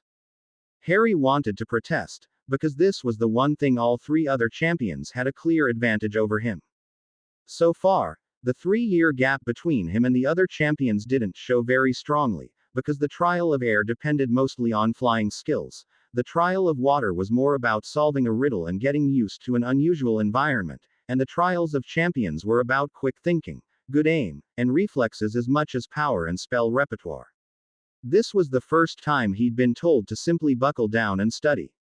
Excuse me, Mr. Bagman, but could you be a little more specific? I mean, I'd have to catch up on 3 years worth of general potions on top of whatever extra I'd need to learn. Could you point me in a general direction, at least? Bagman looked at Harry, looking conflicted. I'm sorry, Harry, but the events and rules were decided well in advance, definitely before your name was placed in the goblet. All I can say is what I've already told you. You need to study potions for the trial of Earth. Well, I guess it narrows it down to Earth-based potions, but that's still a pretty wide category, Harry griped silently. Hadn't he done this before? Then again, did he really try to win last time? He'd need to consult with Hermione. Leaving the tent, he made his way straight to the VIP seats to find her. Harry, what on earth were you thinking? Hermione shrieked as Harry approached her. That certainly wasn't the response he was expecting. What do you mean? I was just doing my best in the duels. Harry gave a cautious smile, not completely sure of why Hermione was so worked up. He reached out to put his hand on her shoulder to calm her. She swatted his hand away. You almost got yourself killed, Harry. Hermione was breathing heavily and on the verge of tears. The tournament's always been dangerous, Hermione. You know that. You've been helping me train. Harry retorted. He felt that she was being uncharacteristically illogical at the moment. It wasn't as if he stayed overnight in the hospital wing like he'd done so often. That doesn't mean you have to make it more dangerous for yourself. You tossed 24 explosives at once at a ball Crumb was banishing towards you. What were you thinking? Crumb Victor was using my own potions against me. If he did that summoning spell a few more times I would have lost. What else should I have done? You should have lost the duel. Harry was stunned by the simplicity of her answer. Why didn't he think of it before? In fact, why didn't he even consider it in the first place? Okay, at the beginning of the tournament, he had known that he needed to stop Cedric from winning, and the easiest way to do that was to simply beat him. But that was just an excuse. He actually liked being in the tournament. He dreaded every event for a few days before each one started, but as soon as it started he got a rush of excitement while he was competing, a wave of relief when it was over, and a surge of anticipation when waiting for his scores. He wanted to win, pure and simple. He summed up his thoughts by telling Hermione, I don't want to lose. And you'd just throw away your own life just for that. She bit her lip, waiting for his response. Harry noticed that a few people were starting to stare, so he pulled her away from the crowd and tossed up some privacy wards in a secluded area under the bleachers. Why are you so worked up about it, Hermione? Besides, even if the worst happens, you'll find me again in the chamber. Seeing Hermione gasp in response, he knew he'd said exactly what he wasn't supposed to. I was afraid you'd say that, Hermione whispered as she finally broke down and a few tears began to fall. Is that why you're so reckless with your life? Does any of this matter to you, or is it all a game now? Do we matter? She turned and ran back to the castle. Harry wanted to stop her and just tell her that it was obvious all of that mattered to him, but he didn't know how to say it without sounding insincere. By Sunday, he still hadn't heard a word from her. He'd woken up early, hoping to catch Hermione coming down the stairs. He waited for hours, only to find Lavender approach him to say that Hermione was moping on her bed and didn't want to come down. A few attempts to coax her out, via Parvati and Lavender, resulted in failure. The entire time he was waiting, he ran through the conversation in his head over and over. How could she think I didn't care for her anymore? He wondered. Maybe I need someone else's perspective on this. Where's Luna? He went to his room to get the Marauder's map. Searching through all the places he thought she'd be for 10 minutes, he still couldn't find her name. He then decided to search for Neville instead. Another 10 minutes later and he still came up with nothing. Since the map didn't show the room of requirement, he made his way over, only to find the room unused. Back in the common room, he flopped onto the couch and yelled, "Where is everyone?" In frustration. Hogsmeade, of course. It's Valentine's weekend. Harry turned his head to see Ginny at the opposite end of the couch. "You were really amazing yesterday," she complimented him. Harry completely missed her last line. Valentine's. It's Valentine's. How could I forget? I've picked the worst time to get into a spat with Hermione, he realized. So why aren't you with Hermione? Ginny asked, sounding a little too hopeful. You two didn't. We're just having a little disagreement right now. Nothing to worry about, Harry said absently. His mind was racing. Even if he somehow managed to make up with her right this very moment, they wouldn't have enough time to go to Hogsmeade and back. No romantic lunch date, like everyone else was doing. Do you need someone to talk to? Ginny asked shyly, putting on her cutest expression she could muster. Harry, unfortunately, wasn't really paying attention. Talk. She's right. I should talk. I need relationship advice. Now who could I talk to about that? Cedric. He's probably out with Fleur right now. And that would be weird, Harry figured. None of the professors. Are any of them even married? He wondered. Anyone who's in a good relationship right now is probably in Hogsmeade anyways. He then remembered one person on the outskirts of Hogsmeade who he could be frank with. Thanks, Ginny. I do need to talk to someone. I meant me, she squeaked out as Harry fled to his room. Harry carried a basket of soup and salad from the kitchens for Sirius and sandwiches for himself. He wanted to thank his godfather for his help just before the duels and tell him about the results. Most of all, he wanted to talk to him about Hermione. He wasn't really sure why, but Sirius seemed to be the best person he knew to talk to about relationship advice, despite the man not having much human contact for the past 13 years. He did act like he wanted to relive his Hogwarts years again, and talking about school life always seemed to cheer him up the best. It was late afternoon by the time he arrived at the shack. Upon hearing the trap door, Sirius was bounding down the stairs before Harry was all the way inside. Harry, I was wondering if you'd show up today. Where's your girl? I thought you'd be spending the day with her. Sirius was obviously bored to death with nobody to talk to, but at least he was more energetic than ever, since he was able to roam the Forbidden Forest at nights in his dog form. Harry set the basket down between them and looked down glumly. Hermione and I had a little argument, he began. I was wondering if you had any advice for me. Had, or are you still having it? It's still going, Harry admitted reluctantly.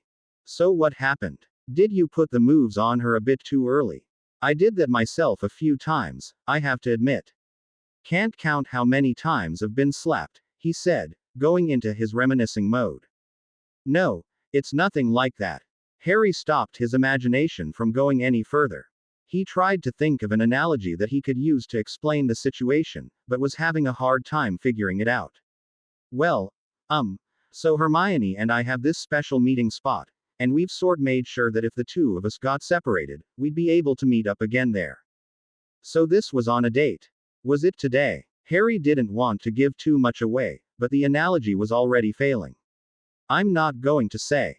But the thing is, she kind of got mad at me for going off and doing my own thing, and then she got really angry when I said that we could have just met up at our meeting spot again. Hold up, Harry. You were going out with her, and then you got distracted by something and got separated, and when you two met up again you thought everything was fine and dandy.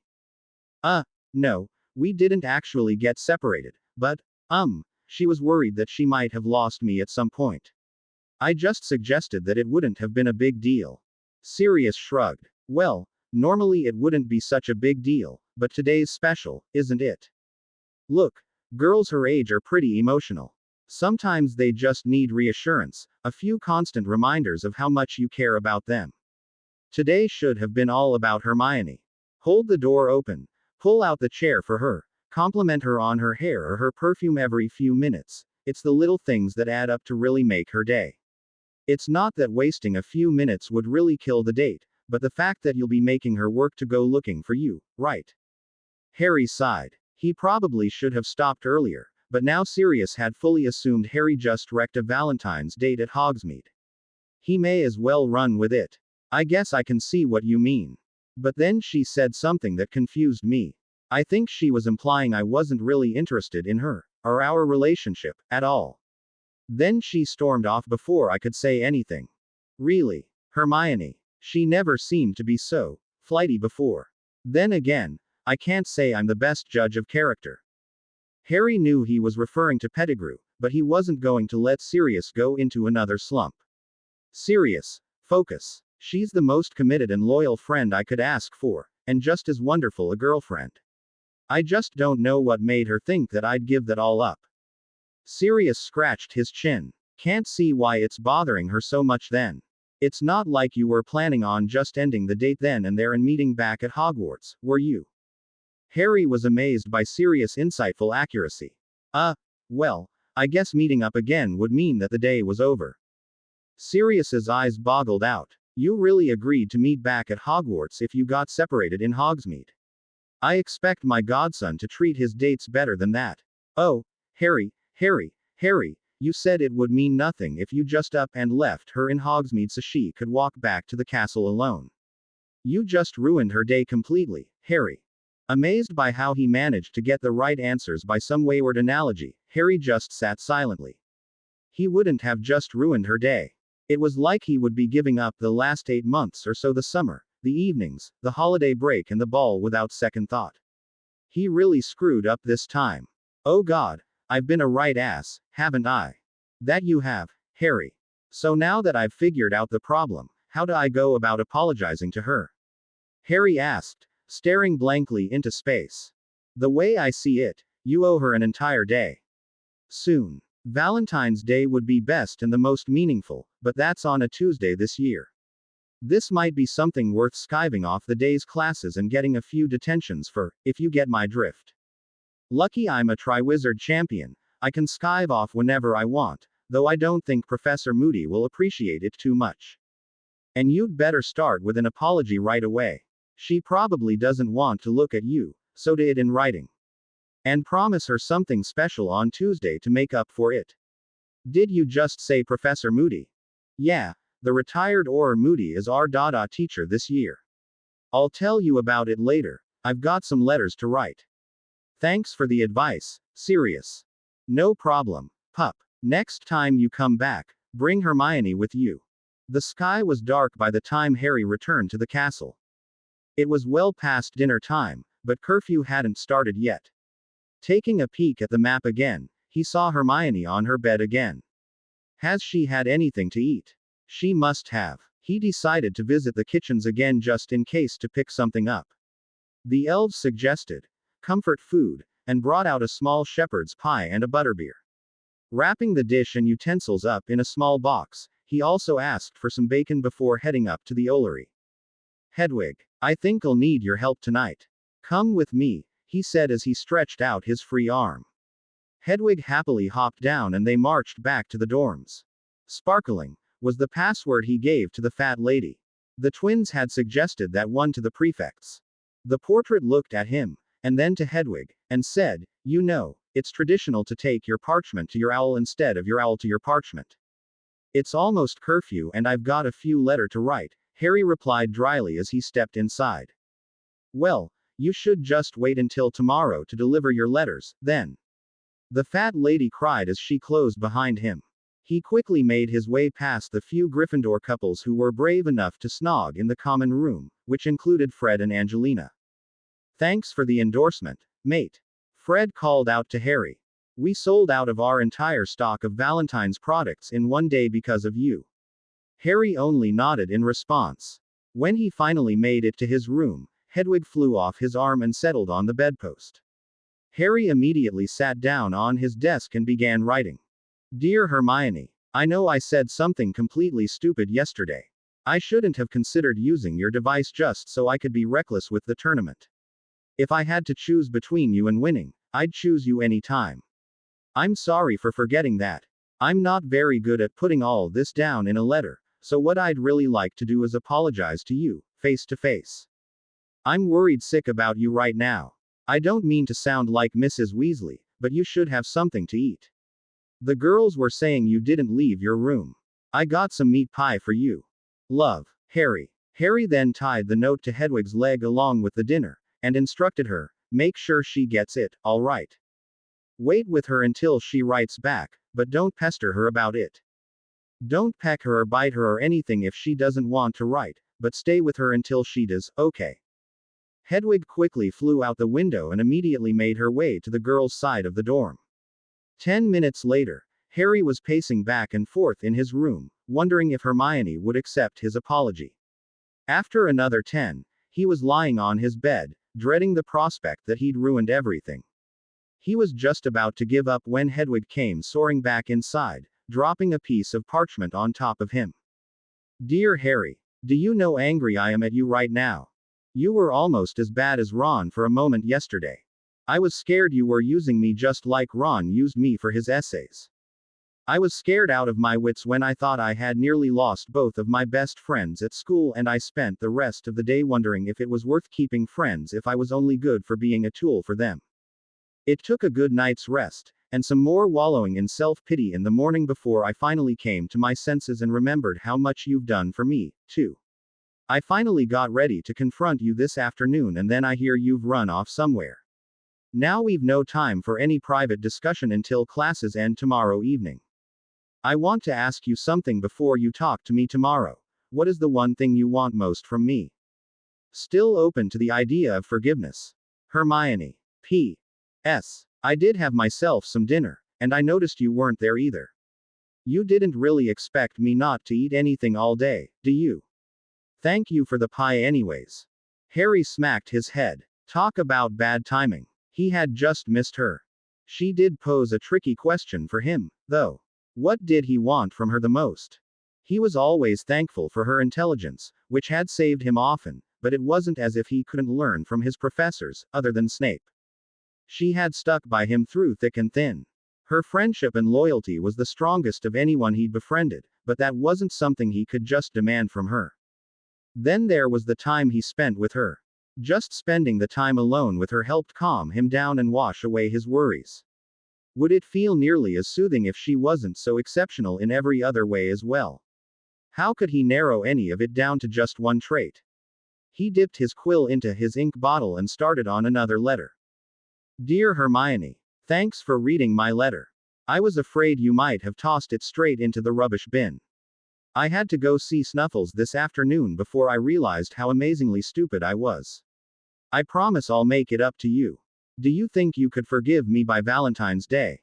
I want to do something special for you. Now to answer your question, I don't think I can do it properly. You're my friend who loves me for who I am. You always have an answer for me when I'm in a fix. You've stood by my side when nobody else would. You've sat beside me in the hospital wing more times than I can count. You rescued me from the Dursleys this summer. I don't think I can ask for anything from you. I just want you by my side so I can thank you for making my life better. Eternally grateful, Harry. With another piece of bacon in her beak, Hedwig was happily making the short trip over to the girls' side of Gryffindor Tower. What Harry didn't know was that Hermione was feeding her bits of her shepherd's pie as well. The Snowy Owl's treat-to-flight ratio would be very high tonight. Hermione's reply was much more prompt this time. Dear Harry, do you have someone over there helping you write your letters? Is Snuffles giving you advice? I'd tell you to stop being so sappy if I didn't enjoy it so much. You're such a hopeless romantic. Anyways, I can't stay mad at you with an answer like that, But I still haven't forgiven you for being stupid yesterday. Thank goodness you didn't mention a certain owl project in your response. Now, whether or not I'll forgive you by Valentine's hinges on two questions. First, would you have asked me to be your girlfriend if I hadn't come to you with my owl project? Second, what are you planning for Tuesday? Amused and amiable, Hermione. Harry grinned. Things were looking up. Dear Hermione, the answer to your first question is I don't know, but I would have been stupid not to. Everything in my life has been so much better since I've become friends with you that I regret it took until Halloween of first year, because that meant missing out on 2 months with you. If I didn't figure it out by summer, then I would have when my name popped out of the goblet. You were the one who stood by me then. I'm not good at guessing what would have happened, but what's important to me is that you're with me now, and I wouldn't trade that for anything. Please forgive me, Hermione. The answer to your second question is a surprise. You'll have to wear your dress again, though. Thanking the stars for my good fortune. Harry. He happily fed Hedwig another bit of bacon and she was off. Hermione's reply came in minutes. Dear Harry. Thanking the stars. You should be thanking me for being so generous. Since you didn't answer my questions, you're not totally forgiven yet. You think you can tell me what to do. You're supposed to be apologizing. Do you have any idea how hard it is to do up my hair and makeup like at the ball? This had better be worth it. Shaking my head at the things I do for you. Hermione. Harry was immensely relieved that Hermione was being playful again. At least, he thought she was. If was misinterpreting this letter, there would be no saving him. Dear Hermione, you're right, I should have thanked you instead of the stars. Divination and astronomy were never my friends anyways. I'm groveling right now as I write this letter. I'm begging for your forgiveness. I'll stay down here until you tell me I can get up, or until I have to start getting ready for your fabulous Valentine's evening, whichever comes first. With aching knees, Harry. Harry really did get on his knees as he scribbled out the letter quickly, out of sheer amusement. He wondered what Hermione's response would be. Dear Harry, are you seriously on your knees right now? Would you sleep like that if I told you to? Blinking in disbelief, Hermione. Harry responded with an even shorter letter. Dear Hermione, yes and yes. Looking for a way to rest my head.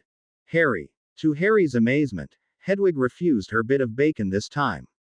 The owl had been positively stuffed with bacon and meat, and she was feeling a little bloated. A proud owl like herself had to watch her figure, no matter how much she loved bacon. Dear Harry, you are such a silly goose. I'm not that mean, you know. I'll forgive you temporarily for tonight so you can actually get some rest.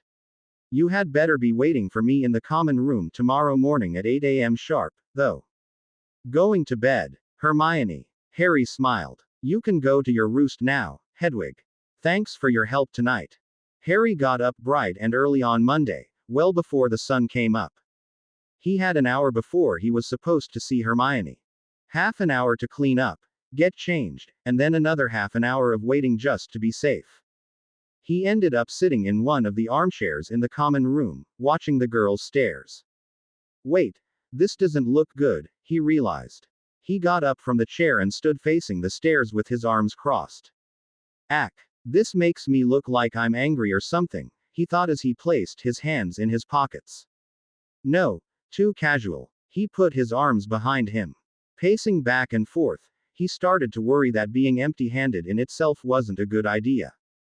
He tried conjuring a few flowers, but a once living, highly detailed object was difficult to make. The first one, a rose, came out looking more like a big, red daisy. He tried a tulip instead, hoping that the simpler flower would work better. He ended up making something with the proper shape, but it had one giant cup-shaped petal. He kept trying one after the other and forgot about the time. You know, you don't have to conjure them individually. There's a spell for making flowers. Orchideus. Harry looked up to see Hermione standing there at the top of the stairs with a small bouquet sprouting from her wand. He dropped his latest attempt onto the pile at his feet. The earlier attempts were already vanishing, but he was still ankle-deep in poorly conjured flowers. Oh, I didn't know that. These are for you.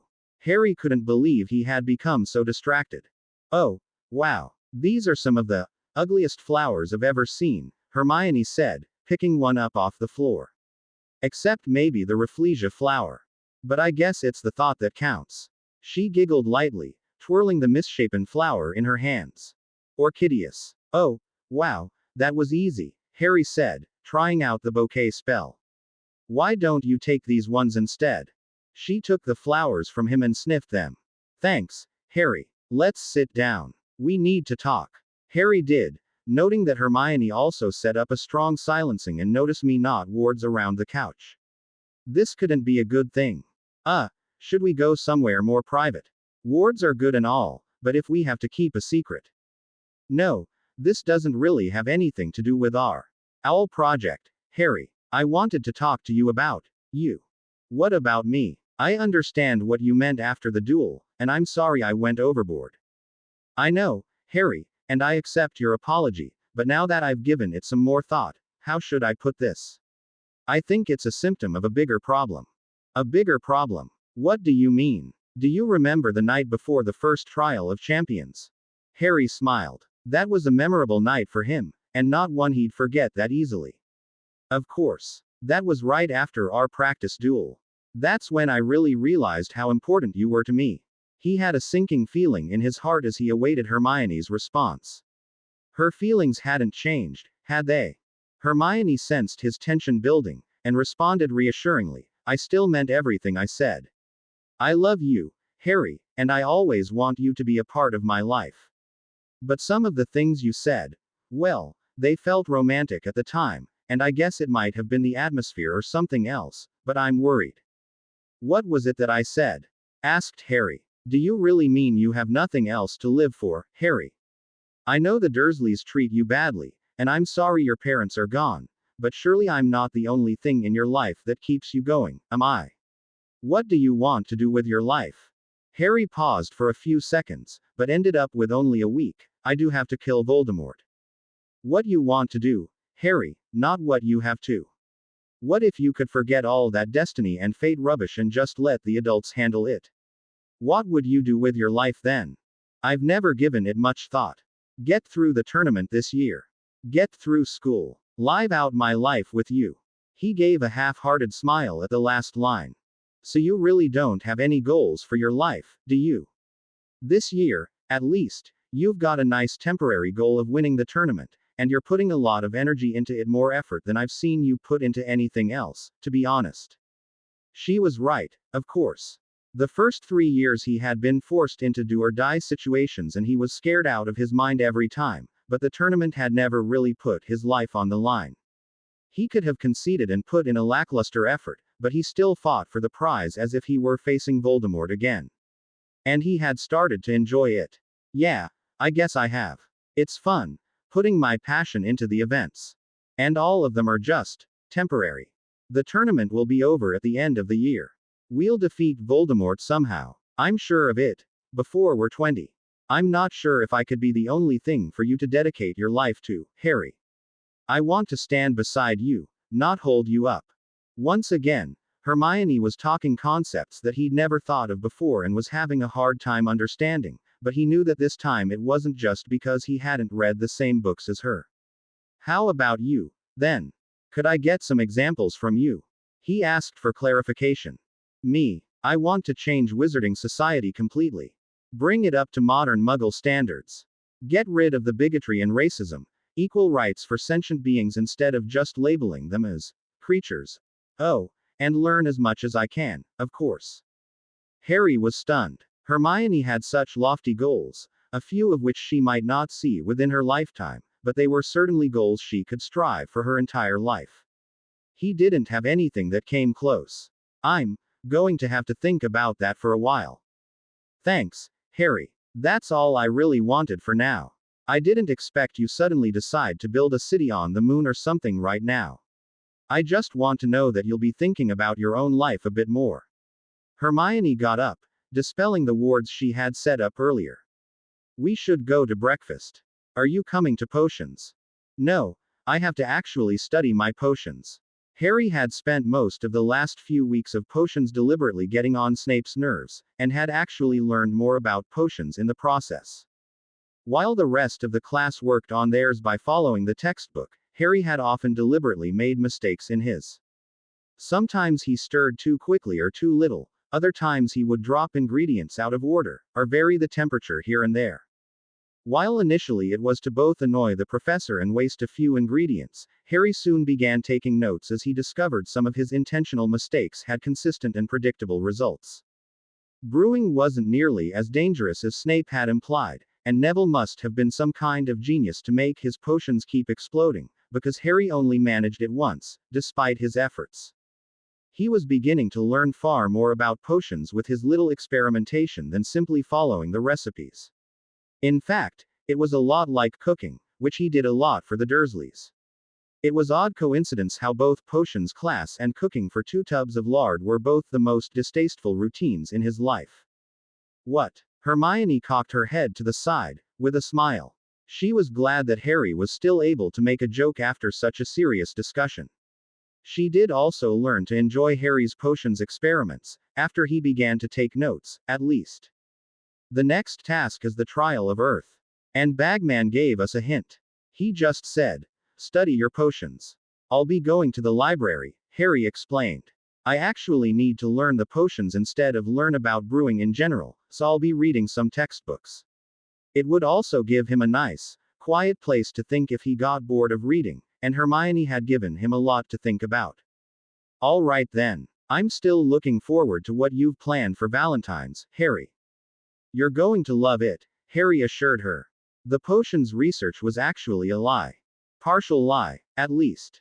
He intended to sneak out to Hogsmeade that morning and study potions later, when he got back. He had a particular piece of jewelry to buy, and if they didn't have it, then he'd pay them to make one. Taking the passage through the One-Eyed Witch into Hogsmeade, he stayed under his invisibility cloak until he was at the jeweler's. Navigating through town was far simpler on a school day Harry never noticed before, but the students made up more than 3/4 of the pedestrians during Hogsmeade weekends. "Hello there. Oh, you're a Hogwarts student. Aren't you supposed to be in class right now?" The owner of the shop, Henry McCullen, said with a quick glance from his newspaper. "Not if I don't want to," Harry answered. "You're gonna regret skiving off class when you're looking for a job in a few years, kid," the man said. "You'd better not." "Oh, Mr. Potter." He finally put down his paper and got a good look at Harry. He was the one from whom Harry had bought Hermione's earrings. "Yes, I'm back. I'd like a locket. 2 of them, in fact. They need to be able to hold a small photo inside." Harry had the picture of the New Year's ball in mind. "Why didn't you come here yesterday? I'm sold out of little love lockets. Seems like the French boys all wanted to buy one for their bells. Not that I'd turn down their business, but they could use a little more independent thinking, you know." Harry hesitated, wondering if this was a problem. He didn't think he was being especially creative, but he also didn't think that everyone else had been buying lockets as well. Still, he had already received the extra copies of the photos from Colin, and a locket would be a nice place to have a copy. "Then could you make me one? I guess I might as well stick to birthstones. Hermione's is sapphire. Mine would be rubies." For the next hour, he and Mr. McCullen discussed what Harry wanted. They would be 2 golden lockets that mirrored each other with a lion and lioness. A single ruby or sapphire would adorn each one, and they opened up to contain a picture of their key. At the ball. The jeweler initially balked at the idea of completing both by tomorrow, but agreed to it when Harry paid him up front. Finally satisfied, Harry realized this was the perfect time to ask a few questions that had been on his mind. "Do you know about storing magic inside gemstones? You can use a wand to charge it up, for sure. If you just force some random magic inside, they'll sparkle brighter, o' course. I could do that for you, free o' charge. It's not too difficult." "Well, what about storing magic and releasing it later, for casting spells?" Harry asked. "Oh, are you talking about Mr. Diggory's caster glove?" "Yes, impressive stuff, I have to say. I can't do that for your locket, for a couple o' reasons. First, the half-carat ruby and sapphire you picked won't hold much. One spell, nothing too powerful. Diamonds are the best, o' course. Half-carat diamond could hold a few spells." Harry figured as much. Cedric's glove was studded with dozens of gems, and it only held about 30 spells. And the next problem is the material. The gold locket won't conduct magic. None of the metals will. Harry was surprised. But Cedric's glove was made of gold, or something that looked like gold. It was definitely metal. Sheesh, do I look like a goblin to you, mate? Seeing Harry's confused expression, he went on. Only goblins know how to make metals that can channel and contain magic, Mr. Potter. I thought that was common knowledge. Why goblin steel and jewelry is so damn valuable. None of them will share their secret with us wizards. I'm muggle raised, but thanks for telling me, Harry growled. Situations like these always reminded him how his life had been completely different from what everyone always thought he was. So if you made jewelry out of something that could channel magic, like wood. What kind of daft fool would buy a 3-galleon jewel and stick it on a 3-canute piece of wood? Look, a word of advice: if you're worried about how you can cast spells if you lose your wand, buy a second wand. Fine, thanks for the tip, Harry muttered as he left. It was well after lunch by the time he got back to the castle, grabbed some lunch from the kitchens and went straight to the library. Studying wasn't going as well as Harry had imagined. On the long walks to and from Hogsmeade, he had a lot of time to think about his talk with Hermione that morning. What did he want to do with his life? The thoughts trickled into his mind as he looked through the various books. Look after Sirius, Harry thought as he looked through the table of contents of the upper year potions texts. No, I just need to clear his name. That'll happen after I catch Pettigrew. He's certainly not some old senior that needs tending to. He sighed, finding nothing of use. What the heck does an earth-based potion mean anyways? At least that meant he was in the same boat as the others. His eyes fell on a book on magical fertilizers and potions.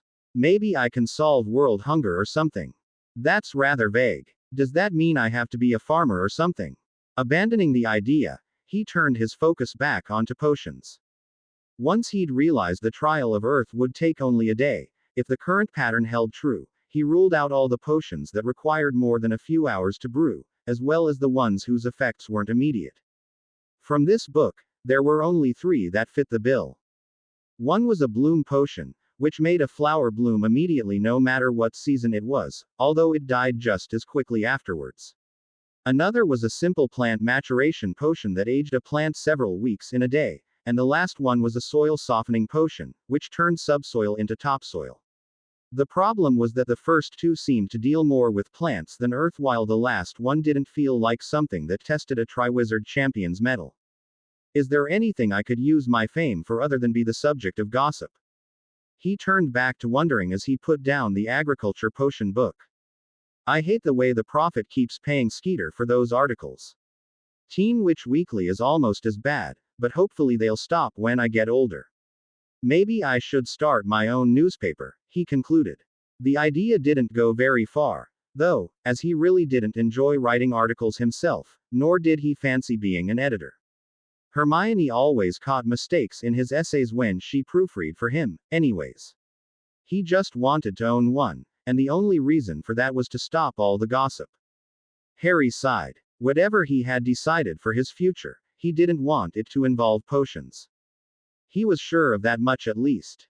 He tried searching for potions that used rocks as an ingredient. Unfortunately, there wasn't a convenient tome of rock-based potions to pull off the shelves. He ended up picking a few out and flipping through the ingredient lists, seeing if any potions matched his criteria. 4 books later and he was still empty-handed. If Hermione were here, I'd be getting this done twice as fast, he thought dejectedly. No, 3 times as fast. She can absorb books faster than I can skim them, he corrected himself. He left his piles of books to go to the front of the library and check the clock, hoping to see if classes were over so that he could continue the studying with Hermione. He was surprised to find that dinner had already started. Classes had ended hours ago. He ran up to the Great Hall, where the Gryffindor table was oddly empty. An entire section of students were missing the 4th-year students. Upon seeing him, Angelina immediately said, Harry, I think you should go visit the hospital wing right now. Harry didn't wait a second as he bolted from the Great Hall. The hospital wing contained a surprising number of Gryffindors, about half a dozen, in fact. Most of them were in coughing and in mild pain, but conscious. Hermione, however, was laying in her bed with her eyes closed. Hermione, he cried out as he ran to her side. Seeing no response, he asked, "What happened?" To nobody in particular. "Her potion blew up," came the response from the next bed over. Ron was laying there with a few empty potions vials next to him. "And where were you?" Funny how the moment Hermione needs help you're nowhere to be found. Some Gryffindor you are. Or did you just let it happen just because she broke up with you? Rumors of their relationship troubles had been greatly exaggerated, as rumors often were. He was about to retort angrily, but Neville spoke up from further down. "Oh, come off it, Ron, everyone knows it was Malfoy. Are you actually taking the Slytherins' side on this one?" "Of course not. I'd never defend those slimy snakes." Ron's excitement led him to a fit of coughing. But the day after they have a spat, Harry doesn't show up and Hermione gets hurt. "You keep telling me I'm jealous, but at least I was there to help her out." "You practically fell on top of her," coughing, snorted Seamus, on the next bed over. "I wouldn't call that helping." "Wait, what did Malfoy do? Why are there so many of you in here?" Harry directed his question to Neville this time, hoping to get a straight answer. "Well, nobody actually saw him do it, but he was smirking like he knew what was going on. Hermione's potion blew up, and all of us nearby caught a whiff of the stuff and we fell down coughing. Hermione caught it right in her face, though, and she just dropped to the floor.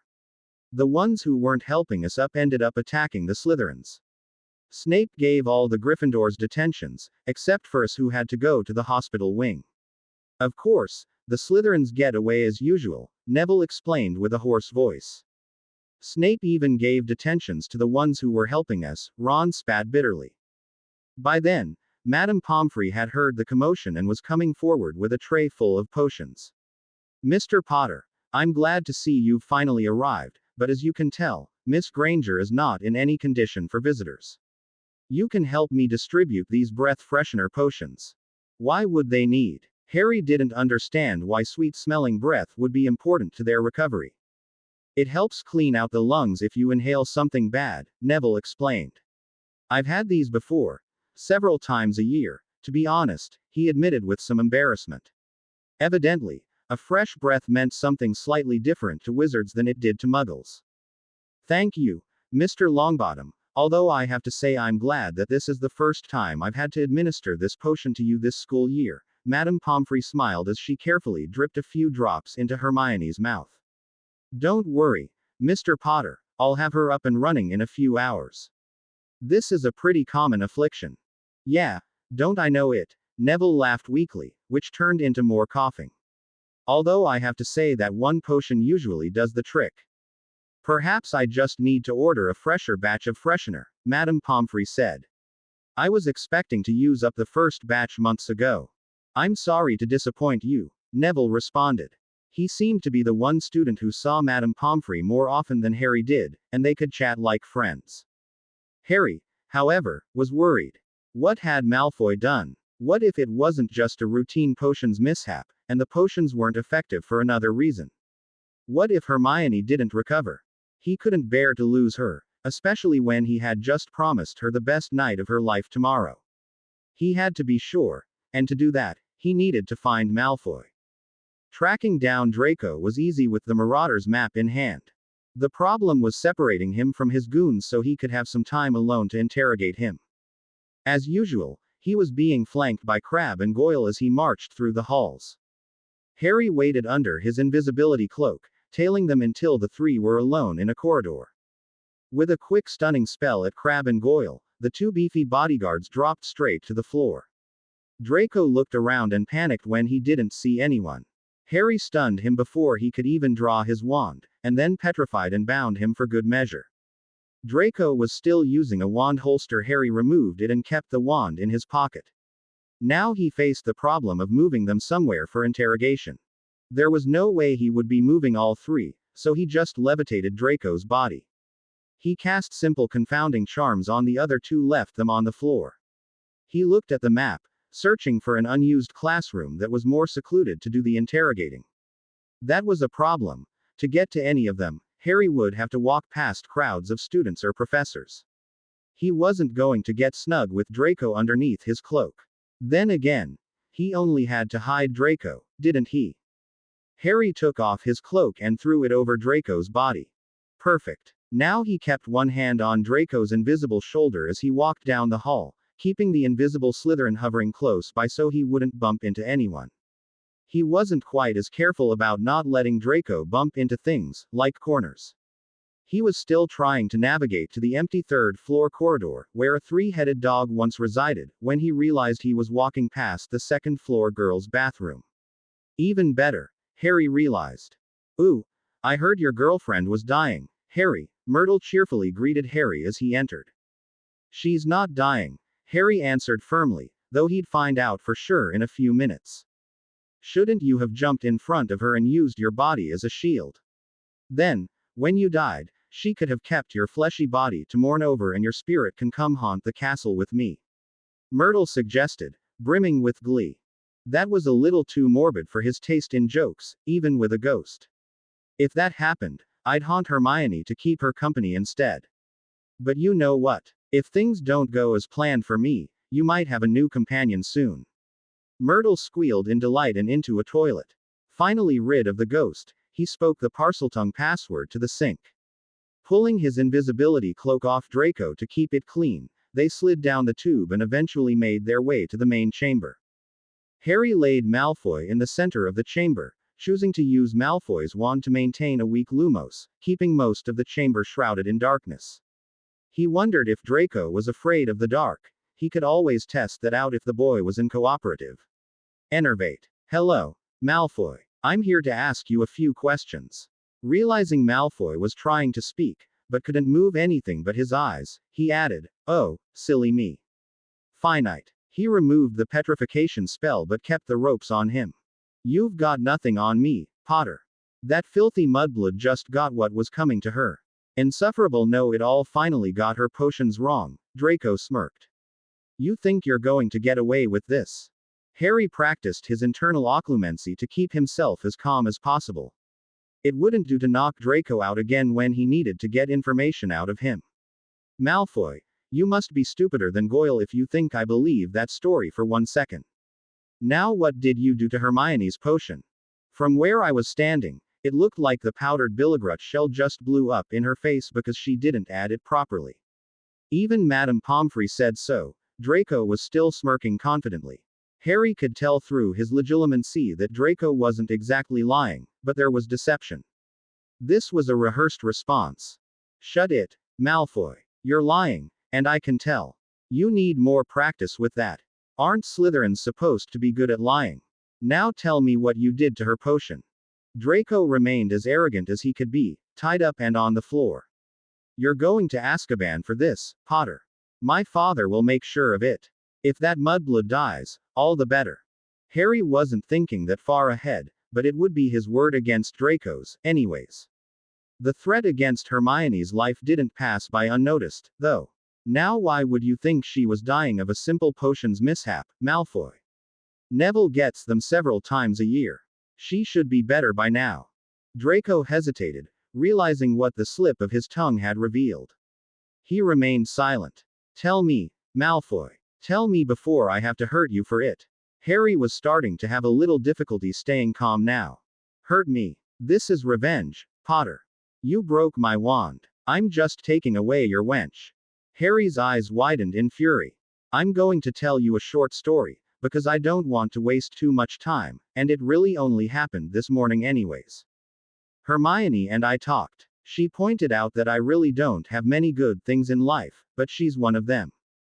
I've been thinking about it all day, Malfoy, and I've come to realize that, for the moment at least, there aren't many things I'd dedicate my life to other than her. Do you know what happens when you take away a man's only joy in the world? Draco stared back at him without a reply. I don't know either, but if it means making you suffer to get her back, then that's what I'll do. He had wanted to say something profound or dramatic, but nothing had come to mind at that moment. You're a half-blood bastard, Potter. You goody-goody Gryffindors haven't got the stones to torture someone. The only reason you're not in there is because my father ordered me to keep my hands off you. Like I said, when I'm out of here, you'll be in Azkaban. I can't do anything to you. When you get out of here. You sound so sure of that, Malfoy. Do you know where you are? Take a look behind you. Harry rolled Draco with his foot to help him see a huge, scaly wall. When Harry increased the power of his lighting charm, Draco realized he was looking at an enormous, dead basilisk that was thicker than he was tall. I killed that 2 years ago.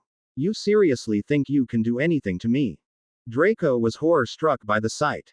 Being dead didn't stop the mouthful of poisonous fangs from being amazingly scary.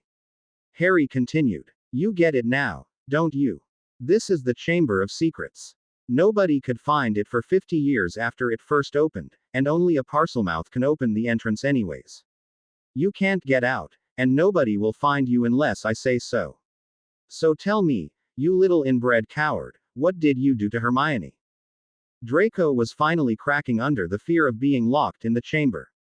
He stammered out, Wispin bee bone powder. It looks as similar to Billigrut shell powder. Good. That wasn't so hard, was it, Malfoy? Now what's the antidote? I don't know. What is it? Harry couldn't believe that Draco would be stupid enough to use a dangerous substance without knowing its antidote. But then again, Draco probably got into Slytherin for his pure-bloodedness, not his cunning. I said I don't know. Harry could tell that Draco wasn't lying this time. Now he was stuck down here without an answer. Would Madame Pomfrey know? That was his only hope now. Draco, I was going to let you go when you told me how to cure Hermione. Since you don't know, it's up to Madame Pomfrey now. You're going to stay down here until she gets better. Do you have any more advice that could speed up your own freedom? You can't do this to me, Potter. Harry stunned Draco when it was clear the boy had no more useful information for him and left the chamber. He ran to the hospital wing as quickly as his legs would take him. Madame Pomfrey, he shouted as he burst inside, only to find the woman standing right in front of him.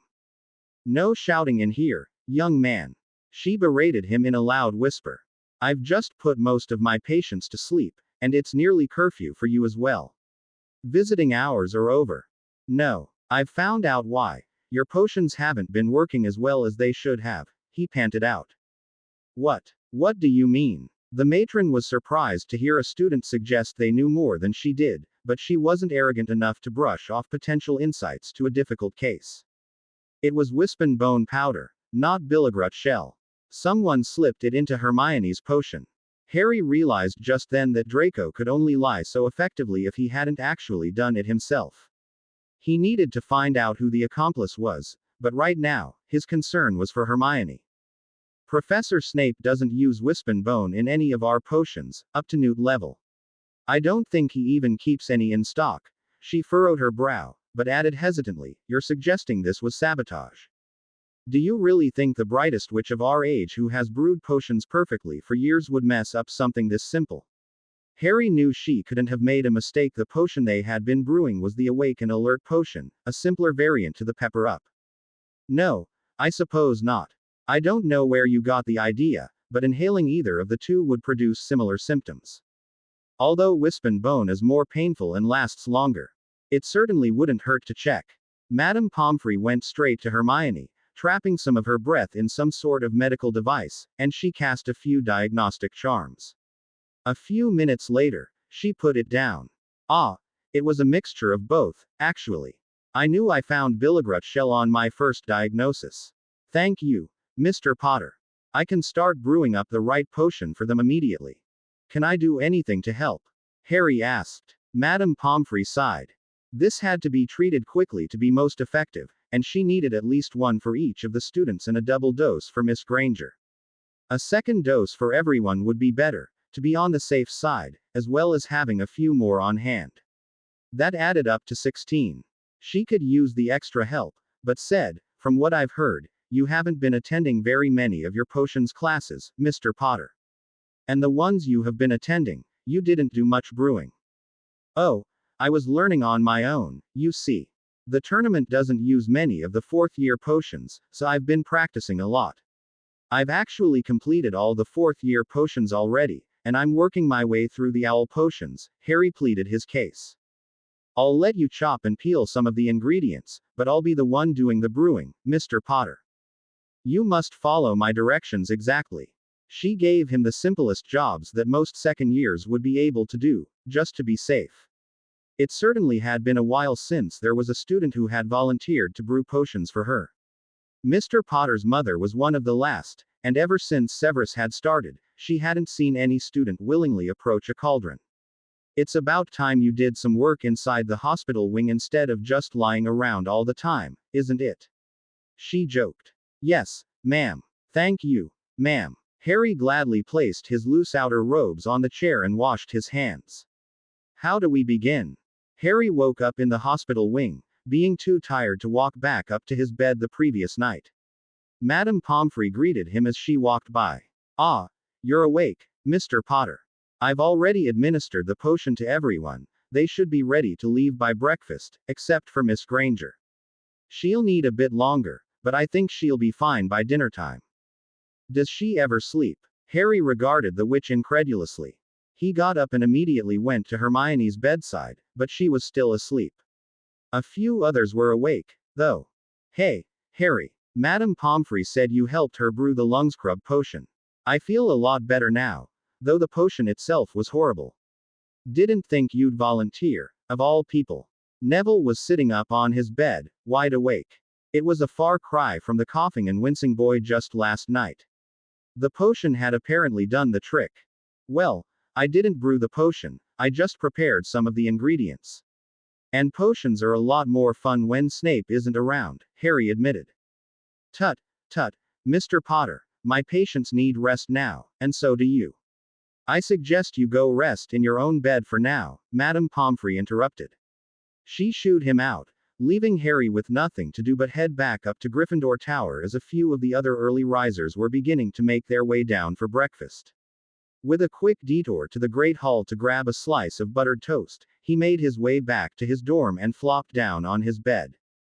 Harry woke up again, and by this time classes had already started. No matter, though, as he hadn't planned on attending any today, anyways. His first stop was, once again, the hospital wing. Back so soon, Mr. Potter. I'm afraid Miss Granger won't be seeing you tonight. I'm keeping her under dreamless sleep that should last until mid-afternoon, and then I'll determine if she's fit to be released, Madame Pomfrey explained as he looked hopefully at his girlfriend. She was looking a lot better. Her breaths smooth and regular, unlike the previous night. Harry was glad to see her sleeping so peacefully. He resisted the urge to climb into bed and cuddle next to her, and settled for stroking her cheek instead. Get well soon, Hermione. I've got a big day planned for you, he whispered to her. To Madame Pomfrey, he asked her, just in case I'm not here when she wakes up, could you pass along a message for me? What would you like me to tell her? Just tell her that she should have her dress on at dinner time. I'll relay the message, Mr. Potter. And good luck with the tournament. Thanks, ma'am. With that, Harry left the hospital wing and once again took the secret passage to Hogsmeade. He was surprised to see some students in the streets in the middle of the day. None of them were Hogwarts students, though. There were several couples dressed in Bobadden's signature blue robes. It was a little more challenging than yesterday navigating his way through the streets under his invisibility cloak, but he still managed to do it with ease. Taking the cloak off just outside the jeweler's, again, he stepped inside. Ari, is that you? Damn. I didn't think he'd have customers today, Harry kicked himself mentally. Well, I guess it doesn't matter too much for a Bobadden student to know I snuck off the grounds. He straightened up and greeted his French competition. Hello, Fleur. What brings you here today? Madame Maxime, as allowed Z students Z day off today, seeing as she, herself wanted an excuse to take an holiday. That certainly explained why they were all in Hogsmeade today, but... Yes, but why are you in this shop in particular? I need Another bracelet. That is all, she said, as if it were the most natural thing in the world. Another. Wait, how many do you have? Hermione certainly didn't have that much jewelry, but then again, Harry had to admit Hermione wasn't your average girl. Neither was Fleur, for that matter. I brought 5 with me, but I would like to avenue a different one for my dinner with Cedric tonight. Something Z photographers. Avenue not published over and over already. And yourself, why are you, air? I zote. Hogwarts students are only allowed on certain weekends.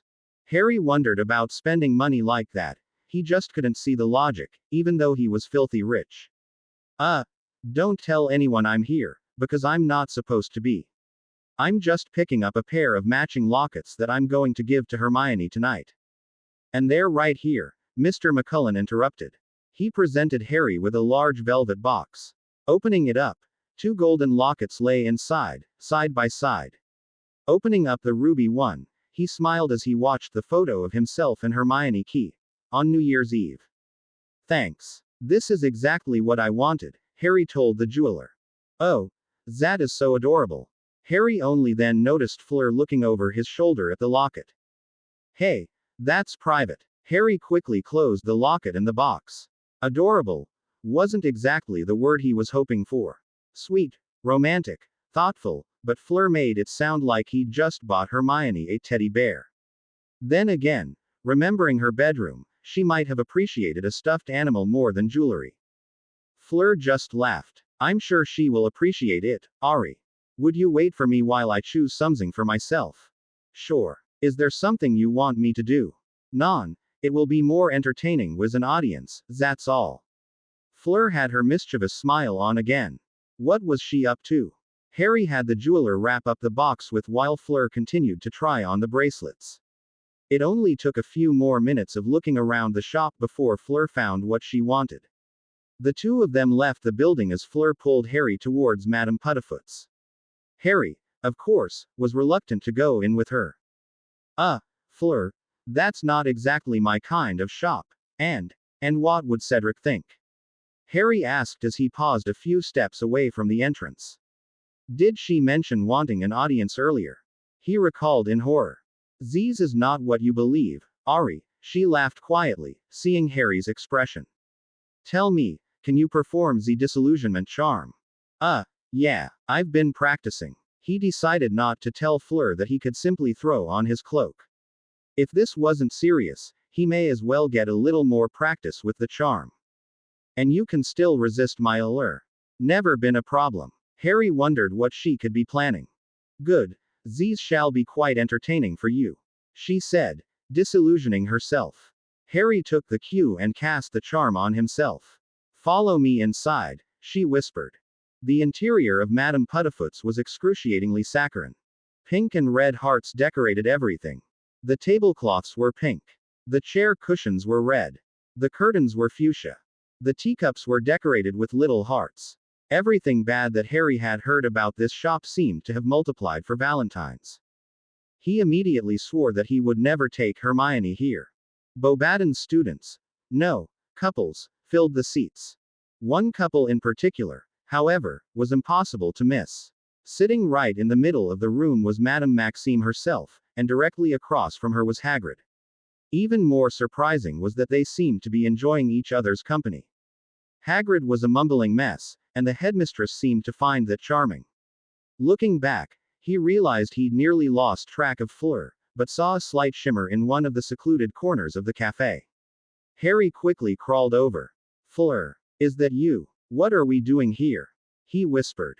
Just watch. Are you ready? Fleur asked. For what? Harry got his answer immediately when he felt Fleur's allure quickly build up to full force.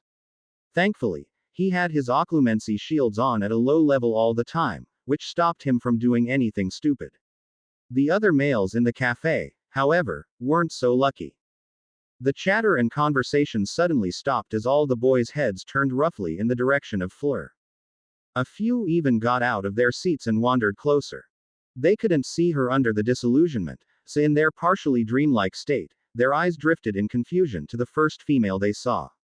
For some of them, they were lucky enough to look at their own dates, causing them to immediately do something stupid. Some leapt over the tables, throwing themselves at the girl across from them. Others tripped getting out of their own seats trying to grab their girlfriend's hands. Harry was sure he heard a few of them ask, Je t'aime, veux-tu m'épouser? Even that didn't last long. When the waitress walked into view, several of the boys tripped over each other scrambling towards her. She ended up dropping her tray in surprise, whereupon the boys immediately competed with each other to see who could do the best job of cleaning up the mess.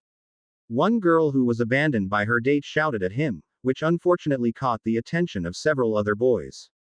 As soon as they laid eyes on her, they ran right across the cafe, tripping over each other. The process seemed to repeat itself several times over, as their attention spans had become shorter than a niffler's. Eventually, however, their eyes fell to the most visible woman in the room, their headmistress. Harry struggled to stay silent as 4 or 5 boys scrambled out of their seats and practically began to proposition the half-giantess. Hagrid, it seemed, wasn't affected by the allure as badly as the others. He still went from being tense and nervous to dopey and love-struck. He easily swept aside the other boys with his massive hands as he knelt down in front of her. A limp. Ah, I just know the one fair me. This is true love, innit? Madame Maxime was amused by the spectacle, but she figured out what was going on. No, Hagrid, this is not true love. This is what happens when a little Vila tries to play Cupid. Fleur. Ca suffit. Sortir maintenant. Now we go. Fleur whispered as she quickly rushed out the door, avoiding the girls that were searching for her. Harry quickly followed. They didn't stop until they were across the street. What was that, Fleur? Harry couldn't stop laughing. Not that he had anything against half-giants, but what he just saw did feel a little ridiculous. Fleur burst out in riotous laughter. This was a side of her Harry had never expected. So, Ari, what did you think of the show? I had no idea you could do that with your allure. Why didn't you bring Cedric along today? This isn't the first time you've done it, is it? Well, Cedric still cannot stand up to my allure as well as you, and also, he insists on attending all as classes this year. She let out her disappointment with a huff, but smiled again just as quickly.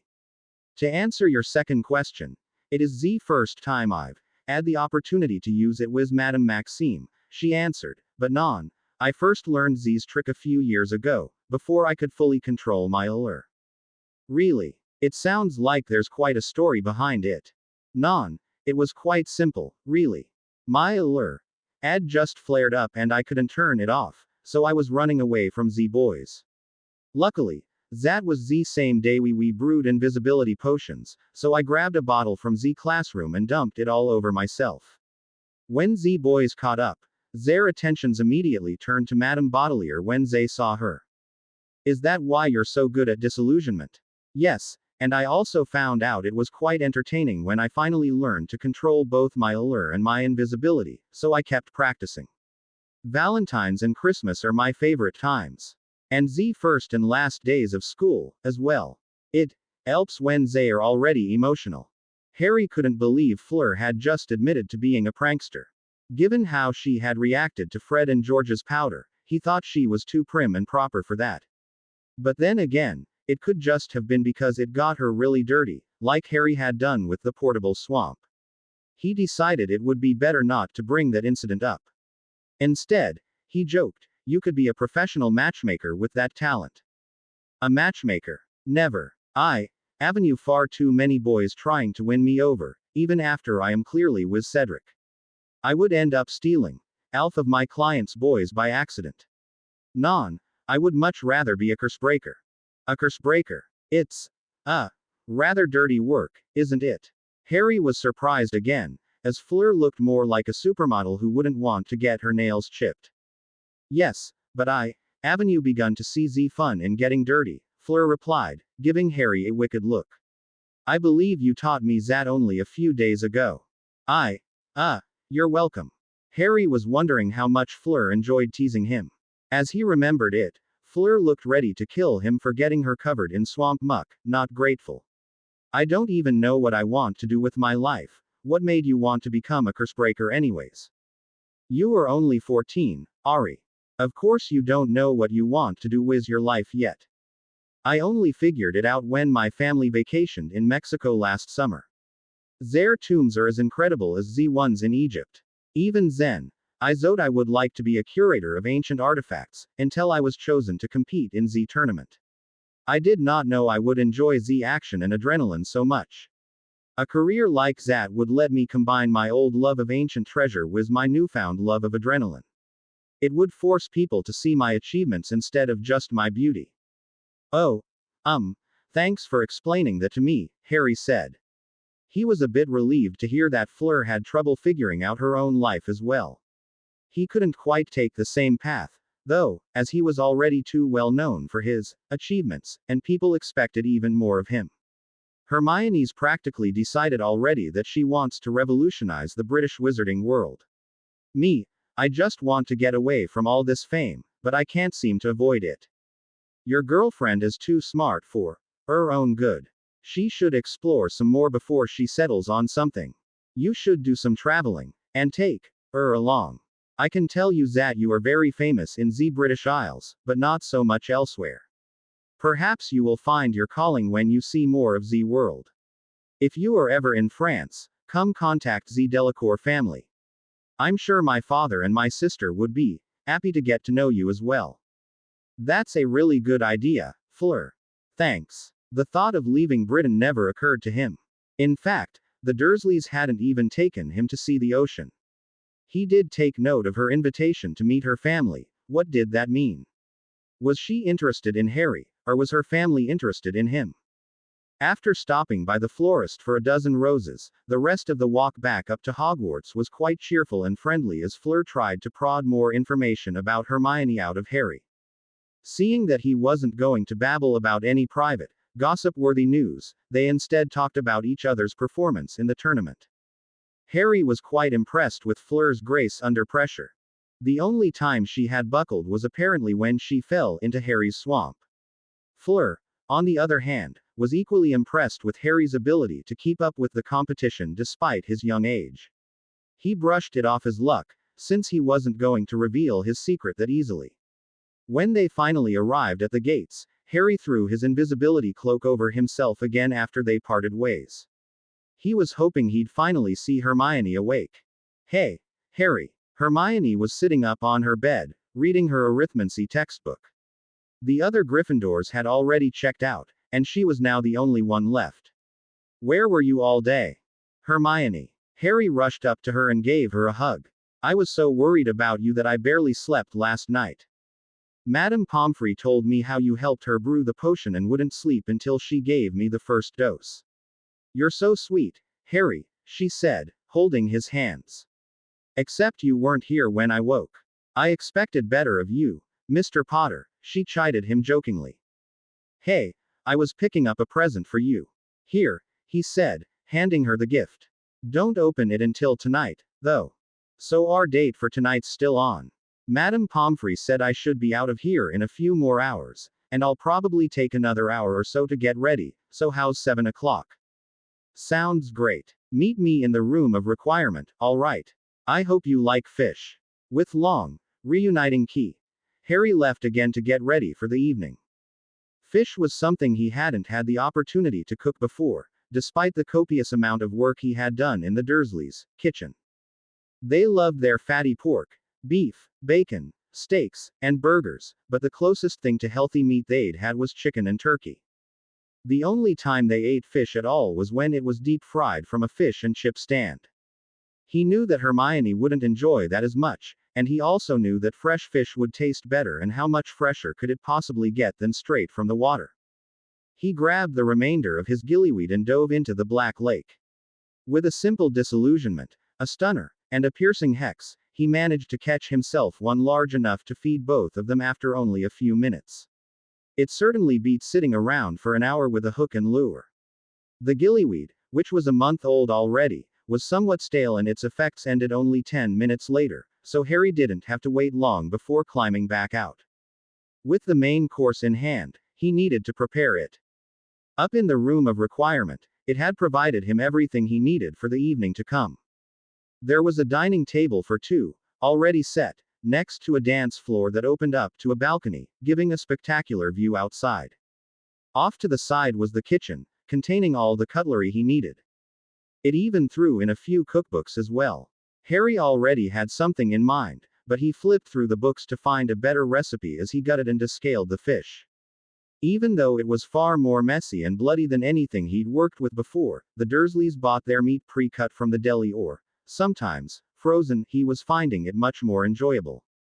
Some of it came from the knowledge that he'd be enjoying the fruits of his labors himself, and partly because it was so much easier to do when the room had provided him with every tool he needed, in perfect condition. The Dursleys had forced him to work with only 3 dull knives: the chef's knife, the other knife, and the bread knife. Unfortunately, while the room provided all the tools, it couldn't provide him with the food.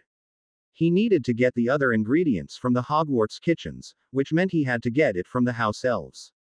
Tentatively, he called out, "Dobby." The little house elf popped up beside him. "Hello, Master Harry, sir. You was needing." Dobby paused as he found himself in another kitchen. He glanced at the fish. "You was needing fish cooked, Master Harry." Before Harry could answer, Dobby popped away, bringing back plenty of herbs, spices, vegetables, and everything else needed to complete a dinner with the fish. Dobby was just about to debone and fillet the fish when Harry yelled, "Dobby, stop." Dobby froze, and so did the knife hanging midair. "Dobby, I just needed the ingredients. I want to cook this myself." Dobby's eyes began to water. "Is Dobby's cooking not good enough for Master Harry, sir?" "Oh, Dobby has failed Master when he cannot even cook. Bad. Dobby. Dobby is useless house elf." Harry saw a cleaver begin to levitate and move towards the little elf. "Dobby, stop. I forbid you from harming yourself. It's just really important to me that I cook this meal myself. You can cook breakfast for me tomorrow morning then, how about that?" Dobby nodded solemnly. The knives all flew back to their proper places. Harry then told Dobby, "I still need a few more ingredients. Some broccoli, carrots, cucumbers, a lime, potatoes, grape tomatoes, feta cheese." He went back to the cookbooks and listed the rest of the ingredients he needed. Dobby happily popped back and forth to the kitchen to provide Harry what he needed. He nearly lost track of time whipping together the dinner, even though it was a simple, 3-course meal. He had plenty of fun making his own sauces instead of squirting pre-made stuff from a bottle and ended up experimenting many times to get the flavor right for both the salad and the main course.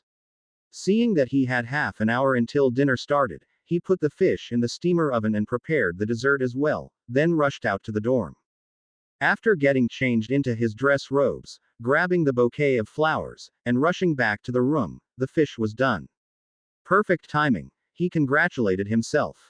Just as he added the garnishes and put it back in the oven to keep it warm, he heard the door open. Even perfecter timing. He threw off the apron just as Hermione walked in. She was even more stunning than on New Year's Eve. This time, she was actually able to take her time getting ready instead of having to undo Lavender and Parvati's work. "So, Harry, what do you have in store for me today? And can I open this box yet?" "After dinner," Harry said, pulling out a chair for her. After she had settled in, he went into the kitchen and pulled out 2 plates of salad. "This is great, Harry. It's even better than the things you cooked up at home. Did you get Dobby to help you with this?" she asked as she speared a grape tomato with her fork. "He certainly tried, but I managed to talk him down to just getting me the ingredients," Harry said proudly. "You know, with a little more training, you could become a professional chef, Harry." She was savoring the sauce that Harry had mixed together. "You think so? And here I thought I'd be stuck hunting Dark Lords for the rest of my life," he said, half jokingly. "Harry, you know you'll be able to." Hermione put her fork back down, but was curious why Harry was saying it so nonchalantly. I know, but I think I'll just take things one at a time for now. I don't think I'll be able to figure out what I really want out of life while he's at my back." "So you don't have any plans for anything when Voldemort's gone? That just seems so reckless. Doesn't it make you feel uneasy?" "Maybe it does to you, Hermione, but I'd rather just put it off my mind until it comes up. It helps me ease the tension, focusing on only one goal. You, on the other hand, can't start a class without the entire textbook finished before September 1st and 3 alternative textbooks on the subject from the library," he teased. "I just like being prepared." Hermione defended herself. I know, that's what I like about you." But I figure I'm better at making things up as I go, and that's why I need your help. Trying to steer the conversation to a more cheerful topic, he said, I hope you like fish, as he took their plates back to the kitchen, returning with the main course. Seriously, Harry, forget about saving the world. Be a chef instead, Hermione said in awe as he carried the plates out. It's so moist. And succulent, she declared as she dug in. How did you make this? The room kind of helped, Harry said. It gave me a steam oven instead of a regular oven, so I used it. Turns out it's a lot better this way. I really have to wonder sometimes if this room, or the castle, is sentient or not. I mean, if it gave you what you really needed instead of what you asked for, doesn't that mean it can think for itself? I wonder if we can find a way to communicate with it. Whoops, set her off on another mystery to solve, he thought. But that's my Hermione. The rest of the evening was far more lighthearted as they pondered what the room could or couldn't do, as well as what Harry could or couldn't cook, given all the ingredients in the world. Harry turned that around on Hermione, asking her what kind of books she would or wouldn't read, given a library of everything ever recorded. The back and forth continued until it was time for dessert, where Harry surprised Hermione again with creme brulee. Afterwards, Harry asked Hermione to open the gift he'd given her. Upon seeing the matching lockets, Hermione gasped out, "Oh, how cute. Damn, there's that word again." He winced mentally as he reached across the table and flicked one of them open. "Do you like the picture?" he asked. He held his breath as he watched Hermione's eyes flicker to the photo, who watched the full scene play out in front of her before replying. "It's perfect. This is exactly what I want to remember from that night, Harry, not all the fuss that came afterwards." "Well, that's why I asked you to wear your dress today. This time, we can do all the dancing we want without anything interrupting us," he said, getting up. As he did, soft music filled the room. Hermione took his hand and they walked over to the dance floor. "Should we begin where we left off?" "Sounds good to me." They began with a simple box step, moving back and forth until they were completely in sync. They progressed to traveling back and forth, moving across the entire room. With nobody else to bump into or watch them, they went faster and faster until they were careening into the walls, laughing all the way. "I think our dancing's improved," Harry commented as they sat on the dance floor. "If you call falling down left and right better, then yes," Hermione laughed. "Hey, at least we fell down when we wanted to." "Sure. Make your excuses." "All right, do you want something to drink?" "I have some butterbeer in the kitchen as well," Harry said, getting to his feet again. "Sounds great. That dancing really got me thirsty," Hermione said, fanning herself off with her hand. Harry returned with 2 opened bottles, handing one of them to her. "Here's to a wonderful evening with the most perfect witch in the school," Harry said, raising his bottle. "And here's to the perfect date with the greatest wizard a witch could ask for," Hermione answered, raising her bottle as well. They clinked them together and, just before taking a sip each, she added, "Don't get another vision this time." "Ha ha. Don't get dragged off by oars this time," Harry said, taking a sip. They waited silently for a few seconds after that. "Were you actually waiting for me to flop down to the floor?" he asked. Yes," she said sheepishly. "Look, Voldemort just seems to have a knack for picking the worst days for you to give you visions. I mean, one on your birthday, and the next one at the ball." "Yeah, me too," Harry admitted. "I think fate just likes to mess with me or something. I think I've earned today, to be honest." "You certainly did," Hermione answered him. "Let's just enjoy tonight, shall we?"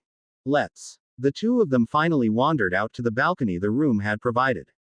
It was a perfectly clear night as the stars shone down, reflected on the black lake. The cool night air was refreshing, though Harry did have to cast a silent warming charm on both of them. A gentle breeze made the treetops rustle and gentle ripples along the surface of the lake. The light scents of the grass and the forest mixed with the light perfume that Hermione was wearing that night. This kind of tranquility was something Harry had never experienced before at Hogwarts. When he'd been awake at night, it was either for astronomy class or he was sneaking around with his heart thumping. This time, he was enjoying the serenity of the night. This is what he wanted. Peace. Not just for himself, but for everyone. Not just getting rid of big bullies like Voldemort, but even the little bullies like Dudley and Malfoy. Maybe it was impossible, but at least it would keep him busy. For now, though, he just wanted to enjoy the night for all it provided. Hermione. He whispered into her ear from behind. Hermione had her eyes closed and was enjoying the night as much as Harry, leaning back into his shoulder. May I key you? We've been dating for months, Harry. You don't need permission anymore. She smiled as she turned her head, still resting it against his shoulder. Just wanted you to be ready for this, he said, moistening his lips. He leaned into her, cradling her neck with his hands as they both pulled their bodies into each other. As they tasted each other's lips, smelled each other's aroma, heard each other's breath, and felt each other's heartbeat, neither of them wanted their embrace to end. The joy of the previous night lasted well into their first class the next day, which was Ancient Runes.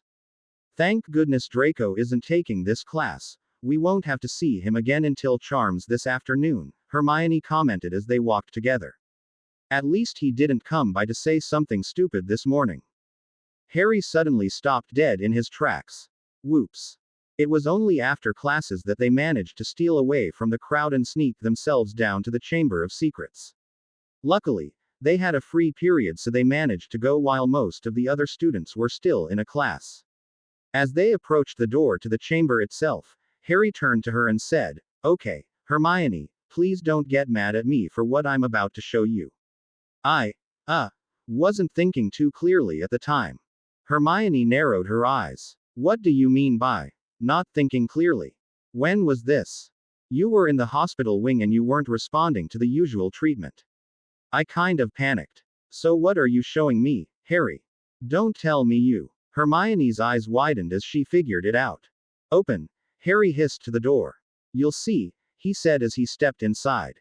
They walked into the familiarly dark and empty chamber. "What am I supposed to be seeing again? I thought you were implying that you kidnapped Draco or something of that ridiculous nature," Hermione said. The tension had yet to leave her voice, because she wasn't quite sure if she should be feeling relieved yet. I did kidnap him," Harry admitted. "What?" Hermione's yell echoed through the chamber. Harry threw up his hands in surrender. "Like I said, I wasn't thinking very clearly. And I did manage to find out something useful. If it hadn't been for me, who knows whether or not all of you would have recovered or not." Hermione fumed silently for a few minutes, contemplating what he just told her. Okay. He did it for me. He did it for everyone else who got stuck in the hospital wing. He could have at least slowed down and thought about it for a while. Now he's dragged me into this whole mess. But then again, I might not be here if it weren't for him. Finally, she spoke. "Fine. But the ends don't justify the means, you know that. Alright, just help me look for that little bugger." Harry lit up his wand with a slightly brighter lighting charm as he began to search the chamber. "You make it sound like he's a little lost puppy or something." Hermione smirked. She moved over and began her search along the walls. "I'd prefer a little snake, but yeah, thinking of him as an animal kind of helps." "Or a ferret," Hermione suggested. "Ferret. I've been wanting to call him that too, but I don't know why," Harry answered. They realized that the chamber itself had many nooks and crannies that they never bothered finding before. Several of these were actually quite large, enough for them to stand up inside, and had a fairly steep passageway leading up. They ruled them out as possible escape routes that Draco had taken, being far too slippery to climb. That narrowed it down to two of the lower passages, on opposite sides of the chamber. They saved the tunnel exploration for last, since neither thought it was a good idea to wander into a dark tunnel alone. "Now that I think about it, it should have been obvious there would be plenty of tunnels leading out of the chamber," Hermione said as they began their walk down one of the two tunnels. "Why do you say that?" Harry asked. "Well, you said you heard the voices in the walls, right?" "Yeah, it was the basilisk hissing along as it moved through the pipes." Harry smacked his head. "Of course. There has to be more ways out of the chamber than just Myrtle's bathroom. Obviously, a giant basilisk like that would be pretty hard to miss going through the halls," Hermione pointed out. "But the attacks happened all over the school. Justin was petrified on the 5th floor. I was down near the library, and Colin was definitely not near the girls' bathroom. There have to be other exits. Like the one we found underwater during our preparations for the trial of water. Harry recalled. I think we might actually be walking towards that one. The tunnel they were walking down had a very slight downward grade to it, and it was getting slimier as they progressed. Both of them were constantly casting Scourgify in front of them so they wouldn't slip. Eventually it ended in a deep pool of dirty water, and the light from their wands couldn't penetrate very deep. Not willing to soak themselves for the sake of curiosity, they just hoped that Draco hadn't walked down this path and drowned. They returned to the chamber and started exploring the second tunnel. The one had a slight uphill grade to it. It was definitely longer than the other. Although it was far less slimy than the first one and they could walk much faster, they could tell they weren't getting to the end of the tunnel anytime soon. I've been thinking about the chamber itself for a bit, Harry said, trying to pass the time with more conversation.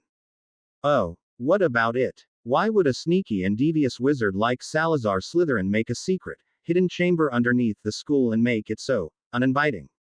It was supposed to be a secret, Hermione said, rolling her eyes. But he did make it for his heir to find. You'd think he wouldn't make them slide down a mucky old tube to get their inheritance. There aren't even stairs to get down here, for crying out loud. You'd think he would at least put a desk, or a book, or something more useful for his own heir. Maybe Voldemort took them all when he came down here the first time. Hermione thought aloud, but she did see his point. The books, yeah, but I don't think he'd steal the bookshelves too. So you're saying the Chamber of Secrets wasn't made for his heir to find? Hermione doubted his theory slightly, but mostly because it was the opposite of everything the books had suggested. Many had said the chamber existed and would be open for the heir of Slytherin, while others suggested that it didn't exist at all. None suggested that it did exist but not for the heir. Maybe for him to find, but not for him to use, Harry said. I think it was made just for the basilisk. Do you know what the password is for the secret entrances are?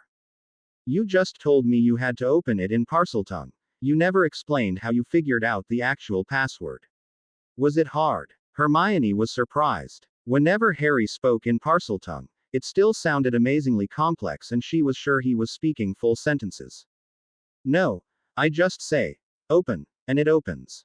That's really all there is to it. Harry shrugged and gave her a dumb grin. Hermione's mouth was left hanging at the simplicity of it. That's it. I expected better of a founder of Hogwarts, especially the one who was known for cunning. Like I said, it was made for the basilisk. It makes sense this way. I wouldn't expect a snake to have a very good memory, so he just kept the password simple so it could come and go when it needed to. By the way, the password for the underwater exit is just, open, too. Their conversation finally ended when they found what they were looking for.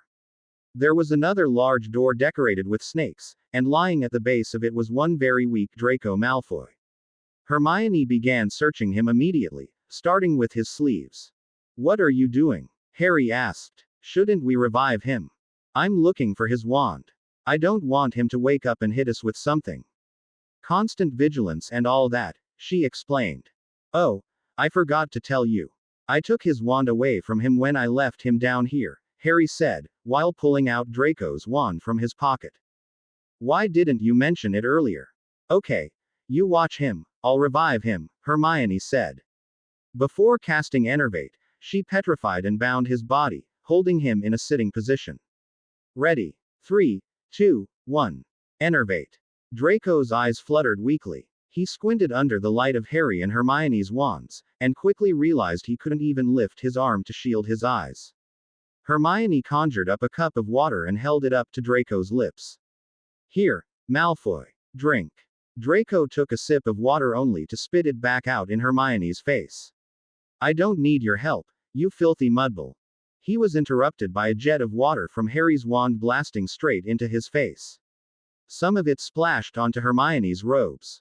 Sorry about that, Hermione, Harry apologized as he cast a drying charm on her. All right, Malfoy, that's the only drink of water you'll be getting. I'm going to kill you, Potter. Draco tried to snarl at him, but his voice came out weak and hoarse. Harry couldn't figure out whether he was delirious, suicidal, or just plain stupid. How are you going to manage that? Harry asked with a mixture of worry and amusement. You're dead, Potter. You'd better let me go, because my father will hunt you down, he ranted as he struggled against the petrification spell. Harry cast a stunner at Malfoy to get him to quiet down. You could have just silenced him, Hermione criticized. Stunning's more satisfying. Let's try this again. Enervate. Draco awoke once again, more alert this time. You almost killed me, Potter. When I'm through with you, you'll know what it's like to starve for days. Oh, shut up for Merlin's sake. It's only been a day and a half and I've starved for a lot longer than that. Maybe you should try it, you little pansy, Harry said. He never knew he could look upon his mistreatment at the Dursleys with humor. Draco was about to say something when he was stunned by Hermione. Why'd you do that? Harry asked. You were losing your temper. We need to make Draco cooperative, not give him your life story, Hermione said. Fine, fine. Let's try it one more time, Harry suggested after taking a few calming breaths. Another reviving charm later, Hermione began by immediately silencing Draco. Now listen here, Malfoy. You're stuck down here, as you already figured out. You tell anybody about this, you're in here again for the rest of your life, do you understand? Draco spat at Hermione in response and sneered. Harry stunned him one more time and conjured a handkerchief for Hermione. Okay. How do we deal with this? Harry asked. We're not leaving him down here, Hermione said, seeing the looks Harry was giving Draco. I wasn't suggesting that, Harry responded, although he was certainly thinking it. But as soon as he's out of here, he'll tell everyone, including his father, that I almost killed him. That's pretty much a one-way ticket to Azkaban for us, and he knows it. Hermione sighed. She had hoped it wouldn't come to this. It looks like we'll have to obliviate him. They had learned the spell incantation, wand movements, and the mental framework needed to cast the spell out of the Auror's handbook that Moody had given them. It was part of the Auror's duty to obliviate Muggles individually if there were 3 or fewer witnesses to magic. Unfortunately, neither of them had actually cast the spell on a person for practice. I guess Malfoy's as good a guinea pig as any, Harry said, raising his wand. Wait, Harry, we can't just erase his memory, Hermione said. He's been missing for a full day and a half. If someone finds a big blank in his memory, then we might as well turn ourselves in. We need to replace his memory with something. Well, where else could he have disappeared to for a day and a half without anybody finding him? We'll have to get him out of the castle, Harry pointed out. Forbidden Forest, Hermione suggested. We need a reason why he'd go in there at all. How about this? He's been wanting to get revenge on me for a while now, so he followed me into the Forbidden Forest to try to ambush me after you were in the hospital wing. We fought. He got disoriented and ran deeper into the forest instead of coming back out, Harry suggested. And why would you be going into the forest? Hermione asked. I don't know, I'll make something up. Draco doesn't have to know. Tournament training. I wanted to practice fighting wild animals. Alright, that works well enough. We've been pretty far into the forest and I can modify the memory of one of our practice battles to stick into his head, but that doesn't explain why he's been gone for so long, and without his wand. He couldn't even conjure water for himself to drink. Attacked by wild animals, Harry suggested. He might as well keep going with that excuse. What kind of animal, though? I haven't fought any animals before, and it's hard to create a memory from scratch. Should we use Buckbeak's attack on him as a sample? 1 slash isn't much to work with, though. Harry thought for a while. He recalled one long, scary chase from monsters that infested the forest. Modifying the memory so that Malfoy dropped his wand in the escape wouldn't be too difficult. Acromantulas. I'll use the memory of me and Ron in second year. With the plan in place, they practiced the wand movements and incantations a few times on rocks to make sure that they had the physical part of the spell correct. Hermione went first, as she was more proficient with the mental arts. She wiped Draco's memory from the afternoon after the potions accident, and replaced it with one of her own, one of Moody's training sessions where they were practicing tailing a target. Draco would believe he was really doing it, from her point of view. The memory ended when Harry had turned and shot a stunner straight towards her. All right, Harry, I'm done. Remember 2 weeks ago, tailing and shadowing practice with Moody? That's what I used. Up to the stunner. Exactly, Hermione said. Even better, Harry told her. I didn't really know it was you back then. I just heard a rustle. It could have been an animal. This way I can say I just shot a stunner without knowing it was Malfoy. This works with my alibi. I thought I stunned a wild animal and didn't bother checking up on him. Harry then proceeded to work on his part of the memory. He made Malfoy believe he had reawakened at night, completely disoriented. Wandering around much like they had done in their first-year detention, except alone, he stumbled upon an Acromantula colony. Skipping over the part where he actually conversed with Aragog, Harry gave him all the memories of fleeing the spiders he could, and added one additional memory of Malfoy dropping and snapping his wand. The Acromantulas would have given up the chase, but Malfoy kept running until he was exhausted and collapsed. All right, I'm snapping his wand, Harry announced when he was done. Again. His father will be furious after this is over. Hermione surmised. Even Neville isn't clumsy enough to break 2 wands in a year. Oh well, let's see what you did. Hermione probed Draco's mind with legilimency to see how well the memories appeared to be. She did another minor memory charm to fix up small errors, like the sounds of extra voices that shouldn't have been there. Harry did as well, finding other small errors like Hermione brushing her hair away from her face when it was supposed to be Draco's memory. All in all, they ended up doing 5 memory charms on him in total. Next came the problem of getting him into the forest itself. The staff would be searching desperately for Draco by now, even if they hadn't bothered to make the announcement to students yet. They decided to open the door they were standing beside and keep walking up the tunnel. Since it was so long, it must have led somewhere far from the castle, and that probably meant the forest. It would explain how the basilisk found food to eat. This is kind of exciting. I'm exploring a tunnel that no wizard has seen since Salazar Slytherin built it. I could make my own entry in Hogwarts, a history. Hermione declared as they continued up the tunnel. I'd rather keep this place a secret, wouldn't you, Hermione? At least there won't be any Acromantulas where the exit is. I hope. They should be smart enough to stay away from the basilisk's normal hunting grounds, Harry said, thinking of more practical matters. They finally reached another door with a small snake pattern. Harry opened it, and it turned out to be a gigantic, hollowed log that presumably had been turned into a hidden entrance. It was certainly large enough for the basilisk to slither out. Surrounding them were equally large trees, unlike the ones that grew closer to the castle. Magostine oak trees. I think I know where we are, Hermione said. Pulling out her wand, she said, point me. Her wand spun and pointed north. The castle's this way, she said, pointing east. It should be a 3-kilometer hike back. You said that spell in English, Harry observed. How? I was reading a book on spellcrafting. Most wizards use mages Latin for the same reason that scientists use Latin for taxonomy, but it's usually easier to craft new spells in your own language. That was just a simple compass spell. I'll teach it to you when we get back. They trudged along the thick forest for a while, until they were far from the secret exit. Setting Draco down on the forest floor, they revived him. Both of them kept their wands trained on him this time, wondering how he would react. Draco shrieked as he woke, screaming, spiders. Acromantulas. Help. Harry and Hermione both breathed a sigh of relief, as it was obvious their memory charms had worked properly, although they weren't sure if Draco cries would attract any predators. They cast a silencing charm on him to be safe. Quiet, Malfoy. Do you want those spiders to come after you again? Now follow us if you want to make it out of here, Harry told him. They began marching with Harry in the lead and Hermione behind, keeping Draco at wand point. The 2-hour trip was fairly uneventful.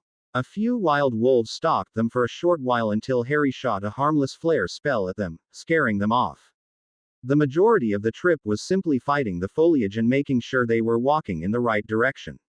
Draco, unfortunately, collapsed when they were nearly there, forcing Hermione to levitate him the rest of the way. I can't believe I'm going to be an accessory to kidnapping, Hermione muttered under her breath as she trudged along. You didn't kidnap him. I did, Harry told her. You helped rescue him, that's all. Why did you leave him down in the chamber again? Hermione asked with a hint of bitterness in her voice. It obviously hadn't been easy for her to decide between Harry and the law. Mostly to make sure you got better and that what he told me was correct. I had to be able to find him again just in case he lied to me. Did he tell you how he did it? I always keep an eye on him in potions. I'm pretty sure he never came near my cauldron or my ingredients. Oh, bollocks. I forgot to ask him that, too. How did you get the powders mixed up? I didn't. Snape handed the packets out. Their eyes went wide at the same time. I'm going to kill him. Harry screamed out loud. He tried to kill you. I can't believe it. Actually, it's not as bad as it sounds. It would have given me a really bad cough that would have kept me in bed for months if you hadn't found out and treated it so quickly. I wouldn't have died. Hermione tried to correct his facts, but it obviously wasn't what Harry was looking for. That's not the point. Oh, that greasy bastard is dead, I swear. I bet he did it just because he finally realized he couldn't bully me this year, so he went after you instead. I don't care if I get expelled. He's not staying in this castle any longer. Speak of the devil, Hermione said as they finally emerged from the forest. They could see the front doors of the castle, where Snape, Aurors, and Lucius Malfoy were having a heated discussion. Seeing the two teens approach, Snape strode up to them first, his robes billowing menacingly behind him. What have you done to my student, Potter? Snape snarled. What did you do to my girlfriend? Harry wanted to retort angrily, but he held himself back. With a perfectly straight face and occlumency shields on full, Harry answered, I saved his life. If you don't like that, I can put him back where I found him. Lucius stepped in with the next question. What do you mean when you say you saved his life, Mr. Potter? I mean I found him on the forest floor, passed out, with no wand. We revived him for a while but he couldn't make it back here, so Hermione levitated him the rest of the way. And where in the forest did you find him? Lucius was keeping his voice level, not betraying any emotion. Harry couldn't tell if he was angry or scared that his only son had nearly died. Fairly deep inside. Hermione, how far do you think it was? I don't know the distance, but I remember a few landmarks, like the really big oak trees and the Acromantula colony. As expected, all the adults gasped when he mentioned Acromantulas. They're Magostine oaks, Harry. You can see them from any of the castle towers. They kind of stick out above the rest of the forest, Hermione corrected him. By now, the Auror had returned with a few other professors who were dining in the Great Hall, including Pomfrey and Moody. The nurse immediately cast a basic medical scanning spell on Draco. You expect us to believe you fought off Acromantulas to save your nemesis? Snape snapped at Harry. All right, first off, he's not my nemesis, he's just a fool who can't seem to stop losing his wand, Harry said, watching Lucius out of the corner of his eye. The senior Malfoy's lips tightened at Harry's insult, but he knew his son was too arrogant for his own good. Secondly, I never said I fought off Acromantulas. I just said it wasn't too far from their colony. How would you know where their colony is, then? The Auror asked. Oh, that's easy. I visited them in second year, Harry said nonchalantly. You expect us to believe you just waltzed into an Acromantula colony and waltzed back out. Stop wasting our time, Potter, Snape sneered at him. Well, it was the same year I killed a basilisk. Harry had to admit his own life was crazier than a carnival. He couldn't make up lies this good if he hadn't actually experienced them. And if it was that far, how did you find him? You probably attacked him and left him in the forest yourself, Snape accused Harry. Moody's been teaching us tracking skills. Useful for combat and hunting down rogue Death Eaters, Harry drawled out, staring Snape down as he said it. He also noticed Lucius's eyes narrow at him as he said it, but neither would dare push further in Moody's presence. That I have, Moody said. And he's the best of the lot I've had. Almost as good as the prodigy who's graduating from the academy this year, Nymphy Tonks. Madame Pomfrey had finished her scans and was taking Draco inside. Lucius followed her, leaving Harry to Snape and the Aurors. At least Moody was still there to back him up. And you were arrogant enough to think you had to rescue him yourself. You should have told a professor first. Your luck is the only thing that saved you from falling into an acromantula web, despite having the intelligence of an insect. Harry glared at Snape. And would you like to go in there and feed them giant bats? Chalk it up to habit. The only way things get done around here is when I do it myself. Don't even try to pretend that you would have listened to me for 1 second, Snape. A rat like you is only good for helping your little rat friends escape. Harry was getting angrier at Snape, remembering the man's second worst intrusion on his life, forcing Sirius to remain in hiding and costing him his godfather. And what's that supposed to mean? Snape snarled. You know what I mean. You let a Death Eater escape last year. All you're good for is getting in the way of justice. Snape nearly drew his wand in anger, but suddenly found Moody's wand at his neck. The Auror was completely confused, but seeing the legendary, retired Auror point his wand at the professor, he followed suit. So, you let your old comrade go, did you? I was wondering how Sirius Black was sneaking into Hogwarts last year. Heard they almost had him, but he escaped at the last second, and you were the one who found the empty room. Harry was torn between seeing Snape writhe under Moody's asymmetrical stare and trying to vindicate his godfather. He decided to keep quiet about it. He still didn't have any evidence on hand, after all. He'd have to capture Pettigrew for that. Sir. Mr. Snape was acquitted in a trial, the Auror piped up meekly. You've a lot to learn, rookie. You were still in academy when the war ended. The only thing you can trust a Death Eater to do is lie through his teeth. Better keep your eye on the Malfoys while they're here, too. He waved Harry and Hermione away while he continued to grill Snape. The two of them left eagerly, away from more suspicious eyes and towards big plates of food in the Great Hall. They found Lucius Malfoy waiting for them just outside the Great Hall after dinner, bodyguards at his side. Harry immediately readied his wand holster but approached the man anyways. Hopefully Malfoy Sr. would be smarter than his son and not risk attacking Harry with so many witnesses around, and Harry didn't think he stood a chance against 3 adult wizards anyways. It appears you have saved my son's life, Mr. Potter, he drawled out slowly. And he will make a full recovery quickly. He held out a gloved hand. It appears the House of Malfoy owes Mr. Potter some thanks. Just as Harry was about to shake the man's hand, Hermione stopped him. I think the House of Malfoy owes Harry a little more than just thanks, she said with a devilish grin. Lucius stiffly pulled his hand back as he glared at Hermione disdainfully. Very well, Miss Granger. I'm not sure what a muggle-born, such as yourself knows of ancient magics of blood and family. Lucius began, clearly trying to avoid the upcoming discussion. Hermione knew exactly what she was talking about, though. Harry's the last heir to his house. We went into the forest to save Draco, at the risk of being attacked by acromantulas, centaurs, wolves, trolls, hippogriffs, and who knows what else. Could it be any clearer? Lucius was hiding his fury well when he knew he'd been trapped. Very well, Miss Granger. Let's discuss this somewhere more private. They led Lucius to an empty classroom, and Lucius motioned for his bodyguards to wait outside.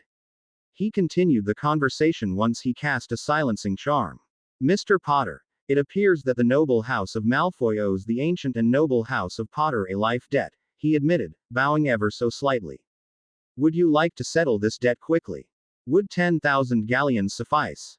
Harry nearly had to suppress a laugh when he saw how quickly Malfoy was willing to put a price for Draco's life. This would be fantastic material for taunting Draco. On the other hand, he didn't know much about life debts. Dumbledore had mentioned them once, about how Snape had owed the Potters one and he tried to save Harry's life to repay it. It seemed there were multiple ways to repay the debt, with money being the quickest.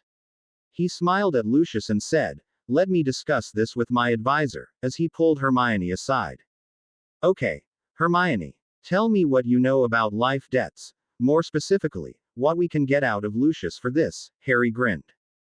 Well, the standard payment is about 10,000, but since Draco is the first heir in line to the Malfoy fortune, then it should be raised to at least 50,000. At least, that's the average payment in the past few centuries.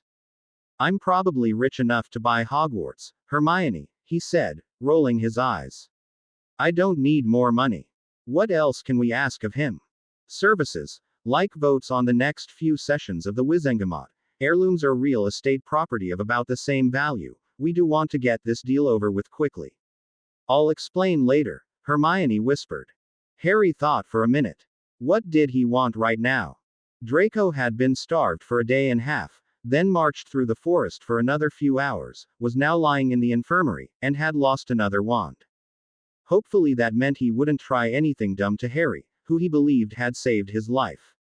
Snape, on the other hand, was the accomplice, and he was getting away with it. Dumbledore would look the other way as usual while Snape would continue his petty feud with Harry, with Hermione caught in the crossfire. He walked back to Lucius and smiled. I already have enough in my vaults as it is, Mr. Malfoy.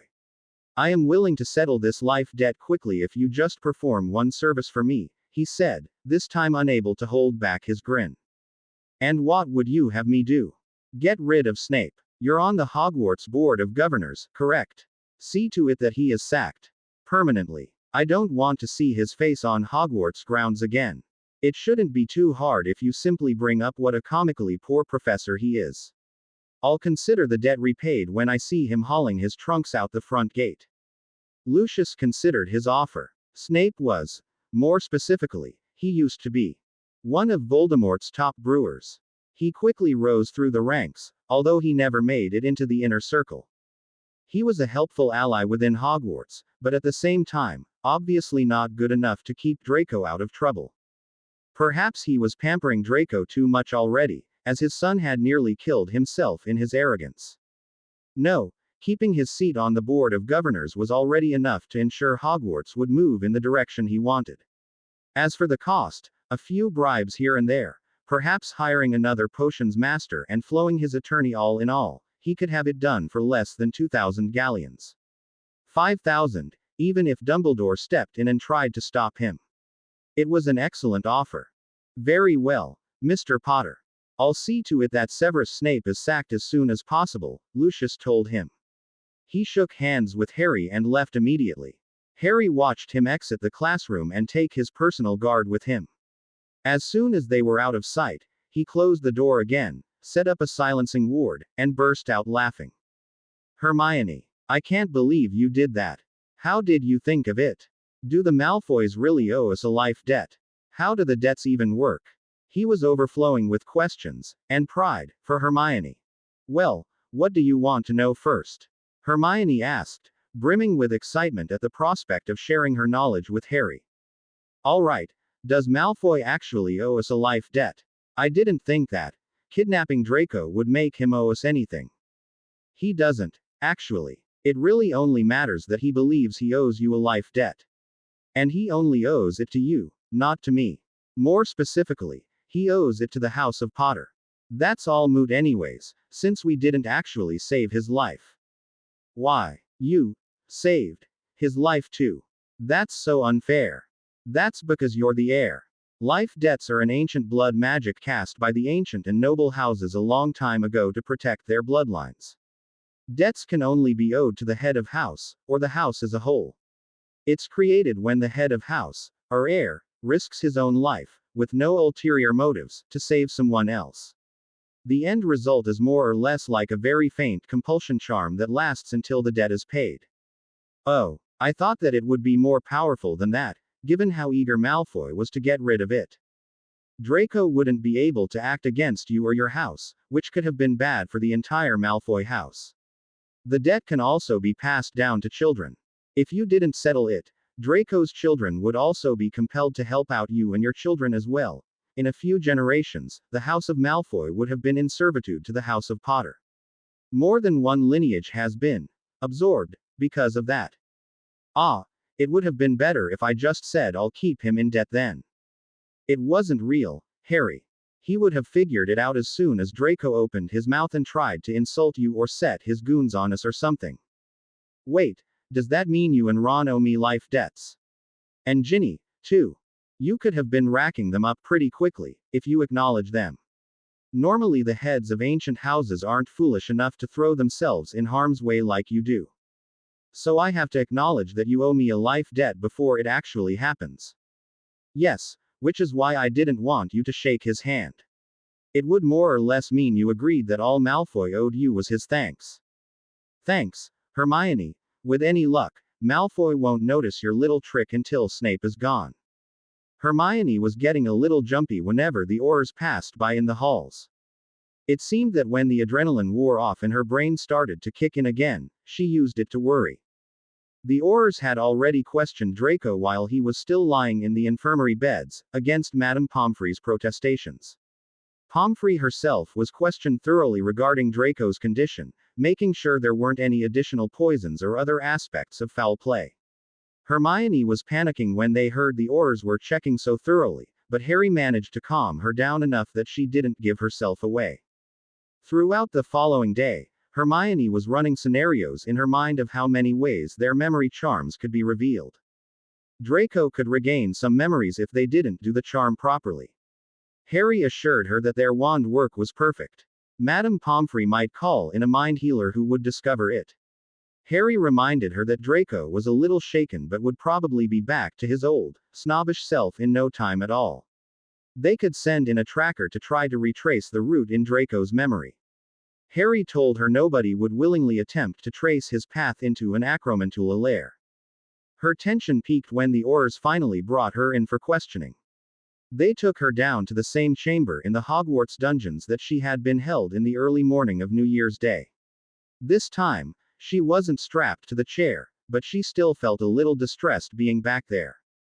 Miss Granger, we'd just like you to answer a few questions for us, the lead Auror told her. He set a dicta-quill down on the table between them. Yes. There was an incident in your potions class 4 days ago which landed multiple students in the infirmary, correct? Yes, my cauldron blew up, causing me and several other students nearby to inhale some wispen bone powder. The quill made annoyingly loud scratches as it wrote down what Hermione said. Why did you have the wrong ingredient? Several students have told me that the potion you were brewing that day called for powdered billigrut shell. I'm not sure. Professor Snape handed the ingredients out to each of us that day. The Auror nodded. Her story corroborated with the other students. Now, when did you first become suspicious of Draco Malfoy? Me. I was too busy lying unconscious in the hospital wing to suspect anyone. Although, Malfoy does seem to have something against me all the time, so he'd be the primary suspect if anything ever happened to me. He holds a grudge against you. Whatever for. Well, he hates Muggle-borns, he hates Gryffindors, and he hates Harry Potter. That's 2.5 out of 3 for me. If he's so hostile to you, why would you bother trying to rescue him yourself? Oh, you can blame Harry for that. He'd save his own worst enemy if he could, Hermione said with an exasperated sigh. I just tagged along to support him. I didn't want him going into the forest alone. Thank you, Miss Granger. You've been quite helpful. The Auror stood up, holding out his hand to help Hermione up. She gave him a blank look. That's it. Yes. You may go. The door to the dungeon swung open and Hermione calmed down considerably. Harry was waiting for her outside. They hugged each other tightly, to the amusement of the Aurors. You know, Miss Granger, it's not like we were going to keep you down here forever. Harry spoke up for Hermione.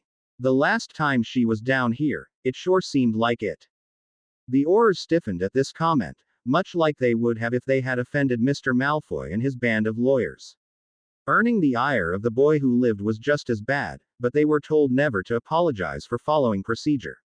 They ushered Harry into the room without comment and sat him down in the chair, pulling out another dicta-quill. The Auror leaned against the table instead of sitting in the other chair. Mr. Malfoy seems to recall that you were the one who initially stunned him in the forest. Yes, it's possible. I think it was about the right time, Harry admitted, shrugging. So you admit you attacked Mr. Malfoy? Attacked? No. I was in the middle of a training session and he must have walked into one of my spells. Training session, Mr. Potter. In the forest. The Auror gave him a doubtful look as he crossed his arms. I am a Triwizard champion, you know. I go into the forest pretty often for training. Hunt a few hippogriffs, wrestle a few trolls, that kind of thing. I probably mistook him for some beast and hit him. Mr. Potter, this is a serious investigation. You'd have us believe you've taken on a troll before. As early as first year. Harry smiled when the Auror took the bait. Sometimes it was easier to lie when the truth was even wilder. Ask Dumbledore if you'd like. How did you find Mr. Malfoy afterwards? Retraced my steps, found a few footsteps of Malfoy, and saw them leading towards the Acromantula colony. That's when I realized he was in grave danger if we couldn't catch up to him fast enough. Harry had rehearsed this line several times with Hermione, and it came out quite smoothly with the help of his occlumency. Why do you suppose Mr. Malfoy would be following you into the forest in the first place? Are you kidding me? He's got some kind of personal grudge against me just because I didn't join Slytherin. He was stupid enough to attack me when we got back from the Christmas halls and ended up breaking his own wand in the scuffle. I think his grudge has gotten bigger ever since. The rest of the interview focused mostly on Harry's past scuffles with Draco. The Aurors, who had personal experience dealing with the Malfoy family, didn't doubt Harry's side of the story very much but were worried about what Malfoy Sr. would do if they contradicted his son's claims. Harry was let go after about an hour. Hermione was waiting outside for him, and they both quickly ran to the 7th floor of the castle, breathing a sigh of relief when they slammed the door of the room of requirement shut behind them. That went better than I expected, Harry said, flopping down on a comfortable couch. I'll say, I expected them to jump out at me and shout, "Memory charm." Every other sentence. Fleur was right. You think too much for your own good, Hermione. He pulled her down in front of him and started giving her a neck rub. Relax. This will all blow over soon. Blow over was not really the correct term over the next week.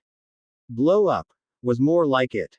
The news that Snape was soon getting ousted had already made the front page of the weekend paper. Potions Master, Teaching Novice. By Andrea Anderson. One of Hogwarts' youngest professors, Severus Snape, has landed himself in a hot cauldron this week following the disappearance of a young, pureblood scion. Draco Malfoy, son of Lucius Malfoy, had wandered into the Forbidden Forest at Hogwarts and was missing for days until Harry Potter rescued him. Lucius Malfoy pins the blame primarily on the head of his son's Hogwarts house, Severus Snape. Mr. Malfoy had this to say: "I brought my son up as a respectable and well-mannered boy at home. When I discovered that Mr. Snape has let the children run rampant inside his own house and always failed to discipline them for hooliganism, I feared my son would become as foolish and reckless as some Gryffindors. My fears came to light this past week when he decided to wander into the forest, unafraid of the consequences. However, discipline is something Mr. Snape can only control for 1/4 of the students at Hogwarts. He is, however, responsible for all the students' instruction in potions. On the day before the young Malfoy's disappearance was reported, there was an accident in a 4th year's class, sending 7 students to the hospital wing. It appeared to be a case of contaminated ingredients. Once again, discipline was found to be lacking. He's far too lenient on the students, Mr. Flint, another member of the Board of Governors, stated. My son earned an outstanding in his 7th year class assignments, but in the actual potions newt, he received a failing grade. Needless to say, with Mr. Malfoy, Mr. Flint, and several other members of the Hogwarts Board of Governors calling for a review of Mr. Snape's teaching abilities, there could very well be a new potions master in the halls of Hogwarts soon. There was a quiet murmur as the students who had a subscription to the paper passed their copies around. It quickly grew to a cheer that encompassed 3 of the 4 tables in the Great Hall. Snape was absolutely livid. He turned to Dumbledore for help. The headmaster appeared just as surprised at the news as he did. This being the weekend, of course, not all of the students were at breakfast at the same time, and nothing he said would be able to stop the rumors from spreading anyways. By midday, everyone in the castle had practically considered Snape gone.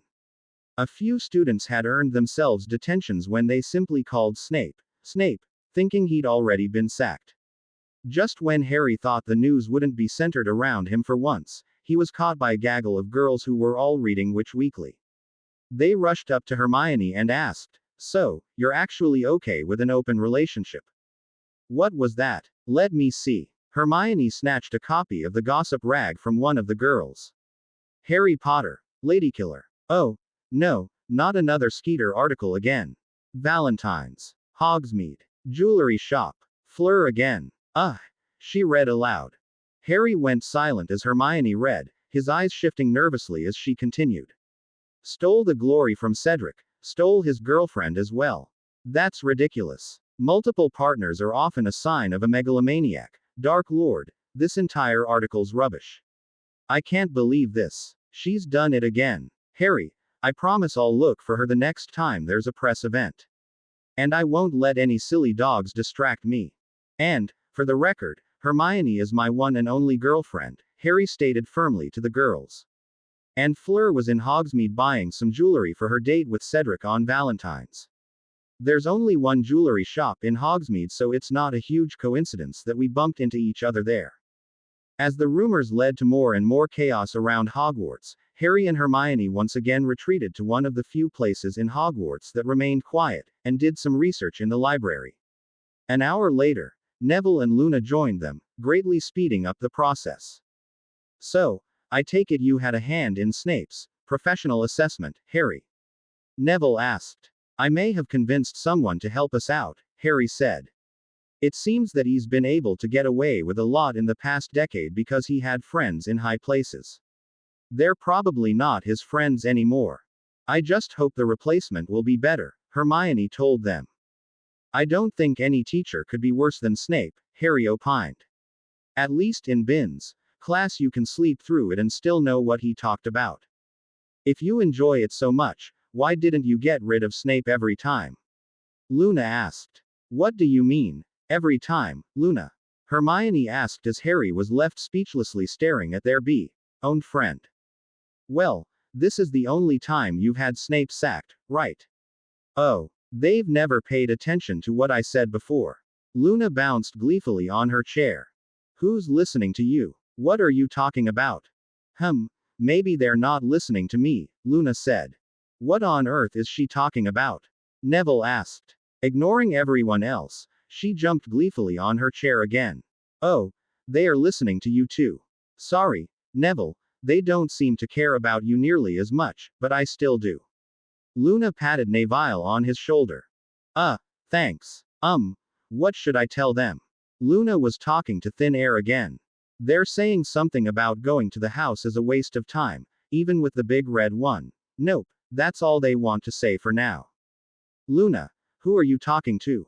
Hermione asked. You, of course. No, I mean, who was telling you about the house? What house? Hermione asked. The blibbering Humdingers, she told them, as if they should have already known. What house are they talking about?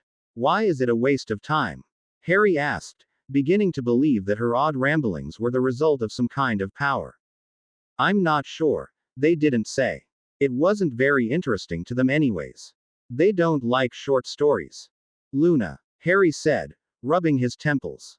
So you're telling us to avoid a house in the future, is that it? It's kind of vague. Oh no, they said it happened months ago. It's not like I'm a seer or anything.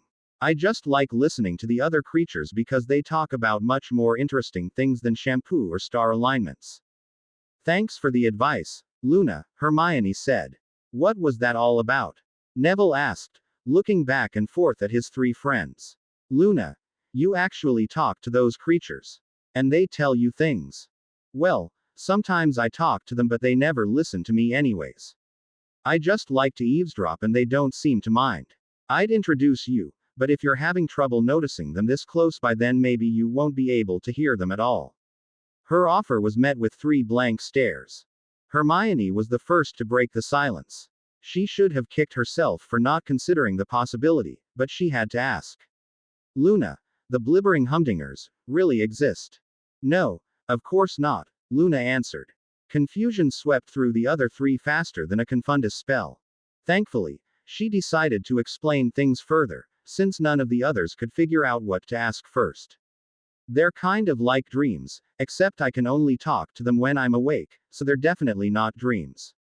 But they don't really exist, they only exist halfway, I guess. That's fine, though, I don't really care if my friends really exist or not. She leaned forward and gave each of them a hug. I think friends that really exist are a bit more fun, though. That made no sense at all, Hermione muttered weakly. Harry, did you understand her? Harry just shrugged. Beats me. Even though I've seen a lot of weird things in my life, Luna will always be the weirdest of all. I mean that in the best possible way, Luna.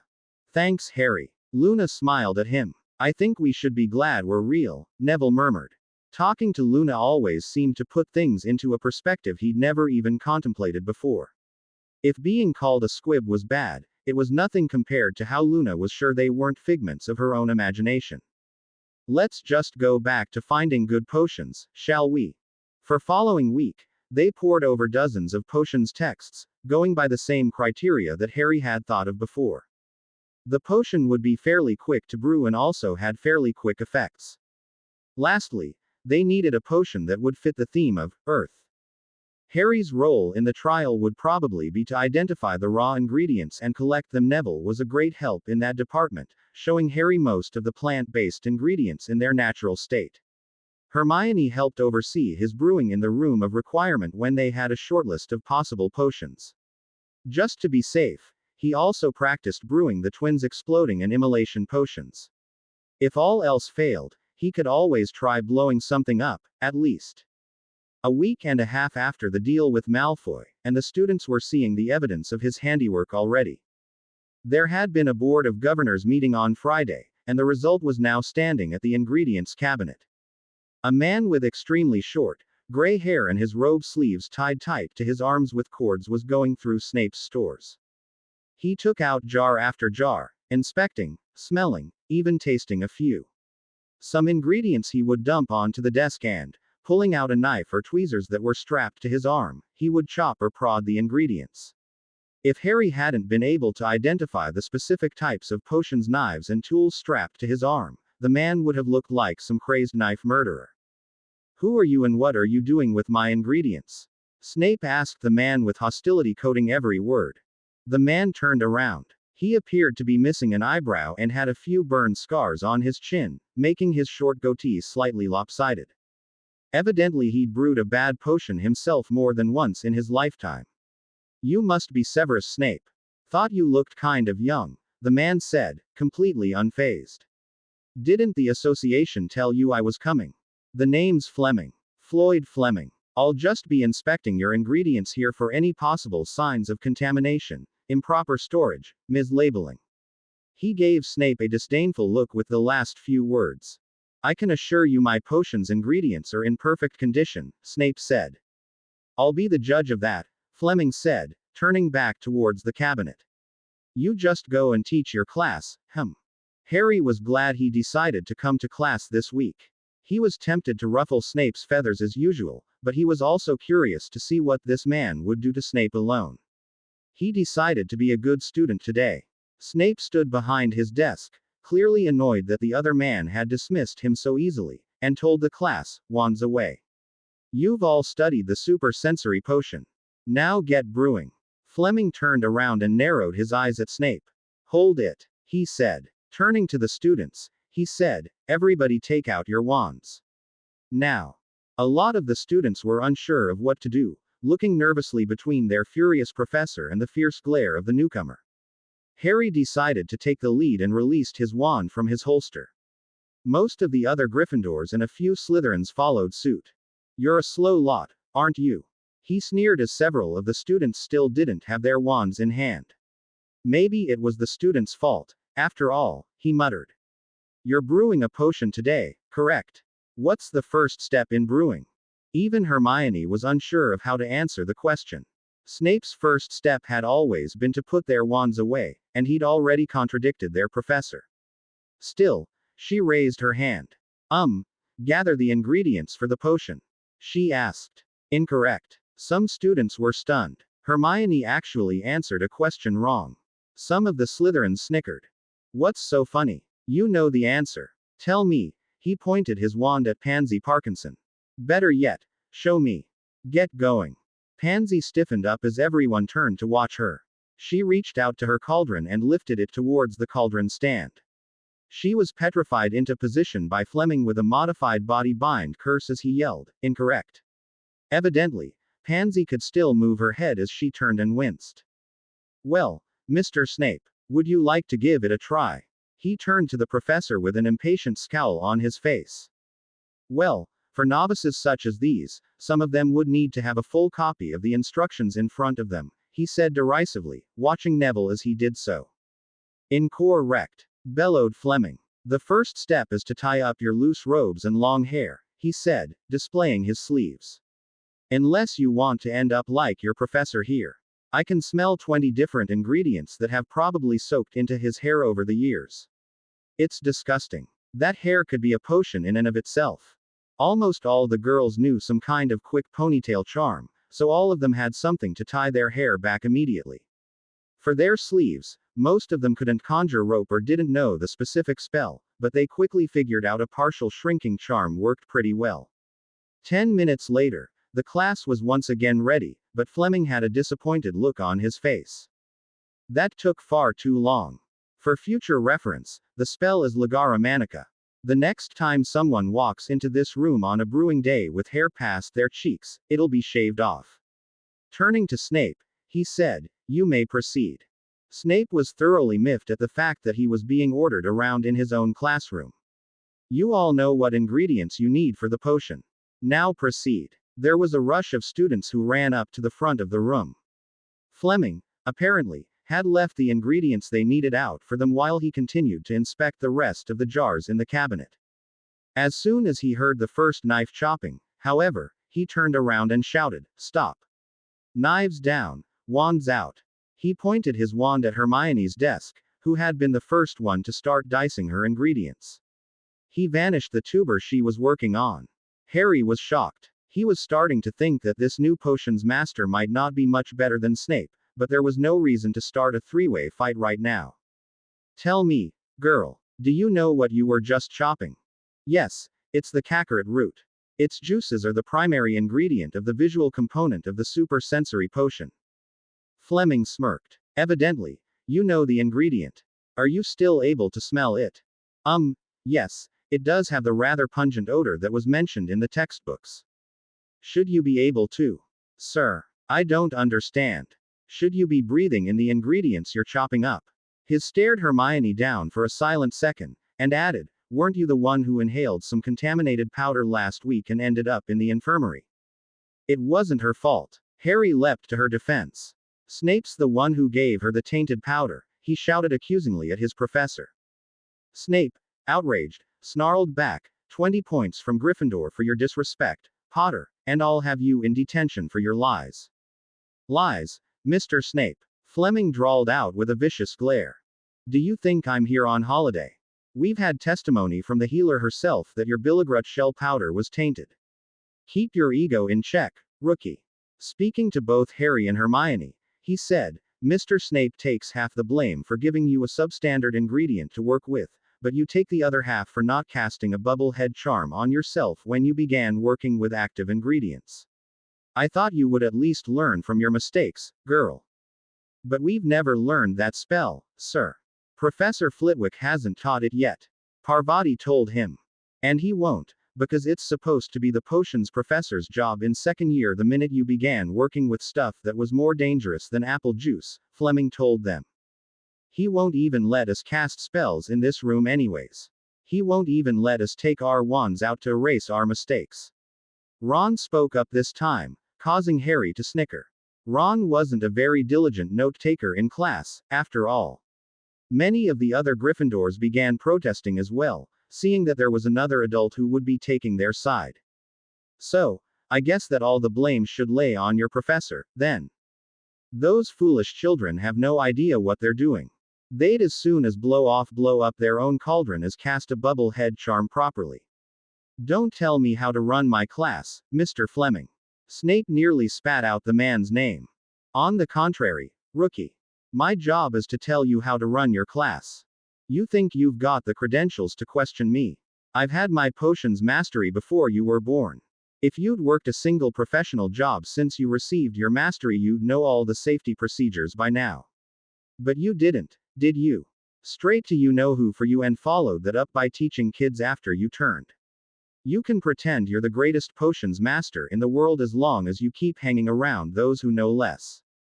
Snape was left speechless as Fleming essentially took over the class, spending the rest of the day teaching them the bubble head charm, which Harry, Hermione, and Neville already knew, and reviewing dozens of safety standards and techniques.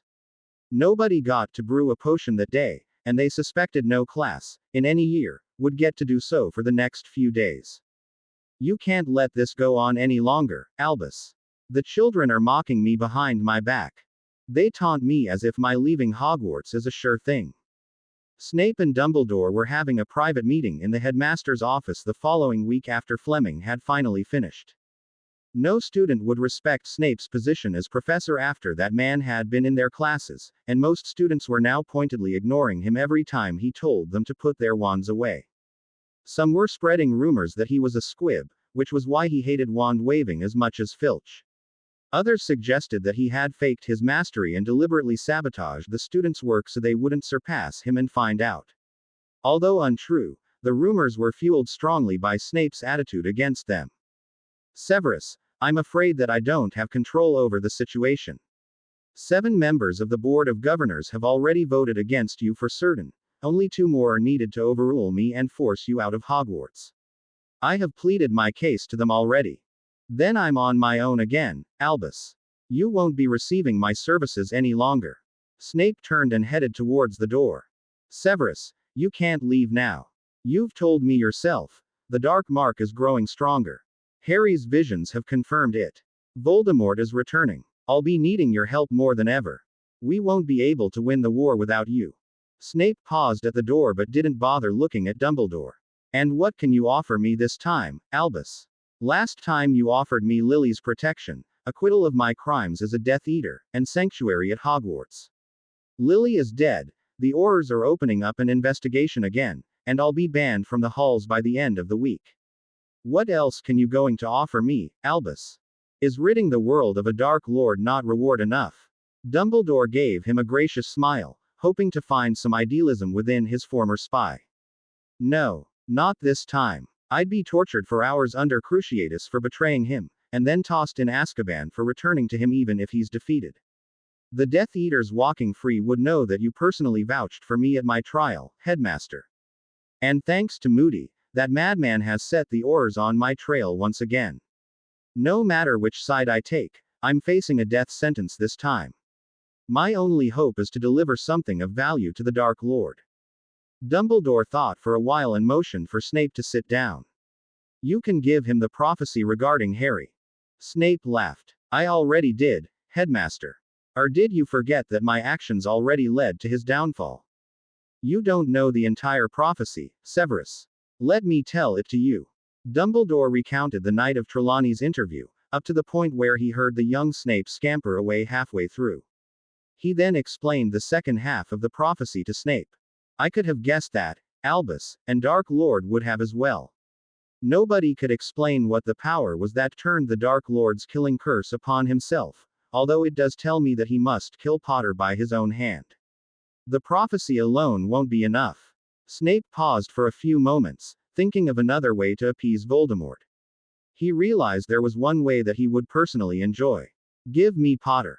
That's quite a price for us to pay, Severus. Although, with the wording of the prophecy, it could mean that he will be open to attack only after Harry himself has died. I was hoping that Harry would defeat Voldemort himself. Dumbledore stared at his own hands morosely as he considered it, but if suspicions were correct, the boy himself was a Horcrux and keeping Voldemort from leaving the mortal plane. If his talents at school and his abysmal dueling skills in the tournament are any indication, then he will have no chance against the Dark Lord even if he trained for another decade. He has been rude, insolent, and completely disrespectful of authority all year. He would sooner run off and play Quidditch than learn how to defeat the Dark Lord. We can't afford to have another war begin so soon, Albus. Snape slammed his fists on the headmaster's desk, forcing Dumbledore to look at him. If we want to end the war quickly, then there is one thing you must deliver to me above all else, Severus. I suspect that Voldemort has used a Horcrux, or, quite possibly, more than one. You'll have to find out where he's hidden them for me before we can vanquish him once and for all. He'd hoped that Harry would be the one to destroy the Horcruxes, and then die when he finally faced Voldemort himself. But that would take far more time than they had. He had hoped that Voldemort wouldn't be able to resurrect himself until Harry's 7th year at the earliest, but Pettigrew's escape had greatly accelerated his return. They would be forced to destroy Voldemort first and the Horcruxes afterwards, but Harry could only be killed by Voldemort himself, as the prophecy stated, and so he would have to be the first Horcrux to be removed. The Dark Lord won't give up such information easily. If you want me to find out such sensitive secrets, there's no doubt I'll need to be in his inner circle. I must have the boy. You would give up the life of Lily Potter's son so easily, Severus. Albus attempted one final plea to Snape's old love. It wasn't that he disagreed with the plan, but it saddened him to think that Snape had forgotten his love so easily. I loved Lily Evans. And the young Potter takes after his father far more than his mother, that insolent brat. A disrespectful troublemaker like him wouldn't be able to win us a war, Snape spat. At least his death will give us some hope. What are we doing down here again, Harry? You haven't kidnapped anyone else, have you? Hermione joked as they made their way down the chamber again. Ha ha. Remember the pipes that lead up that we couldn't climb? Well, I figured it would fit a broom pretty easily if it could fit a basilisk. So why did you bring only one broom, then? Hermione asked sweetly while hugging Harry tightly from behind. Exactly. He grinned as they both mounted the broom. Starting with the first path on their left, they flew slowly up the nearly vertical tube. Once again, they found another snake-decorated door, which Harry opened. Beyond it, the path split into 3. They decided to search from bottom to top and picked the path that seemed to be lowest. As they rose higher and higher, they could hear some muffled talking through the walls. Eventually they reached the end of the path, facing another snake emblem. Tell me when it's clear, Harry said, handing Hermione the Marauder's map. Harry, we're not on here. I don't know where we are, Hermione said. Apparently the map couldn't track people in between the walls. Huh. Let's just listen for it, then. They both sat around for several minutes until they couldn't hear any more voices, and Harry opened the door. He peeked around. Nobody was there. He closed the door quickly before anyone could discover them. I think that was in the dungeons, Harry said. Yes, your name popped up for a second when you stuck your head out. It's just around the corner from the Slytherin dorms, actually. They continued the same way for the rest of the day, exploring every one of the exits. There appeared to be at least 2 exits on every floor. Harry recognized several of them being very close to the petrification incidents in 2nd year. Several other exits were placed close to important areas of the school, including one near the room of requirement and one near the base of the headmaster's tower. The tunnel didn't end at the base of the tower, however, it led into the walls inside the office. Although there wasn't any exit into the headmaster's office itself, they could hear a conversation through the walls. The headmaster was in a meeting with someone else. Hermione motioned silently to Harry to leave, since it would be an invasion of privacy, but something caught Harry's ear. How can you get Potter to me? Harry could recognize that voice anywhere. Voldemort can't suspect my involvement, nor can you do it too soon, as it would look like petty revenge on your least favorite student. Wait until the news has settled. In a month, perhaps, when he is away from the castle for the 6th trial of the tournament. I can give you one of the tracking devices I have. Pretend you stole it from my office. Let's just hope the Dark Lord doesn't come calling for his loyal Death Eaters before that, shall we? It would be far more impressive to him if I arrived early with his gift. Harry and Hermione made no sound as they descended back down to the chamber deep below Hogwarts. It sounded to them that Dumbledore just wanted to hand Harry over to Snape, who was going to Voldemort. Could they have just heard it wrong? Perhaps something out of context. Moody would whip them for being so optimistic. Constant vigilance usually meant preparing for the worst, and the worst meant Dumbledore wasn't looking out for Harry. If they couldn't trust the headmaster, was there anyone they could trust anymore? Harry Potter never thought of himself as a spy, but here he was, hovering inside the walls of the headmaster's office once again. He was somewhat paranoid of Snape and Dumbledore, and even though he'd overheard them discussing the plans of his kidnapping was over a month away, he still avoided them in the halls by making use of the Marauder's map. On Snape's last day of teaching, however, he saw that they were having another meeting in the headmaster's office, so he quickly grabbed his broom and rushed into the secret passages. Jumping into one of the entrances on the 7th floor and flying through the tunnels, he was in position within minutes. Wish you luck with your new duties, Severus. That's easy for you to say while you're sitting inside one of the most ancient fortresses of Britain. I've done what I can for you, my friend. This could be over very quickly if things go according to plan. I'll ensure your name is elevated beside Harry Potter's in the history books when this is over. Harry could practically feel the headmaster's eyes twinkling through the wall. I'll hold you to that after the Dark Lord's downfall. Do you know where I might be able to contact him? He's abandoned Riddle Manor after I first investigated it, but thanks to Harry's vision during the ball, I believe he has retreated to the mountains in Wales. I suggest you begin your search there. Very well, then. What are your plans while I go hiking? Snape was obviously displeased at the prospect of enjoying the great outdoors. I'll reinstate the order soon. As soon as you're sure you have the information on the Horcruxes, we will strike against Voldemort. The sooner, the better. And how will we communicate?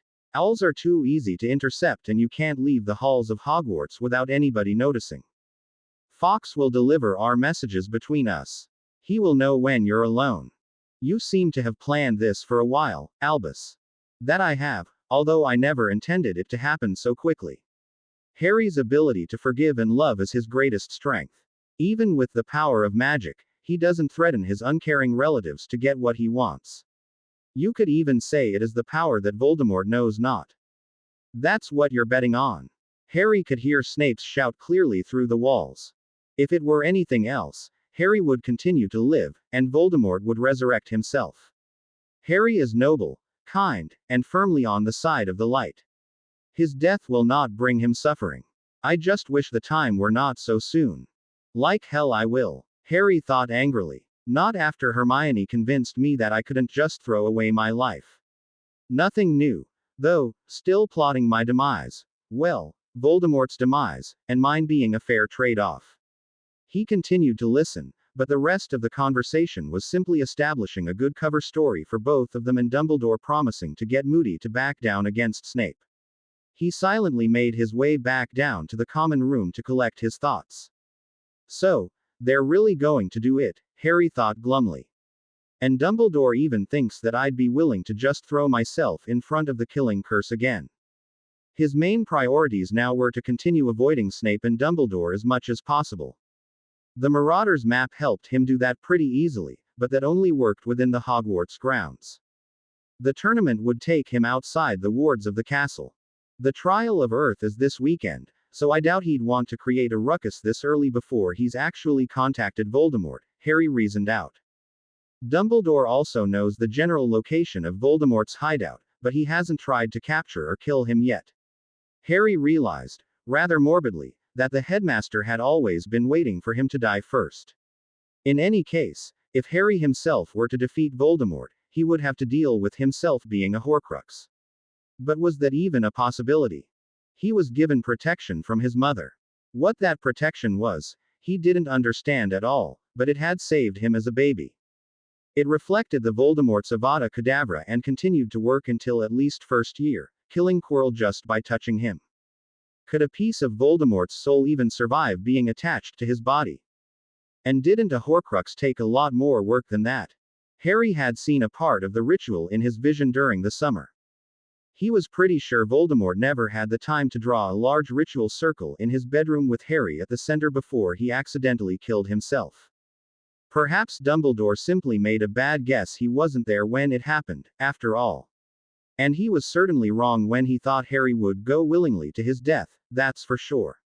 Maybe I'll just kill Voldemort myself and destroy his Horcruxes with the help of Hermione. If he comes back a few years later after that, then I'll accept that I might be a Horcrux as well. Hey Harry, what's bothering you? Harry was roused from his deep thought and looked up to see the twins, along with Lee Jordan, Angelina, and Katie stepping into the common room. He wasn't too surprised to see the twins, but the others he didn't expect. Aren't you all supposed to be in class? I can see the twins skiving off class for some kind of prank, but the three of you as well. Lee had occasionally helped out the twins with their mischief, but usually didn't even break curfew to do it. Pranks involving him were usually set up in the hours between the end of classes and dinner. Angelina and Katie had never been a part of the twins' pranking, as far as Harry knew. And miss out on celebrating one of the most momentous occasions the halls of this great castle have ever seen. Lee cried out dramatically, throwing his hands in the air. Yeah, even we felt that this victory was more permanent than winning the Quidditch or House Cup, Angelina added. So Katie and I decided it was worth it to help out this time. What are you guys planning? Harry asked, hoping to get back at Snape one last time. All students were required to be in the Great Hall that night, and everyone already knew why. Up at the staff table, there was already an extra seat, right beside Severus Snape. The man who had essentially taken over his potions classes for the past week was now going to take over them officially. After the students ate their fill and desserts were being served, Dumbledore stood up to make the announcement. Staff and students of Hogwarts, your attention, please. Snape sat straighter in his chair, while many eyes at the Gryffindor table darted back and forth. This ancient castle has seen many great wizards and witches walk through its hallowed halls. It is always a pleasure to see one of its talented students return and share their knowledge with the next generation. Plenty of students couldn't help but roll their eyes and suppress a few snide chuckles. Snape glared at those who weren't able to hold it in. Alas, every one of us will know when the time has come to step outside the great walls of Hogwarts once again, and that time has arrived for our very own potions professor. Professor Snape. Dumbledore clapped loudly, directing Snape to stand up. Most of the students grudgingly gave him subdued applause, more out of respect of the headmaster than Snape himself. Harry didn't move his hands at all as he watched Snape rise from his chair. Hermione nudged Harry with her elbow. Come on, Harry, at least pretend to clap. It's only good manners. You don't want to stand out, do you? She was partially right, as Harry was one of the few who didn't clap at all. Snape was glaring at Harry as he stood up. Then again, Snape probably would have been glaring at him anyways. Was it good manners to send you to the hospital? No, I'm having a hard time even pretending to be nice to him. I can't believe how much Dumbledore is spinning this. The headmaster would never mention the fact that the only people on the board of governors who didn't vote against Snape were the ones loyal to the headmaster and didn't have any children at Hogwarts in the past 15 years. Harry calmly waited for the real show to begin. Professor Snape has chosen to further his potions training and research with some traveling. Would you like to leave us with any wise words before you leave? Dumbledore smiled pleasantly, implying that he needed to make a good final impression. Potions is a great art which. Snape began to speak, but quickly stopped.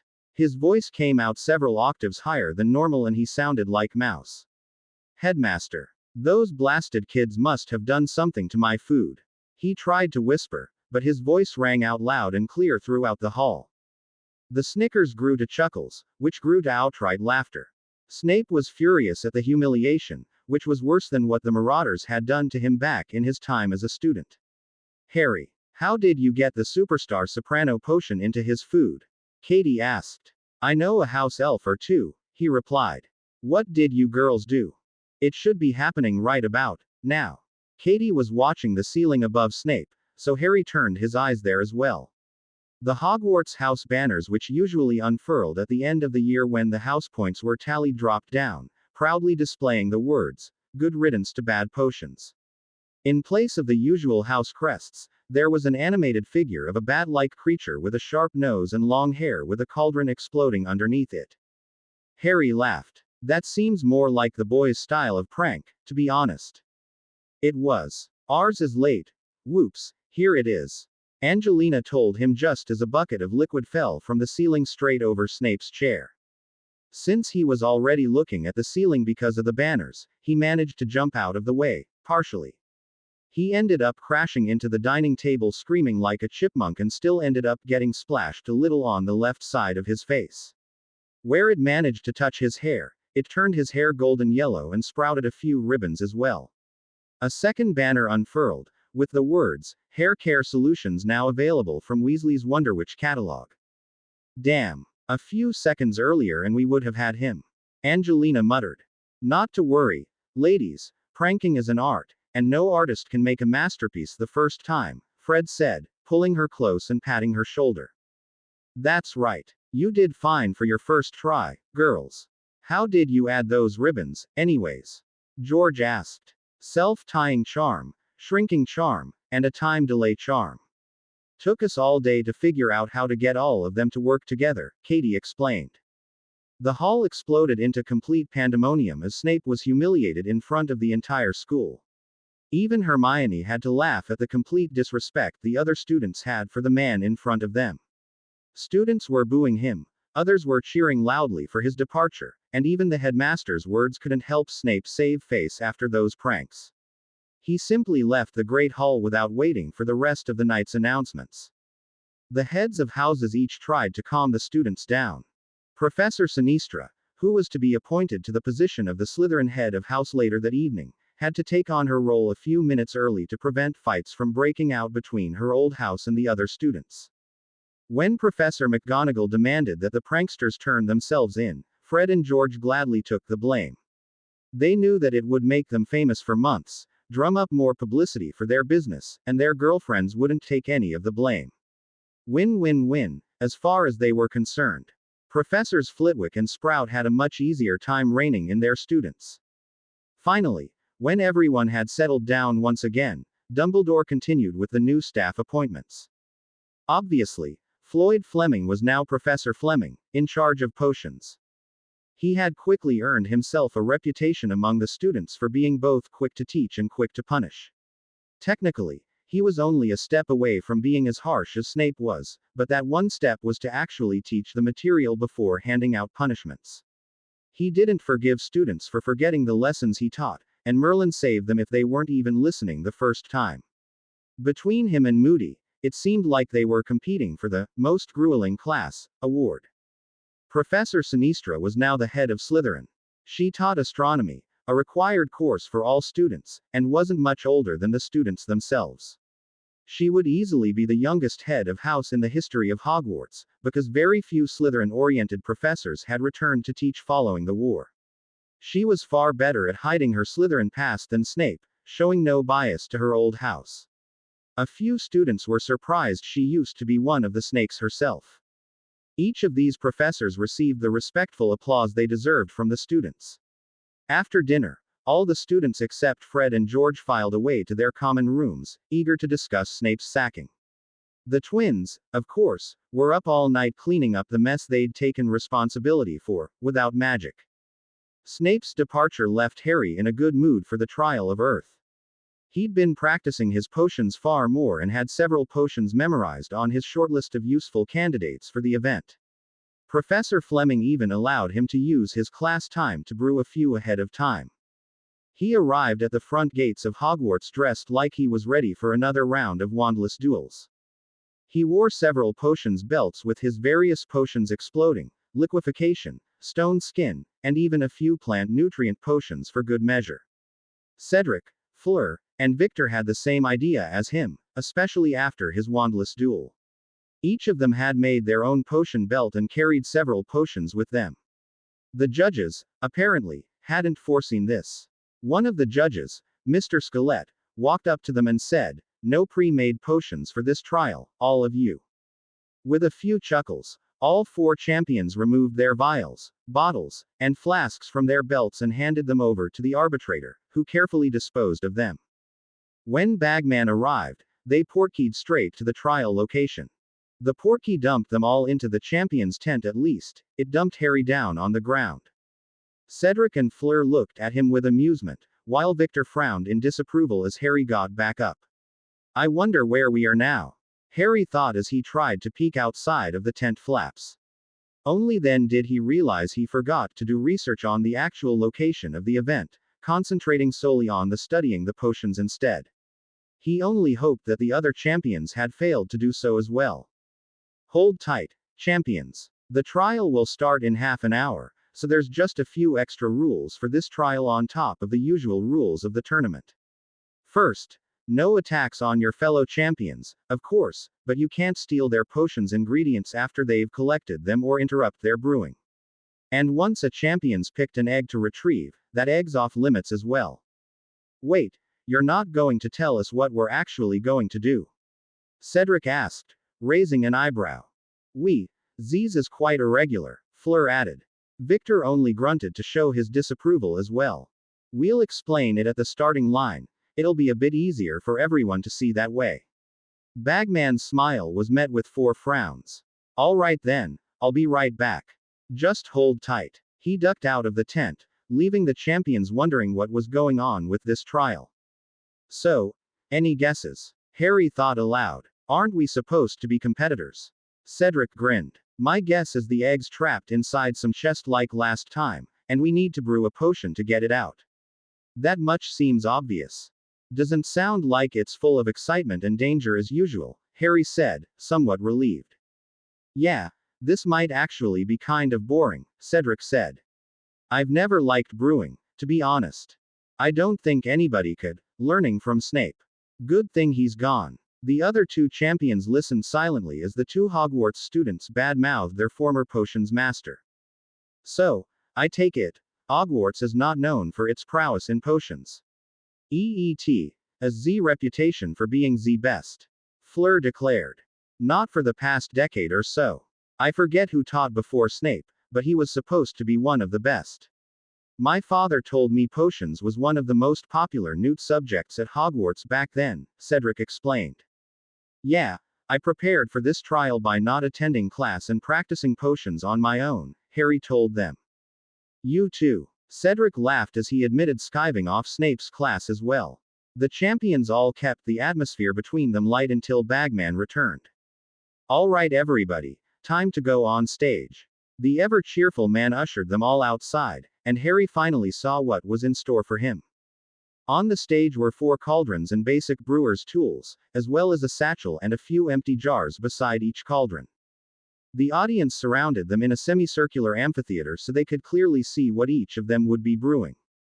The amphitheater itself opened up to a forest just beyond the seats. Harry wasn't sure what forest it was, but it certainly wasn't the Forbidden Forest at Hogwarts. The biggest challenge was standing right in front of them between the stage and the forest. 4 massive stone golems, each one about 5 meters high, stood silently like statues.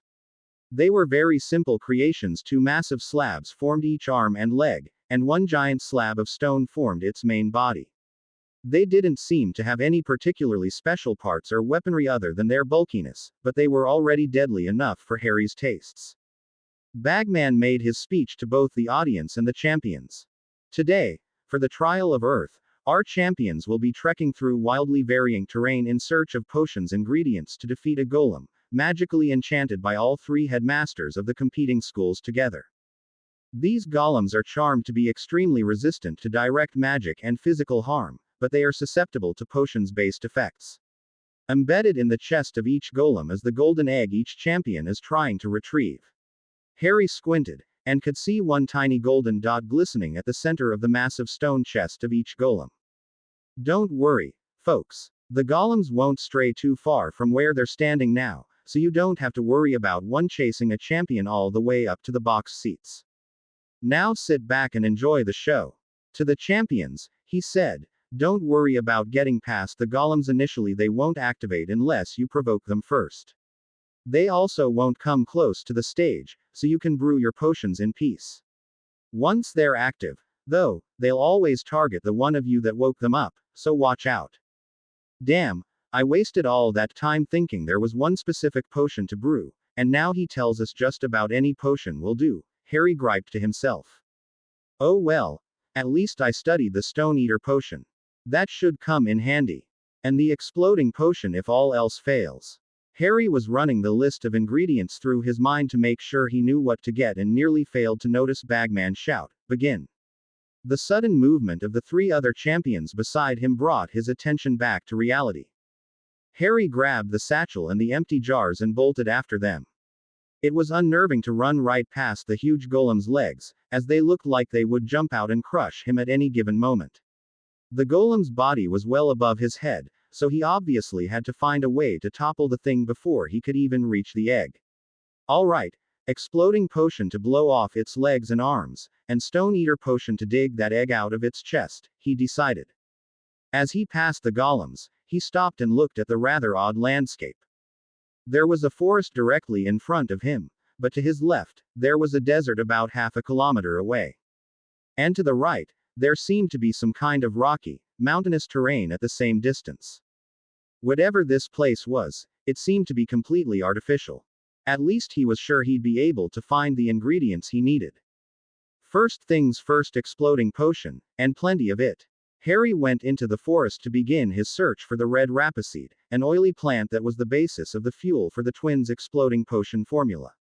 Looking around, he saw a grassy field at the other side of the amphitheater and headed that way.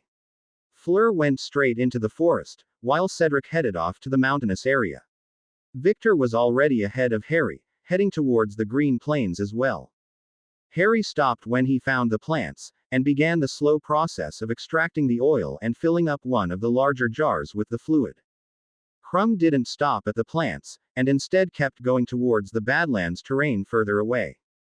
He wondered what Crumb was planning to brew, but didn't let himself get distracted as he continued to squeeze the oil out of the plants.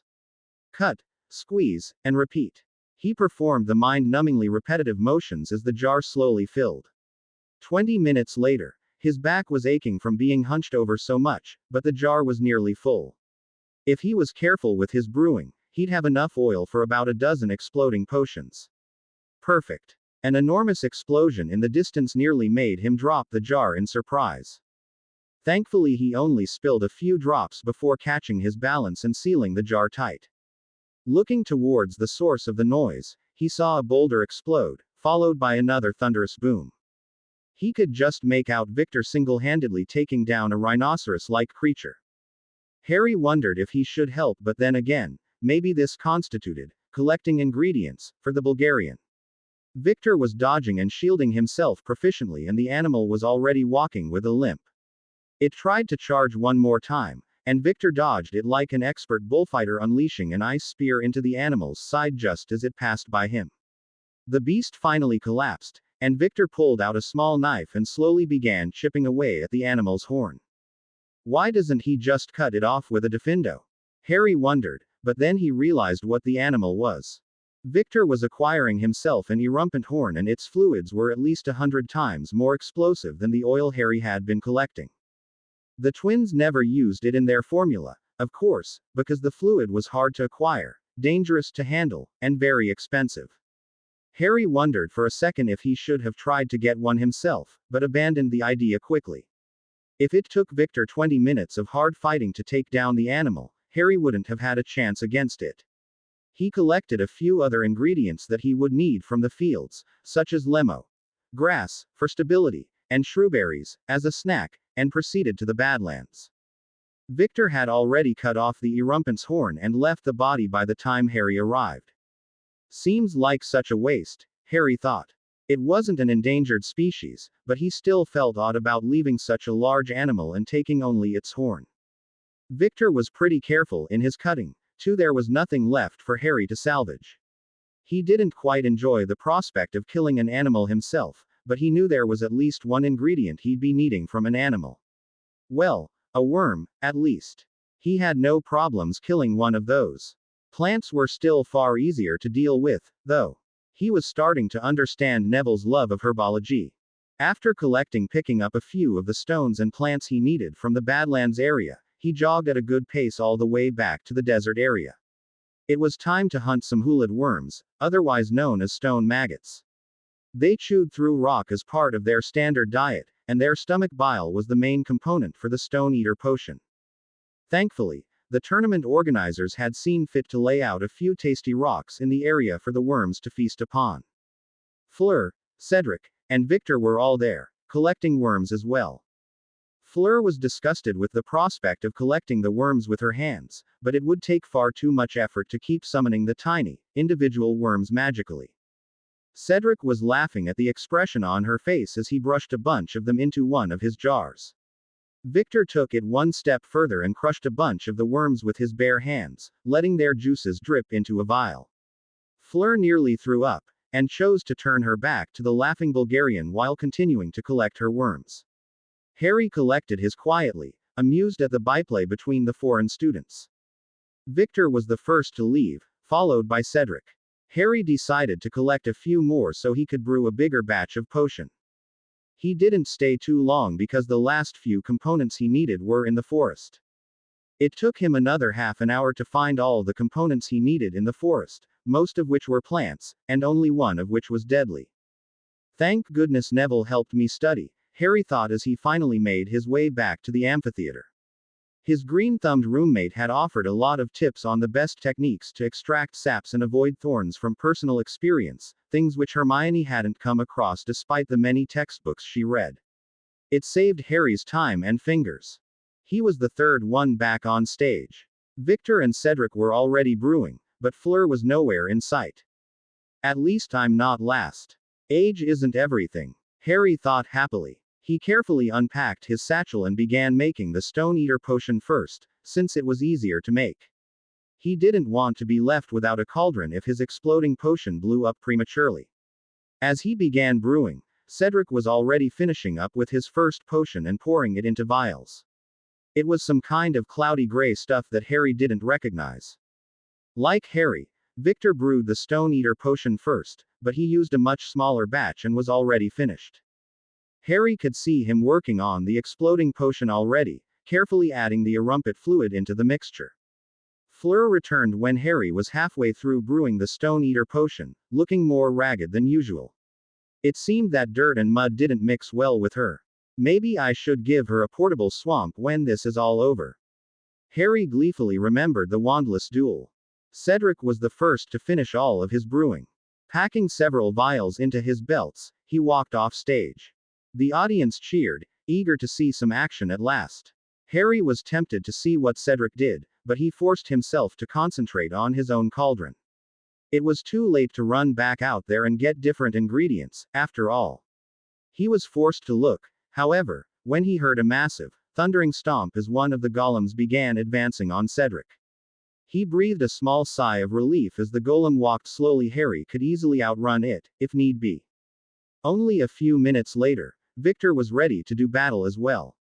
Harry noticed that Crumb carried only 3 exploding potions, whereas he was planning on making 10 for himself. Then again, Victor's potions used erumpent horn fluid, which would make it far more effective. His suspicions were confirmed loudly. A single blast of the potion had blown both the legs off one of the golems in his very first attack.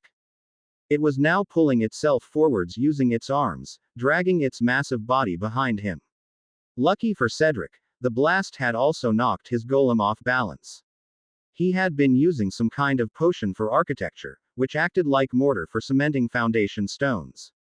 He had the golem's knees fused together so it was waddling in an unbalanced manner.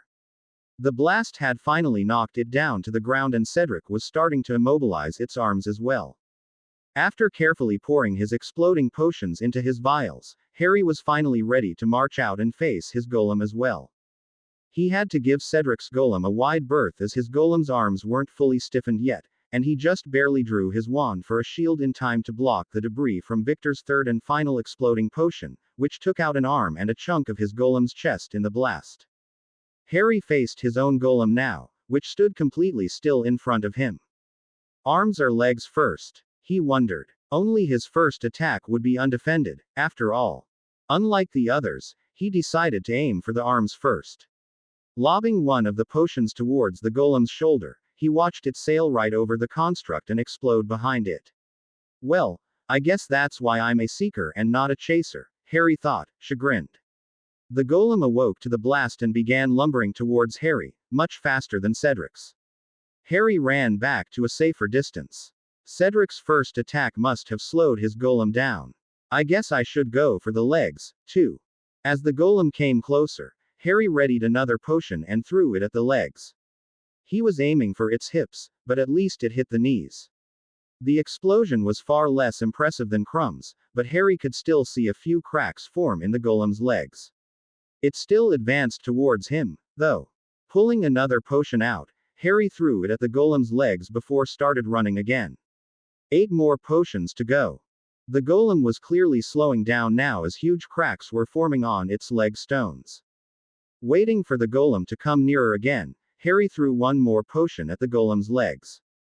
With one final explosion, the golem's legs cracked and shattered, causing it to fall to the ground. The crowd roared. Wow, Thanks everyone. They didn't cheer that loudly for Victor. Harry then realized they were cheering for Victor and Cedric. Both of them had completely subdued their golems and were working to get the egg now, desperately racing to see who would get the egg first. Victor didn't brew enough of the Stone Eater potion and his egg was still trapped, while Cedric had dumped all of his potion and was waiting for it to chew through the rock.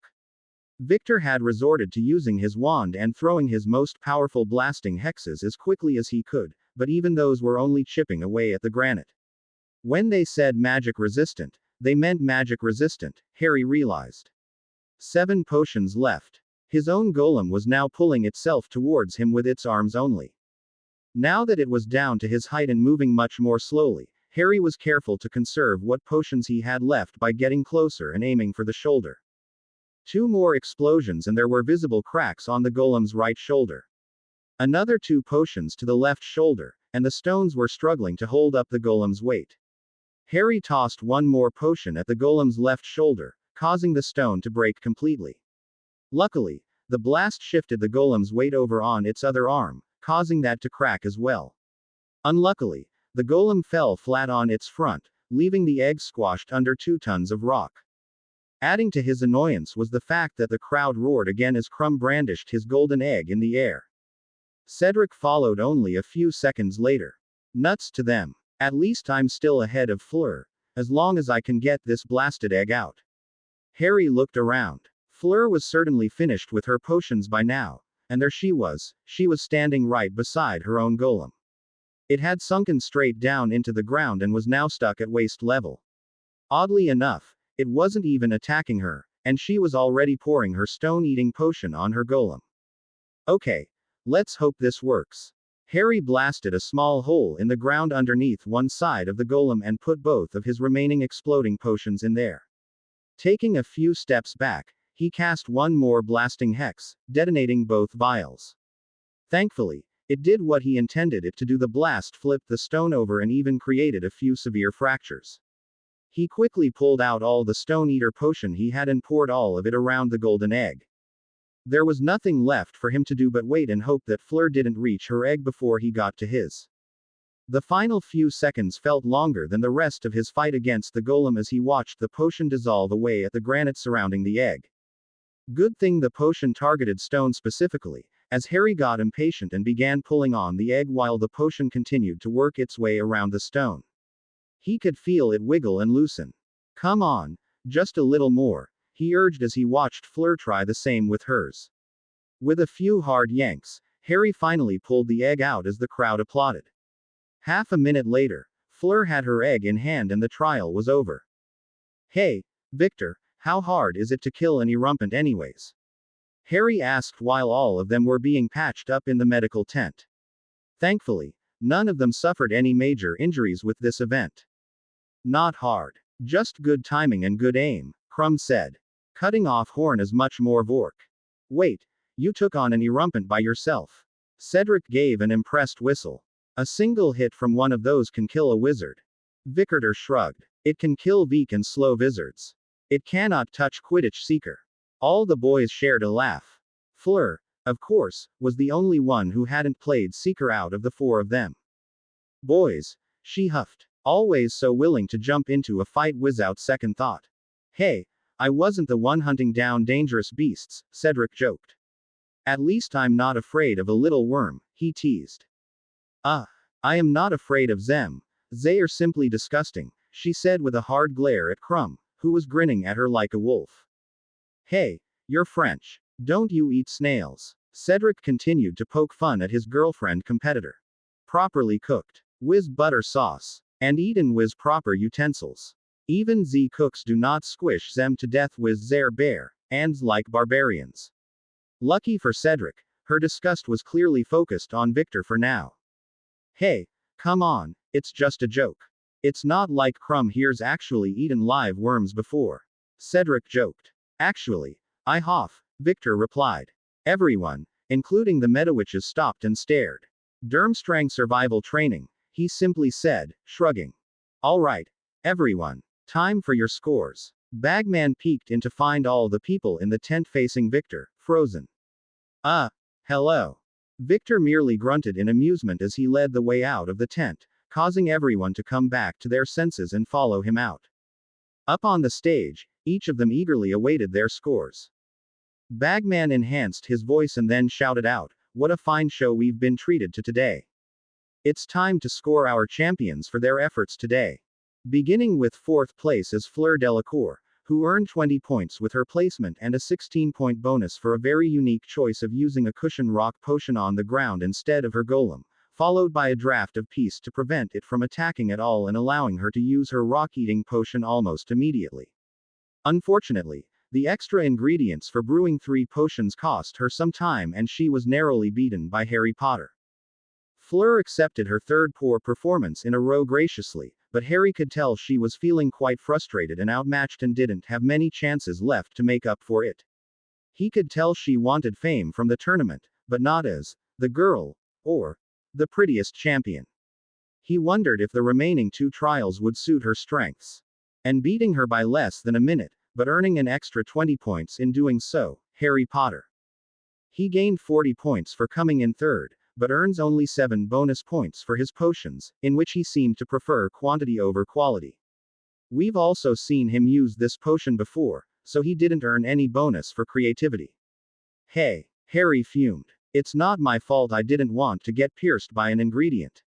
No bonus points for playing it safe. Fleming would probably want to have a word with the judges. In second place is Cedric Diggory, who brewed a basic Morian mortar potion to immobilize his own golem. Being one of the first to finish brewing and attack his golem, he earned 60 points plus an additional 15 bonus points. It was a very creative use of a non-combatant potion that performed exquisitely. Harry had to admit that was pretty impressive the way Cedric had chosen to topple his golem. The potion must have been pretty easy to brew, too, since he was done so quickly. Harry didn't think of looking through architectural textbooks while he was researching his potions. And finally, in first place, is Victor Crumb. Much like Harry Potter, he went for the direct approach of explosive potions to take down the golem and a stone eater potion to get the egg.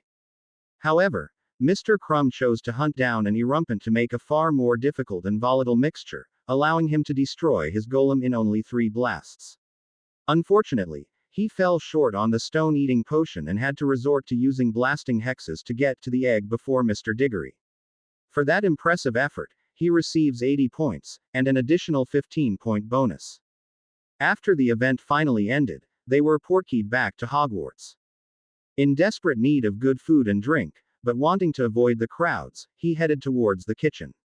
He was ambushed halfway by Hermione, who was carrying the Marauder's map in hand. "Harry," she shouted, "I found Rita Skeeter. She looked like she was talking to some students by the greenhouses." It figured that they were all Slytherins. She would be getting as many biased quotes as she could want now that the Snakes had lost their Snape immunity, and Harry was the one being blamed for it. They needed a plan of attack with only the 2 of them. She could get away pretty easily. But if they waited for to get help, probably from Neville and Luna, she might leave before then. She probably only intended to nab a few quotes while Harry was busy with the trial of Earth. Their decision was made for them as they saw the dots separate. She obviously hadn't intended to stay very long, and she wasn't even heading for the front gates. It looked like she was going to sneak across out the fields north of the castle to get out of Hogwarts' anti-apparition wards. The problem was that she was on the directly opposite side of the castle from them, and moving away. Harry and Hermione decided to split up, each running as fast as they could around each side of the castle, hoping to trap the so-called reporter from both sides. "Wish I had my broom," Harry thought. "Wait a minute. Maybe I can summon it from here. Accio Firebolt," he shouted, pointing vaguely in the direction of Gryffindor Tower. He continued to run, just in case the summoning charm didn't work. After a minute, he finally saw a small broomstick tumble out from the 7th floor, heading towards where he was when he first cast the spell. "Accio Firebolt," he cried again, stopping this time as the broom flew towards him. He flew high into the air so he wouldn't be noticed as easily, and to get a better vantage point to spot her. As he rose over the northern walls of the castle, he saw a woman wearing vividly green robes walking casually north. That must be her, Harry concluded. Looks like she doesn't suspect a thing. Harry swooped down behind her. Hello, Skeeter, Harry shouted out. We need to talk.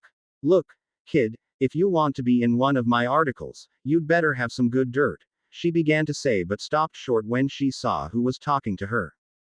And if I don't want to be in your articles?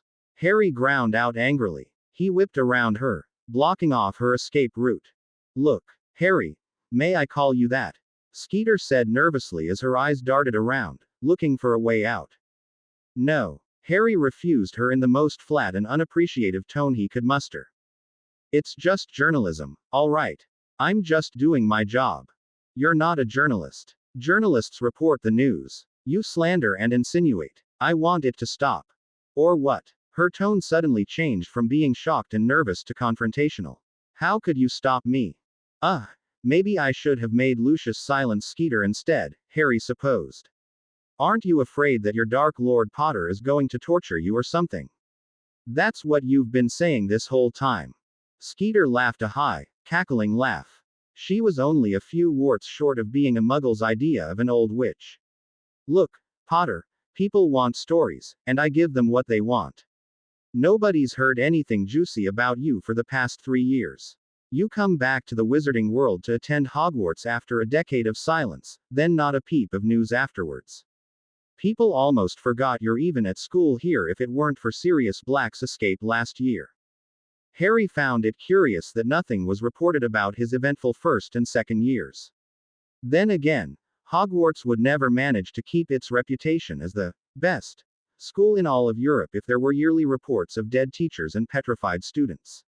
Certainly, Dumbledore wouldn't report that Harry had actually killed the teacher himself in first year. Rita continued. So, here we are, everyone's interested in you again. Lo and behold, you're in a tournament that you're not even eligible for. I'd be stupid not to get myself a piece of that action, if you know what I mean. You could have just reported the facts like a decent journalist would. And where would that land me? Right beside 4 dozen other journalists saying exactly the same thing, she rolled her eyes. I needed something that stood out from the crowd. Harry only then realized what she was implying. You don't even believe what you write. If I did, then that would put me on the same level as my readers, she scoffed. Sheep can't shear each other, you know.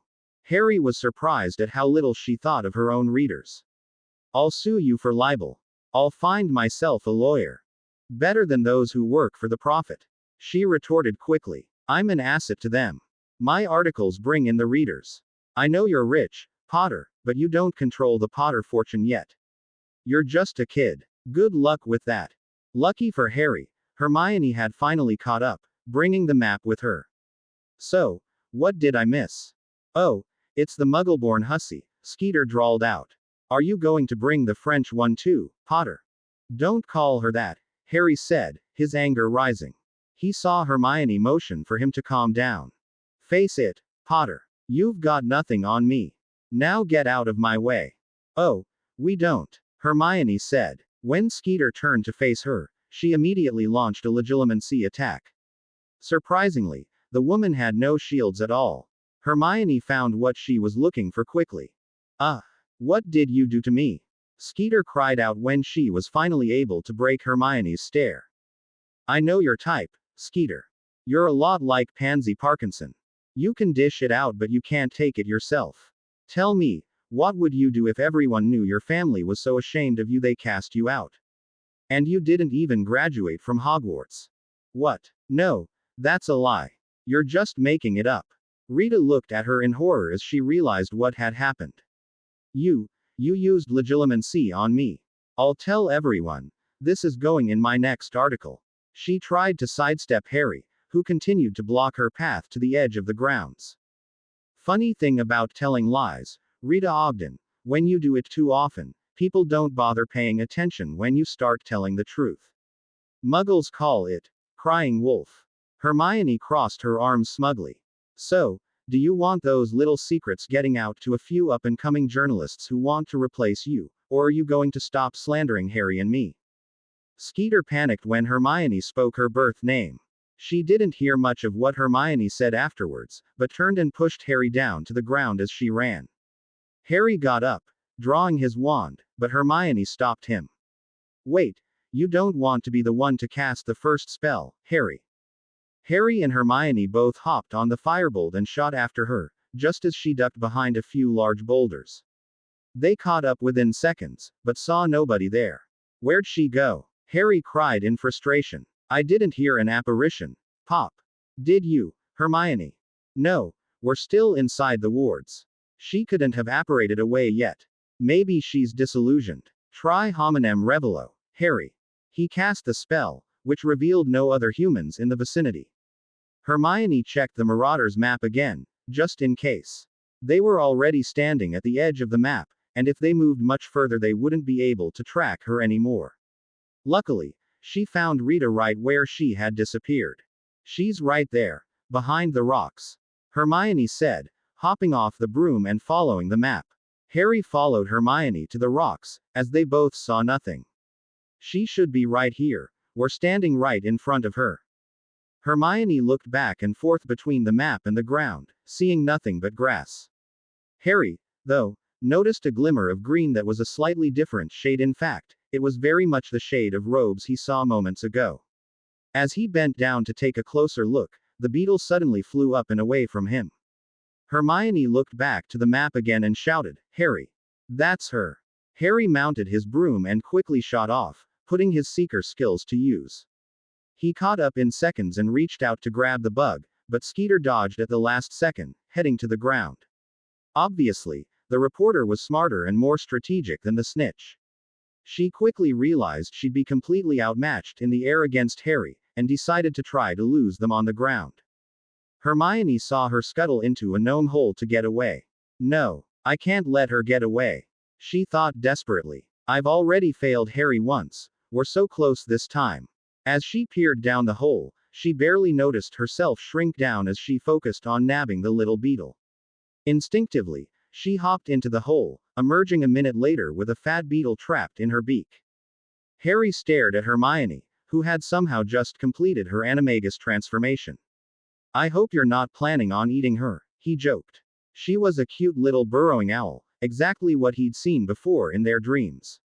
Harry conjured a jar and let Hermione drop Skeeter inside. Now what? He wondered. Hermione hopped back towards the gnome hole and hooted at Harry. He realized why she wasn't changing back. Her clothes were laying on the ground. Evidently, making your clothes part of your transformation was something they had to practice. Making sure to cast an unbreakable charm on the jar, Harry collected her clothes. Hop on my shoulder, Hermione, he told her. We'll head up to the room so you can change back. Hermione hooted again and pecked at the jar that held Skeeter. Harry couldn't figure out what she was saying. Huh, of course I'm going to bring her. Hermione hooted again, this time covering up the jar with her wings. Harry tried to figure out what Hermione was trying to tell him. You want me to leave her here? Hermione vigorously shook her head. You're not saying you want to carry her yourself, do you? Hermione did manage to communicate what a stupid idea that was. Hermione tried to cover her eyes with her wings. The sight of a little owl playing peek-a-boo sent Harry to the ground, clutching his sides. Oh, right. I understand now, he said when he finally stopped laughing. He cast a painting charm at the jar, covering it up so Skeeter wouldn't be able to see where they were. Hermione let out an exasperated hoot and flew up to Harry's shoulder. Harry mounted his broom flying straight to the Ollery, and from there they walked up to the 7th floor. He managed to avoid most of the other students along the way, so he didn't have to explain why he now had a plain brown owl instead of Hedwig. He requested from the room a place for Hermione to change and where he could continue to negotiate with Skeeter. When Hermione had changed back into her human form, and her clothes, they removed the paint charm from the jar so that the beetle could see them. For now, it wasn't moving. I guess we can add unregistered animagus to your list of credentials. I'm sure plenty of people will want to know that, Hermione said. Tap the lid if you understand, Skeeter. The beetle did nothing but wander aimlessly at the bottom.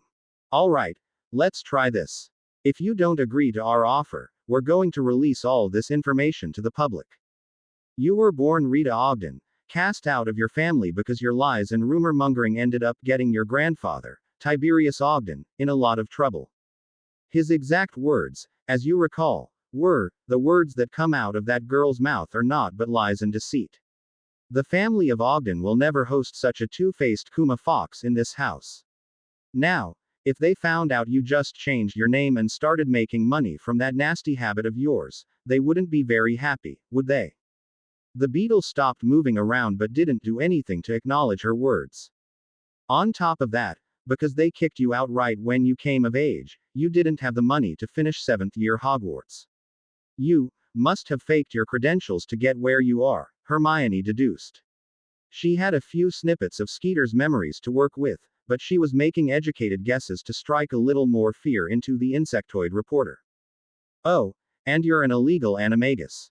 Now tap the lid if you don't want us to publish all this information about you," Hermione snarled. Harry was surprised she could make such a nasty expression. The beetle flew up, hitting the lid of the jar once. "Good," Hermione said. "Now, you will stop writing articles about Harry and me. Forever. The only time you will mention, hint, imply, suggest or speak of either of us is with our express permission. Understand?" The beetle hit the lid once again. "And lastly, you will owe us an article as a favor, in the future, whenever we need it. You will write what we want you to write." The beetle froze this time. Skeeter was unsure of how bad this could be. She knew that indeterminate favors often ended up being huge debts. Is that a no? Or is this really just some dumb beetle and the last 2 times she flew up were just coincidences? Harry chimed in. "Oh well, we can't let a perfectly good beetle go to waste. Let's feed it to the Saturnine flytraps." The beetle banged the lid rapidly. Harry and Hermione both smiled. After releasing Skeeter with a few discreetly cast tracking charms, they were greeted by Professor McGonagall inside the castle. "Mr. Potter," she addressed Harry in a very stern voice. "Is that your broom you're carrying?" Harry looked at his firebolt. Yes. Was it in your room an hour ago?" "Yes." Harry didn't like where this was going. "Then may I ask how it is now in your hands when you haven't stepped through the fat lady's portrait?" "I summoned it," Harry answered meekly. "Straight through the window of your dormitory." His head of house crossed her arms. "Detention. Immediately, Mr. Potter. You can help Mr. Filch repair the window. And I'm confiscating your broom for 1 week. What could have possibly possessed you to summon your broom instead of simply retrieving it from your room?" She couldn't take away house points while Harry was a Triwizard competitor, but she could still assign him detentions as the head of his dormitory. Emergency, never mind. I'm sorry." McGonagall didn't need to know about their little escapade with a dishonest reporter. At least there weren't any Quidditch this year, so losing his broom for a week wasn't a big deal. He waved Hermione goodbye and ran up to his dorm. Hermione remained with the professor. "Professor, can you help me register my animagus form?" Hermione asked proudly. She knew that she had originally intended to keep the form a secret and they'd made Skeeter promise silence, but it was better to err on the side of caution. She couldn't trust Skeeter to keep her mouth shut, after all. At least Harry's form could still be hidden. "Miss Granger, you're interested in becoming an animagus. You know you don't have to register until after you've completed your full transformation. Many people begin to learn, but very few actually complete it. Not that I'm doubting your abilities, of course, but it normally takes several years, so there's no rush. I've already completed my transformation, Professor." It was, just a little after Harry summoned his broom. McGonagall's mouth hung agape for a few moments before she caught herself. You're only 15. This could be a record for the youngest animagus in centuries. Could you show me your form?" She nearly lost her usual, refined composure at the excitement of Hermione's achievement. I'd rather not. I haven't quite figured out how to incorporate my clothing into my transformation, but I'm a brown burrowing owl." "Well, come to my office then. I'll seal the doors and windows, and I promise I won't watch when you transform back into your human form. My advice to you would be for you to feel that your clothes are a natural part of your body to incorporate it into your transformation." They did just as they had promised. This time, Hermione managed to incorporate her beeps into the transformation, but her clothes still fell to the floor. It was remarkably easy this time. The initial transformation seemed to have broken some sort of barrier, be it mental, magical, or physical. McGonagall applauded her form, changing into her cat form so they could see each other eye to eye. Eventually, the professor changed back, conjuring a simple screen for Hermione to put on her clothes again. Very well, I'll put in the request for you as your mentor, even though I'm guessing you learned it on your own. Seeing Hermione nod, she continued. Do you know what triggered your first transformation? You don't have to answer. I'm just curious. I was chasing down an insect that had run into a gnome's burrow to hide, Hermione answered sheepishly.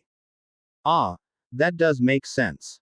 The burrowing owl is a predatory animal that hunts insects and small animals. The hunting instinct would have been a great starting point. I suppose I'll tell you my own, since it's only fair. I was actually meditating on my animagus form at my home when I heard a mouse rummaging through my kitchen. Before I knew it, I was on all fours chasing it down. I suppose I should thank that little mouse. McGonagall sighed, as it was clearly one of her more joyful memories. She even enjoyed prowling around Hogwarts at night as a cat, although she still disliked Mrs. Norris. Were you alone when it happened? Oh, yes, I had the day off, and I preferred to meditate in peace. She realized what Hermione was going to ask next. Don't worry, Miss Granger. My first time, I left my robes behind as well. Hermione winced. She didn't need that mental image. I guess I should thank Harry then. Hermione murmured. You were outside when it occurred, then. Hermione nodded, embarrassed. And I suppose Mr. Potter helped you gather your clothes for you to transform back. With another nod, Professor McGonagall smiled, and handed Hermione the firebolt. I suppose such gentlemanly behavior should be rewarded. I can't give house points to him now, but you can take his broom back to him. I do know how much he adores his flying. Thank you, Professor. Hermione switched gears, feeling it was a good time to be frank with her head of house while she was in a good mood. Professor, I want to ask you a question about the headmaster. What would you like to know? I know Professor Dumbledore has done many great things in his life, like defeating Grindelwald and fighting Voldemort. McGonagall shuddered lightly at the name. But, do you think he's ever made any bad decisions? You ask a tricky question, Miss Granger. I've seen him make an occasional mistake over the years, but he always did it with the purest intentions. In the last war, he was often faced with dilemmas between bad and worse. I have never seen him make a decision that wasn't for the greatest good in mind. He is a shining example of a light wizard. Thank you for your insight, Professor. Hermione saw the proud smile on McGonagall's face. It was obvious she held Dumbledore in high regard, quite possibly as her idol. When it came to choosing between Harry and Dumbledore, there was no doubt whose side of the story she would believe first. At breakfast the next day, there was no article in the paper by Rita Skeeter. Things seemed to be going well so far. They loaded another basket of food from the kitchens and went for another visit to Sirius. Hermione had been practicing all night with her animagus form and could now incorporate non-enchanted clothing into her transformation pretty easily, although she was now concentrating on making her wand part of the transformation. The result was a relatively sleepy Hermione as they prepared for the long, underground walk to the Shrieking Shack. Harry offered to let her take a nap inside the food basket in her owl form, which she gladly accepted. Sirius greeted Harry when he arrived. You know I was taking a nap. You woke me up. Oh, I guess you don't want this food, then? Harry asked, holding the basket up. And you should thank me for making sure those wards are still working on this house. Is that turkey I smell? Give it here. Sirius grabbed the basket from Harry, who remembered what it carried a second too late. Sirius dropped the basket on the floor and reached inside, only to pull his hand back out in pain. Ow! What was that? You gave me a live bird. Hermione was glaring angrily at both Harry and Sirius as she poked her head out of the basket. She hopped out and transformed back into her human form. Thanks for warning me, Harry, she snapped at him while rubbing her head. And couldn't you be a little more gentle? She muttered to Sirius. Even the sandwiches inside are a mess now.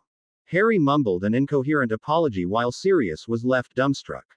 Hermione, you're an animagus. He finally managed to squawk out. Now you just need a really good prank and you can officially be a marauder. Oh, she did a really good one that really only came to fruition last week. Harry smirked, knowing it was probably better than any prank that the marauders actually managed. What was it? She got Snape sacked. Sirius's eyes bugged out. I didn't get him sacked. You're the one that suggested it. Hermione said bashfully. She didn't really want to think of herself as a prankster. No, she was studious.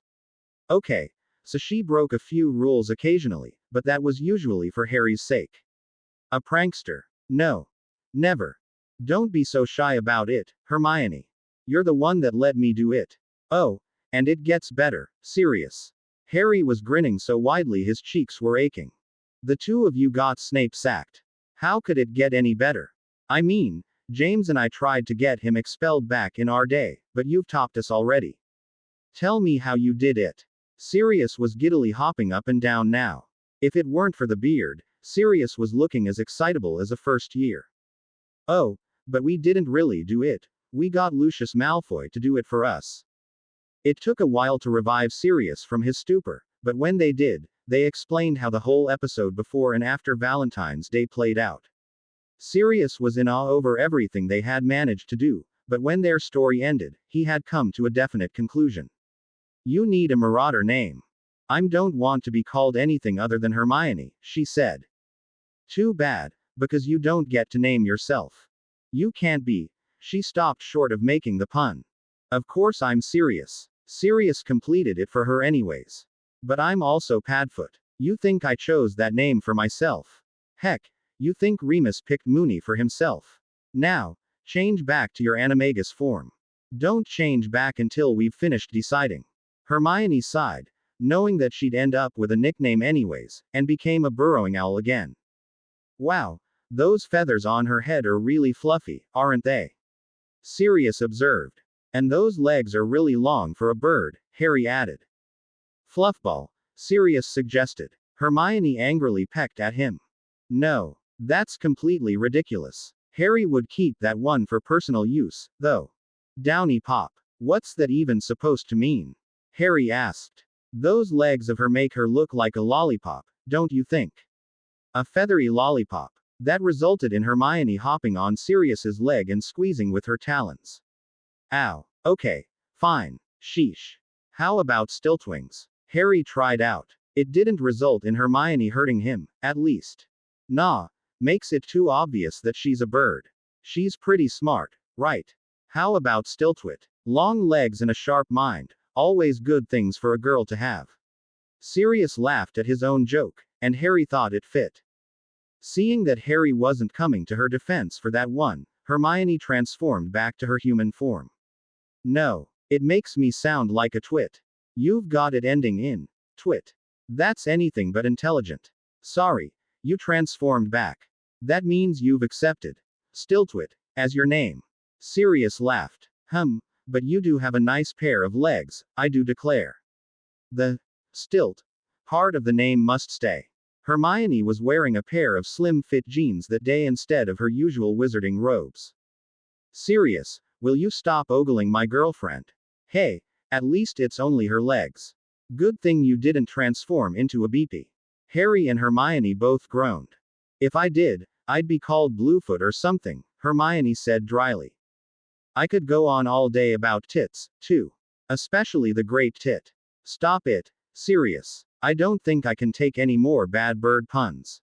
Harry joined Hermione with disapproving stares at the man in front of them. Ah, that's all I got, anyways. I do have some news for you too, though. Sirius was rubbing his hands with glee. I won't have to live in this shack any longer.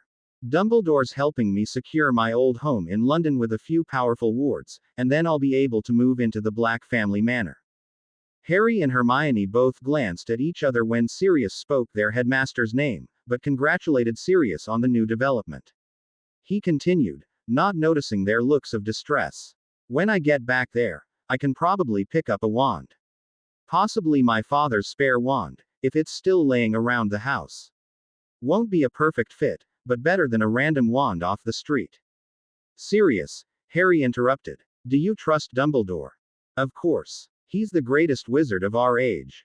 Don't you? Sirius answered the question as if it was the most obvious truth in the world. If you had to choose between him and me, who would you pick? What? Why are you asking this? Don't tell me you're turning dark or something.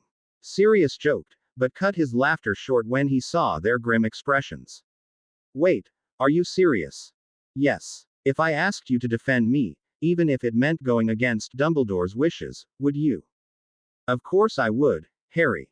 You're my godson. But you don't seriously believe that Dumbledore wouldn't be on your side as well, would he?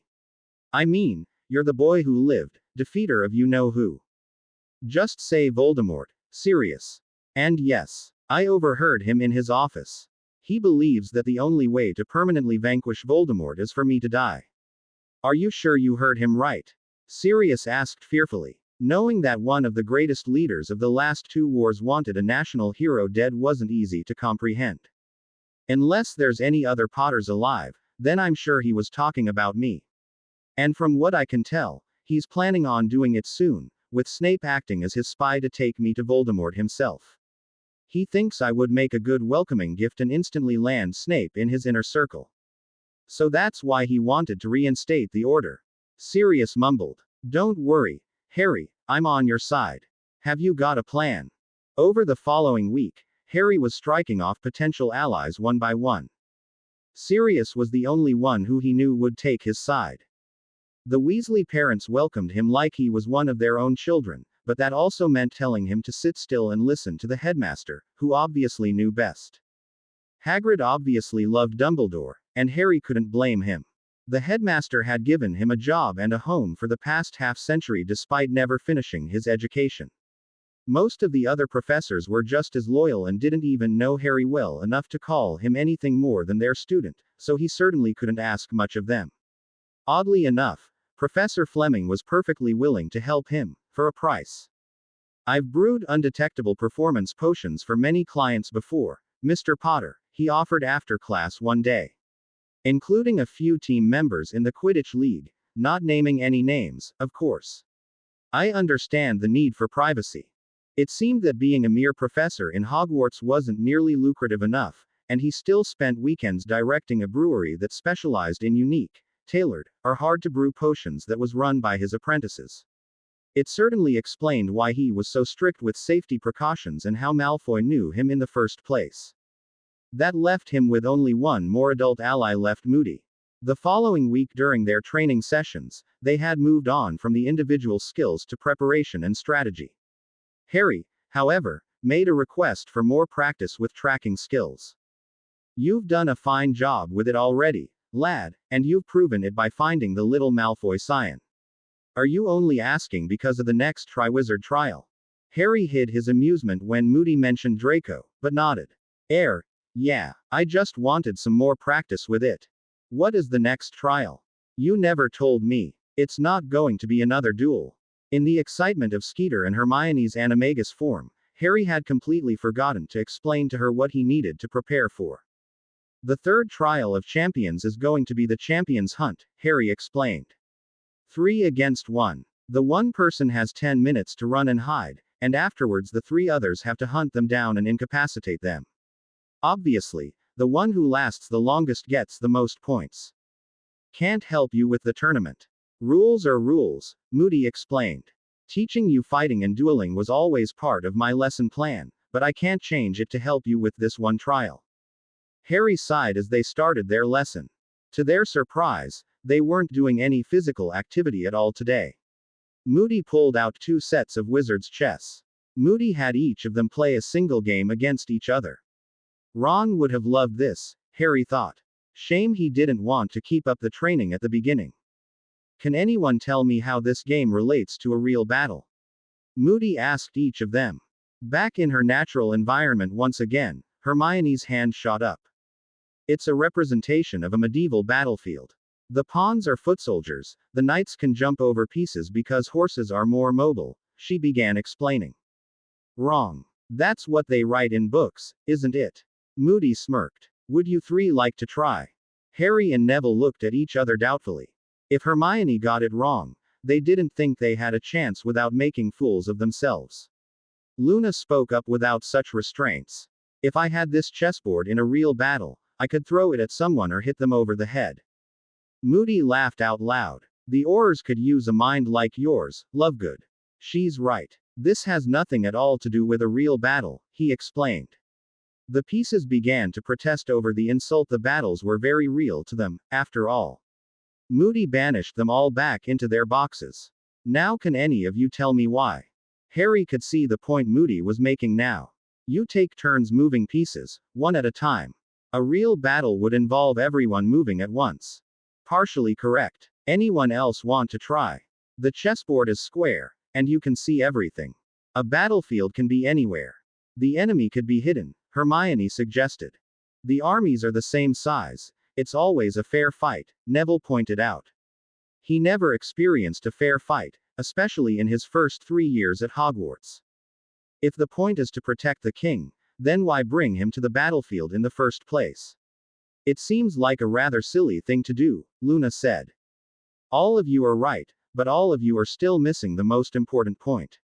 In fact, it can all be summed up into one problem that makes the game almost completely inapplicable to real battles.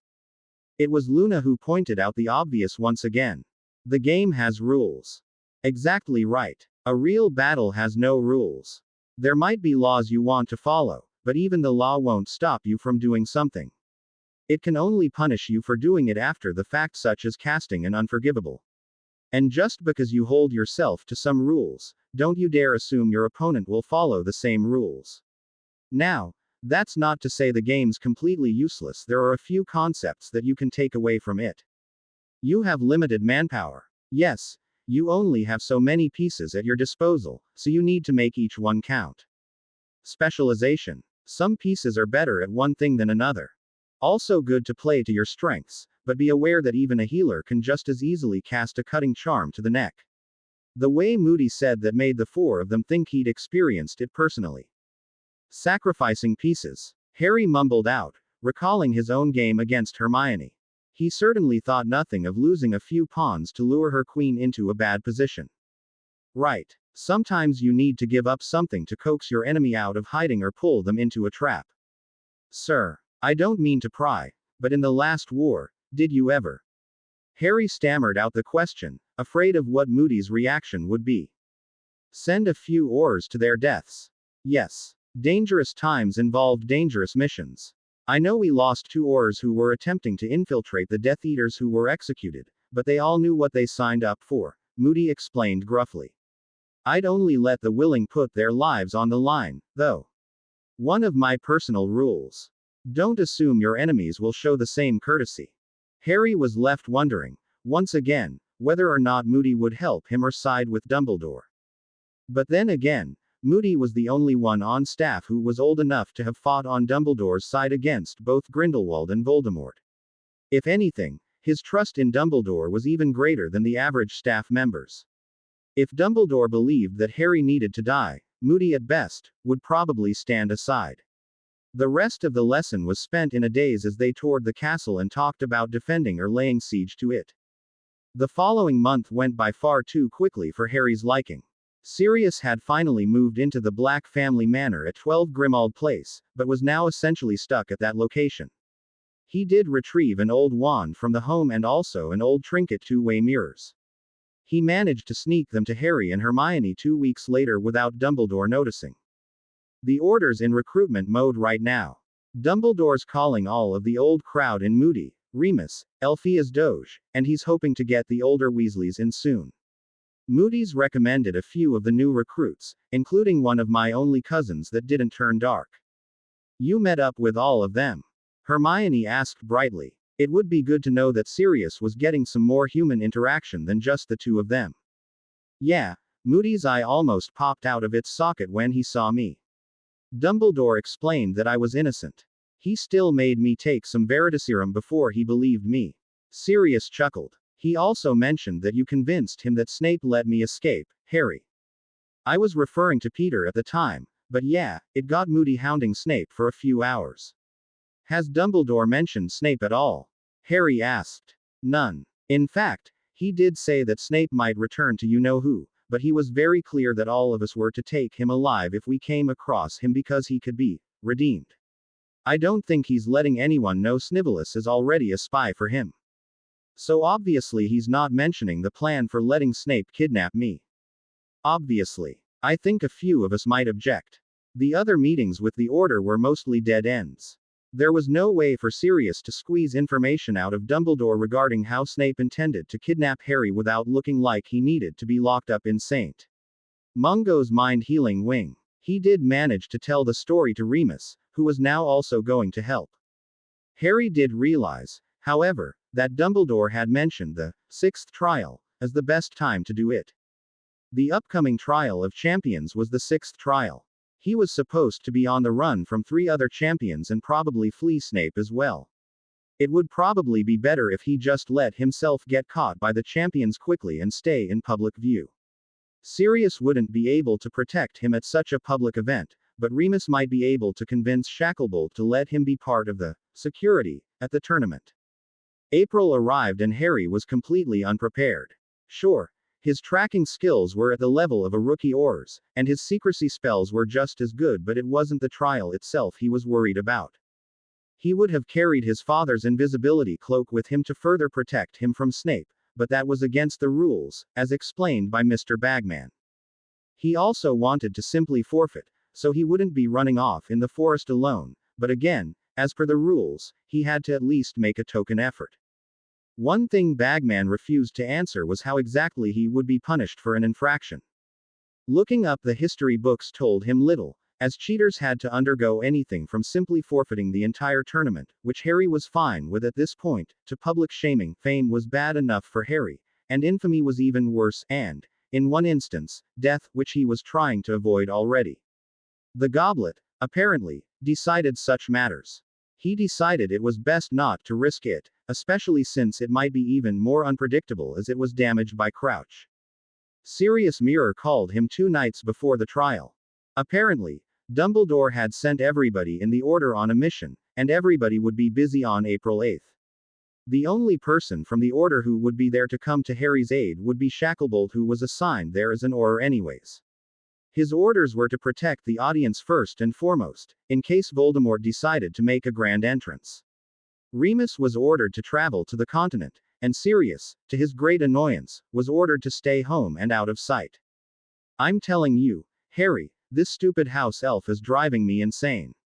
I want to just hang his head on the wall, but Dumbledore keeps saying that every life is precious and so forth.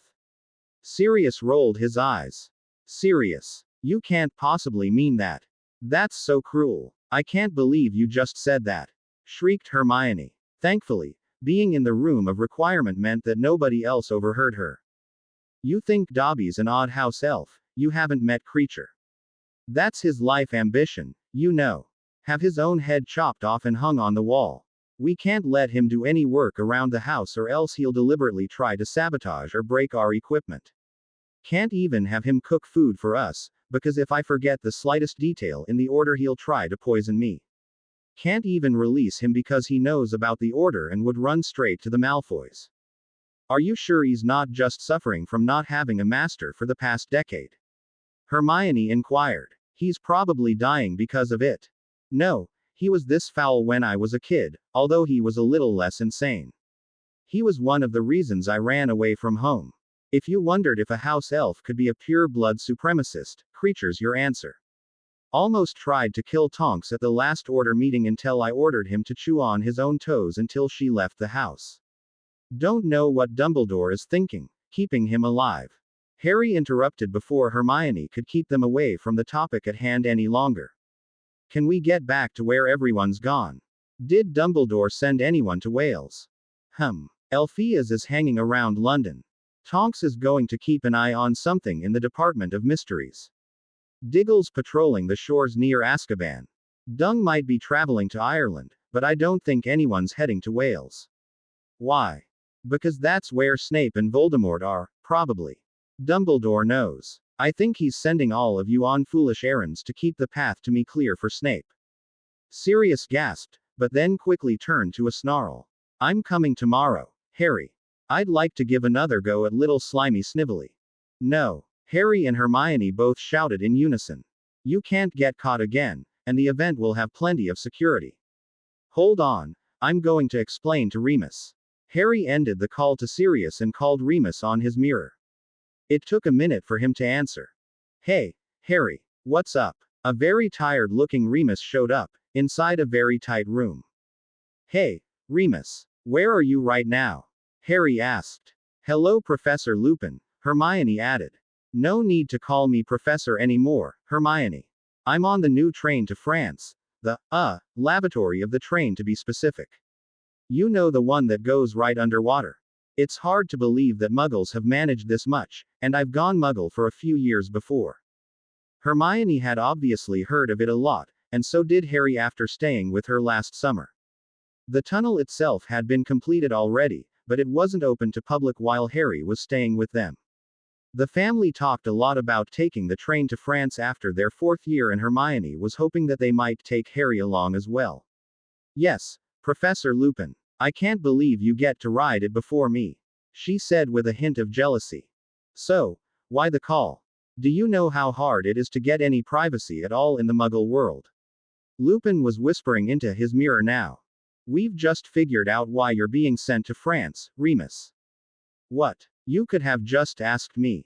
I'm going to contact some of the wild werewolf villages and try to get a feel for the ranking structure, see if I can meet a few alphas. Hopefully find a few who aren't in the jaws of Fenrir Greyback, too. No, that's not it. Okay, that might be it, but you know that everybody seems to have a mission on April 8th. Harry said. Yes. Dumbledore finally got us organized only a few days ago and immediately set out tasks for everyone.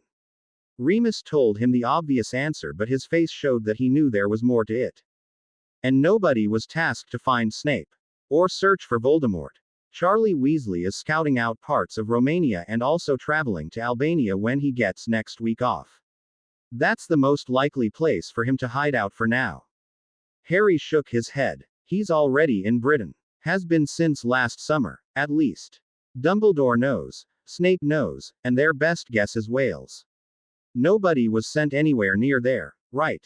Remus paused in thought, unable to say anything, so Harry continued. Can you be back in Scotland by tomorrow for the hunt? I think that's when Snape is going to try to kidnap me. I could use a little extra protection, and Sirius still can't be seen in public. Remus couldn't believe Dumbledore would condone the kidnapping of the boy who lived. He was the paragon of all wizards, the one that everyone followed for advice. He'd never steered magical Britain wrong, at least, except when it came to Harry. Remus still wondered why Dumbledore refused to let his owls and letters through while Harry was growing up, or why Harry was with Lily's awful sister in the first place. If he was going to help Harry, Dumbledore couldn't find out, or else he'd send Moody after him. All right, Harry, I'll be back by tomorrow. Keep your mirror with you during the event. Call me right away if you run into trouble. As long as Dumbledore doesn't see me there, I can just say my mission took a few days longer than I expected. Harry was the most anxious of the champions as they waited inside the tent, but he didn't let that show. Nobody was talking to each other this time, curiously enough, especially since this was the one event that required them to work as a team. They didn't want to give away their hunting strategies before the hunted champion had left the starting line. They simply waited for Bagman to arrive and give them the final details, which he did after the audience had begun to arrive. All of you have a time limit of 1 hour to search for the hunted. You must disarm and physically disable them either through stunning, body bind, or conjured shackles. When you've done that, send up green sparks and a referee will verify for you. Do you all know the spell for sparks? He looked at Harry in particular, who tried not to roll his eyes. Making sparks from his wand was a first-year charm, which Flitwick taught right after Lumos. Good. It's your job to make sure your prey is secure, because if the referee arrives and you haven't got anything to show for it, you will be penalized and the hunted champion will be rewarded. Now, on the other hand, if the hunted champion manages to turn things around and become the hunter, he can throw up green sparks if he has disabled all 3 other champions. This will, of course, reflect very well on your score if you manage it. Victor's mouth grew to a wide smile that Harry hadn't seen since the wandless duels. To level the playing field, we are not allowing apparition in this event, especially since you may become more familiar with the various destinations as we will be reusing the playing field 4 times over. One of you is too young for an apparition license, anyways. Apparition. Harry suddenly realized there was a common skill he hadn't brought back with him from his previous time travel.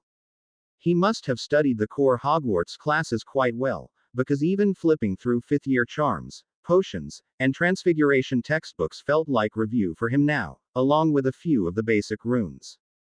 He had no idea how to apparate, unfortunately, and he was sure he would have learned such an important skill had he gained the opportunity. Didn't I ever get to the lessons in 6th year? That's when students first get apparition training, don't they? Harry wondered. He nearly missed the end of Bagman's speech because of those thoughts. Lastly, to reiterate an old rule that is especially important in this trial, there is to be no communication with anyone who is not a champion or a tournament official during the event. The audience will be able to watch exactly what the 3 hunters are doing on our projection orbs, so the hunted champion can't know where his opponents are. Harry still carried his two-way mirror just in case he needed Remus's help. Technically, it wasn't cheating if he didn't use it, and he hoped he didn't have to. Afterwards, they were all given a rough map of the area, showing them which areas were out of bounds. The entire area for the event was just under 4 square kilometers, with the audience and starting area in the center. There would be plenty of spaces to hide, but a straight chase would leave them trapped at the borders in a matter of minutes. Harry was unfamiliar with the landmarks. It didn't appear to be anywhere near Hogwarts. After a few minutes of study, they drew lots to determine the order. Victor was up first, and he was escorted outside to allow the other 3 to talk. I think we should stick together, Harry said immediately. Agreed, Fleur said. I do not think any of us can take. I am alone. Moving as one group means we'll have a harder time finding him. I'm glad one of us is good at tracking, then, Cedric said, smirking at Harry. Yes, Avenue, heard of your skill in tracking Z little runaway. Damn, even the French have heard about Malfoy, thought Harry. I've certainly got a reputation to live up to now. As they were brought out from the tent, Harry said reluctantly, all right, just follow my lead then. All 3 of them waited at the starting line for their turn to begin the chase.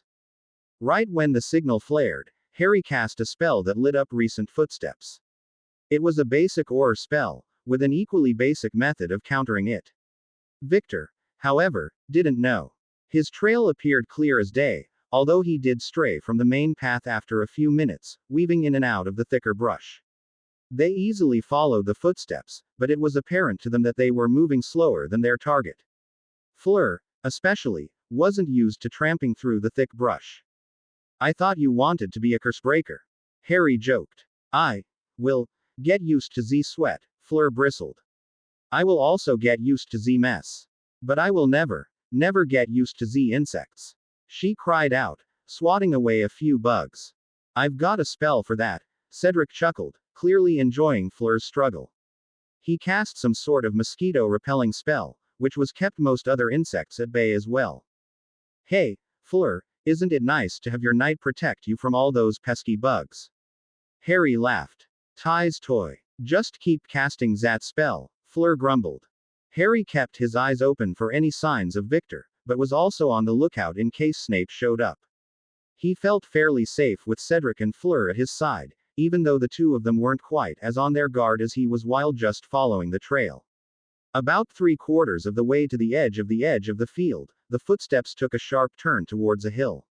Casting the Sheenastep spell one more time, Harry saw that, further down, they led back behind a pile of fallen trees. Guys, I think he might be planning, Harry managed to say just as a spell shot out from the hill. All 3 of them dove out of the way as dirt and wood splinters went flying. I thought he was going to try to turn things around. Can you see where he is?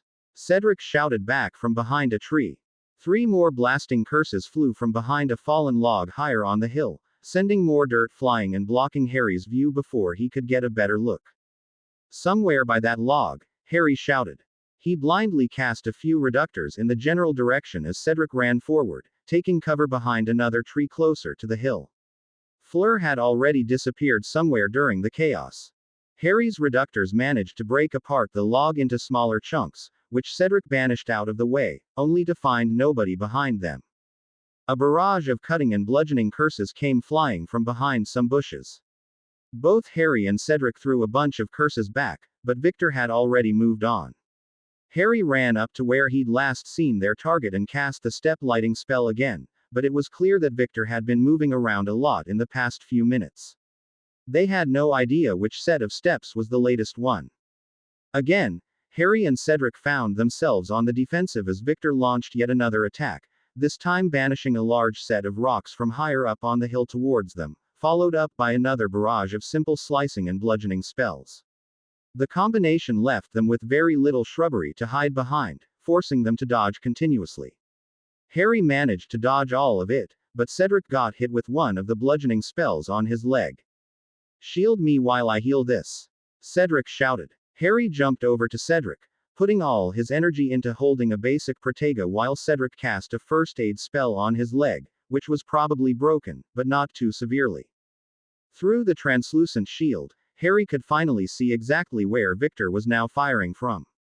He was straining under the barrage of Victor's spells, but fortunately or unfortunately, depending on who you asked, he was also aware that Fleur wasn't with them, so he wasn't concentrating fully on taking out Harry. A sudden streak of the stunning spell's red light flew from 20 meters to Victor's left straight towards where he was standing. To Harry's dismay, Victor turned just in time to shield himself from the spell, and immediately launched himself towards where Fleur was hiding. "I'm going to help out Fleur. Can you move yet?" Harry asked Cedric. Go. I'll only be a few seconds behind you," Cedric said, still working on completing the crutch spell. Harry ran towards the duel between Victor and Fleur. Fleur's grace on the dueling arena was clearly lost in the uneven ground of the forest, causing her to stumble dangerously several times while dodging her opponent's spells. Harry had just begun casting a chain of stunners, disarming charms, and itching hexes. He needed to find a better spell to chain, but the wand movements linked up well when Fleur was hit by a stunner from Victor, who immediately turned to face Harry. Victor had come to respect Harry more and more over the course of the tournament, and at this point, his respect meant that he wasn't holding back anything. Harry immediately found himself being hammered by spells that would overpower his shield quickly, forcing him to dodge. Knowing this, Crumb had decided to cast bombarding, blasting, and flame hexes, which had effects that were hard to avoid even if Harry managed to dodge the spells themselves. He was battered and bruised, falling unconscious after being thrown into a tree by a very close bombardment curse before he even managed to get close to Fleur. Enervate. Aguamenti. Harry found himself hit with both the revival spell and a splash of water, bringing him to full wakefulness immediately. Cedric was standing over him, and he was still in the woods. Fleur was a bit dazed and shaken, but awake as well. "I've got him distracted with a few transfigured animals, but they won't last long. Let's move. We've only got 10 more minutes to catch him." A loud blast sounded nearby. "And I think that was the last of them. Come on." Harry wasn't quite willing to go through yet another fight against Victor so soon, but as the other two were determined to complete their task at hand, he couldn't just sit back. They ran towards the last sound of battle, only to find that Victor had fled. Fighting continuously against 3 opponents had finally tired him out, unlike his performance in the duels. That wasn't to say he couldn't cast any spells anymore. He had transfigured several of the bushes in the path into very thorny briars, slowing them down. He'd also figured out that his opponents could track him very well, although he wasn't aware it was Harry's talent, and resorted to slowing them down instead of hiding from them outright, running along the more defined trails and throwing obstacles in the way. As they fought their way past fallen logs, more thorny bushes, caltrops, and even a small fire, the prospect of actually catching up to Victor was looking more and more desperate. The footsteps led to a small cave, where Victor had clearly barricaded himself inside. All 3 of them immediately set to blasting the rocks away until they heard a loud klaxon sound. 2 tournament officials swooped down on brooms, declaring the first round completed. The 3 of them were too tired to cry out in frustration, but interestingly enough, even Victor emerged from his impromptu fortress unhappy. Obviously, he had 2 of the 3 champions stunned and had just barely lost the chance at receiving a perfect score via turnaround. Evidently, He wasn't very proud of the fact that he had only won by hiding until the last minute, even though the other three champions would have been perfectly happy with that victory. All three of them were escorted straight to the medical tent. They had an hour's rest, just enough to get patched up by the Metawitches while several wizards worked to repair the damage they had done to the landscape in their battle. Cedric, who was quickly healing from his minor fracture earlier, was the next champion to go, so he remained in the medical tent while the others were shuffled back to champion's tent. "What spell did you use to follow me?" Victor asked them. They stepped inside. I'll tell you after I've had my turn as the hunted champion," Harry replied nonchalantly. "Can't give away all my secrets now, can I? You were the one who was doing the tracking." "I was under the impression it was Cedric," Crumb said, surprised. "Ari, seems to be a champion of many talents. It seems to me that the goblet could. Avenue picked him anyways. There was no age limit." Crumb only grunted and nodded, but smiled in acknowledgement. "Wow, this is pretty nice. All of the official champions are saying I'm a worthy component. Maybe if I could learn a few other tricks I could really give them a run for their money," Harry considered. "I'll try the tracking spell again against Cedric. Hopefully he hasn't figured out how to get around it," Harry said. His chance to prove himself again came quickly as Cedric was fully healed on time for the next round. 10 minutes after the Hogwarts champion left the starting line, the other three took off with Harry in the lead. The tracking charm worked perfectly as they followed his trail for a few minutes into the thick wood, but soon ran into a problem. At one point, it seemed that Cedric had stopped and stomped around for a while, and there were about 4 different trails leading away. "Which one do we follow?" Victor asked, annoyed. "Wait, let me recast the spell. Hopefully it'll be more sensitive," Harry said. He did so several times, trying to narrow down which was the latest set of tracks, but as far as the spell showed, all the tracks were made within a minute of each other. How was that possible? Harry wondered. "Let's not waste any more time. We can just pick one and follow it," Harry said. "Perhaps we should split up and each can travel down one path," Fleur suggested. Harry would have agreed, but given how he was still wary of being kidnapped. I'm not sure if I could take him alone if I do find him," Harry said. It was embarrassing to admit his weakness in front of the other two, but thankfully, Fleur agreed. "He is a better dueler than me as well. Perhaps the two of us shall travel together, and Victor can search in the other direction," she suggested. Victor agreed immediately, taking off in one direction and using his own spells to track down Cedric. Harry and Fleur continued using the Sheena step and followed one path that appeared to have moved the most quickly, with more distance between strides. It only took a few minutes for the two of them to spot some rustling in the bushes in front of them. Just to be safe, both of them cast disillusionment charms over themselves as they continued forward. When Harry got close enough, he released a few stunners and heard something drop to the ground. They didn't catch up to Cedric. Instead, they found themselves looking at a deer with its front hooves transfigured into shoes. "Wow, this spell is even less reliable than I thought," Harry realized.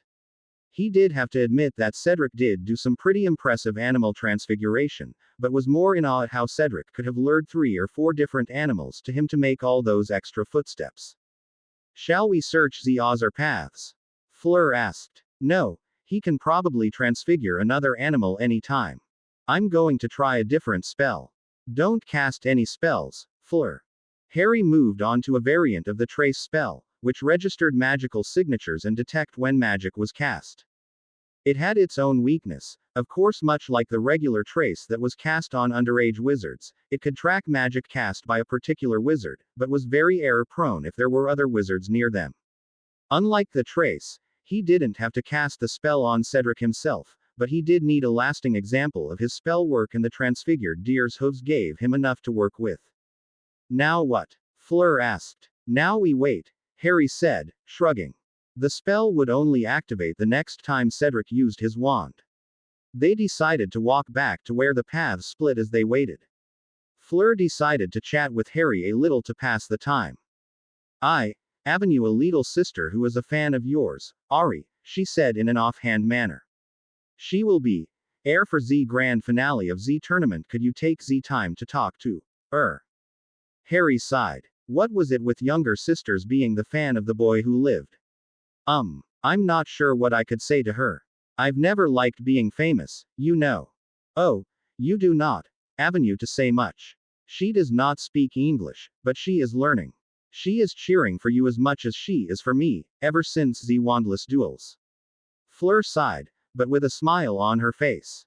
Only since then. What did I do? Fleur glared at him, making him nearly trip over some tree roots.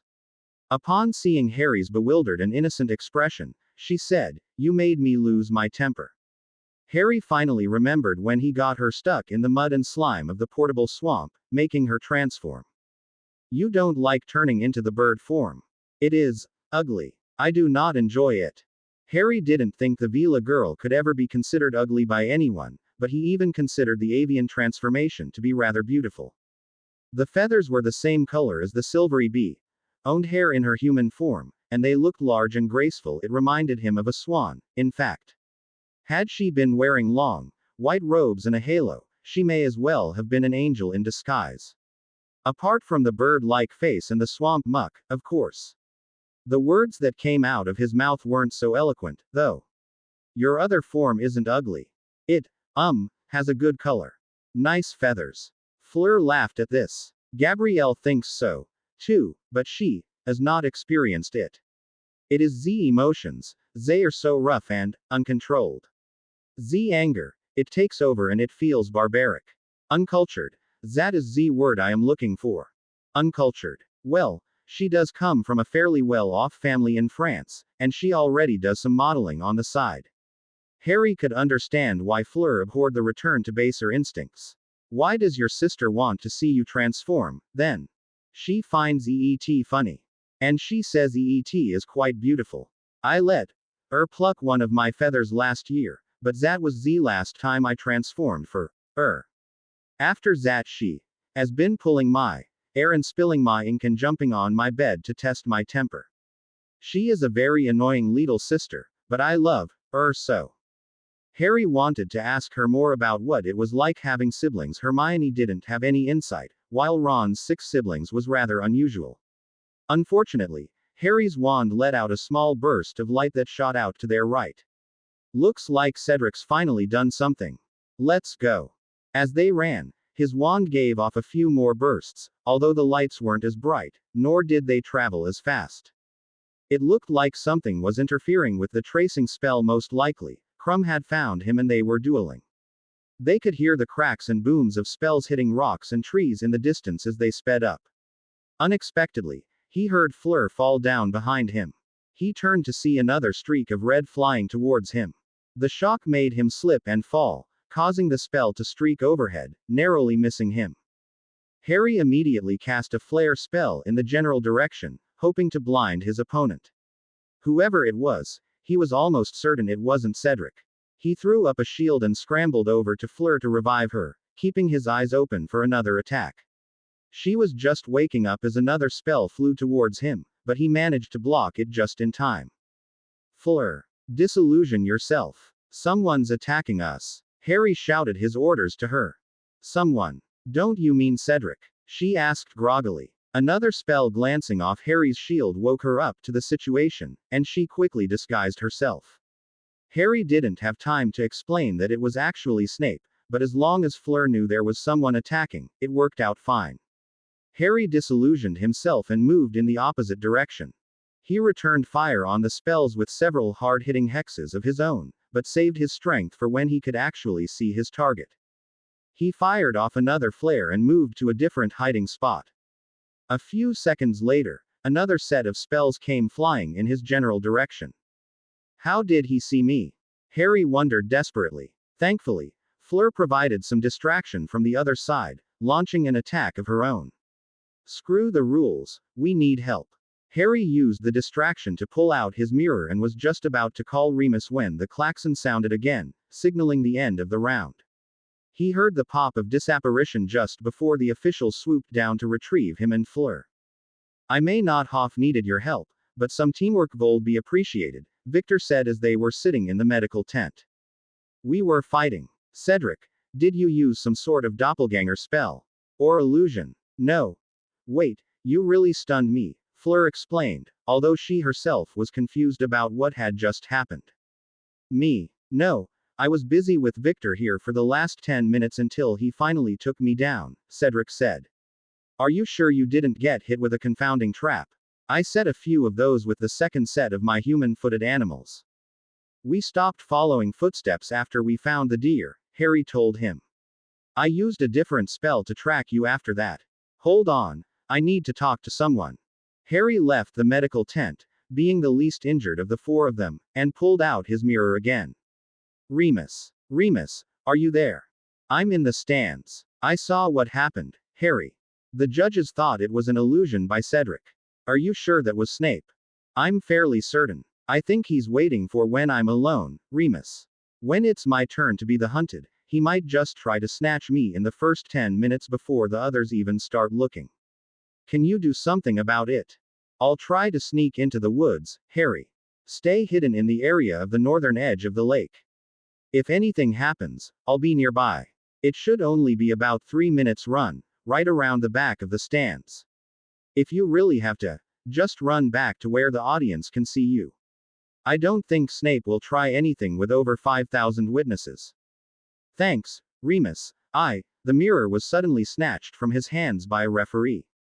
Mr. Potter, the rules were quite clear that communication with people outside the tournament was forbidden, the man told him sternly. Bagman only said that we couldn't communicate during the event itself. We're on a break period right now, aren't we? Harry pleaded. No, Mr. Potter, the time in between the actual hunts is still considered part of the event. I could consider this a miscommunication, however, so your penalty this time will only be a 10-point deduction for this event. A future infraction, however, will be subject to the Goblet's decision. Harry started to protest, but the referee was already making his way to the judges' table. He didn't want to escalate it any further, and he certainly didn't want to know what the Goblet was capable of doing to him. He'd lost his only lifeline for now, but hopefully he could lure Snape to Remus when it was his turn to be chased. Harry marched up to the starting line, studying the map that Bagman had given him, making sure he knew multiple routes to reach Lupin. As soon as he received the signal, he ran only a few steps into the woods, still partially in the view of the audience, and cast every concealment spell he could think of. Disillusionment, Ghost Walk, Silencing, and even a scent dispelling charm helped him move through the forest unseen, unheard, and unsmelt. The only trace of movement from him was when he brushed against the foliage, and the ghost step spell ensured he left no footprints. I hope this counts as my token effort, Harry thought as he went almost straight back towards the starting line. It seemed that his spells were working as the referees couldn't even see him as he walked past. Keeping his pace at an easy jog so that he wouldn't tire himself out, he circled around the stadium. A few people might have noticed a slight shimmer at the edge of the woods, but it would be hard to see even if they knew what to look for. Harry didn't particularly care if they did notice him, as he was preoccupied with looking into the woods to make sure he wasn't being tailed already. As he reached the other side, he knew it would only be a short jog over to the lake, where he could meet with Remus. Now, the question was, should he leave the safety of being close to the crowds, or head over to find his former professor immediately? Harry decided to make his way over to the lake, but not make contact just yet. He didn't want to incur the Goblet's wrath, but he needed to know exactly where Remus was waiting. Taking a deep breath, he marched deeper into the woods. As he marched onwards, his heart pounded harder and harder despite keeping an easy pace. He kept pausing and pointing his wand at every little movement in the woods, fighting the urge to just turn back. Somehow, this was even scarier than going into the Forbidden Forest, even including that time in first year when he had to go in there at midnight for detention. Perhaps it was like the old saying, what you don't know can't hurt you. Harry never really understood that, because whenever he didn't know what Dudley's gang was going to do to him, it hurt a lot. On the other hand, what you didn't know couldn't scare you. At least, not really. He hadn't known what he was going to find in the forest back in first year, and his imagination wouldn't have made up some evil ghostly spirit drinking unicorn blood.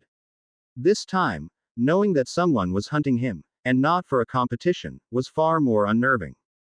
The lake came into view within minutes, but it had felt so long that Harry was surprised it still wasn't time for the other champions to start searching him. It didn't take him much longer to see the shores of the lake. Harry ducked down by a fallen log, staying as still as possible as he scanned the area. Thankfully, he spotted Remus about 200 meters away, lurking around the trees. At least he knew where to run, now. With Remus in sight, he decided to simply stay where he already was, and erected a couple more defenses: a large Notice Me Not ward, repulsion ward, and an intrusion ward to warn him if anybody stepped nearby. He also recast his disillusionment and silencing charms before settling down and waiting. Another movement in the trees caught his eye. With a shield charm at his fingertips, he turned to see it was just a squirrel. Just a little animal, he thought with a sigh of relief. Wait. These wards don't affect animals, do they affect animagi? He was pretty sure that Snape wasn't an unregistered animagi, but would he have Pettigrew's help today? Or was he just paranoid? Sitting alone with nothing to do gave him a lot of time to think about the possibilities.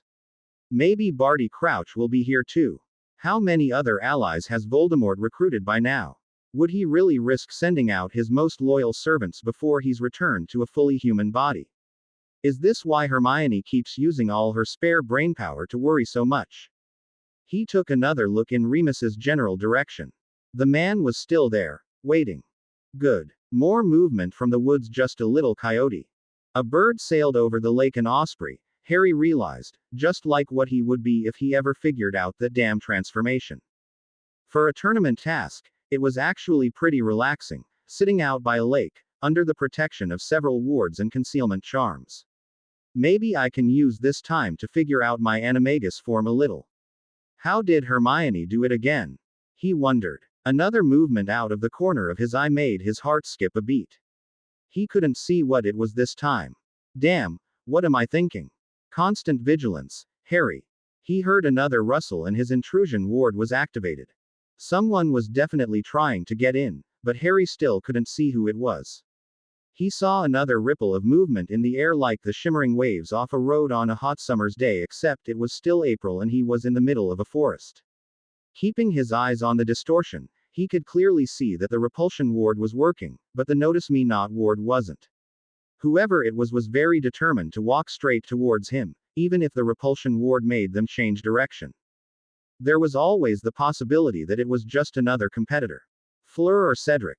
Victor would have just launched a few powerful spells to flush him out of hiding. What were the chances that it was actually Snape? Very high, Harry told himself. He had to run to Remus for help. He recast his sneaking charms again, and when the intruder tried to penetrate his wards again, he launched a flare spell to blind them. Harry darted out of the woods and ran down the shore as fast as his legs would take him to where he'd last seen Remus. As the flare spell ended, Harry ducked behind a tree and quickly recast a repelling ward. He was halfway to where Remus was waiting, and turned to make sure his pursuer hadn't seen him. The flare spell appeared to be more effective than Harry had anticipated. It seemed to have overloaded the invisibility cloak, which could barely be counted as an invisibility cloak anymore. It simply changed colors, in patches of green and brown, looking similar to Muggle camouflage, but far easier for Harry to keep track of.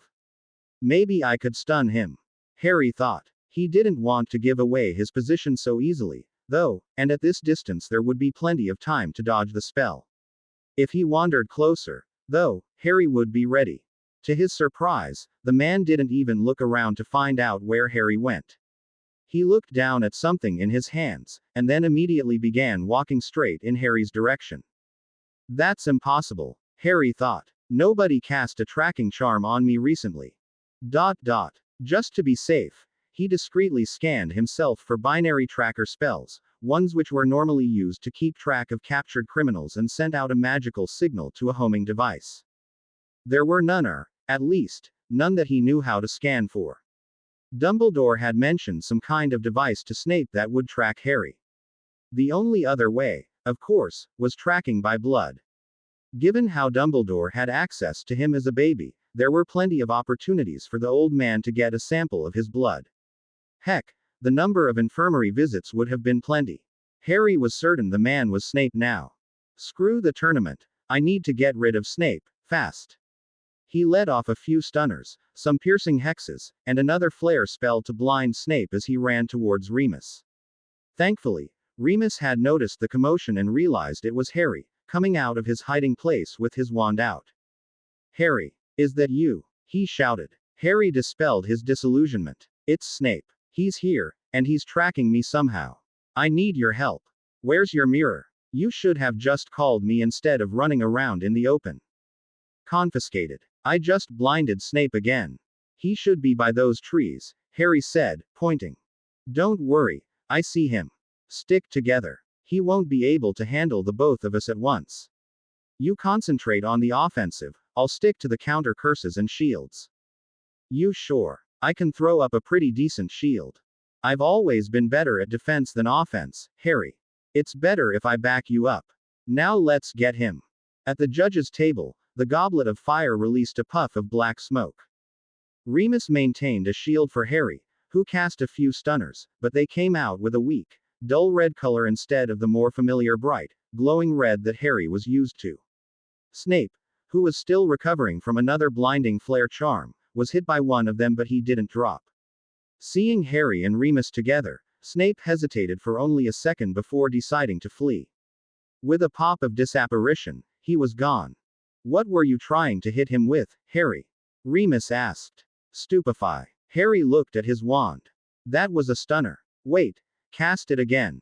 And say the incantation this time, Remus told him. Stupefy. Harry cried out, casting the spell at a tree. This time, the spell was slightly brighter but still off color. Your wand movements are right, incantation was perfect, Remus said in his Professor Lupin tone. Were you hit with anything by Snape? No, I don't think so. Harry couldn't explain any more as the klaxon signaling the end of the round sounded. They both spotted two of the referees making their way over to him. Sorry, Harry, I can't let Dumbledore find out I've been here. Tell them what you saw. Maybe you can get tournament security to keep an eye out for Snape. With that, Remus disapparated, leaving Harry to wave down the referees. When they arrived, they didn't look pleased in the least. Harry Potter, who was that you were talking to? I can't say, but he was helping me. So you admit you had outside help. That's a clear violation of the tournament rules. The referee shouted. If you'd let me finish, Harry said in a low voice, he was defending me against a kidnapper. Nobody's trying to kidnap you, Mr. Potter. The only place you're being taken is in front of the judge's table. Kidnapping? Really? You need to think up better excuses. If you're not going to take me seriously, then I need to talk to someone who will. Take me to tournament security, Harry demanded. 10 minutes later, he was facing the judges and not the Aurors. Tell us, Mr. Potter, why did you ask for outside help during an event? That is a blatant violation of the rules, and as such, the goblet has decided to seal your wand, one of the English judges told him. So that's why my spells aren't coming out right, Harry realized. Facing the judges with a defiant look, he said, there was someone who was trying to kidnap me. He made his first attempt during Cedric's turn, stunning Fleur from behind and then attempted to take me as well. That was merely a doppelganger spell, Mr. Potter. We were rather confused as well, but Albus Dumbledore confirmed it for us. Dumbledore. Of course, making excuses to help hide Snape. Did you bother to ask Cedric about it? Given the blank looks by the judges, Harry assumed that was a no. Cedric himself said he didn't know about that attack, and he doesn't know that spell. Maybe you should look into it.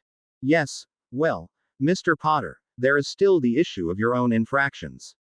I called the other man here because he would be willing to help me fight against Snape, not the other champions. Snape. As in your former Professor Snape. Yes. And I want to talk to security, Harry demanded again.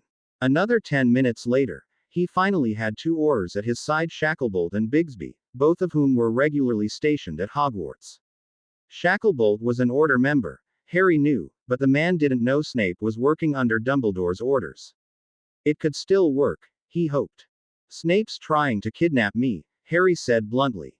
My friend was helping me defend myself against the man. You saw him. You believe that man has turned dark? Shacklebolt asked. He didn't push further about Remus, probably because he assumed it was Sirius that had helped Harry. Turned dark. He's always been dark. Moody was right. Once a Death Eater, always a Death Eater. And what would his motive be? Bigsby asked. Harry began to say, volume, but was quickly cut off by Shacklebolt. Fortune. Harry Potter will control a large sum of money when he comes of age. There's always the possibility of another dark wizard putting a price on the boy who lived's head. And you remember what a pain in the ass he was at the castle, Bigsby. The Aurors nodded to each other. We'll keep an eye out for him, Mr. Potter. After the two of them left, Harry asked the judges, can you restore my wand now? Obviously I didn't call for help to win the tournament, just to keep myself safe. Sorry, Mr. Potter. The goblet's decisions are final. We don't control the cup. It makes its own decisions. If you're lucky, the effects should only last until the tournament finishes. What? Harry's jaw dropped. Looking at the wand in his hand, he felt a shock of anger race through his body. That stupid cup had arbitrarily decided he was cheating and sealed his wand. They hoped it would be restored at the end of the tournament. Harry had hoped that he would just be completely disqualified from the tournament, or maybe just lose all his points. The cup had, instead, given him a punishment that would affect his life outside the tournament. Whose stupid idea was it to pull that cup out of whatever dusty bin it had been lying in for the past few centuries? Glaring at the judges, he stormed away from the table. Dumbledore, Fawkes might have some problems, Shacklebolt told the old wizard. That was the code for issues that could involve the Order of the Phoenix. Dumbledore nodded. Pulling out a muggle pen out of his pocket, he held it out to the Auror. Portkey to my office, he explained. When they both grasped it, Dumbledore tapped it with his wand and they were whisked to Hogwarts. Now, you were saying. Harry Potter believes that your former potions professor is trying to kidnap him, quite possibly to take him to you-know-who. 2 attempts so far today. If he's trying for a third, then he doesn't have much time. I never expected Severus to let Harry slip out of his grasp, Dumbledore mused, picking up a candy from his desk. Very well, Kingsley. I'll alert a few of the other available Order members. Tell the tournament security that they will be receiving a few more reinforcements for the rest of the day. With a silently cast stunner, Shacklebolt ended up on the floor of the office. He chuckled merrily to himself before adding, oh, silly me. It seems my old age is catching up to me. Why did I bother telling him all that? Severus is the one that needs to know. Plucking a hair from the Auror, he began writing a short missive to Snape and stuck the hair to the parchment. Fawkes, I have another delivery for you to make, he told his phoenix. Fawkes turned around on his perch, facing away from Dumbledore, and ruffled his feathers. Dumbledore sighed. I don't understand why you've been so temperamental these past few years, my old friend. He went to fetch one of the owls from the Hogwarts Orrery instead. And then they told me I still have to compete. Harry was explaining his story to the other 2 champions, as Fleur had left the tent early for her round. Look, Harry, it's not that I think you're a cheater, but Snape is really out to kill you or something. I know he was quite the arsehole to everyone outside of Slytherin, but does he really have a personal vendetta against you? Cedric asked. Yes, he hates me personally. Hated me before I ever met him, Harry confirmed, recalling his very first potions class. Whatever for. My dad teased him when they were in school, Harry explained. When did I find that out? He wondered. He did remember seeing a memory from Snape's perspective, but he didn't remember ever breaking through Snape's occlumency. That's one hell of a grudge. I'll say. I mean, I hate Malfoy, but I wouldn't take it out on his children. Especially a decade after his death. Snape was never right in the head, and now he's lost his job, for which I'm sure he blames me as well. Anyways, even with the extra security flying around, would you mind if I stuck close to one of you? He looked back and forth between the 2 other boys hopefully. Victor wasn't speaking to him. He was still somewhat unconvinced that the goblet had made such an egregious error, being able to recognize the interference of one intruder but not the other. He was of the opinion that Harry, perhaps even subconsciously, wanted Remus to help him win the event as well. If there was one thing he didn't appreciate, it was unsportsmanlike conduct, especially after losing the Quidditch World Cup. Cedric, looking doubtful that Crumb would invite Harry to run by his side, said, "Stick with me, then, but I don't know how useful you'll be without a properly working wand. Just don't get in my way, alright? Hey, my eyes and ears still work, even if my wand doesn't. I can still help." Good luck seeing through her disillusionment. We all know how much she loves that spell. As much as she loves using the allure against you too. Am I still the only one who can resist her completely? Cedric closed his mouth immediately, looking abashed. I've gotten a bit better. Yeah, well, even in the end, I might have to tackle her to finish off this round. Between the three of us, if I can't use my wand and you two can't use your brains, this will be a real uphill battle. Alright, you've made your point. Just drag me away from Fleur if she starts making us act up, alright? Cedric looked somewhat defeated, but Crumb had a knowing smile on his face. Evidently, he was much more confident and he probably trained his occlumency much more ever since he had lost his duel against Fleur. Obviously, the allure did nothing to help her against Crumb during the wandless duels, so he could probably resist her by now. After Fleur's 10 minutes were up, Crumb went off on his own, following his own tracking methods. Cedric asked Harry, "Can you still cast that footstep spell?" Harry tried it out. The spell came out far weaker than before, only showing the tracks 3 steps away before the light faded.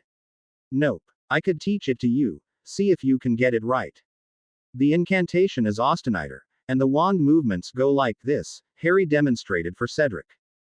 Cedric tried out the spell several times before anything happened. When he finally got it right, the ground in front of him lit up with every little human and animal footprint that had been made for days.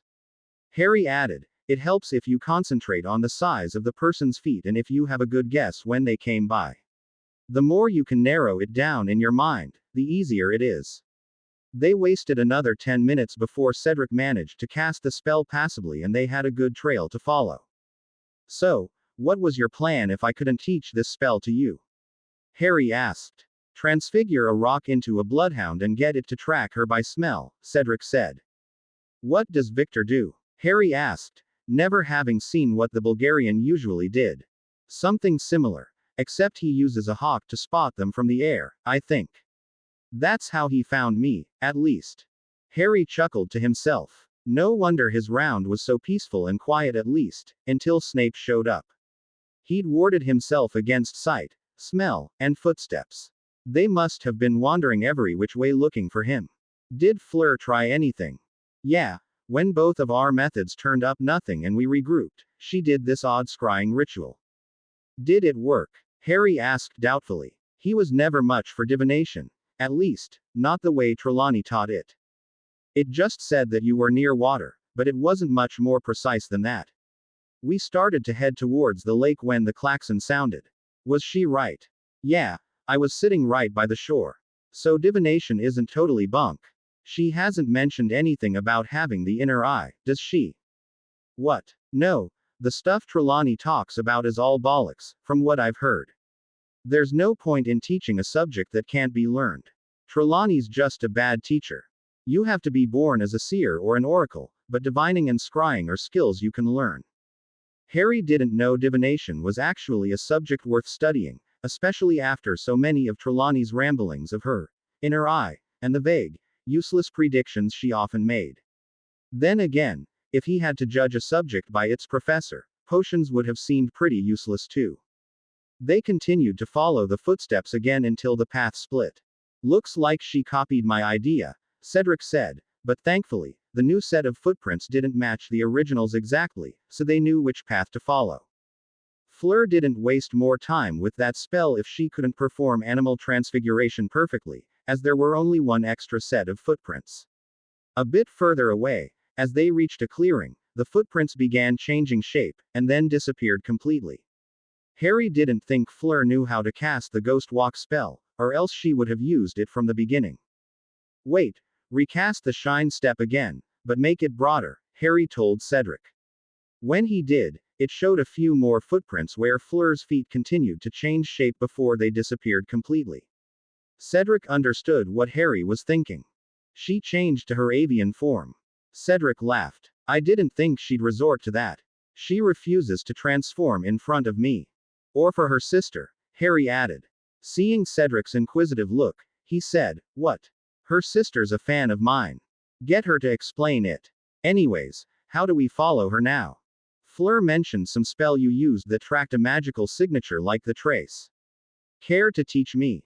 That spell took weeks for me to learn. I wouldn't be able to teach it to you in the 25 minutes we have left to find her. Maybe you should transfigure yourself some dogs. If she's so reluctant to be a bird, maybe she didn't fly very far.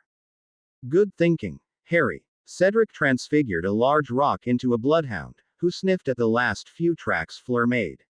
Cedric then sent it off across the field, searching for where she had landed. He made more and was up to 7 dogs before getting tired. The large pack of dogs managed to pick up her scent again in minutes, leading them back into the forested area again. The transfigured dogs didn't last very long, so Cedric had to recast the Shine Step spell to continue following the trail. They eventually reached a spot where Fleur had apparently run around in circles, making a mess of the tracks. Victor was already there. Hey, Victor, have you found her? Cedric asked. Nodding silently, Victor put a finger to his lips and pointed towards a narrow gully downhill from them. He motioned for Cedric to go first. After casting silencing spells on everyone's feet, they crept nearer. Cedric had to ask Victor to point out where Fleur was a few times, having difficulty telling exactly where Crumb was pointing without speaking to each other. As they began to circle around a tangle of roots that could have hidden Fleur, Victor lagged back, staying behind Harry. Why's he hanging back now? He's usually the first to charge in and blast everything in sight, Harry wondered. He turned to shoot Victor an inquisitive look just in time to see him pull out his wand, but it wasn't his wand. Harry immediately saw it wasn't the distinctively shaped, thick, hornbeam white wand that Crumb used, but a much more straight and slender wand of a deep red color. Fleur's wand. Harry realized what was happening. That's not Victor. He screamed at Cedric, spinning and batting her hand away. He did it just in time to disrupt her aim as a turncoat hex went flying wide to the left of Cedric. The bright light shocked Cedric into action as he immediately shot a series of stunners and disarming charms at Fleur. She shoved Harry away from herself while dodging Cedric's spells. With her cover blown, she stopped maintaining her glamours and began to duel with Cedric. Harry tried to cast a few spells of his own to help out Cedric, but none of his spells were strong enough to even harm a chipmunk. Instead, he resheathed his wand and ran straight towards Fleur, who was completely surprised at the very unwizard-like action. Harry dodged the crossfire from Cedric and managed to grab Fleur from behind, pinning her wand arm to her body. What are you doing? Stun her! Harry shouted as Cedric temporarily stopped casting. The little pause gave Fleur just enough time to do the only thing she had left. She blasted her Vela aura to full power just as Cedric cast a stunner at her. She fell limp, falling back onto Harry, who ended up cushioning her fall as they both hit the ground. He gently rolled her off of his body and said to Cedric, "Send up the green sparks, Cedric." Huh, what are you doing with Fleur? Oh, my love, my sweet, you're hurt. Let me help you, Cedric said dreamily. Harry's jaw dropped as Cedric began to cast an enervate on Fleur. For Harry, even in direct physical contact with Fleur when she turned her aura up wasn't a match for his occlumency, especially since it had only lasted a second. Cedric was probably still feeling the effects for a minute even though Fleur had been knocked unconscious. No. No, not now, Harry cried out. Without enough time to get up and stop him, Harry grabbed Fleur's wand out of her hand and launched the last 2 spells of the dueler's hello. To his surprise, the Petrificus Totalis worked, causing Cedric to stiffen up like a plank, but the Incarcerus just conjured some light cord instead of ropes. Temperamental wand, indeed, but Harry was happy that it worked at all. Huh, I guess the goblet really did only bind my wand. I guess that means I'll have to buy a new one before the next event, but does that mean I'll have to go through another wand weighing? He wondered as he conjured the green sparks with Fleur's wand. Harry, could you release me from the body bind, please? Cedric had finally recovered from the effects of the aura. Harry smirked as he cancelled the spells. Aren't you glad I came along now, Cedric? Yeah, thanks a lot. I can't believe I almost woke her up again. That aura of hers makes me damn stupid sometimes. You've got to teach me how you resist it, Harry. No problem. Heck, you might even want to ask Neville how to do it. He's getting fairly good at it, too. The referees arrived to pick them up, along with some oars. They confirmed that Fleur was unconscious and disarmed, and then explained the extra security. The oars are working under the assumption that somebody was attempting to kidnap Harry Potter during the event, so we had a few extra reinforcements brought in an hour ago. Each of you will ride back with one of the oars. The oar captain Shacklebolt said, "You're riding with me, Potter. Get on the broom." Harry handed Fleur's wand back to her and got on behind the man. "So, have you got any leads? Do you know where Snape ran off to?" Harry asked as they flew low, just over the treetops. "No. The investigation is still ongoing. Perhaps if you would tell us who was helping you so we could question them as well." "Was it Black?" Harry was surprised that Shacklebolt would ask about Sirius, but then remembered that they were both a part of the Order of the Phoenix. "No, it wasn't Sirius. I asked him to stay home. Didn't want him to get thrown in Azkaban again." "You're being quite stubborn, Potter. Tell me again how you knew it was Professor Snape that attacked you." "I saw him." "You saw his face. What's with the mid-air interrogation?" Harry wondered suspiciously. "Yes, I did." "You're lying, Potter." Shacklebolt spun around on his broom, looking Harry straight into his eyes. Harry felt the distinctive pang of a legilimency attack and immediately brought forth his full shields. He immediately retaliated against the intruder with his mental starship, blasting away at the intruder. Deciding not to stop there, he pushed even harder and tried to penetrate Shacklebolt's mind. What he saw when he pushed forward was a desolate wasteland, a mindscape that was a small town filled with burning buildings and broken streets. He didn't know where to continue his attack, but as far as he had come, he could feel pure loathing emanating from one of the houses. It was a loathing that distinctly reminded him of the glares that Snape would give him every potions class. "That's as far as you go, Potter." The servant returns. The keyword activated a portkey, and with a tug on his navel, Harry was whisked away. "Potions master. Polyjuice potion. How could I not see this coming?" Harry berated himself. Snape, still polyjuiced as Shacklebolt, had quickly shoved Harry to the ground after they arrived. Not that Harry needed any help falling down after taking a portkey. He was about to pull his wand, but remembered it wasn't even working properly. Within a second, ropes came from every direction and his arms and legs were bound and he fell to the floor. From the ground, a quick look around the room told him that anything he tried wouldn't have mattered. Wormtail, Barty Crouch Jr., Snape, and Voldemort all had their eyes on him and wands in their hands. Harry hadn't ended up inside some cave. At least, it didn't look like a cave anymore. Dark Lords like Voldemort would never stand to live in a cold, dark, and plain hideout for very long.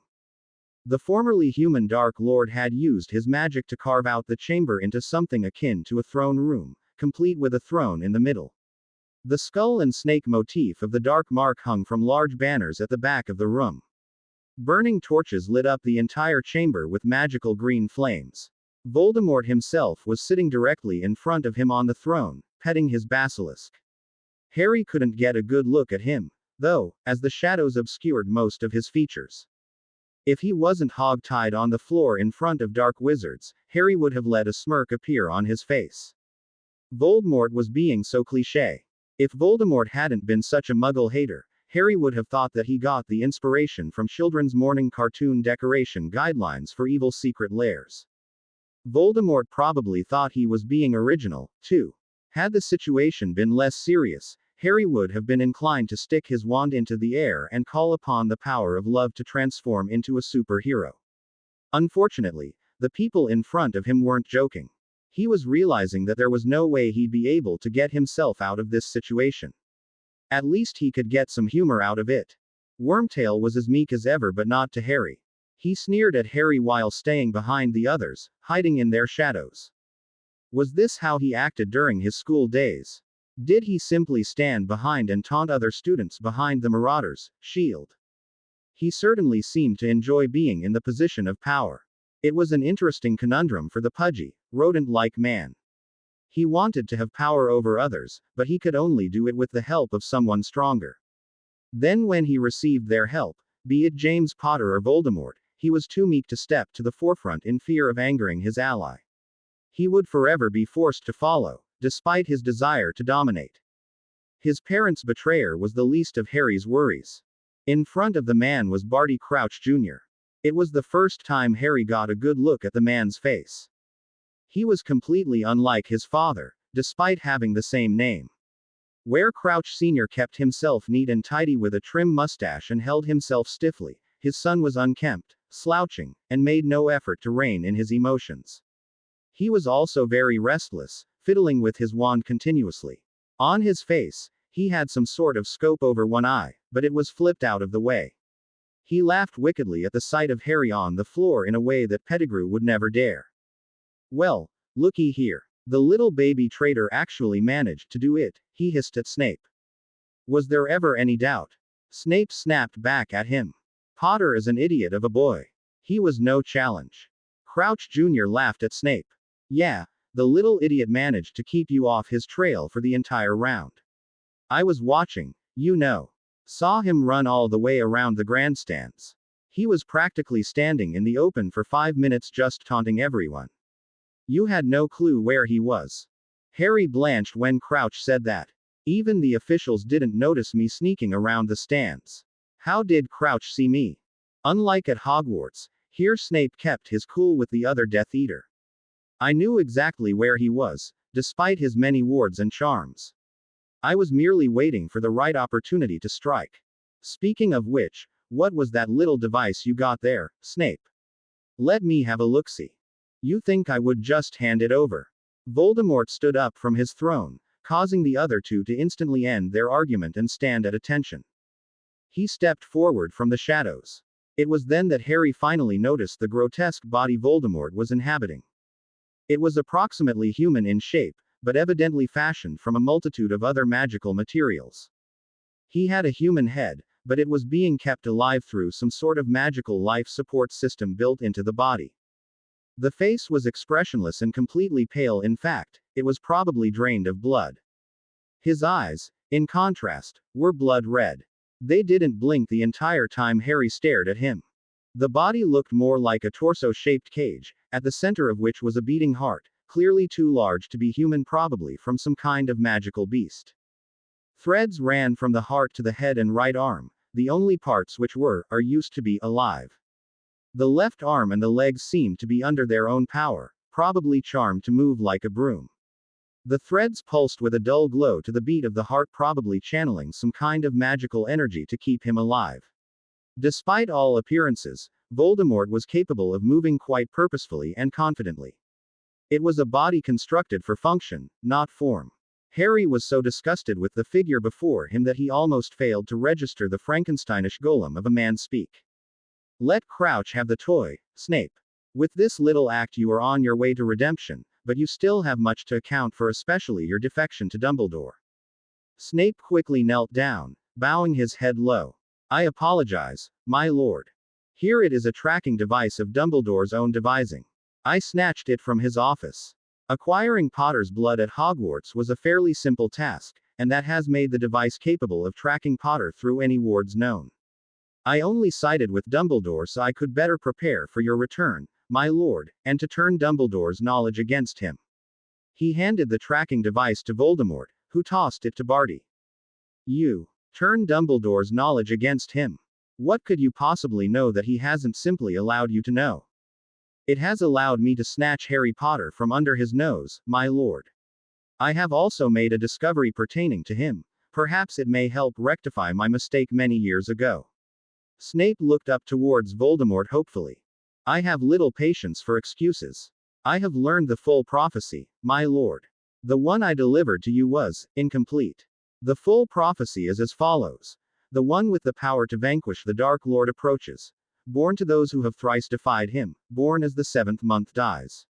The power shall save the boy from the Dark Lord thrice, his continued life will be Dark Lord's demise. Harry stared at Snape, noticing the alteration to the prophecy. Of course, nobody else realized why he was looking so confused. That's not what it's supposed to be, he thought. Wasn't it something about, must die by the hand of the other? Of course. Fake prophecy so that Voldemort would kill me. Dumbledore couldn't afford Voldemort misinterpreting the prophecy. The one Snape told him was very clear-cut. If Harry faces him again, Voldemort wins forever. You've left me with quite a dilemma, Snape. I have only faced him twice, and he has only defied me twice. Now you tell me that I must kill him, but this unexplained power will protect him once more. I am not a gambler. I prefer my victories to be hard, swift, and guaranteed. Snape hesitated. He was about to tell Voldemort some news that could be taken very badly. My lord, you have faced him thrice already. Tell me, what is this third encounter? I have been recovering ever since his power banished me from Quirrell's body in my attempt to retrieve the Philosopher's Stone. Snape was extremely fearful now. He was consciously telling himself to breathe deeply and evenly, and still his breaths were shaky. A year after that encounter, you returned. In a different form. You revived the basilisk in the Chamber of Secrets, but young Potter here stopped it. He paused momentarily, then added, he returned from the Chamber of Secrets with a book, pierced by a basilisk fang. Voldemort roared in anger, pointing his wand at Harry. The threads between his wand arm and the heart pulsed dangerously. Tell me, Potter, how did you get your hands on that book? Harry wondered what he could do in this situation. He was tempted to reveal how much he knew about T.M. Riddle, but angering Voldemort wouldn't be very productive. How can I use this? He wondered. Could I just lie and say that never happened? It obviously never showed up in the news. Snape's lying. Just some story to get me some more fame after my friend's little sister went missing. If that prophecy's true, I'll defeat you one more time. Harry wondered if he had just made Snape's day by lying and claiming to pad his reputation at the same time. He hoped for the best, but nothing would be going his way today. Pettigrew chose that moment to speak up. He's lying. It really happened. His best friend wouldn't stop talking about going down to the chamber afterwards. All summer long, his little sister woke to the sight of a defeated basilisk. She spoke of it often to her mother and in her nightmares, he recounted. Stupid, stupid, stupid, Harry thought. How could he completely forget about how Pettigrew had spent another summer inside the Weasley home? Ron did like to boast about their adventures, but Harry could have passed it off as exaggerations. He'd forgotten completely about the time Pettigrew had spent with Ginny, which was the clincher. He didn't have much time to punish himself for the bad decision, because Voldemort did it for him. Crucio. Harry felt the pain all throughout his body. Every possible sensation was taken to its limit: burning, freezing, crushing, tearing, stabbing. He was feeling every possible pain at once. He was released after a few seconds, but it was enough to lose his train of thought. Realizing that more of this could seriously damage his mind, he reinforced his occlumency. Voldemort didn't wait for Harry to recover completely. That is only a small sample of what you will feel if you lie to me again, Potter. Now tell me, how did you get your hands on the book? Found it in a toilet, and that's the truth, Harry thought, knowing that wasn't the answer he was expecting. Found it in the Chamber of Secrets. It was feeding off the life of Ginny Weasley. You found the Chamber of Secrets. And you banished me as I was reviving myself with that mysterious power of yours like you did the year before. Barty looked up from his tinkering. Could be why we never saw the boy demonstrate anything special throughout the tournament. He's used up all his secret talent. This could be my only way out, Harry thought. It hasn't saved me 3 times yet, he announced loudly. All eyes in the room turned to look at him, so he continued. The power didn't banish your spirit in second year. I stabbed it with a basilisk fang. You weren't strong enough to attack me at all. I can still defeat you one more time. That boy is an arrogant buffoon. He thinks he could slay a basilisk without help from the powerful, prophesized magics, Snape sneered. Even in the presence of Voldemort, Snape could still find the courage to speak out of turn and insult Harry. Harry wanted to retort, but arguing with a Death Eater in the presence of other Death Eaters wasn't the wisest thing to do. To his surprise, Barty made his argument for him. You're a little slimy weasel that jumped ship, Snape. The last time you didn't get all the information, you ended up leading the Dark Lord to defeat. I don't think you're reliable at all, Snape. You say the boy's nothing, but you couldn't even get past the basic wards to snatch him. even with this interesting little trinket, he said, twirling pieces of the device in his fingers. I'm a potions master, not a curse breaker, Snape muttered in reply. Which is also not a beast master. So tell us, Potter, how did you slay a basilisk without help? Harry realized then that the truth, combined with Snape's fake prophecy, might actually save his life. I did have help. From a phoenix. It flashed in with the sword of Gryffindor. It pecked out the basilisk's eyes, and distracted it. In fact, he did most of the work, really. I just landed the finishing blow by stabbing it in the head. He omitted the fact that he stabbed it in the head from inside its mouth, and the fact that he'd received a bite from its poisonous fangs. He didn't want them to believe any sort of magical protection had been activated in the fight. The sword of Gryffindor. Even with the sword, you destroyed the book with a fang from the basilisk itself. Damn. Barty was a perceptive one, Harry cursed. He'd forgotten to account for that little detail. I stabbed it pretty deep, and when it fell, it pushed the sword into its own head even deeper. It did manage to knock one of its own fangs out of its mouth in the thrashing, though, so I picked it up to destroy the book. That's enough, Voldemort said. His face didn't show expressions very well, but Harry could hear the anger and frustration in his voice. He obviously didn't like hearing about one of his Horcruxes destroyed. Once again, your information is incomplete, Snape. You could have set back my rise to power if the boy wasn't so cooperative. He turned to Harry with his piercing stare, scrutinizing him. He was suspicious of Harry's willingness. The Cruciatus probably helped, but even he was expecting Harry to be more Gryffindorish than to break after only a few seconds. It appears he is destined to defeat me one more time, Voldemort said slowly. I hope this is a good thing. Harry said. Moving rashly to kill him could activate the power once more. It would appear to be best to keep him alive for now. Yes. Harry was thankful for the small victories he could get. But I cannot risk Dumbledore or another finding and rescuing him. He could have more of those tracking devices. We need to end his life sooner rather than later. No. Harry knew that Dumbledore wouldn't send the order to search for him anyways. Barty, what are you seeing from the eye? Have they begun searching for him yet? Barty flipped down the scope and peered into it for a few moments before answering. Dumbledore's meeting with the Aurors. All of the Order members who are also Aurors are there. Ooh, this doesn't look good. Potter's girl just barged in and she's pointing fingers. Never mind, they dropped her. Hey. He's seeing this in real time. That's happening right now. I thought it was an informant. The spy's not human. It's some device. Harry looked at Barty. With the scope flipped down over his eye, it was reminiscent of Moody's own magical eye. Then it hit him. Barty hadn't hung around Hogwarts just to modify the Goblet of Fire. He did it to modify Moody's magical eye. He saw everything Moody saw. Looks like most of them want to mount some kind of rescue effort. Nope. Wait and see, says Dumbledore. No leads. Looks like you made a clean getaway, Snape.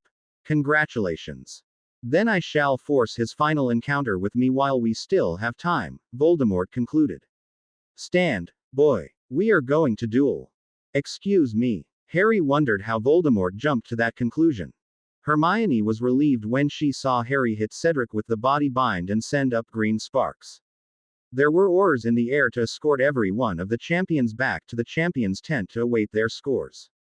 Snape had run out of chances for today. She pulled out her mirror and called Harry. Even after several minutes there was no answer. What? Why's he not picking up? Did something happen to him? She immediately called Remus on his mirror.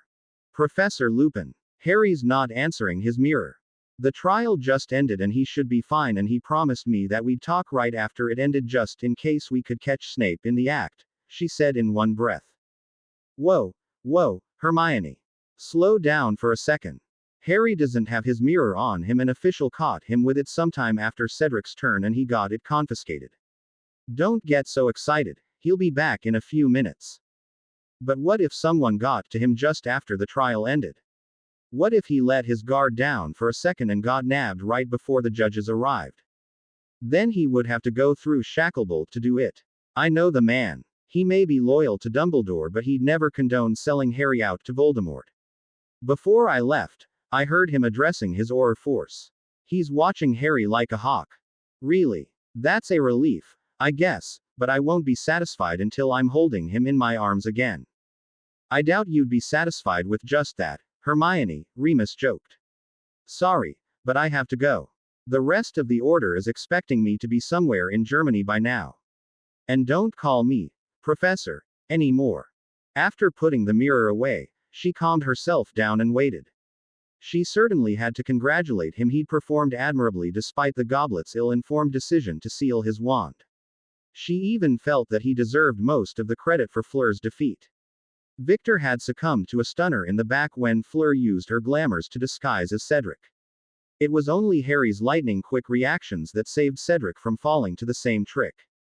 Victor was the first to arrive. Having been stunned far away from the others, he was already being watched by a referee when the round ended. A few minutes later, Fleur and Cedric arrived. They were looking confused and speaking to some of the Aurors. Where was Harry? He was with Cedric and Fleur. Why weren't they back yet? Hermione began to panic again when she saw the Aurors. Movements become frantic and one sprinted to the security tent. The rest of the crowd had also noticed the commotion and the lack of Harry Potter. The people began to get restless, but only because the scoring wasn't to start until all the champions were present. She called Remus again. Professor Remus. Harry's really gone. What? It's only been 3 minutes since you last mirrored me, Hermione. Are you sure? Yes. All the other champions are back and Harry's missing. The Aurors are running around down there. We have to do something.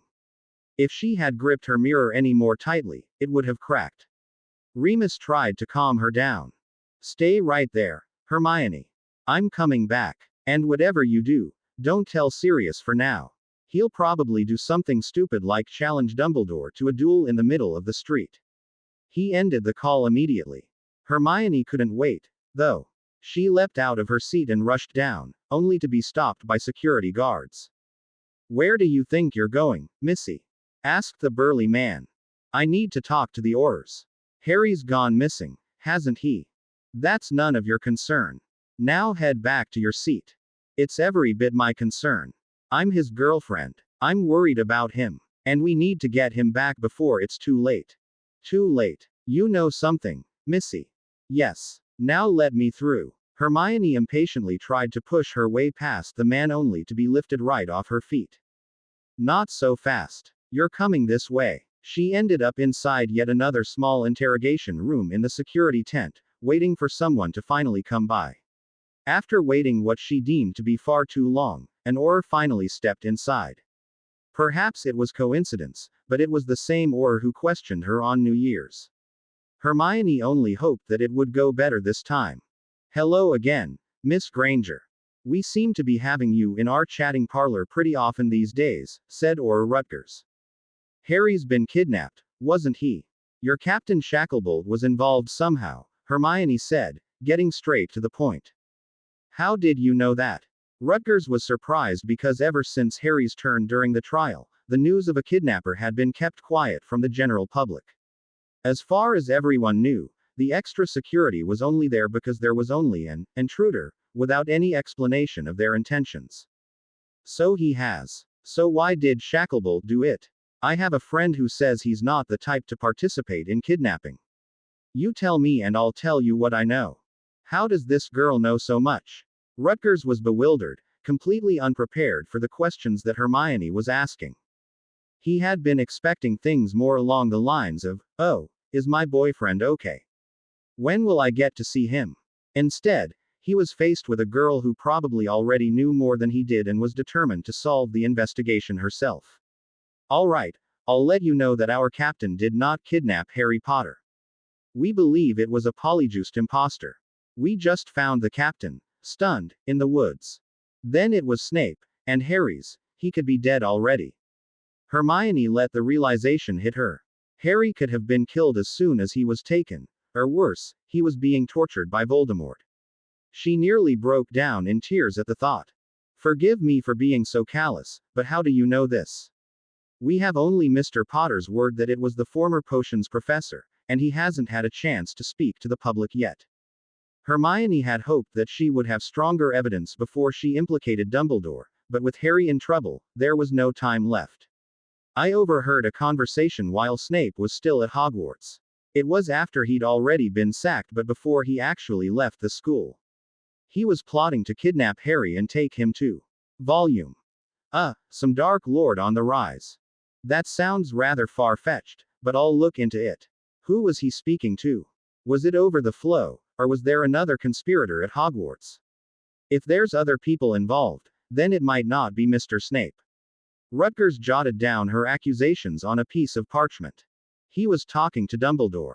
He specifically recommended the sixth trial, today, as the best day to kidnap Harry, and it happened. It has to be him. At this point, Rutgers looked from his notes to Hermione, and back to his notes again. Dumbledore. You are talking about Albus, your headmaster and chief warlock, right? Not his brother Aberforth. Even that suggestion seemed highly unlikely to him. Aberforth, who much preferred a quiet life running a tavern in Hogsmeade, still fought bravely against Voldemort and helped shelter people in Grindelwald's time. Yes, Albus Percival Wulfric Brian Dumbledore. Hermione shouted angrily. She wasn't normally one to lose her temper like that, especially since she knew Rutgers only believed what she herself believed 2 months ago, but her patience was running thin. I overheard him in his office, talking to Snape about sacrificing Harry to earn Snape a place in Voldemort's inner circle. Rutgers rubbed his forehead. First Dumbledore, and now you know who. He was dead, and nobody wanted to think about him again. You know who. You're saying he's still alive, and that he didn't die 13 years ago. Yes. You have to let me talk to everyone. We need to organize a rescue effort for Harry. Hermione banged her fists on the table and stood up, unable to wait any longer. All right. The rest of the Aurors are in an emergency briefing right now. I'll see what I can do. Rutgers had to admit the story was crazier than he could even imagine, but he'd learned over the past few months that nothing was ever normal around Harry Potter and his girlfriend. First was some kind of allergy to squash cider that led to some kind of muggle disease, then it was a rescue through an acromantula-infested forest for his own worst enemy, and now it was his own headmaster plotting against him. He escorted Hermione to another room in the tent, where most of the Aurors, other than the ones who were still on patrol outside, were meeting. To her dismay, Dumbledore was at the front of the room, addressing everyone. Hello, Miss Granger. I'm glad you could join us, Dumbledore said jovially. I assure you that we are doing everything we can to find Harry Potter at the moment. Are you really? Hermione yelled at him. You want him dead. You sold him to Voldemort.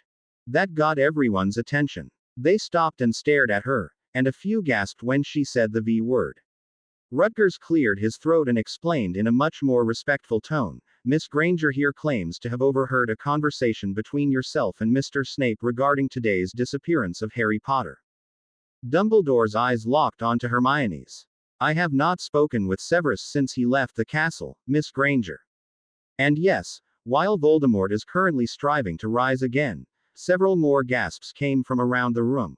We cannot strike if we do not know where he is. You've been in regular contact with him. You gave him one of your own tracking devices. You know exactly where Snape's taken Harry, and exactly where Voldemort is hiding right now. Hermione shrieked. She flicked her wand into her hand, but being in a room full of Aurors, it wasn't the best course of action. She was stunned instantly. With the necessary precautions, of course. Harry's hopes of turning tail and running during the duel were dashed. Snape, I will need an unbreakable vow from you. Immediately. My lord. Snape was surprised at the request. An unbreakable vow right now could ruin all his plans to spy for Dumbledore. He was as good as dead if he couldn't prove his loyalty. That was the entire purpose of delivering Potter. Was all this for nothing? Doing his best to keep his voice steady, he asked, What is your request, my lord? You will swear that, in the event that this body is once again destroyed, you will allow my soul to possess your body until another replacement has been created. Snape knew what had happened to Quirrell last time. The man practically rotted from the inside out and had to drink unicorn blood to last the school year. This didn't bode well for him, but how could he possibly refuse a direct request from Voldemort himself? My lord, would Wormtail not serve just as well? I can then brew the potions you will need for a quick recovery. Which you can still perform despite my possession, Snape. Wormtail is far too weak. I will not inhabit the body of one so meek when there are others to choose from. Now swear. Crouch shall be our bonder. Barty began the ritual for the unbreakable vow as Voldemort and Snape clasped hands. Harry wondered if it still worked with an artificial body. Voldemort's right arm looked like it was ice cold, and given the little shiver Snape made when they locked hands, Harry guessed it was about as pleasant as touching a corpse. Do you, Severus Snape, pledge to allow my spirit to take possession of your body should my present body be destroyed? Harry and Snape both noticed that he hadn't set any time limit, but the man had no other choice but to agree. I do, came Snape's reply. Barty tapped his wand over their joined hands and a magical, flaming chain wrapped around both of their arms, fading as the vow took hold. Crouch, Wormtail, you will know what to do should the worst happen. The boy is not to survive. Turning to Nagini, who he had left coiled up on the throne, he gave her orders as well. Should the boy live after I fight him, you will kill him immediately. Harry didn't even need to know Parseltongue to understand what the serpent was going to do. A duel with Voldemort, then 2 other wizards and a baby basilisk. Harry struggled against the ropes to no avail. He still had his wand. His partially functional wand. Voldemort, amused at his struggles, levitated Harry with a lazy wave of his wand and spun him around onto his feet. Let us begin, Harry Potter. Aren't you going to untie me first? Harry asked. Now why would I want to do that? Voldemort sneered at him while Barty and Wormtail both laughed. This was something even Snape was going to enjoy. He cast a spell that forced Harry to bend over at the hips. First, to begin the duel, we bow like so. Harry resisted as much as he could, causing him to only tilt forward slightly. He concentrated on trying to get his wand out of his holster. He, along with everyone else in the room, knew the wand was effectively useless, but he had to try something. You seem to think you can fight this. No matter how great your power is, Potter, it won't save you this time. Voldemort immediately cast a spell at Harry, who could do nothing but duck out of the way. Keep running, Potter, Voldemort laughed as he cast several more spells in quick succession. Harry was nearly losing his balance hopping from side to side. The ropes weren't getting any looser despite his struggles. I can't keep dodging forever, Harry thought. Maybe I should just give up now and wake up in the past. Even if I could read his mind and dodge everything, the others would just finish me off. Read his mind, Harry thought to himself. Would Voldemort even bother occluding his mind against Harry? Maybe he could get some useful information out of Voldemort's head before he died, at least. Nowhere to run, so he couldn't escape. No wand in his hand, even if it barely worked, and still tied up, so he couldn't even punch Voldemort. There was nothing left to for him do. He decided to risk it. Hey Voldemort, are you secretly a little girl? Why was your diary so precious to you? Harry thought up the best insult he could to get Voldemort's mind on his Horcruxes. It worked. You dare mock me, boy. The secrets I uncovered, the discoveries I made, the power I put into that book were more than you could ever dream of achieving. Harry hit him with the strongest legilimency attack he could muster. He found that Voldemort's mind was relatively unprotected and disorganized. Perhaps it was because he hadn't inhabited a real body for years, or maybe because he was out of practice, having no real human contact for just as long. Harry pushed in as quickly as he could, blasting down Voldemort's defenses. There was no time for subtlety. He latched on to the fear more specifically, the fear that something had happened to his other Horcruxes. Harry pulled himself deeper into Voldemort's mind as fast as he could. Voldemort was shocked by Harry's sudden legilimency attack that he stopped his spellcasting. Stop. Stop it. What are you looking? No. How do you know about? Nagini. Leave. He accidentally addressed his snake in English in his panic. Nagini, leave, he repeated. Harry could see Voldemort's heart beat faster as his anger rose. For the first time, he had truly lost his temper and blasted a massive, destructive spell at Harry, finally breaking the connection. The spell was powerful enough to knock a hole through the wall, blowing Harry out of the chamber. Voldemort's own body was smoking and burning, evidently overloaded by the magic he had suddenly put into the spell. He collapsed onto the ground, with all the wooden parts of his body falling apart. With only his right arm and head left intact, he yelled, Go after the boy. Make sure he's dead. Destroy him. Destroy his body. I want no trace of him left to find. Crouch. You can repair my body later. Go. All of them ran to the hole in the wall, which opened up to the side of a sheer cliff. They looked out just in time to see Harry's body fall into the lake below. Getting blasted straight through several meters of solid rock and then falling half a kilometer straight down, they doubted the boy was alive at all.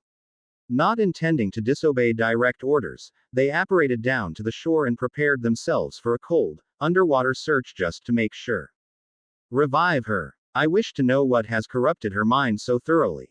The Hermione Granger I know was always quite respectful of authority and knowledge. Quote.